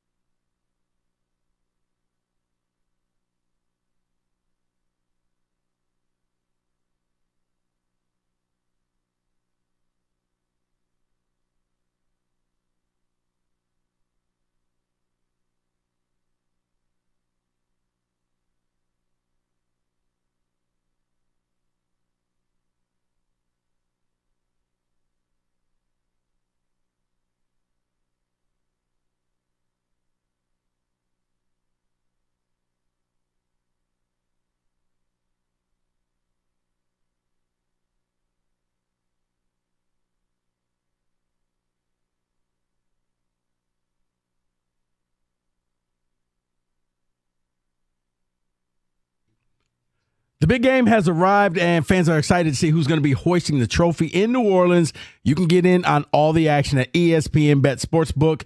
ESPN Bet's big game giveaway promo is offering a chance at $1 million in prizes. 25 winners will walk away with $10K in cash, and 7,500 winners will get $100 in bonus bets. No deposit or bet required. Download the app and opt in today. Odds and lines subject to change. Got to be 21 or older. Gambling problem? Call 1-800-GAMBLER. Terms and conditions apply. See app for details.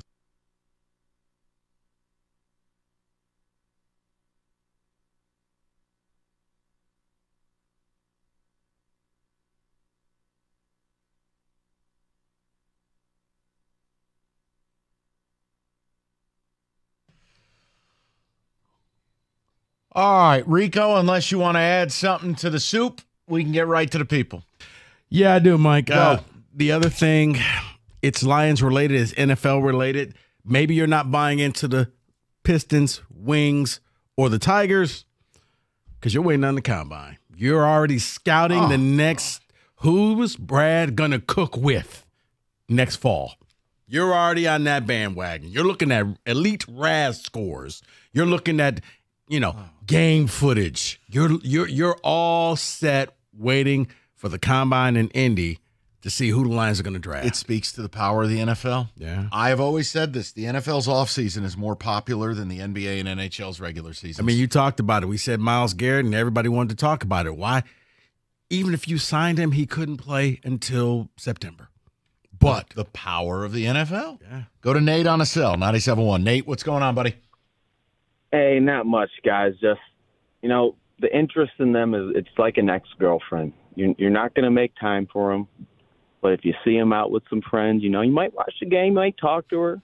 You don't have nothing to do at night. You might watch the game if it's on. You might invite her, but you're not making any time for them unless, she hits the gym and, she retools up a little bit, just like the teams. I got no interest in them. So you're Lions and Lions. You're not ready to bother with the other teams in town.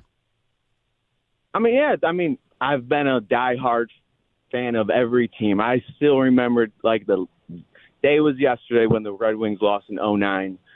And I was at my buddy's graduation party, and everybody left in a drop of a hat. It was a beautiful thing to see how much people were invested in a team and a city. But no, I have no interest and no time to make for them, and until they hit the gym a little bit, or you're married with your wife for 40 years and you don't love her. Are you gonna do things for her? Are you gonna make time for her? No. Until she does something that's gonna make. Nate, I feel like you're communicating something very deep here. Is everything okay? No. All right. Everything is fantastic except the teams aren't winning, and we need to win. That's the only thing we care about is winning. Right. You want them at a championship level. This is what I thought Nate was going to be. Honey, are you listening? Yeah.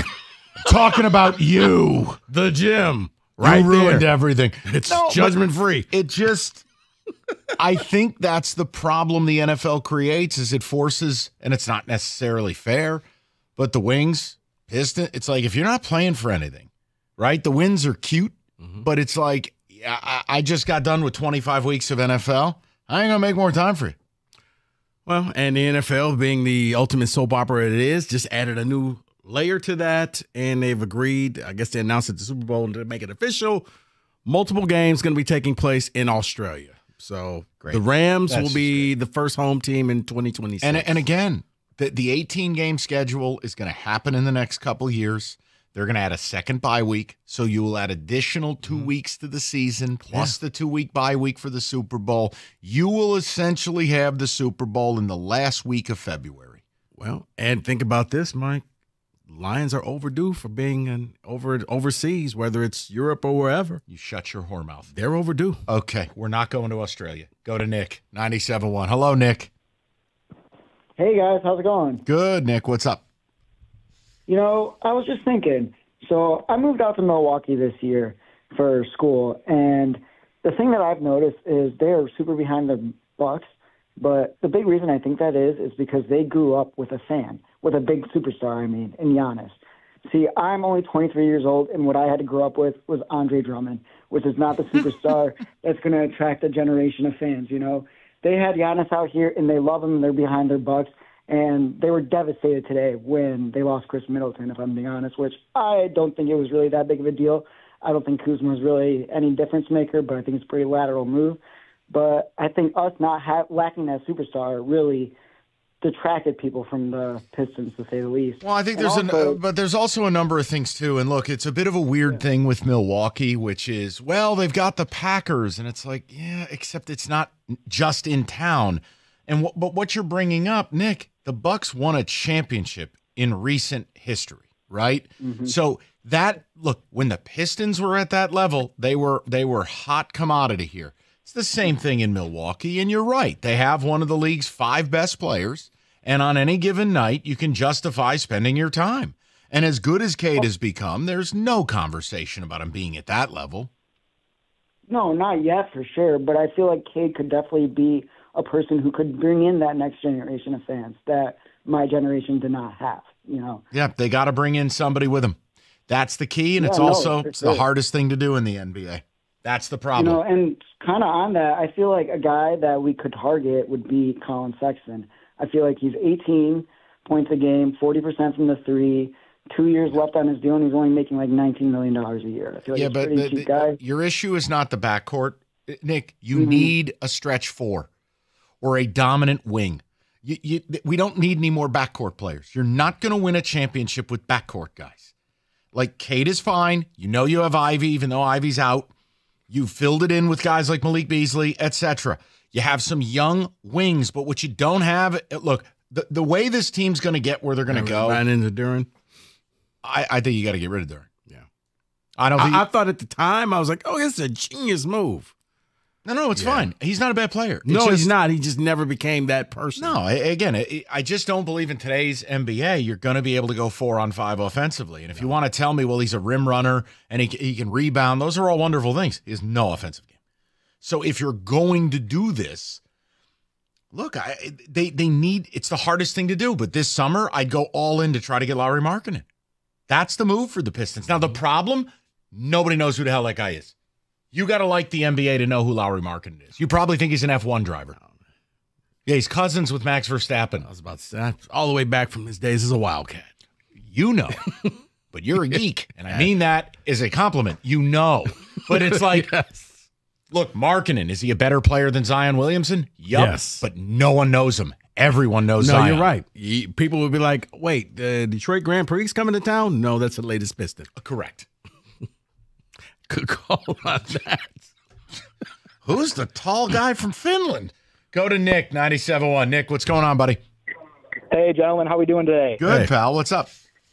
Not too much. Thanks for having me. I just wanted to call up. I do agree with you. Pistons are definitely a first-round exit. I am a little bit more optimistic about the Wings and the Tigers, Tigers specifically. I just think, I think they're going to have that pitching and that bullpen, and, pitching and defense can get you deep in the playoffs. And I'm hoping we can sign Bregman here soon for that middle of the order power bat. If we get him, I feel like the roster is going to be looking good. Our offense will be good enough. But I think these young guys are going to take that next step. Maybe not every single one of them, but I don't see why this year can't be a continuation of last year, because I do believe that last month and a half of baseball, I do believe that is kind of the core of this Tigers team. I think they're young, they're talented, they're going to have the pitching to get them there, and maybe we can sign a couple more bats, maybe at the trade deadline next year. There's a lot of maybes in there. Nick, I'll agree with you on this. We don't even need to worry about whether they'll never do what they did the last 8 weeks of the season, because they went basically 40-10. But I agree with you that if you signed Bregman, I think everybody looks around and goes, we're winning the AL Central. Mm-hmm. And if you do that, now you got a seat at the table. You got a chip in a chair. Yeah. So yes, Nick, I agree with you in that, and I agree you can be very optimistic about some of the young players.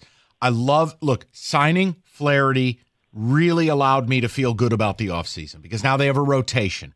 Rico and I are aligned on this, Nick. Pitching chaos is nonsense. Mm-mm. It's not sustainable. Pitching chaos is what you do on those Wednesday, Thursday getaway days. And now they don't have to do it. They have a rotation. It's got depth. It lengthens the rotation. Even if you just did it on those days, like you're not going into a playoff series going pitching chaos. Yeah, 3 out of the and your 7 games. Your big acquisition at the deadline might be Jackson Jobe. Be honest with you. You monitor his innings. Bring him up. Yeah, and then all of a sudden now you don't have to worry about, Alex Cobb at his age, you might get tired in the afternoon. He might need a nap. Or Maeda, all of a sudden I don't need these cats. Yeah. Now it's Jackson Jobe time. The one I'm actually kind of interested to see the next step, if he can take that next step, is Trey Sweeney. Just you can have him. He's the person that I'm looking, because if it does, then we can forget about the whole bias thing, and you got your everyday shortstop. The guy, okay, I can't. This is like an opening day show. You know what? Who's the guy you're I'm excited sorry. about? Honestly, no, you want mine? Colt Keith at first base. That's mine. Because he can't go back to third and blow out his arm again. And if he can be your first baseman and he can be just more of what he was in the month of May than not, you're good. I don't have to worry about Torkelson. It's the same principle. Yeah, I know. All right, personal injury of any kind is indeed personal. Injury attorney David Femininio has dedicated his career to securing justice, maximizing recovery for those who have been injured. And David, when you call him, he answers. You can talk to him personally right now by calling 855-65-CRASH or go to the website getdavidgetpaid.com.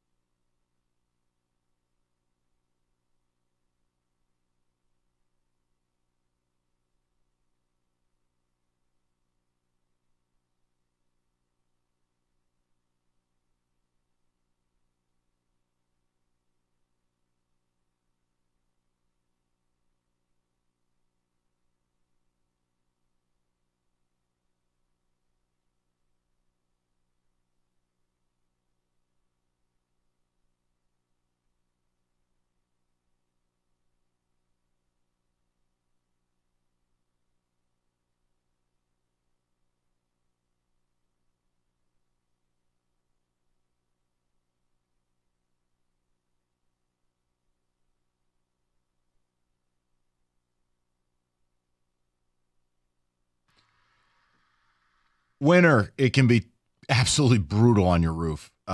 Victor's Home Solutions, they've got you covered. Now, look, if you have questions and you're like, I'm not sure, get Victor's out there. Do the 21-point roof inspection. But if you see things like staining on the ceiling or icicles from the gutter, uneven snow melt, no, you have a problem. So you need Victor's. And the best part, they'll be out there within 24 hours to do a 21-point roof inspection. And go over the findings, and then they'll recommend a course of action, and then they get to work. Open 52 weeks a year, no matter what Mother Nature throws at them. And if it's time for a new roof, Victor's offers an industry-best 50-year leak-free guarantee. That means anything goes wrong, they fix it for free. So make sure your roof is ready to take on another brutal Detroit winter. Schedule your free 21-point roof inspection today, 734-773-1100, or you can make an appointment online at victors.com.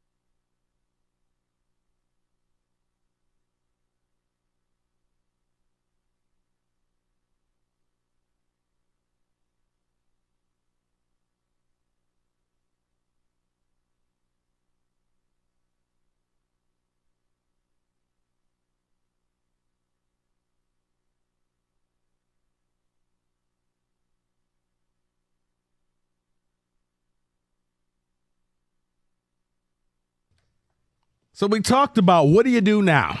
Lions are done, as Mike put it. Your ex has moved on. She's knocked up by somebody else. Where's your attention go? Is it Pistons?